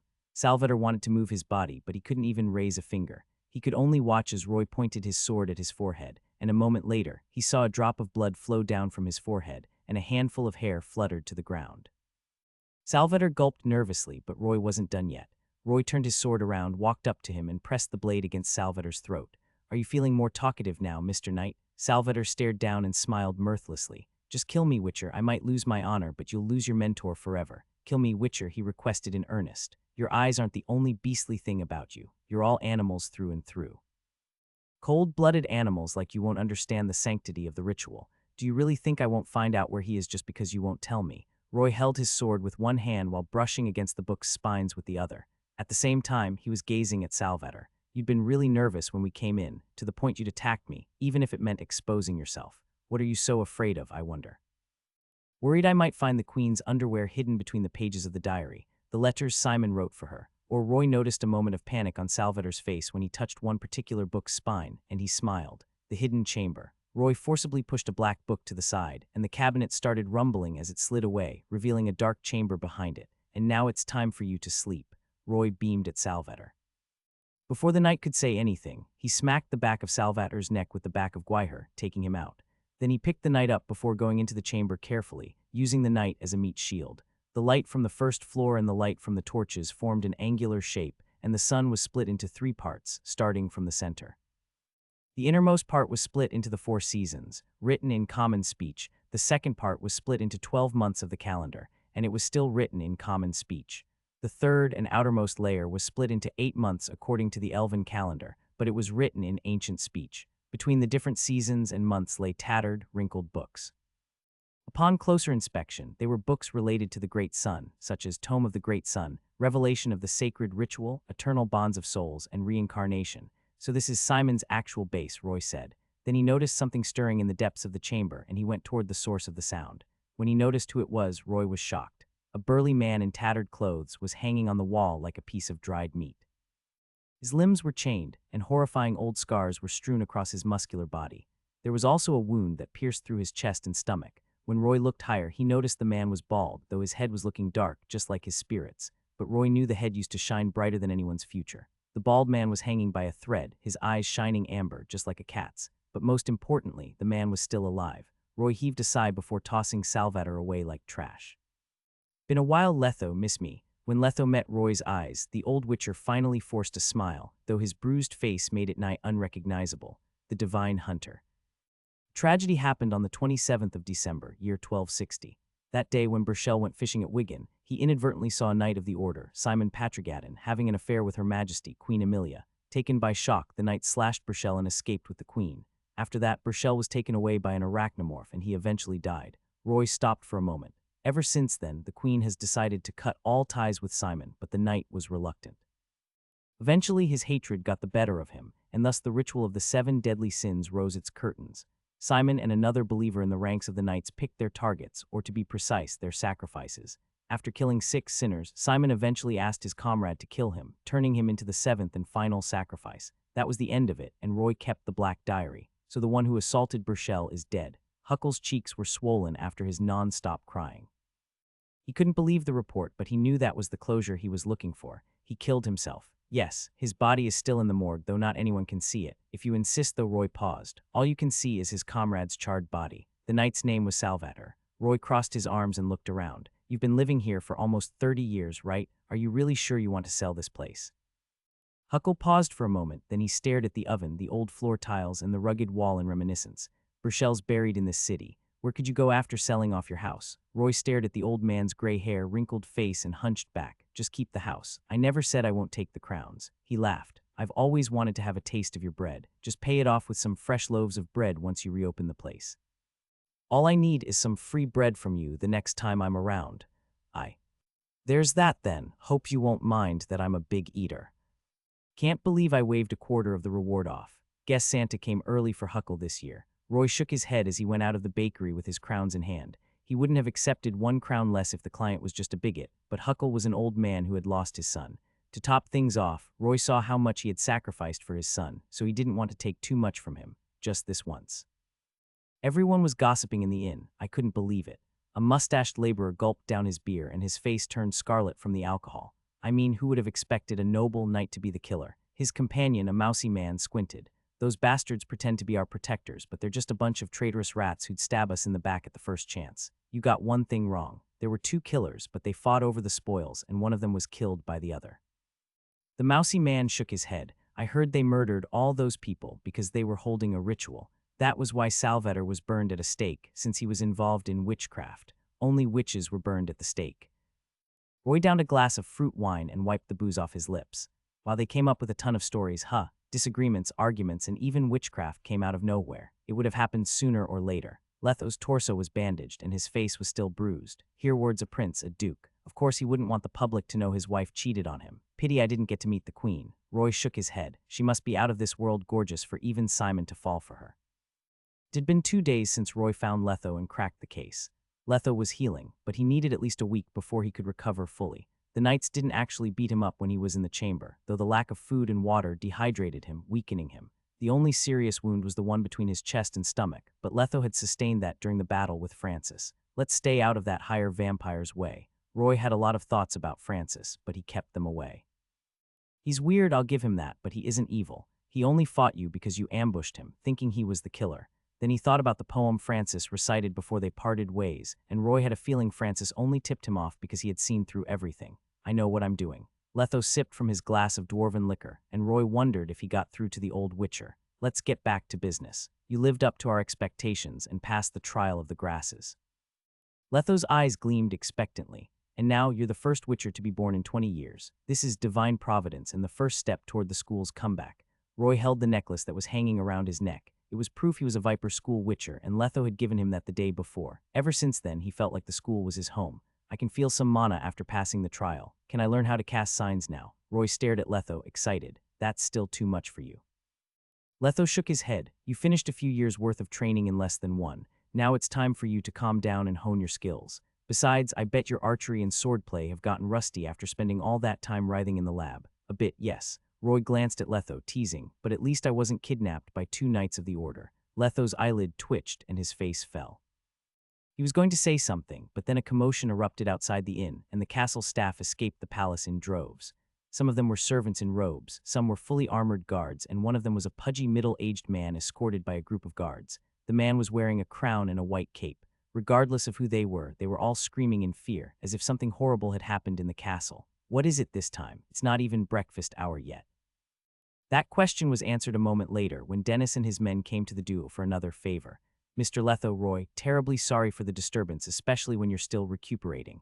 Dennis smiled bitterly. But this is an emergency only you two can settle. Another emergency, Roy almost smiled. This cuck prince is one hell of a troublemaker. He looked at Letho and the witcher nodded. Tell us more. It happened this morning. One of the servants who served Her Majesty heard a wail coming from somewhere. Dennis repeated what the servant told him. The wail was filled with sorrow, hatred, furious, and everything bad you can come up with. It was as if a ghost were screaming. The servant was horrified, but she had to check on Her Majesty, so she went into the queen's room. To her horror, something was standing right before the queen's bed with its back against the door. It just stood there, head hanging low. Dennis paused for a moment, trying to make sense of what he was about to say. But the weirdest thing was that thing was floating. It had no legs, and it wore a green, wrinkly, translucent dress. Its arms were spindly and patched, and the monster's face, I saw it too. It wasn't human, I tell you. There were only holes where its eyes and nose were supposed to be. Its whole face was dry, green, and patchy. I think it was a ghost. The servant ran with a scream, and the ghost chased after her, but it stopped right at the doorstep. I think it couldn't leave the room, so it only paced around the door. Roy had a guess about what the monster was at that point, but he kept listening. Everyone was alerted to the situation, so my boys and I went to have a look, but when we got there, what we saw was not 1, not 2, not 3, but 8 ghosts. The news caught both witchers by surprise. 8 wraiths in a room. That's as dangerous as a vampire. By Melidal, I have never seen anything like that. I didn't even bat an eye when I was facing thousands of armored soldiers in the war. Dennis stared down, ashamed of his cowardice, but everyone was scared out of their wits from the ghost screams. Even now, I can't understand why I turned tail and ran without a fight. It's like I was possessed. It took everything I had to escort the Duke out with everyone else. They're not ghosts. All right, they are, but they're called wraiths. Their scream is a form of mental attack. One scream is enough to cripple someone, so it's not your fault you ran away. Roy gave him a calming look, washing away Dennis' frustration. But there are many kinds of wraiths. Noon wraiths, plague maidens, and penitent wraiths. We'll have to take a look to figure out how to deal with them. Roy stopped for a moment, but I don't get one thing. Why'd those wraiths go to the queen's room anyway? I've never heard of that happening before. And is the queen fine? She can't be missing, can she? Dennis didn't answer that, but he looked somber. On the other hand, Letho was solemn. Wraiths usually wouldn't show up in human settlements, and 8 of them appearing at once is unheard of. There must be a reason for that. Care to explain, Cranmer? Dennis was still quiet, trying to decide if he should tell them the truth or not. Then he sighed. I would have wanted to keep this a secret, but at this point, it's not important anymore. There's one more thing in the queen's room aside from those wraiths. It's the queen's corpse. The queen hanged herself in the room, and her body's still in there, hanging. Dennis trembled, looking more somber than earlier. You know the truth behind the case, since you cracked it after all. His Majesty flew into a rage after finding out about the queen's affair with Simon, and he sentenced her to house arrest. It had only been 2 days, so nobody saw it coming. The queen's suicide, that is. The wraiths came as a shocker too, of course, so it's not over yet. Roy had a guess, since the appearance of the wraiths must have had something to do with the Great Sun's ritual. Simon might have been dead, but his death brought about the 7 deadly sins completion, and there was a pair of bloody wings on Simon's back when he died. Did that mean something? I'm sure one of the wraiths is Queen Emilia, and in case you haven't noticed, there are 7 wraiths aside from her. That matches the number of victims of the murders, the divine hunter. One should finish all of their affairs before dying. They should say their goodbyes to their loved ones, write their will, apologize to the ones they hurt. Otherwise, those lingering feelings won't let them leave this world. Advice for a dying man. What should we do? Asked Dennis. There is a huge commotion in the palace due to the wraiths. You must understand the nature of the wraiths, said Letho. Those who despaired beyond the limit in their lifetime were turned into wraiths after their death. They had suffered endless pain. Maybe they were wronged, framed for something, or had their loved ones killed. There's a lot of hatred and anger in them. They have unfulfilled desire or vengeance, which is why they envy the living who have a chance to fulfill their desires. Because of these lingering feelings, they cannot leave this place, so all we have to do is uproot the source of these emotions they have. Emotions, asked the dwarf. Will we have to go to the families of each and every victim and fulfill their wishes? Can't we make them leave by force? Letho shook his head. They are quite difficult to deal with. Even if I weren't injured, it'd be difficult to fight 8 wraiths in the narrow room as fire and poisons don't work on them. Fighting them is hardly possible. When wraiths are born, they cannot leave their birthplace. So either we deal with the reasons for their emotions or let them stay there forever. Dennis fell silent. Roy led and said, imagine you were alive and well, and suddenly you were killed for no reason, and before your death you were tortured so much that you wished for death. Then you became a wraith. What would be your biggest desire? I would want to kill him, said Dennis. I would want to give him the most painful death to get my vengeance. And what if your murderer died and became a wraith too? I wouldn't let him leave, I'd haunt him forever. So Roy patted Dennis and said, Salvador was burned at the stake and Simon became a wraith. Dennis understood where Roy was getting at and said, then we only need to get rid of Simon and the rest of the 6 should be freed. Furthermore, Duchess Emilia is Simon's love. She's the fetter stopping Simon from leaving and also the reason behind the ritual of the 7 deadly sins. PRN, the new TL has decided to switch Queen Emilia to Duchess Emilia. That's why Emilia is the root of everything. She was hanged in the room, unable to escape, and the rest of the wraiths were entangled with her. Get rid of her and all the wraiths will vanish. The dwarf's face twitched when he heard this. Destroy the Duchess ghost, more precisely, purification. Free her from her physical body. The Witcher said, the wraiths do not have the emotions they had when they were humans, but the last obsession before their death. Let's find that last obsession of the Duchess and then purify her. The dwarf stroked his chin, which had a dark brown beard, and returned to the palace with 2 Witchers. Along the way, he kept talking about the difficult situation the Duchess had been in at the palace. Although she had been a noble, compared to Hereward, the prince of the country, Emilia was only a daughter of a baron of Ellender. Hereward always exploited this superiority over the Duchess, and he was extremely cold to her. During weekdays, he wouldn't even look at her. To him, she was just a tool who'd give birth to his child. He treated her as if she were a puppet, and since they weren't able to conceive a child, he behaved more cruelly. If the prince hadn't been there, Miss Emilia and Knight Simon would have really looked good together, like their pair wouldn't have been comparable to any other, right? An absurd thought flashed through the dwarf's mind, and in an instant he threw it away. The Duke owes the Duchess an apology, without a doubt. Maybe this is related to her last wish, Letho. Roy was surprised. He didn't think Emilia's obsession would be related to her husband. Walking all the way in the palace through the promenade made by vertical columns, the 3 finally met the Duke of Ellender. Hereward, a tall, chubby man with a beard. TLN. Prior to this, Hereward was referred to as King of Ellender or Prince of Hereward, but he is Duke and Prince of Ellender. So from now on, most of the time he'd be referred to as Duke and sometimes as Prince. He had a crown on his head, his face was flushed, he looked serious, and his back was covered by a white cloak. His movements were swift, yet powerful, and he looked quite grumpy. After struggling for a bit, Dennis told Hereward about how to get rid of the wraiths. Hereward needed to apologize to the wraith the Duchess had transformed into for the grievances she had suffered before. Hereward scolded the dwarf, and the latter was scared to death, which could be seen by the expression on his face. He could hardly respond with anything. But after venting for a while, the Duke surrendered. Compared to being humiliated, he was even more disgusted with hiding in the minister's house and being considered a joke. Afterwards, Hereward went to Duchess Emilia's room with a group of guards protecting him. Facing the wraiths who were guarding the door, he slowly started to apologize. The scene was quite funny. A gorgeously dressed aristocrat, who treated his subjects as if they were peasants, trembled and apologized to a group of ugly wraiths. Only then did Roy comprehend Letho's intention to make the Duke, who had a deep prejudice against the Witchers, be embarrassed in public. What a joy! The corner of the boy's lips curled up. The pendant on his chest started vibrating. To stop it, he scanned the room and used his skill to observe, his dark golden eyes seemingly becoming deeper. Wraith. Age 38. Health 70. Strength 6. Agility 7. Constitution 7. Perception 3. Will 4. Charm 3. Spirit 0. Skill wailing level 4. Wraiths are filled with resentment and are born from people who have suffered and have been wronged during their lifetime. Their wailing can evoke fear in people's hearts. Enemies cannot resist. This makes them lose their courage. Astral body passive solidification. The body of the wraith is neither physical nor astral. They can solidify when attacking and get astral while defending. In astral form, they receive 0 physical damage, and normally the physical damage is reduced by half. They launch insidious attacks while in astral form. Amelia, I still remember the first time I saw you. I could tell at a glance that you were a beautiful, gentle, and understanding woman. The apologies lasted for half an hour. At first, the Duke had been unwilling to, but then he did, as if he didn't care, and lastly it became sincere, and the expressions of the wraith did not change at all. Baring its teeth and swinging its claws, it stared at him. Fuck. Is it that I, the son of the King and Duke of Ellender, am not worthy enough to be the last obsession of this woman?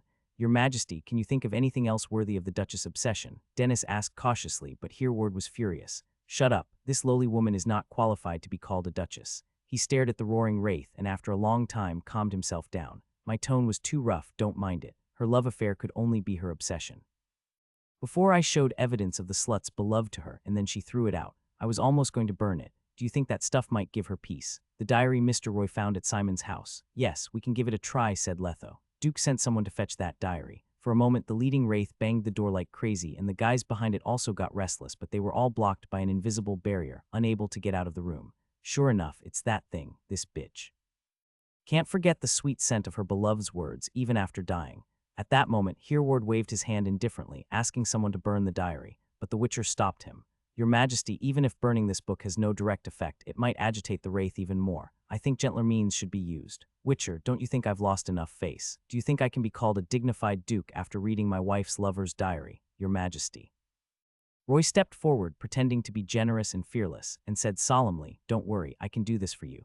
You can rest outside as you must be tired. Hereward didn't want to let others know of the secrets in the diary, so he took all his men and left the room and went far away. There were only 2 Witchers near the room, and Letho crossed his arms and stood still, as if he were watching the show. As Roy slowly opened the diary, his face had a complicated expression. Never had he expected for such a thing to happen. A Witcher, facing a group of wraiths and reciting romantic poems, this scene was too weird. My Rose, the first time I saw you, I was fascinated. Since he was doing this thing for the first time, Roy obviously lacked the emotions bards used while speaking. He said it too plainly. But when the wraith heard those words, a trace of confusion flashed in its eyes, and its expression was no longer malicious. It's effective. After meeting you today, I cannot stop myself from thinking about you. My worries are blown away like there's a spring breeze when I talk to you. Roy stuttered but continued. I am in the same situation as you are. Although I'm a knight, I'm powerless to fight for you. 5 minutes later, when he finished reading, 2 of the wraiths lifted their heads slightly, and their swollen and rotting cheeks glowed with memories. On the ashes of the 7 deadly sins, the most beautiful flower in the world will bloom, and I dedicate that to you. Farewell, my Rose, that was the last sentence. 2 of the wraiths faced each other and hugged tightly, so tightly it seemed they were merging into one. Although they still looked like monsters, their expressions made it seem like they were at peace, as if they were happy, and that their feelings had been transformed into some substance and were overflowing from their bodies. A faint light was emitting from them, just like melting ice, their translucent bodies slowly dissipating. The remaining 6 wraiths seemed to have regained their memories and rushed towards the 2, surrounding and brutally biting them. Roy rubbed his eyes and looked at the scene. They were getting higher and higher. They were becoming one by biting and embracing each other, like an illusory statue that had different expressions, entangled limbs, and was rising from the ground. Accompanied by a burst of dazzling emerald green light, there was a deafening scream in the room, and in a flash, everything vanished. The wraiths turned into dust, which radiated evil green emerald light all over the sky. The scene before them looked beautiful, and came the notification in front of Roy. Purified the Wraith, experience gained plus 60, Witcher level 5, 500 was this Simon's purpose. Getting himself killed, and by means of someone passing this diary on to the Duchess. Roy whispered. You couldn't stay together during your lifetime, but you wouldn't be separated after you died. The secret ritual of the Great Sun religion is really evil. Book 4, The End. The Divine Hunter. The weather was clear and the warm sun got rid of all the shadows that had been lingering on Ellender for the past few months. On the ever-so-lively street, two witchers headed towards the animal market at the east of the city to buy a couple of suitable horses. After they solved the two troubles of the palace back to back, the duke, who was rarely generous, gave 400 crowns to the witchers as a reward, which included a confidentiality fee. Their money pouches, which had shriveled up, bulged again. Roy was not buying a horse just for the sake of traveling. He also wanted to try out his new skill, mount. According to the description of the skill, various animals, like lions, tigers, bears, sharks, and whales or monsters, such as cockatrices, dracolizards, griffins, sirens, archasas, or even real dragons, whether flying in the sky, running on the ground, or swimming in rivers or seas, could be tamed into a mount. But firstly, it was difficult to find these monsters, and secondly, the more powerful and rare the creature was, the more difficult it was to tame, so to try out his skill, he wanted to get a common horse, which was easily available. A mount could be freed anytime, so there would come ample opportunities for him to tame a rare one. The duo squeezed through the animal market that reeked of the odor of various animals and was filled with the moo of cows, bleat of sheep, and hum of pigs until the deepest of the stables. They found a horse dealer who wore a headscarf, a short brown coat, and long boots. He greeted them, and his big brown face showed a bright smile in the sunny weather. Compared to civilians, merchants treated witchers well, but they didn't behave properly towards the poor. Two distinguished guests have come this way. The horse dealer stretched out his hand and said, I defu, swear on my name that you won't find better horses in the city than here. The price is low and affordable, of course. There are expensive ones too. The looser your pocket, the better the quality. No matter what, you'll be satisfied with what you paid for. The witcher looked around. The stable was not the biggest or smallest. It had around 30 horses. Where do you get your horses from? Most are from the outskirts of Edern. There are also a few from Burdoff in the south and Dal Blathana in the east. They've been fed well and are healthy. They've never been sick from the day I got them. In terms of endurance and speed, they are much better than others in the same range. Have you dealt with them? Letho asked. Most of them are geldings, as the non-castrated horses have temper issues and are easily disturbed by female horses. Most of the buyers have no patience to get accommodated with them. Letho nodded with his experience, and he knew how to recognize a good horse. Very well, we will pick our horses, and then we will ask you for the price. You seem like an expert, so please feel free to choose the ones you want. The horse dealer smiled politely and took a bucket and a rag on the other side of the stable and started scrubbing the body of a white mare. Roy, which horse do you plan on picking? Red, black, gray, or white? The witcher grabbed a handful of grass from the barrel outside the stable and fed it to a black horse, letting the creature smell it, and then the horse took the grass and started chewing. Seeing this, Letho tried to caress its neck with his other hand. The black horse shook its head and bared its teeth, trying to bite him. Letho immediately took his hand back. He repeated this action until the horse accepted him, bowing its head and letting him caress it. Black, gray, or brown? Roy looked around the stables. He didn't plan to choose horses with too much fur. It was not his style, and he emphasized, but I don't want a gelding. Are you from an animal protection organization? Letho sneered with a disdainful expression. Rookies who can't even ride horses shouldn't make a choice, gelding or not. You would understand it after your non-gelding goes crazy, and you fall off riding it, breaking a leg or two. Listen to my advice and choose a gelding, Letho said, stroking the black horse's neck and shoulders before patting its nose. This one is not bad. It will soon obey your orders and won't run away from dangers, abandoning you. Quite suitable for a rookie. Roy glanced at the black horse and shook his head. It's too old, 13, it can run well for another 2 years at most. Letho was surprised. He didn't know Roy knew so much about horses. An old horse knows the road well, you know. Look at the developed muscles of its torso and hooves. Although 13, it's fit enough. I think it can still run for 5 more years, and this kind of experienced horse is perfect for rookies for you, and the price is not high either. Forget it, I'll look around. Roy looked around, not listening to Letho's advice. He looked at 20 horses of different colors and builds, and he finally found one that could live up to his expectations. Horse. Age 3. Gender male. HP 60. Strength 8. Dexterity 8. Constitution 5. Perception 4. Will 4.5. Charisma 5. Spirit 5.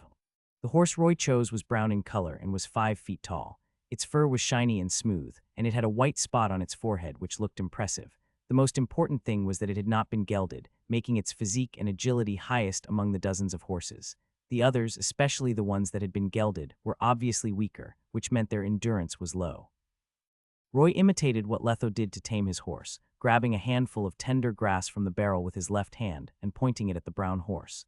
His dark golden eyes glared directly at the horse's black eyes, trying to convey kindness, and he walked slowly towards it. This method didn't seem to be working. As soon as the young man got closer to it, the horse immediately raised its head and snorted anxiously. It shook its head and started retreating backwards in the depths of the stable.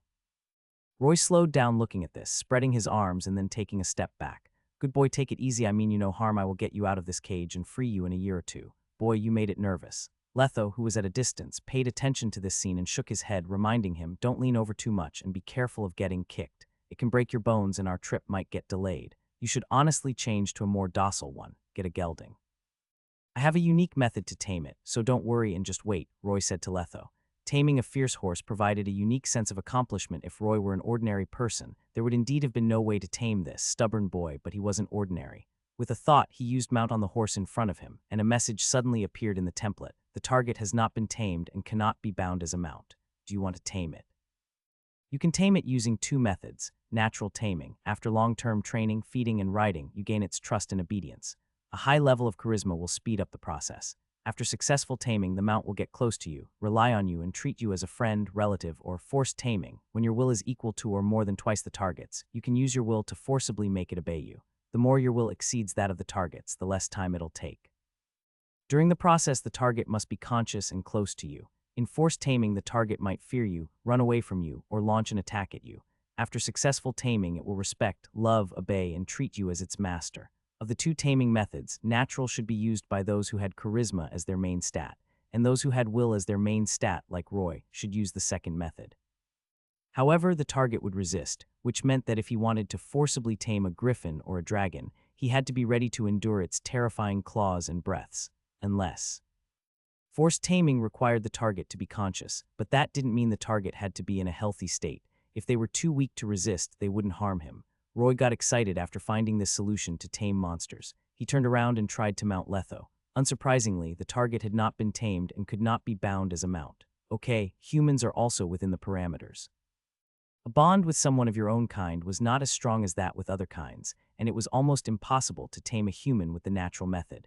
But if an ordinary person were tied and forced taming were used, would the effect be better than if it had been done with a monster? Roy planned to give it a try later. Boy, what are you thinking? Letho noticed his weird gaze, crossing his arms over his chest. His pupils turned amber as he observed Roy. I found a good horse. How much do you think it's worth? Roy quickly changed the subject. The Witcher glanced over the brown horse's muscular figure and slender limbs and nodded. The payment that Hereward gave you is enough to buy it, but are you sure you want to choose a horse that hasn't been gelded? It might get agitated and you may fall and injure yourself. Don't blame me then. I warned you. I'm going with this one. What about you? I'm taking this black one. After a while, the duo called the horse dealer to complete the transaction. They also purchased a pile of corn, grass, and stalks that were chopped and crushed as feed. They had spent all the reward money from the Duke. After returning to the inn when there was no one around, Roy went to the brown horse in the stable. After being taken away from the horse dealer, it became much more docile. It seemed to have understood that its owner had changed. Roy patted it on the neck. My will is 8.5, and it must be twice the target's for forced taming, which means I need to get it to a 9 if I want to force tame it. Luckily, I have one more attribute point that I haven't spent. Having said that, will had been a very useful attribute. It could tame pets, affect the power of massacre, had helped him survive the pain and despair of the trial of the grasses, and resist abnormal mental status effects. Will 8.5 use attribute points for will? Yes. Will 859.5. Roy closed his eyes and felt a warmth within his body when his will increased. He could not feel any physical change, but the brown horse beside him shook its head uncomfortably. Change in will affects the surroundings. He stroked it on the head with his right hand and suddenly activated forced taming. For a moment, the brown horse seemed to have seen its natural enemy and the thing it feared the most. Its legs lost all energy and collapsed, making it kneel on the ground. Its slender body was trembling, but it dared not scream. The thing it feared was reflected in its pair of bright, black eyes, a human figure with bloody tentacles entwined all around its body. But this lasted only for a couple of minutes before everything went back to normal. The target has been tamed. Do you want to bind it as a mount? Yes. The brown horse shook all over, stood up on its legs before lowering its head. It licked the palm of the man in front of it, its hairy tail fluttering lightly at the back. Roy clearly felt the emotion in brown horse's heart, awe and surrender, unable to resist any of his commands. Now he had a subordinate he could communicate with through his soul, so he tried to give commands in his heart without speaking. Squat, stand. Turn around in circles. Nay, it did them all one by one obediently. Very good boy, the young Witcher smiled with satisfaction. Forced taming was really time and energy efficient. Starting from today, you have become one with me. And don't worry, when I find a replacement, I will free you. Now you should have a worthy, fashionable name following the trend. Let's call you Wilt. In elder speech, it meant a place or location far away, meaning that it would follow the witcher on a faraway journey. Wilt neighed happily and bowed respectfully, the divine hunter. It was night in the wilds. The two witchers faced each other in an open space near the bonfire. Roy lowered his sword to his waist, his knees bent, and stayed in that position. The tip of the training sword pointed towards his opponent's neck, and his feet moved slowly to the front, his cheeks shining because of the flickering flames. The sturdy, bald man put his sword across his face and stayed in the ox position. The tip of the sword was locked onto Roy's face, and his stern amber eyes flashed. No one made a move for 5 seconds. Then in the wild night came a breeze, Wilt neighing next to the bonfire. As if it were a signal, the battle began. Letho took a quick step forward, and the tip of his sword was aimed at Roy's neck. The boy used the basic techniques to avoid getting cut at the center of his neck by slightly stepping diagonally. As long as he could deflect the incoming blade, he could make his move to aim at his opponent's throat. But the moment the two swords collided, Letho's sword seemed to have skillfully negated the force in his blade, and the tip of his blade unexpectedly arced down and sliced through Roy's abdomen. If it had been a steel sword, his organs would have already been spilled to the ground. Roy didn't stop. He took a step back as the wooden sword in his hand turned from vertical to horizontal. He swung forward, aiming at his target's thick neck. Letho blocked his attack. The two swords clashed together. The blades were pulled back before being swung back into place, clashing each other again like glue as they were pushed against each other. Through the gaps between the blades, a pair of amber eyes and dark golden eyes stared at each other intensely. Letho suddenly released his left hand that was holding the hilt and immediately grabbed where the two blades met. His thumb and remaining 4 fingers held the two sides of the blade and pulled.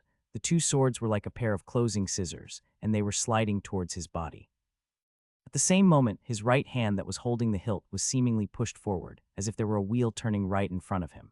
As he was pulled forward, the hilt of the sword hit his elbow and he instinctively released his sword. He let Letho drag his weapon away, and then Letho made a gesture of cutting his throat with the weapon. 20th death. Congratulations, boy. Letho put away the 2 training swords and sat near the bonfire. He took a sip from the wine bag and enjoyed its taste. That was a dwarven spirit given by Dennis Cranmer as a parting gift. But don't be discouraged. Compared to the last few days, you've made obvious progress and you have begun to adapt to your post-mutation body. Whatever. You won again, Roy sighed and curiously asked, how did you disarm me just now? That's called Destroyer. It's difficult to use, even against a rookie like you wearing heavy iron gloves, unless the enemy's reaction is slower than a sloth.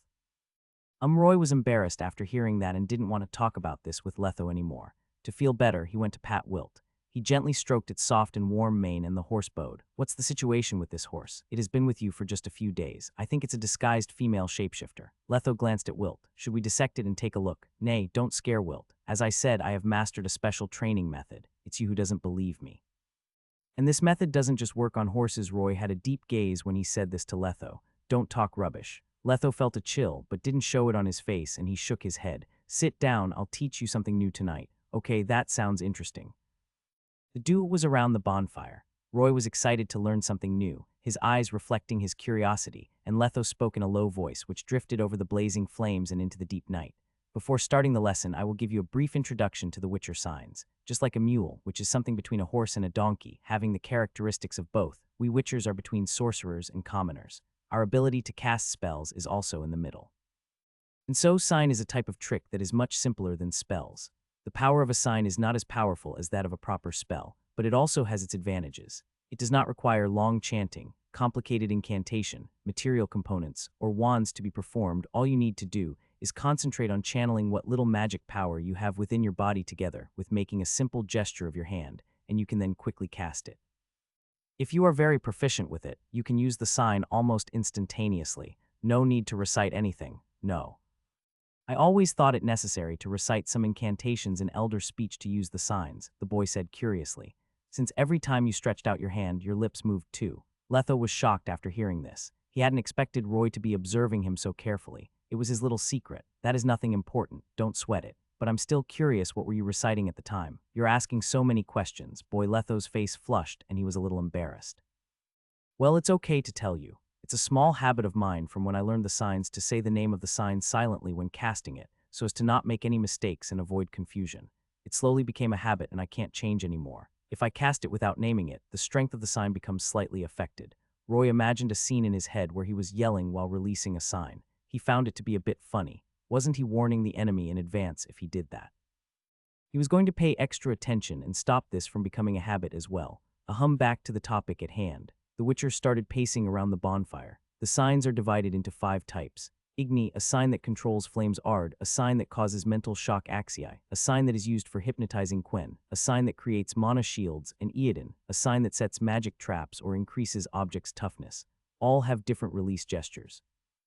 Roy remembered that a few years ago, Geralt used Eodin to reinforce the coffin to prevent the Striga from breaking in from the outside. Roy suddenly interrupted and asked, "Is the mana shield that Quen summons mainly used to resist physical damage?" Yes, you can think of it as a transparent tortoise shell, which can prevent arrows, swords, but can't insulate flames, frost, or electric shocks. It's also effective against spells, but not as good as it is for physical attacks. Is there a magic sign that specializes in defending against magic? Letho stopped in his movements, and his amber eyes suddenly turned to Roy. Where did you hear about it, boy? Roy confirmed his thoughts when he saw Letho's reaction and did not answer the question. That kind of sign is called heliotrop, right? But I have never seen you use it. It's beyond my ability. Letho sighed. The reason why I only told you 5 types is because many of the signs have disappeared with time. Including the heliotrop that you mentioned, it is far more difficult than the other 5, and the average Witcher can't master it, and eventually it was lost to time, but there are a few Witchers from other schools who can use this sign. Another kind of Kellenpufa sign, which can produce illusions, is known by even fewer people. Sure enough, there were 7 types of Witcher signs, but the vast majority of them only controlled 5 types. Don't worry, Letho. Roy thumped his chest and said seriously, I will bring the remaining 2 signs back to our school in the future. Letho shook his head disdainfully. Wait until you learn the basic 5 first and can use them proficiently in battle before you realize your ambitions. Since we're done with the theory, stretch out your hand. We will put this in practice. Left hand or right hand? If you are right-handed, you generally use the signs with your left hand, because your right hand has to hold a sword or other weapon. Letho explained. The most effective way of fighting is to use both hands, so you should define the roles of each. Roy suddenly thought of something troubling. If he used a sword with his right hand and a crossbow with his left hand, which would he use for signs? No, it should be based on the individual's reaction, and it would be taken care of by adapting to different variables. Can you use both hands at the same time, casting different signs? Don't think too far ahead. Keep yourself grounded for now. Letho stretched out his left hand in front of Roy and made an awkward gesture. Pay attention to my fingers, where each and every one of them is. Index finger bent from the second knuckle, and the other 4 fingers and thumbs stretched around like an octopus spreading its tentacles. Roy shook his fist, relaxing the muscles and bones, and then imitated Letho's movements, making the same gesture. Nothing happened immediately. He didn't even feel any magic. Then he closed his fist and opened it, repeating the same gesture multiple times. I'm starting to feel it. My elbow seems to be getting hot. He was very excited as his heart raced. Could it be that I have a talent for the signs? What are you doing, boy? Just what are you doing with your hands? That's wrong. Letho brought him back to reality. He grabbed Roy's left hand and bent his fingers in the correct place by force. After spending 2 full minutes on that, each of Roy's left hand fingers were in the correct position. This is the basic gesture of Igni. My hand seems to be cramped. What should I do now?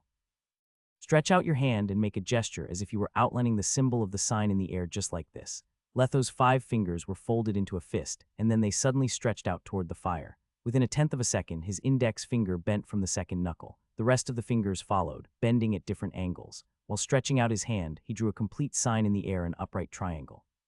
A raging fire snake spewed out of the bonfire, and the flames flourished. The flames rose sharply, as high as a person. After the time limit of Igni was over, the bonfire returned to normal. Doing it is always better than simply explaining it. Now your turn. Roy stood upright in front of the bonfire, keeping his left hand beside his waist. Taking a deep breath, he turned and nodded to Letho, who had a strange expression. Roy suddenly stretched out his left hand toward the bonfire, gesturing the sign. Heat flowed from his limbs and rushed across his arms, elbows, forearms, and finally his palms. Seeing that, Roy got excited. A miracle is coming forth. Puff. A spark the size of a fingernail came out of his left palm, and then it extinguished in a thousandth of a second. Mana 1. The bonfire was not affected at all. Cold wind blew and the brown horse, Wilt, snorted, ending the suffocating silence. Why did I fail to do it right? Roy retracted his left hand and watched his palm with disappointment. Letho suddenly turned his head to the other side, the blue veins on his neck pulsing, and he turned back after calming down with a gentle expression on his face. Don't be discouraged, kid. This is normal. When you use it the first time, you are far from proficient with the gestures, and your control of the mana in your body is too crude. You have to guide it. You should have felt it just now, Igni's scorching magic power flowing through the body.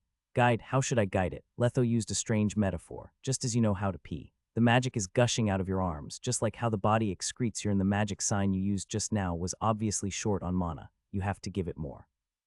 In simpler terms, you have to pee some more. But what if I can't? Then hold on to it. I mean that feeling. Do you understand? Roy looked at the campfire and sighed. Tonight was going to be another sleepless night. The Divine Hunter. The burning sunlight fell upon the swamp.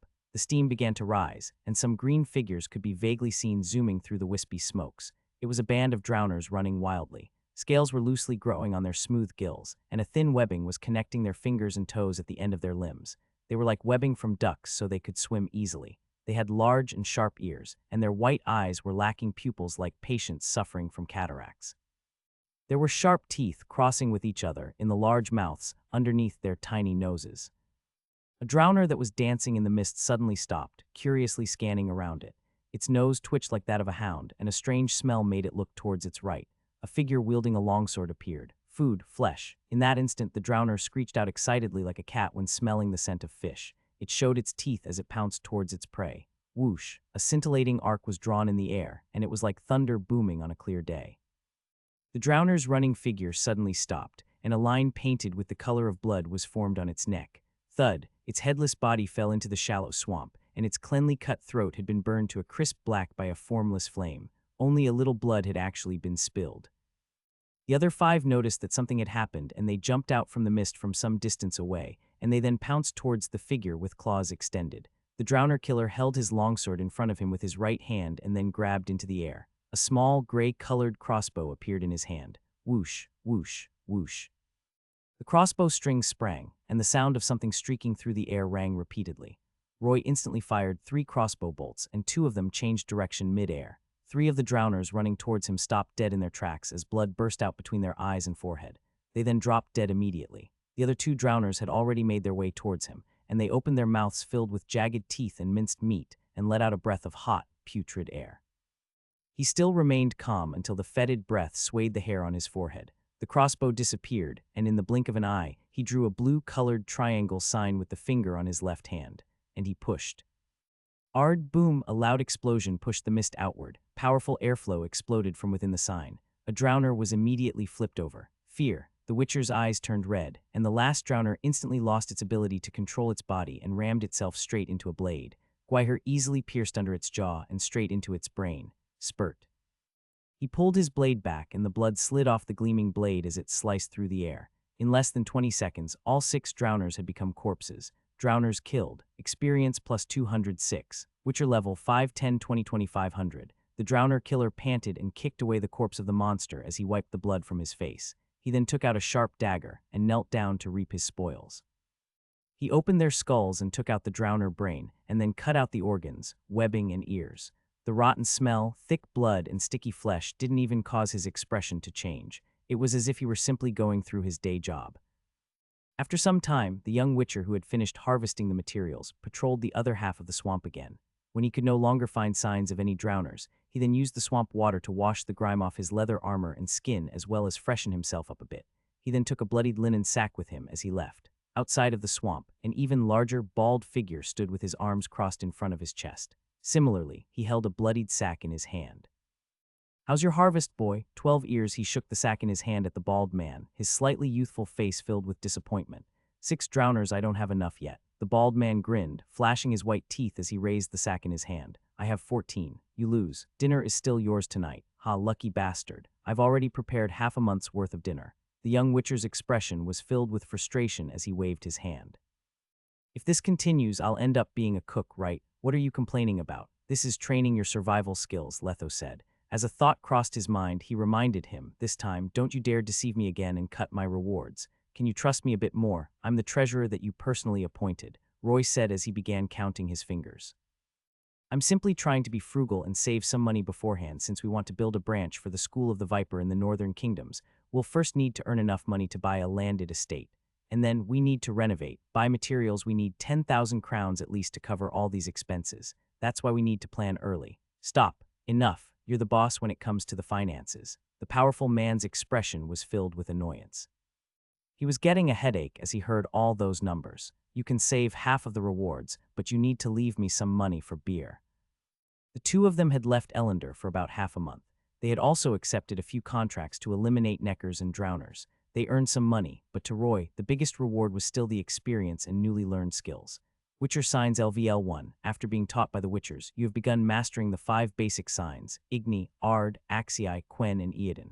The power of the signs is related to one's spirit and skill level. Roy's spirit had surpassed the Witcher's, but his sign levels were quite low. Despite expending the same 20 mana, the power of his sign was much weaker than Letho's. But the strangest part was that every time he used a sign, the amount of mana he expended would be different. It would range from 10 to 20. According to Letho, that was because he hadn't yet fully mastered the seals and couldn't use it on reflex. He still had a long way to go. The two of them were chatting when they reached a simple village about 500 meters away from the swamp. Several strong men wearing linen clothing and headscarves greeted them while they were still far away. They didn't conceal the prudence in their eyes when they looked at the two Witchers as they tightly held their hoes, sickles, pitchforks, and other weapons, as if they wanted to expel some dire beasts. At this time, the village chief, who had a beard and a crooked back, walked out of the crowd of about a dozen villagers. He straightened his neck and then asked with a hardened tone, "The drowners are dead." The young Witcher threw the 2 heavy, bloodied sacks onto the ground and said in a cool tone, 26 ears from 13 drowners. You can count them. There will be no more monsters harassing you from the swamp. You're safe, at least for the next year or two." The village chief gave the strong villager next to him a look, and the villager immediately went over and opened the sack and began counting. He then nodded at the others. Correct, 13 drowners. The bearded man plotted in his mind and then had someone deliver them a bag of crowns.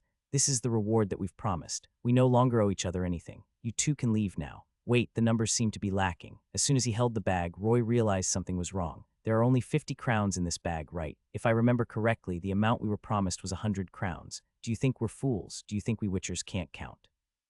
This was not the first time they had encountered villagers who wanted to renege on a deal. Not all villagers knew the power of the Witchers. Most of them were silly plebs. They believed in the wild rumors, and as such looked down and hated the Witchers. They knew the Witchers were good at slaying monsters, but they didn't know the blades in their hands were also used to kill men like animals. Those who did not know how to respect others wouldn't live long. Roy's dark, golden pupils turned into diamonds as he scanned the men with violent intent. He looked like a beast that was choosing its prey. The bald man stood next to him with his arms crossed, and the muscles on his arms began to show. His eyes were filled with murderous intent, and his expression was so cold it could freeze men in place. The atmosphere was extremely dangerous. The village chief's skinny body trembled, but the villagers behind him were trying to raise his spirits and took a step forward towards the Witchers with their hoes and pitchforks in hand. "That's all we have. Take the rewards and leave, or you won't get even 1 crown. Do you think the Witchers are all easy prey, that you can intimidate us however you want? You need to give us 50 more crowns," Roy said menacingly, "or we'll take your heads." His right hand suddenly reached to his back and he drew out Gwaiher. There was still a sliver of blood left on the blade's glistening edge. He'd intentionally left it there. When the villagers saw that, their faces turned pale as they watched in horror. They had finally regained some of their sense. The Witchers could easily kill dozens of drowners. How were they supposed to fight against them? At the same time, the tall and huge Letho seemed to have received some kind of signal and moved his short and thick neck and cracked his giant fists, just in time. "Those dozens of drowners weren't enough for me. Stop, you can take them." The bearded man finally succumbed and wiped away the cold sweat on his forehead. He quickly took out another pouch of crowns and threw it at them. 100 crowns in total, not 1 coin less. "Are you too happy?" Roy put away the pouch, satisfied, and exchanged a glance with the man. "The contract is concluded. Goodbye then, you fools. One final word of advice. Not all Witchers are as friendly as us.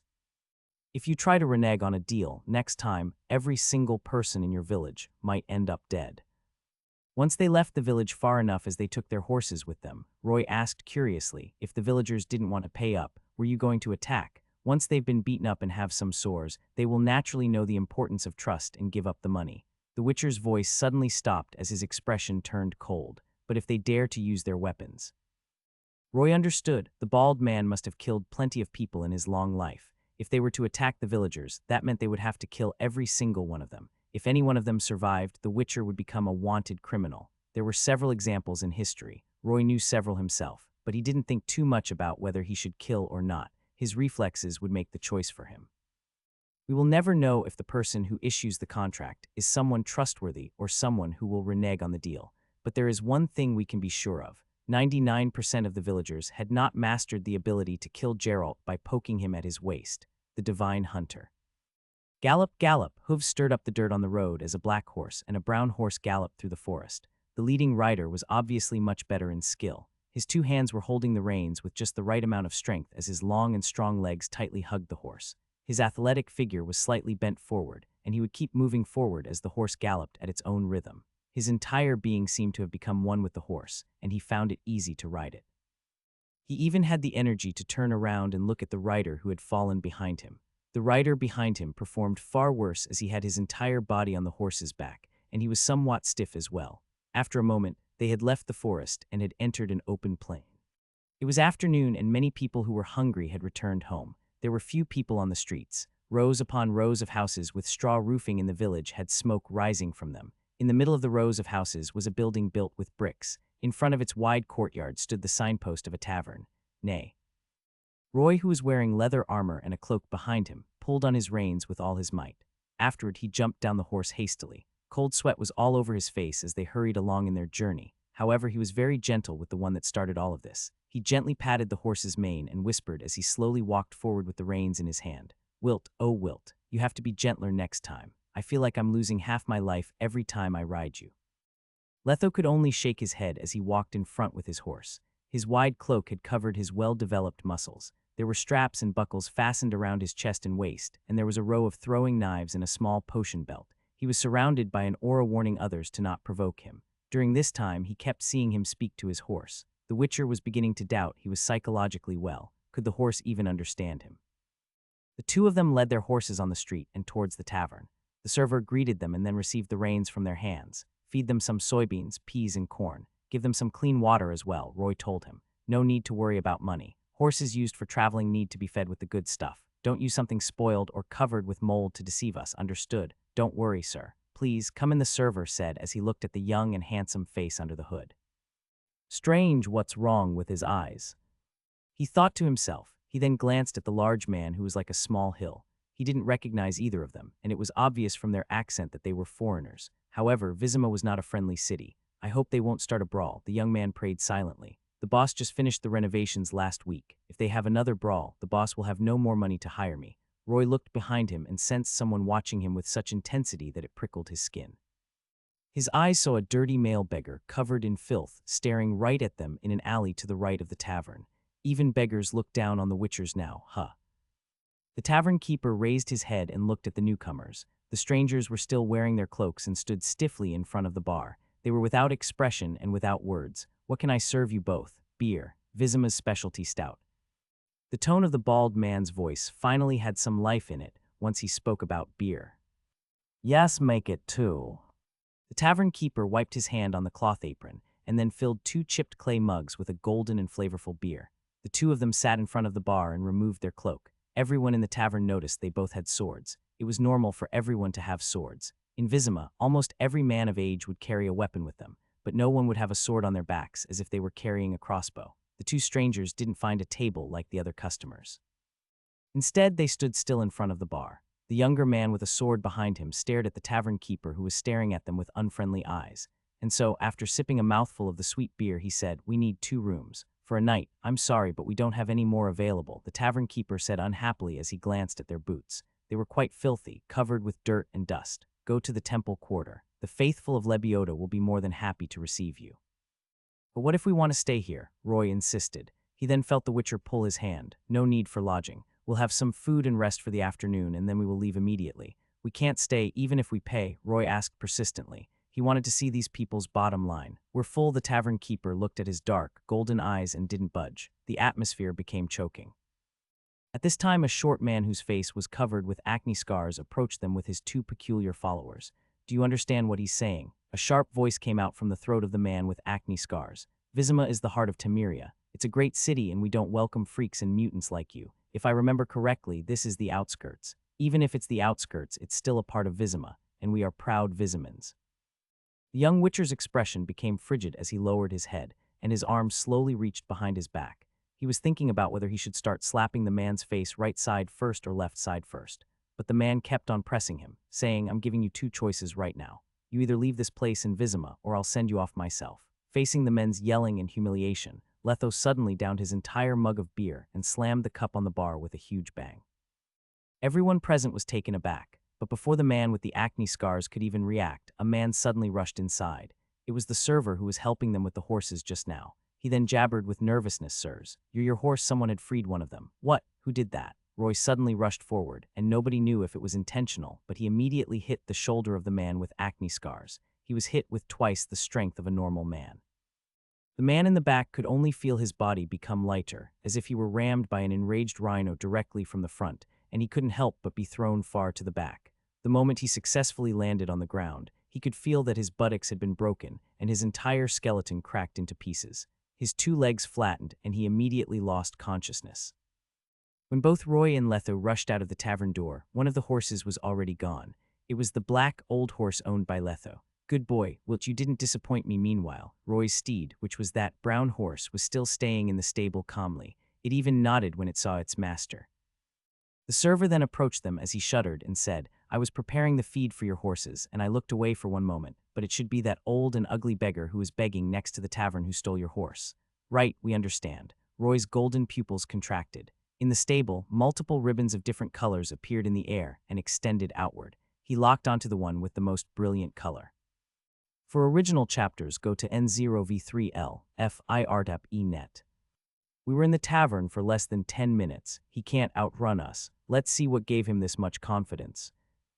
Nivellen quietly lay prone in the garbage pile in between 2 buildings. He gritted his yellow, rotten teeth. He endured the stink around him and didn't even dare to breathe loudly. He knew the Witchers had eyes sharper than eagles, noses more sensitive than dogs. They would be able to catch him if he made so much as a little bit of noise. If they caught him after he released their horses, Nivellen rubbed his left leg, which was numb. He was afraid he would lose even his right leg.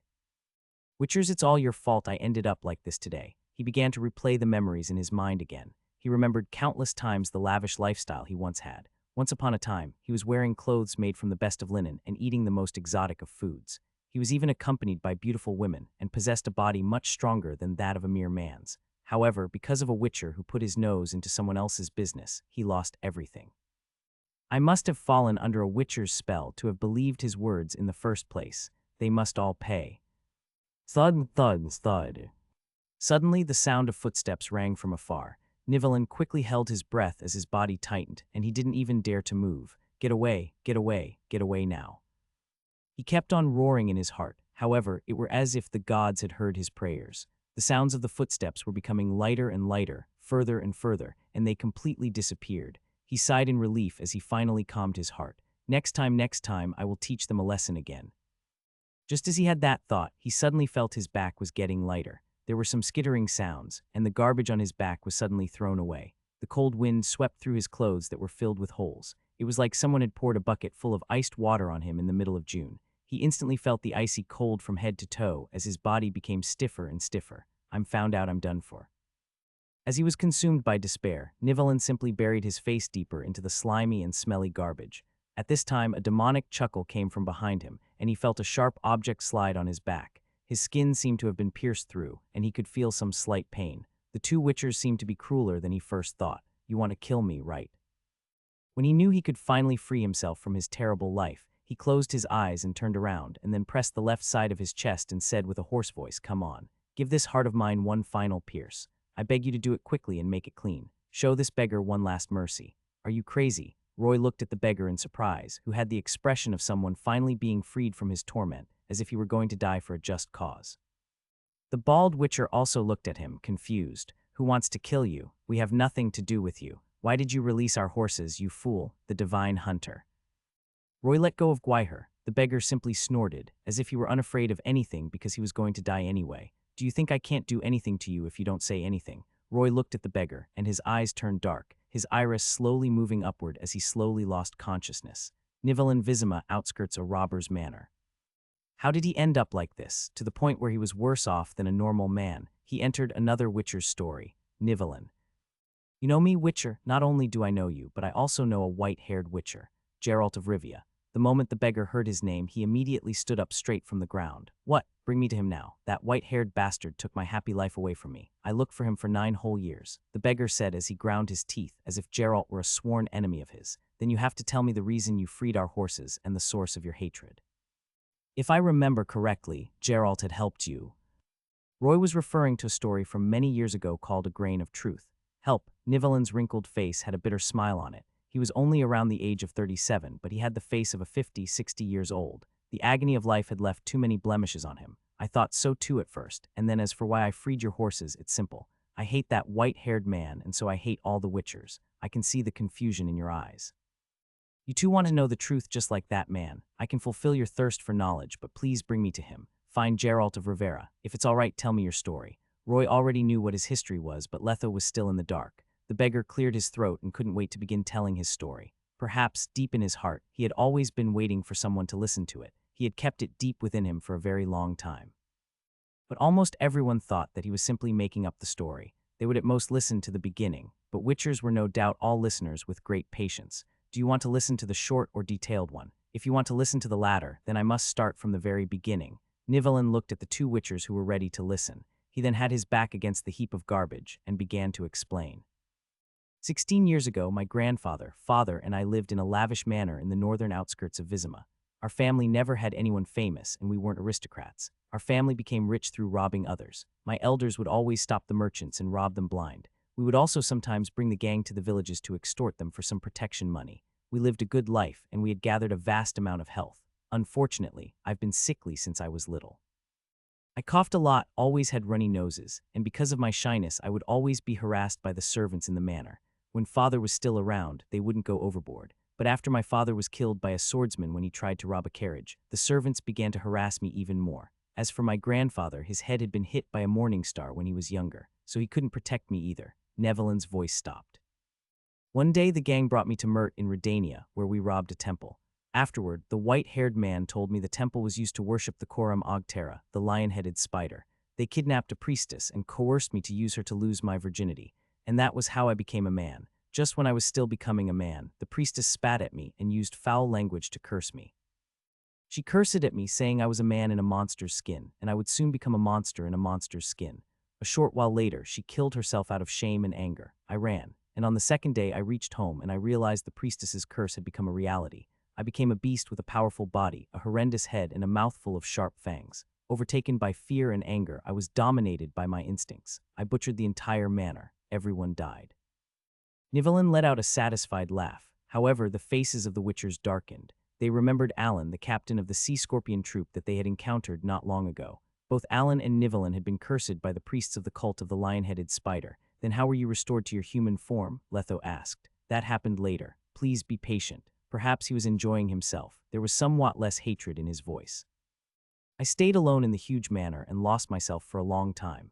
Can you imagine? A normal man suddenly becomes a terrifyingly powerful monster. How scary is that? Until one day I caught a thief that tried to steal from my manor. I then chatted with him in patience and excitement. He was a merchant. He understood that I had amassed great wealth in my manor and that I was a kind beast that he could converse safely with. And then, I suddenly remembered a fairy tale when we were speaking. Could true love break this strange curse on me? And so, I suggested we start a business. He would bring me young men, good wine and food. In return, I would give him the gold and jewels in my manor's basement as a reward. My business expanded very quickly. Even the leather tanner and the shoemaker became frequent guests of mine. I had much wealth, and my strength was not something to be underestimated. Those who dared to offend me had all died to my hands. And I was immune to diseases, and full of energy from morning to night. Roy's expression was hard to describe. After seeing what happened to Alan and Nivellen, he wondered if the curse from the cult of the lion-headed spider was a punishment or blessing. Other than becoming ugly and losing one's mind, the cursed ones became the holders of many abilities that were beyond the reach of mortals, such as great martial power. Then, was there anyone in this world researching the path to power for the accursed? In total, Nivellen counted his fingers as a smile appeared on his ugly face. I dated 5 innocent human females. Those were the most wonderful and happiest days of my life. Unfortunately, they had only stayed in my manor for 1 year, and then left with their bride tokens, found someone honest and got married. None of them were my true love until I met the final girl. Verena, she suddenly appeared and had always stayed by my side. She would stay with me and we would watch the roses in my courtyard and dance with me under the moonlight. She didn't have the greed of the other women. She didn't look down on me for my ugly appearance. With her by my side, I had slowly abandoned my thoughts of trying to become a man again. I thought my life would continue to be happy, but the white-haired man came. Nivellen covered his face with his hands and mumbled. He kept telling me about the curse and the way to break the curse. We ended our conversation on bad terms. He left my manor but came back the second day and fought with my Verena in the courtyard. His voice began to shake. It was at that time that I saw Verena reveal her true self. She was a Bruxa, Abruxa was an extremely dangerous, low-ranked vampire. It was much more agile than an Ekimara. Even someone like Letho would have quite the trouble with one. Isn't that good? Roy said with a straight face.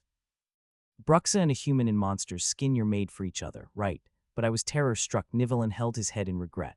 A monster afraid of another monster, how weird. I didn't know if I had fallen under the spell of the white-haired man. I helped him kill Verina and my hands slipped. Verina's blood covered my entire body, and I returned to being a man.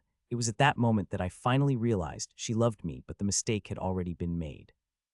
I lost the person I loved, and I had returned to being a man. Nivellen sobbed. The Witchers realized what happened. Because they had gone through it themselves, they believed everything he said. True love and blood could break the curse. Before I realized what had happened, the Witcher simply turned around and left. After that, my nightmare had only begun. My body had returned to its sickly state.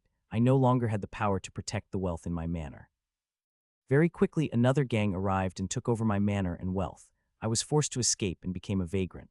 I ended up in the outskirts of Vizima and began my life filled with agony here. I was weak and sickly. Other than cheering for my companions who robbed others, I had no other skills at all. I did not know how to make a living at all. In the end, I became a beggar. Even then, I would always become the target of the other beggars. The life I live now does not fit a man, and I've been thinking for a very long time. He raised his head and looked at the two Witchers, red lights flashing in his eyes. I realized that the cause of all my misery is that white-haired man, the Witcher Geralt of Rivera. Without him, Verina and I would still be living happily together. Do you still think I shouldn't hate him? Shouldn't hate Witchers? Roy glanced at Letho, and he remained silent. Geralt helped Nivellen break the curse and kill the Bruxa. From the point of view of a Witcher, he did nothing wrong, but he did destroy Nivellen's peaceful life. Who was wrong and who was right? Roy didn't want to be the one to make the judgment, but all of this could not wash away the sins he had once committed as a robber. His suffering was simply a punishment for his crimes. Then how did your leg end up lame? Roy pointed at his obviously twisted right leg. Another Witcher called Berenger broke my leg when I tricked him. The young man began to think. He seemed to have heard of this Witcher from somewhere. In Vizima, it was about 2 years ago. Roy nodded. Your experience is quite fantastic, but all of this, he added stress to his words, is caused by your own doing. Think about the times you commit banditry when you wore the armor of a robber, the people you killed, the priestess you raped. How miserable could you be? The young Witcher shook his head. Can your miserableness be compared to those who died at your hands? Nivellen's head lowered, his expression darkening. With one sentence, he had destroyed his shell of being the innocent. But I was forced by those evil servants. I was weak and I couldn't fight back. Everything that had happened afterward, and how I had become this. Nivellen extended his neck as he argued in the garbage heap. It's all the fault of the white-haired Witcher. Now please tell me where that bastard is. I want to settle my score with him. So what if you find Geralt? Roy shook his head. Will your life return to what it was like in the past after you question him? Or perhaps you want to once again wear the skin of a monster. Nivellen licked his dried lips with some fear in him. You transferred all the hatred you felt towards your life to the Witchers, but ignored your crimes. Look at everything you did all these years. All you know how to do is complain. You won't even do what beggars do when you're one yourself. I'm not the judge, so it's not up to me to judge you for your past crimes. Nivellen's heart skipped a beat. What do you want to do to me? Now we're going to consider what you did to us on its own. You freed our horses without any valid reason. The young man stopped as he exchanged a glance with the bald man. You will be punished. Bang. After he had finished saying that, he swung the sheathed sword directly into Nivellen's face, who immediately fainted in the smelly garbage heap. Let's go, Letho. Let's see if we can get your old pal back. I thought you would break the other half of his leg, Letho said half-jokingly. Perhaps he can beg for even more money like that. I'm already being generous for not forcing him to pay me money. Roy turned around and looked at that miserable man in the garbage heap and couldn't help but sigh at his fate. He lived a much better life when he was a monster than when he was a man. Just what kind of a world was this? The Divine Hunter. When they were back at the tavern, the Witcher tried to find the missing black horse from the stable. Unfortunately, they didn't succeed as they had hoped. However, both of them were thinking that they were already not too far from the city itself. If the horse went missing here, it was possible it would be caught and sold to other horse dealers in the city. Should we go and look for it in the city? Roy said as he could feel the sting in his heart. Your old pal cost us quite a few coins. Sure, the Witcher agreed. We should also clear up your inventory and replenish our stock. Roy led the horse and walked on the small path in the outskirts. To his left was the wide Lake Vizima that stretched out to the horizon. The Temeria River was directly to their north. TLPR note, according to the map, it should be Ismina. The capital city of Temeria, Vizima, was located on a giant island in the northern part of the lake. It was surrounded all around, and it was connected to land via 4 bridges. The Witcher's destination was the Eastern Bridge, which was connected to the trade quarter. They were able to see the shadows of the buildings in the city through the bridge. The tallest one was just at the end of his sight, located on the northwestern part of the island, Foltest's castle. The origin of the castle was something he found quite funny. When King Foltest's own daughter turned Striga, Ada the White, took over his headquarters, the king had no choice but to build another seat of power. He then chose to build this castle within the city. Several years later, when Nilfgaard breached Vizima's gates, this castle had also become Emperor Imhervar Imre's temporary residence and palace during the war. I wonder how that Striga is doing right now. Speaking of Ada the White, Roy couldn't help but sigh. The Viziman legend was also someone quite pitiful. She was born from an incestuous relationship between Foltest and his own sister, and she became a monster that only knew how to feed off flesh and drank blood. She had been dominated by her bloodlust for 14 years. Even if her curse had been broken by Geralt, only 5 years had passed. How much of her humanity could she recover in that time? And how did the king treat her? Before Roy could even finish his thoughts, he had already reached the bridge together with the Witcher. There were many merchants coming and going on the bridge, and it was filled with people. But the two Witchers' unique outfit made the commoners automatically open up a way for them. But the strangest thing was that when the guards at the city gates saw them, they simply glanced at them curiously, advised them on the laws of Vizima in a few sentences, and then let them leave. It made the two of them feel like they shouldn't have to be worried so much. Looking at the guards' eyes, why do I feel like they're gloating at us?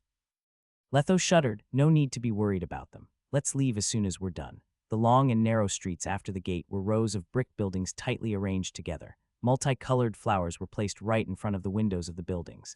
Most of the city folk walking around the city were wearing presentable clothes, and not clothes made by the commonly seen flax. They were high-grade fur and silk. They walked with confidence, with some of them growing somewhat chubby and having fair skin. It was obvious they were nothing like the inferior and skinny commoners. Seems like everyone who lives in the trade quarter are rich people. The closer they got to the heart of the trade quarter, the cleaner it became. The ground was paved with clean cobblestones, and it was surrounded by the finely decorated buildings. In this bustling trading market, merchants from all corners of the world gathered in this place. After Roy and Letho dismissed a few guides who tried to sell their services, they entered the place. "Are you two trying to sell horses?" A short man with shifty eyes immediately stepped forward, and before they could even answer, he opened Wilt's mouth and inspected its teeth. Bang, there was a crisp noise as Wilt's clean and white teeth suddenly shut, and he quickly took back his hand. "Your horse is so lively." The short man couldn't help but praise it as his eyes brimmed with interest. Roy patted Wilt's head comfortingly. "You're trying to tell his master to sell him. He would naturally get angry." "I won't sell the horse, but I want to buy one." "That's even better." The short man flashed a smile. "Whether you want the normal ones or good ones, the ones to carry cargo or people, or even to participate in competitions. The Chinon stable has it all. I can guarantee that you'll be happy with what we offer. Honored customers, this way please. Please allow Makikins to serve you." The three of them walked past the heart of the trade quarter. Roy was shocked to notice that the merchants weren't selling anything ordinary. They sold jewels, gold, and silver accessories, out-of-print books, expensive furs, spices, and other luxury goods. Makikins explained to them, "This must be the first time you come to Vizima. The people living in Vizima's trade quarters are all the social elites. Nobles, wealthy merchants, and mages live here. Even our city's Castellan Velerad made his home here. They are all very rich people, and this part of the market serves them. If you want to buy some ordinary items for daily use, then you would need to go to the temple quarter." "I see." Roy then asked curiously, "From the way you speak, it means that the temple quarter and trade quarter tend to different classes of people." "Yes, poor people like us who sell horses and socialites respectively. I'm also quite curious. Whose temple is it when it refers to the word temple in temple quarter?" "The selfless and generous prophet Lebioda. His faithful had even built the Saint Lebioda's hospital. They treat and house the poor who can't afford to see a doctor either for a very low price or for free. Doesn't that make it function similarly to the temple of Melidel?" The short man continued to tempt them, saying, "I can hear from your accents that you are both outsiders. If you have the chance, you must go and see our Lebioda and feel his greatness." Roy shrugged as he couldn't care less. He didn't want to be the second Witcher who was brainwashed by Lebioda. Makikins tried to press them. "If you believe in the prophet, I think I can give you a discount on behalf of the Chinon stable for a fellow believer." "What is wrong with you? We're Witchers. We do not believe in gods and idols. Stop wasting your breath. What other groups are there in the temple quarter?" The headquarters of the Order of the White Rose, as well as a small gathering place for the Eternal Fire. The three of them reached the stables in the northeast of the trade quarter as they chatted. They looked around the place. Currently, there were only about 5 or 6 horse dealers in the stables, and they were each taking care of about 2 or 3 horses that looked dispirited. Meanwhile, the Chinon stable's horses were the most organized. There were around 20 of them, and each of them had smooth fur. In terms of their physique and appearance, it was obvious they were better than the other horses. Unfortunately, after the two made a round, they still couldn't find the old black horse Letho had lost, and then both could feel the pinch on their coin pouches. The short man then said, "You're quite lucky. You've just made it in time to see the newest batch of horses that have just arrived. If you'd arrived half a day later, maybe only some of the normal ones would be left behind. That means your business is quite good." Since Vizima has one of the biggest ports in the north, we didn't have to worry about the sales of the high-quality horses. However, Makakins seemed to have remembered something, and all he could do was let out a bitter smile. "You should choose your horses first." Letho then checked the horse's eyes, ears, teeth, size, and muscle one by one and eventually chose a white mare. And Wilt didn't even wait for its master's order. It rubbed at the white mare's head with its eyes showing great excitement. It also kept on neighing as if it had already chosen it as its partner. "Wilt, you're only 3 years old. Don't tell me you've reached the age where you want to mate." Roy couldn't help but smile as he patted the brown horse's neck. "That's nothing strange. The horse and the master are pretty alike," Letho's mumbled. "When you were in Ellender, you were cozying up to both Eveline and Litanade. Do you miss them?" Roy raised his thin and faint brow at the Witcher and said, "It has been a long while since you've looked for a woman. Is the heat building up in there, and do you need to let off some of that steam?" "I'm sorry at this time." Makakins suddenly broke their conversation. "How about this black one? I can't sell the other one." "Why is that? You told us that we can choose freely." Makakins had an expression of pity on his face as he patted the white horse's back in silence. "To be honest with you, another important guest has booked this white horse," he said after he took a deep breath.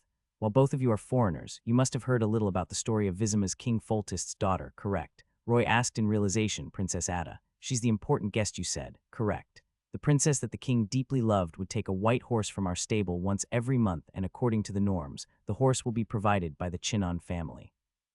Roy then asked curiously, "Once a month? Why would Princess Ada need new horses so frequently?" And then he thought to himself wickedly, "Well, this is a mare. It can't have any other uses, right?" Well, Makakins began to complain. Perhaps the princess hasn't yet recovered from the incident last time, so no matter how good the horses are, they wouldn't survive for long. Does that mean the princess hasn't lost her bloodlust? Roy thought to himself. However, they didn't need to fight a princess for a horse, and so they gave it up without hesitation. They also successfully completed the trade with the short man and bought another black horse with a special price. Their rewards from cleaning up the drowners and neckers for half a month were gone just like that. She's that arrogant. Since they couldn't afford to draw her attention, they could at least get out of the way, right? The two of them didn't want to start any problems, and so Roy led the brown horse and Letho led the black horse, and they quickly left the stables. But before they could even reach the gates, a squad of 10 soldiers suddenly stopped them in their tracks. They flaunted their sharp swords on their hips and said to the two witchers without much expression on their face, "The mayor would like to invite you to a meeting. Please stay here for a while. My apologies. We're extremely busy at this time." Roy suddenly remembered the soldiers' gloating expressions at the gate. It must have been something quite difficult to handle if they were so serious about it. "We are booked for the year, and we no longer have the time to accept any more contracts. If you would like, you can register with us for pre-booking and wait for a year. Then I would like you to push back the other contracts first," the soldier said with a raised eyebrow. "Lord Velarad's orders. If the two of you don't come, then you two will not leave Vizima either, the divine hunter. You can have the prison for yourselves." As soon as the Witcher had finished, the leader of the soldiers quietly unsheathed his sword. His peers from the same squad let out a cruel smile as they unsheathed their standard-issued longsword and encircled them. They slowly reduced the area the two Witchers could move in. They believed the Witchers would never resist, seeing they had absolutely outnumbered them. The two Witchers in the circle exchanged a glance. All this harassment. "I've had enough of this," they heard the young Witcher curse. And in the next moment, the soldier who was facing his back suddenly felt that there was a flash, and his target dexterously and swiftly jumped towards him with his back still facing him, and the pommel of his sword violently bashed into his stomach.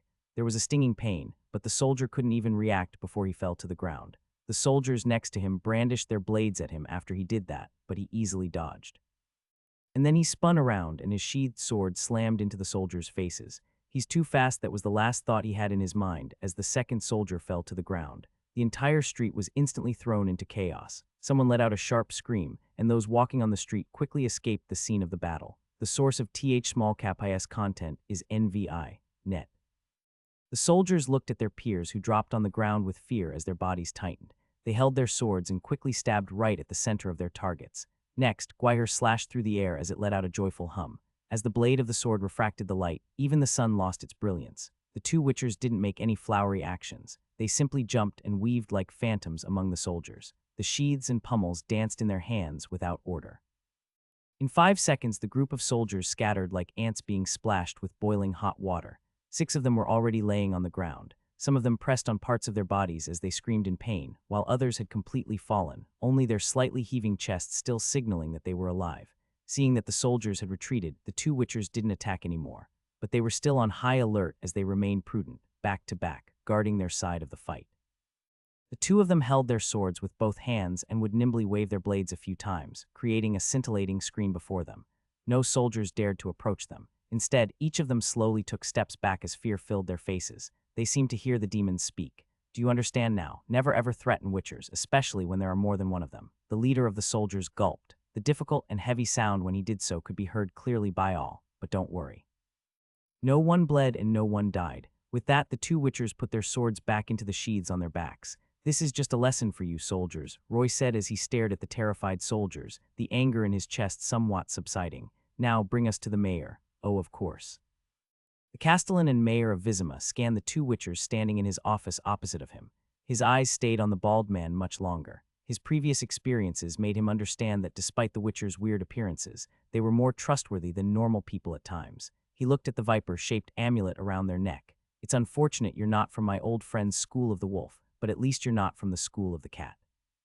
He then ordered his guards to leave them before turning to the 2 of them once again. Please, it's fine for you to sit closer to me. He showed the 2 of them the seats opposite of him and by his office table. Unlike the superstitious, I do not fear nor look down on you. Instead, I know the witchers have emotions and understand more about the meaning of fairness and responsibility. At least, they are much more reputable than some detestable mercenary's reputation. And your fairness is to use power to force 2 witchers who obeyed the law to work for you. Roy couldn't help but say in a sarcastic tone, I have no choice. Velerad stroked the rod on his table apologetically. I would like to apologize on behalf of my soldiers. I told them to invite you over with the utmost respect earlier. I didn't expect they would anger you both. Not to mention that both of you have taught them a lesson, correct? You should feel better, right? The 2 witchers merely folded their arms in front of their chest coldly and didn't give a reaction at all. It's my fault for rushing through things, the mayor said with a sigh. He continued. When I heard the good news this afternoon about 2 witchers visiting Vizima from afar, I was thinking, are they my saviors I have been begging for? But the saviors you're hoping for are already very busy and didn't even have time for themselves. We have no time to deal with your problems. Everything has a price, Velerad said firmly. Let's not talk about the contract. Why not listen to the price I'm willing to pay? I believe it should make you feel like this journey of yours isn't a complete waste of time. A price. Can your reward help us instantly reach our destination to the far east across the mountains and seas? When Roy said that, Velerad's eyes filled with hope once more. I understand that both of you appeared in the stables because you needed to reach the countries to the west of Vizima, correct? He said as he paid attention to their expressions. Is it Sidaris, Broccolin, Verdun, or Sintra? If you want to go to these places, I believe I can fulfill your wish. Roy and Letho exchanged a glance and asked curiously, what do you mean? As the capital of Temeria, Vizima doesn't lack powerful mages, and Velerad patted his chest. I know one of them. If both of you are willing to help me, my mage friend will be more than willing to open a portal to instantly teleport you to your destination.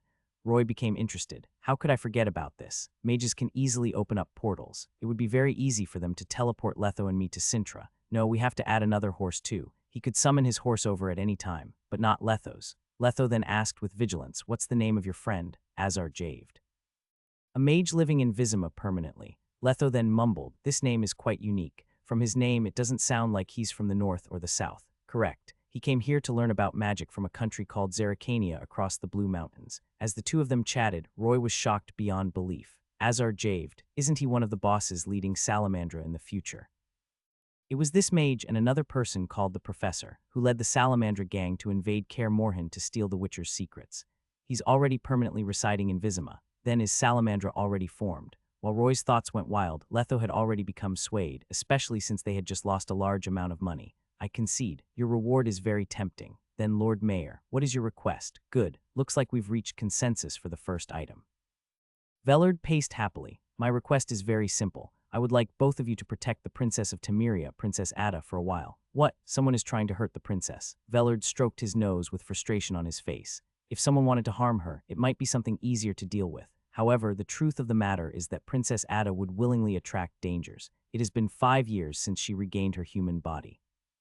Even with King Foltest's teaching, she still retained a part of her habits from the past. When he said the word habits, terror appeared on his face as if he remembered something that happened in the past. Fortunately, the princess's target had shifted to non-humanoids. However, because of King Foltest spoiling her without limits, the princess is somewhat proud and capricious. Wild beasts and livestock. She will need these things to make herself feel better. Unfortunately, normal monsters can no longer satisfy her. She's aiming at the monsters that are living on Black Turn Island. Roy stopped himself from thinking about Salamandra for the time being and asked, Black Turn Island, an island to the south of Vizima. There has always been a tribe of degenerate Vadian living on the island. I see, Roy said, so Princess Ada wanted to destroy these degenerate Vadian so that she could protect the people. From what he knew, the Vadian were amphibian monsters that would feed on fish and algae in the water. They would also sometimes catch small animals by the shores, but they wouldn't attack humans normally. As for its physical strength, a Vadian was even weaker than a drowner. But they all hunted in tribes. A small tribe could consist of dozens, while a big tribe could consist of hundreds. But the Vadian in Lake Vizima had already fallen. He believed they would only be even crueler. Velerad nodded. Even he found it hard to believe. Regardless, it is a good thing that the princess didn't turn on the people, and instead turned on those slippery Vadian instead. But it's not something simple, the Witcher said in a murmur. True, the Vadian's influence was quite ancient on the island. Their influence had even reached the swamps around the island and the lake, as well as the villages there. It was rumored that something bloody and strange would happen to the villagers in that area. The princess and the knights from the Order of the White Rose had been dispatched twice to the fringes of the island, but both were minor engagements that ended with them dragging one or two Vadianic corpses back. But this time, she wants to go deeper into the island. They are already fully prepared, and they will march for the third time. Didn't the king stop her? The king cannot bear to yell at the princess, so all he could do was let her do as she wished and find several bodyguards who were trustworthy and possessed supreme martial prowess. As his most trusted advisor, I had to help him as well. That is why everything today had happened. I would like to ask both of you to help the princess and protect her in her adventure this time around. Escort Princess Ada while she launched a crusade against the degenerate Vadian. Roy shook his head without hesitation. It's too dangerous. Then I'll add another 600 orens as a reward, Velerad said in a firm voice. Other than having Azar open a portal, I would pay you two an extra 600 orens. Both Witchers became hesitant. As expected of someone who lived in the capital of Temeria, he could offer him 600 orens immediately, which was equivalent to 600 crowns. It had far surpassed the rewards from the normal contracts, and it was more than enough to cover the loss of the horse. It was definitely attractive to Witchers like them who were aiming to rebuild the schools. When the mayor saw something, he knew he had them. He then said, please, no need to respond to me right now. I've arranged accommodations for both of you already. You can think about it after you've moved in. If both of you haven't left by 8 in the morning tomorrow, that would mean you have accepted my request and I will bring you to see Princess Ada. But if both of you were to leave early, I wouldn't force you. The two Witchers nodded and left the mayor's office. They could use this time to clean up the monster materials in their inventory, as well as replenish some of his alchemy ingredients. They also needed to find somewhere with more space. Roy's training could not be delayed. In the past, it was about swords and crossbows, and now signs were added as well. He would need to expend all his stamina and mana every night before he could enter into a meditative state, the divine hunter. The morning light streaming into the room through the window awakened the Witcher, who was still meditating. Roy took in a deep breath and opened his dark, golden eyes. All the fatigue from his training alleviated, and he felt refreshed. It was another brand new day. He called out to Letho to reorganize their inventory before entering the temple quarter together with a guard Mayor Velerad had sent to escort them through the trade quarter. Vizima's temple quarter was filled with dilapidated streets and short buildings. Simply looking at the infrastructures and general environment, it was far inferior to the trade quarter. There were also few patrols in the dark alleyways some distance away from the temple quarter. Security in this part of the city was pretty much non-existent. Brutal and vicious affairs happen here every day. The three of them quickly walked into St. Lebioda's temple, located in the center of the temple quarter. It was at this time that they noticed a squad of knights from the Order of the White Rose blocking the alley next to the hospital. It was obvious that something alarming had happened here. Under the guidance of the knights, the two Witchers made their way as they pushed through the knights and saw what was in the center of the incident.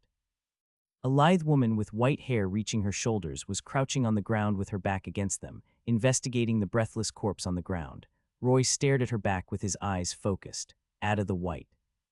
Age 19.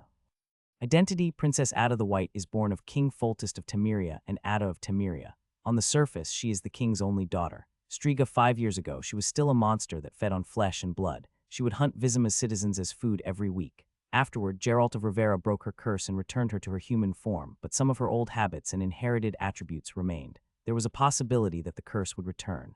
HP 80. Strength 8. Constitution 8. Perception 7. Wills 5. Charisma 5. Spirit 5. Skills one-handed mastery LVL 3. Dagger mastery LVL 2. Bow mastery LVL 2. At this time, the princess who had appeared in countless legends and stories was crouching on the ground with her back to the witchers. She was not that graceful at all. Instead, she looked like a wandering mercenary or laborer with low social standing. Any noble lady worth their salt would not do anything that could ruin their image in public, and yet she did it so naturally and so openly that none of the other knights dared to show any sign of disrespect or scorn. Instead, they all remained silent and stern.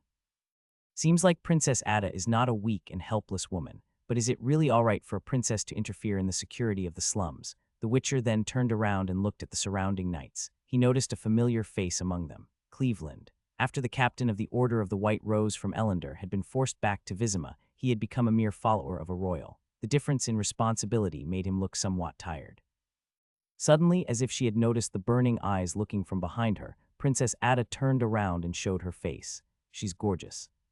The Witcher's pupils shrank as the words flashed through his thoughts. He couldn't imagine that just several years ago, this woman was still a monster feeding on the flesh of humans. But now, Ada, who had reached adulthood, had become a beauty. Her lips were well-shaped and it looked like they were painted with the color of blood. Her nose was tall, and her eyes were slightly narrow and long, giving her a somewhat bewitching appearance. Her long hair resting on her shoulders was as white as snow. Yes, it was the hairstyle used by the sorceresses, the druids, and the courtesans. Her skin was so white it was reflecting under the sun, perfectly smooth like silk. However, her outfit did not match her appearance at all. Everything after her long neck was covered by brown leather. She was also wearing a pair of black gloves, and her feet were covered by light leather boots. A masterwork dagger was dangling on the left of her waist, while a spiked whip was dangling on the right. Overall, her outfit had nothing to do with her station as a princess. Instead, she looked like a scoia'tael assassin wandering through the wilds. The Witcher held his School of the Viper amulet tightly as it vibrated gently. He also noticed that not only did Ada have a slim figure, but she was also quite tall. She was at least half a head taller than him. Around her neck was a necklace made of a fine silver chain holding a blue-colored gem, and it was emanating faint magical energy. While he was watching her, Ada was also scanning the two unfamiliar Witchers. Unlike the common women, the way she looked at them was not reserved at all. Instead, she looked at them openly. Her eyes were vibrant and invasive, as if wanting to discover everything there was to see about these two people in front of her. But the Witchers kept their cool even as she evaluated them. They had trodden on mountains made of corpses. The murderous eyes of countless monsters didn't faze them. What could the gaze of a woman do? So you two are the bodyguards Velerad sought out for me, Ada said as she had her arms crossed. Her voice was slightly coarse, but it was somehow quite sensual. The two Witchers nodded, but before they could say anything, the woman approached them quickly. Her nose twitched as she came close to them, carrying with her the fragrance of mandrake. With a slight frown, she then commented warily, "What a rich scent. Human, elf, and something else that's non-human." She then licked her lips. "You do not smell disgusting. I'll allow you to stay by my side. But if you want to be my subordinate, this isn't going to be enough." She suddenly turned around and pointed at the fresh corpse on the ground. "I heard that the Witchers are experts in hunting and scouting, and I need a professional hunter to hunt down those cunning Vadiana during my expedition. If you can find the murderer that killed the priest and prove yourself, then I will welcome you into my fold. Otherwise, go back to Velerad." A smile appeared on her face as she continued, "I'll give you 1 full day." "There's no need for 1 full day," the bald Witcher said in a calm voice as he approached the corpse together with Roy. They knelt down and began to investigate as another knight explained the situation to them. "The victim is Harliette, 16 years old. She is an assistant healer in Lebioda's hospital. While there is plenty of violence in the temple quarter, all the residents here have an understanding. Anyone with at least a little good left in them will not touch a priest or priestess serving in St. Lebioda's temple. The residents nearby have all received help from the clergy one way or another. That's why I believe the murder might be an outsider or someone that has just moved into the temple quarter." The priestess's horror-struck expression was still fixed on her pale face. Her tongue was stuck out of her mouth as her body was bent stiffly. Her body was found in the alley by the temple this morning. She might have been attacked while she was throwing the rubbish last night. The thin priestess was still wearing the temple of Lebioda's long, white robe, but the lower edges of her robe had already been shredded in half and they could see blood. She died from suffocation. Someone choked her to death. The knight pointed at her neck. There was a dark, reddish mark of a hand and thumb, and in the redness there was a shallow and thin wound. The Witcher said the murderer had a weapon. He first used the weapon to threaten the unfortunate girl. He then held the girl's thin fingers and observed for a moment. If the girl fought back and struggled after she was attacked, there would be skin of the murderer underneath her fingernails. It was at this time that Ada said coldly as she got closer, "If we catch this criminal, I will skin him alive and remove all his tendons. I will hang him out under the sun and expose him to the elements so that he will die in pain. Then be prepared." Roy suddenly stood up as he turned his sight to the door of St. Lebioda's hospital. The killer is someone green. The way he committed his crime is very sloppy. He didn't clean up the scene of the crime. He left behind too much evidence.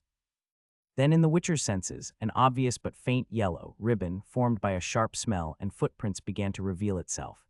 His actions were simple but brutal. He didn't kill her because he simply wanted to let his yearning loose. He is very afraid, but he is smart. He knew that the most dangerous place is the safest place.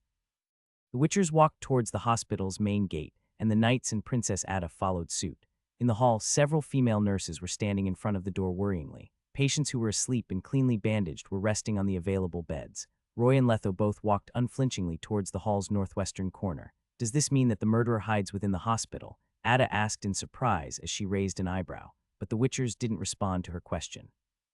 Their eyes turned and looked at the middle-aged man in ragged clothing some distance away. The patient whose arm was bandaged merely sat on his bed as he looked into the void. "Nivellen, why are you in the hospital?" Nivellen was suddenly snapped out of his torpor by the voice. There was a hint of fear in his eyes as he looked at the knights who began surrounding him with stern eyes. "Witchers?" he asked after a slight shock. He then tried to force the words out of his mouth. "I'm so poor that I don't even have a bronze piece. Since I was wounded, I have to come to ask for Lebioda's kindness, naturally. How were you wounded?" Roy suddenly sighed as his dark, golden eyes began to show mixed feelings. Why did he not break his other leg yesterday? "I leave the rest to you, boy," the bald Witcher said as he crossed his arms and looked at the man coldly. "Very well," the young Witcher said, and he turned his attention back to Nivellen. He then asked him harshly, "Why are you afraid?" "Afraid? I don't understand what you mean," Nivellen said before turning around, trying to sway to the knights. "Oh, honorable sirs, are you all going to pick on me? A poor, helpless little beggar." "Hold him," Roy suddenly said. "He's the killer." While Ada could only give him a strange look, Roy suddenly stepped forward and pulled at Nivellen's arms, revealing them to everyone. His arms were covered with several odd, bloody marks. Roy then pulled open the clothing that he was wearing, and at that instant, even more scratch marks were exposed to everyone's sight. "These were left behind by that poor priestess when she struggled, right?" Nivellen roared as he tried to fight against the Witcher's enormous strength as his face turned red. "You despicable Witcher, you are framing me, sirs, your highness." Nivellen knelt down on the bed and then begged the knights. "Please don't listen to the Witcher's lies. Everything he said is fabricated. He wants to frame me. You still don't admit it." Roy pursed his lips. "The wounds on your arms. You cut them yourselves in disguise, correct? And the wound on the priestess's neck, it was from the same weapon. A dagger. I believe you wouldn't hide the weapon too far away." The Witcher observed Nivellen's expression and then turned and looked at the corner of the temple. "You hid it somewhere inside the hospital. For instance, the toilet." Horror flashed in the man's eyes. "Sir Knight, can you please search the temple? Focus on the toilets. I believe the murder weapon is hidden somewhere there." The knight gave Ada a look after he heard what he said. After she gave him a nod, he left together with his peers. Nivellen was still mumbling under his breath with a pale face. "Filth, should I remove your pants now and see if you've washed your ugly little thing? The scent is so strong it's making me dizzy." Nivellen was completely silent. "You killed that priestess without any reason. You wanted to become that monster again." The Witcher once again remembered Alan from the Sea Scorpion troop, who was willing to sacrifice himself for his daughter. Meanwhile, while you had the skin of a monster in the past, at least you still had some of your humanity left in you. But now, you are just a monster with the skin of a man, and your foolish action will have no effect at all." Roy shattered his final delusion. "Only the priestess of Coram Ogterra possesses the potent power to curse you. The young Lebioda priestess does not possess the power to do that. You lie. That's impossible." Nivellen's face was covered with horror when he heard that, and he pounced at the Witcher uncontrollably, but the knights next to him held his arms despite his struggle and excuses. After a short while, Cleveland found the bloody dagger in the temple's toilet. Princess Ada gave it a look and gave her leather glove a press, saying, "Witcher, you have really surprised me. You found the suspect in less than 15 minutes. It's fine if he doesn't admit to it." Ada licked her lips, her beautiful face filled with excitement. "No killer can endure my interrogation. Once I have confirmed his identity as the murderer, I will formally admit you into my expedition against the Vadiana." But now, Ada turned to look at the pale-faced beggar who had finally realized who the demoness in front of him really was. "Pray, last a little longer, please me, and perhaps I'll give you a quick one." The Princess of Temeria smiled brightly as she said that, and then suddenly turned to the Witchers. "This is going to be fun. Are you two coming?" Fun, torturing Nivellen. While he was scum, Roy had no interest in that at all. How are you going to deal with him? I will interrogate him first, then set up a wooden beam in the middle of the temple square where he will be tried by Lebioda's believers and the nearby residents. Ada's white face began to flush because of the excitement. He must be tortured and his blood ran dry, to scream in pain and agony until the moment he dies to serve as a warning for all the evildoers. Personality-wise, the princess was like a real man. Your Highness, Letho and I will excuse ourselves. We will be reporting back to the mayor. Roy shook his head. He then asked, when are we leaving and how many people are we bringing to Black Turn Island? You witchers are so boring. Ada struck the air with her whip drearily as she lost her enthusiasm. We will leave on the evening of the day after tomorrow. I will have 40 soldiers under my command. We will first march around Lake Vizima and rest in a village in the swamp. Then, during the next morning, we will head to Black Turn Island at the center of the lake by boat. How many degenerated Vadiani are there? Ada's slim finger stroked her chin as she gave it some thought. We weren't able to reach the lake last time the Knights and I headed over there, so I'm not sure how many Vadiani are hidden there, but there will be no less than 100. The bald man's expression became even grimmer. There was no need to be afraid of a few Vadian, but if they were to appear in a horde, then it would be quite disastrous for them. However, Roy seemed to have thought of a great idea. Vadiani normally appeared in the lake and would consume the aquatic creatures living in its depths. They were especially attracted to the smell of fish, if they could use this to their advantage. Your Highness, if it is possible, could you send your men to prepare some things? Can you please buy from the market a large amount of? Ada's pretty little face first showed some confusion, but her seductive eyes turned bright once she heard everything. The divine hunter. Evening in the swamp. A long caravan was heading right into the swamp to the south of Lake Vizima. Most of them were soldiers wearing chainmail forged of silver links with longswords sheathed by their belt and bearing bucklers and crossbows. There were also several carts with them, each of them carrying wooden barrels that were emanating a weird smell. 3 figures wearing light leather led in front of the caravan, Ada in the center along with a witcher to her left and another to her right. The woman suddenly pulled on her reins and stopped the energetic white horse that she was riding. She looked at the darkening sky and said, as per our original plan, we will stay for one night in the village in front. We will then take a boat to Black Turn Island by boat tomorrow. Roy nodded as he lay on Wilt's back. Through the thin mist covering the swamp, he could clearly see the outline of houses not that far away. When he heard the sounds of the convoy arriving, the village chief Bove quickly came over and greeted them with words of compliment. And we welcome you once again to Connor Village, Princess Ada, and to you all too, Sir Knights. I will arrange your lodgings immediately. The frail old man looked at the long line with respect. Unlike the previous 2 times, we're no longer taking this lightly. Princess Ada waved the whip in her hand proudly as she announced on the horse, I brought dozens of the Order's elites. And this time I'm going to eliminate all the beasts on the island and solve your problems once and for all. Since you are the citizens of Vizima, I'll naturally have to make sure you are all right. When they were exchanging words, the convoy had already entered the village. The village wasn't of moderate size, with around 200 families living here. At this time, most of the villagers had already returned to their own homes to enjoy their dinner. White smoke came out from the chimney of the houses with thatch roofs. As the smoke rolled, some curious men and their children looked at the knights with surprise and joy as they stood by the door. Their joy came from the depths of their heart, as if they had seen their savior. The young witcher scanned the faces of the villagers. It seems like the villagers have seen better days. He noticed that most of the villagers, both children and adults, had black, puffy eyes, as if they've been losing sleep lately. Next, Ada issued her orders and organized everything that was to be done the next day. The knights set up their tents around the village and left behind 1/10 of their numbers to take care of the horses, gear, and sentry duty. Listen well. Ada cracked her whip in the air with her right hand. If any one of you disobeys my orders and harasses the villagers, you will suffer the consequences. The knights put their right hand on their chest and bowed respectfully. Only afterward did the woman enter the most lavish building together with Bove. The 2 witchers behind her were somewhat surprised. The princess wasn't as arrogant and bull-headed as the rumors had said. Welcome to my simple abode, Your Highness. Please forgive me for the lack of amenities. You had spent 1 whole day riding from Vizima, and you must be quite hungry. If you don't mind, my wife is making dinner.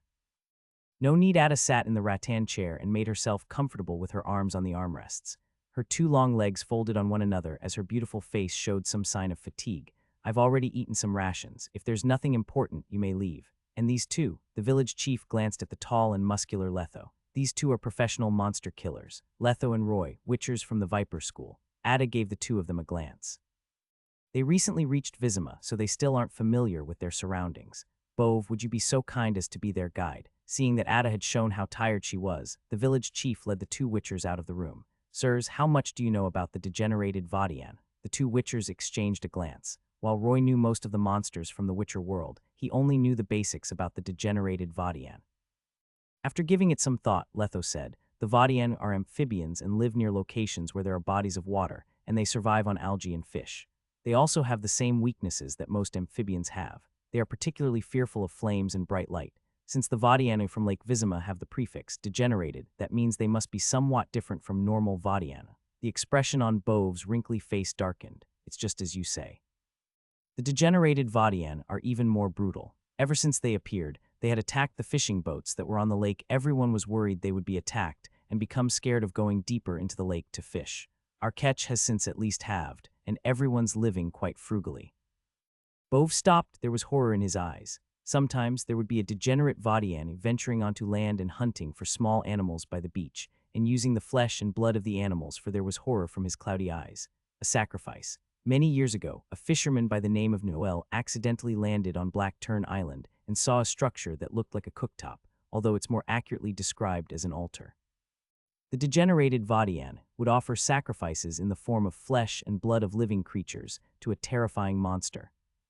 And we talked to the fisherman. Bove sighed and said Noel went missing afterward. Missing, Roy became disappointed. If he could learn some of the altar's descriptions, he could probably guess just what the degenerated Vadian were sacrificing to. Do you know what they were offering sacrifices to? I'm not sure, Bove answered. They're gods, but the Vadian had no gods of their own. Roy then turned around and asked, from what you know, how many degenerated Vadian are there in the lake?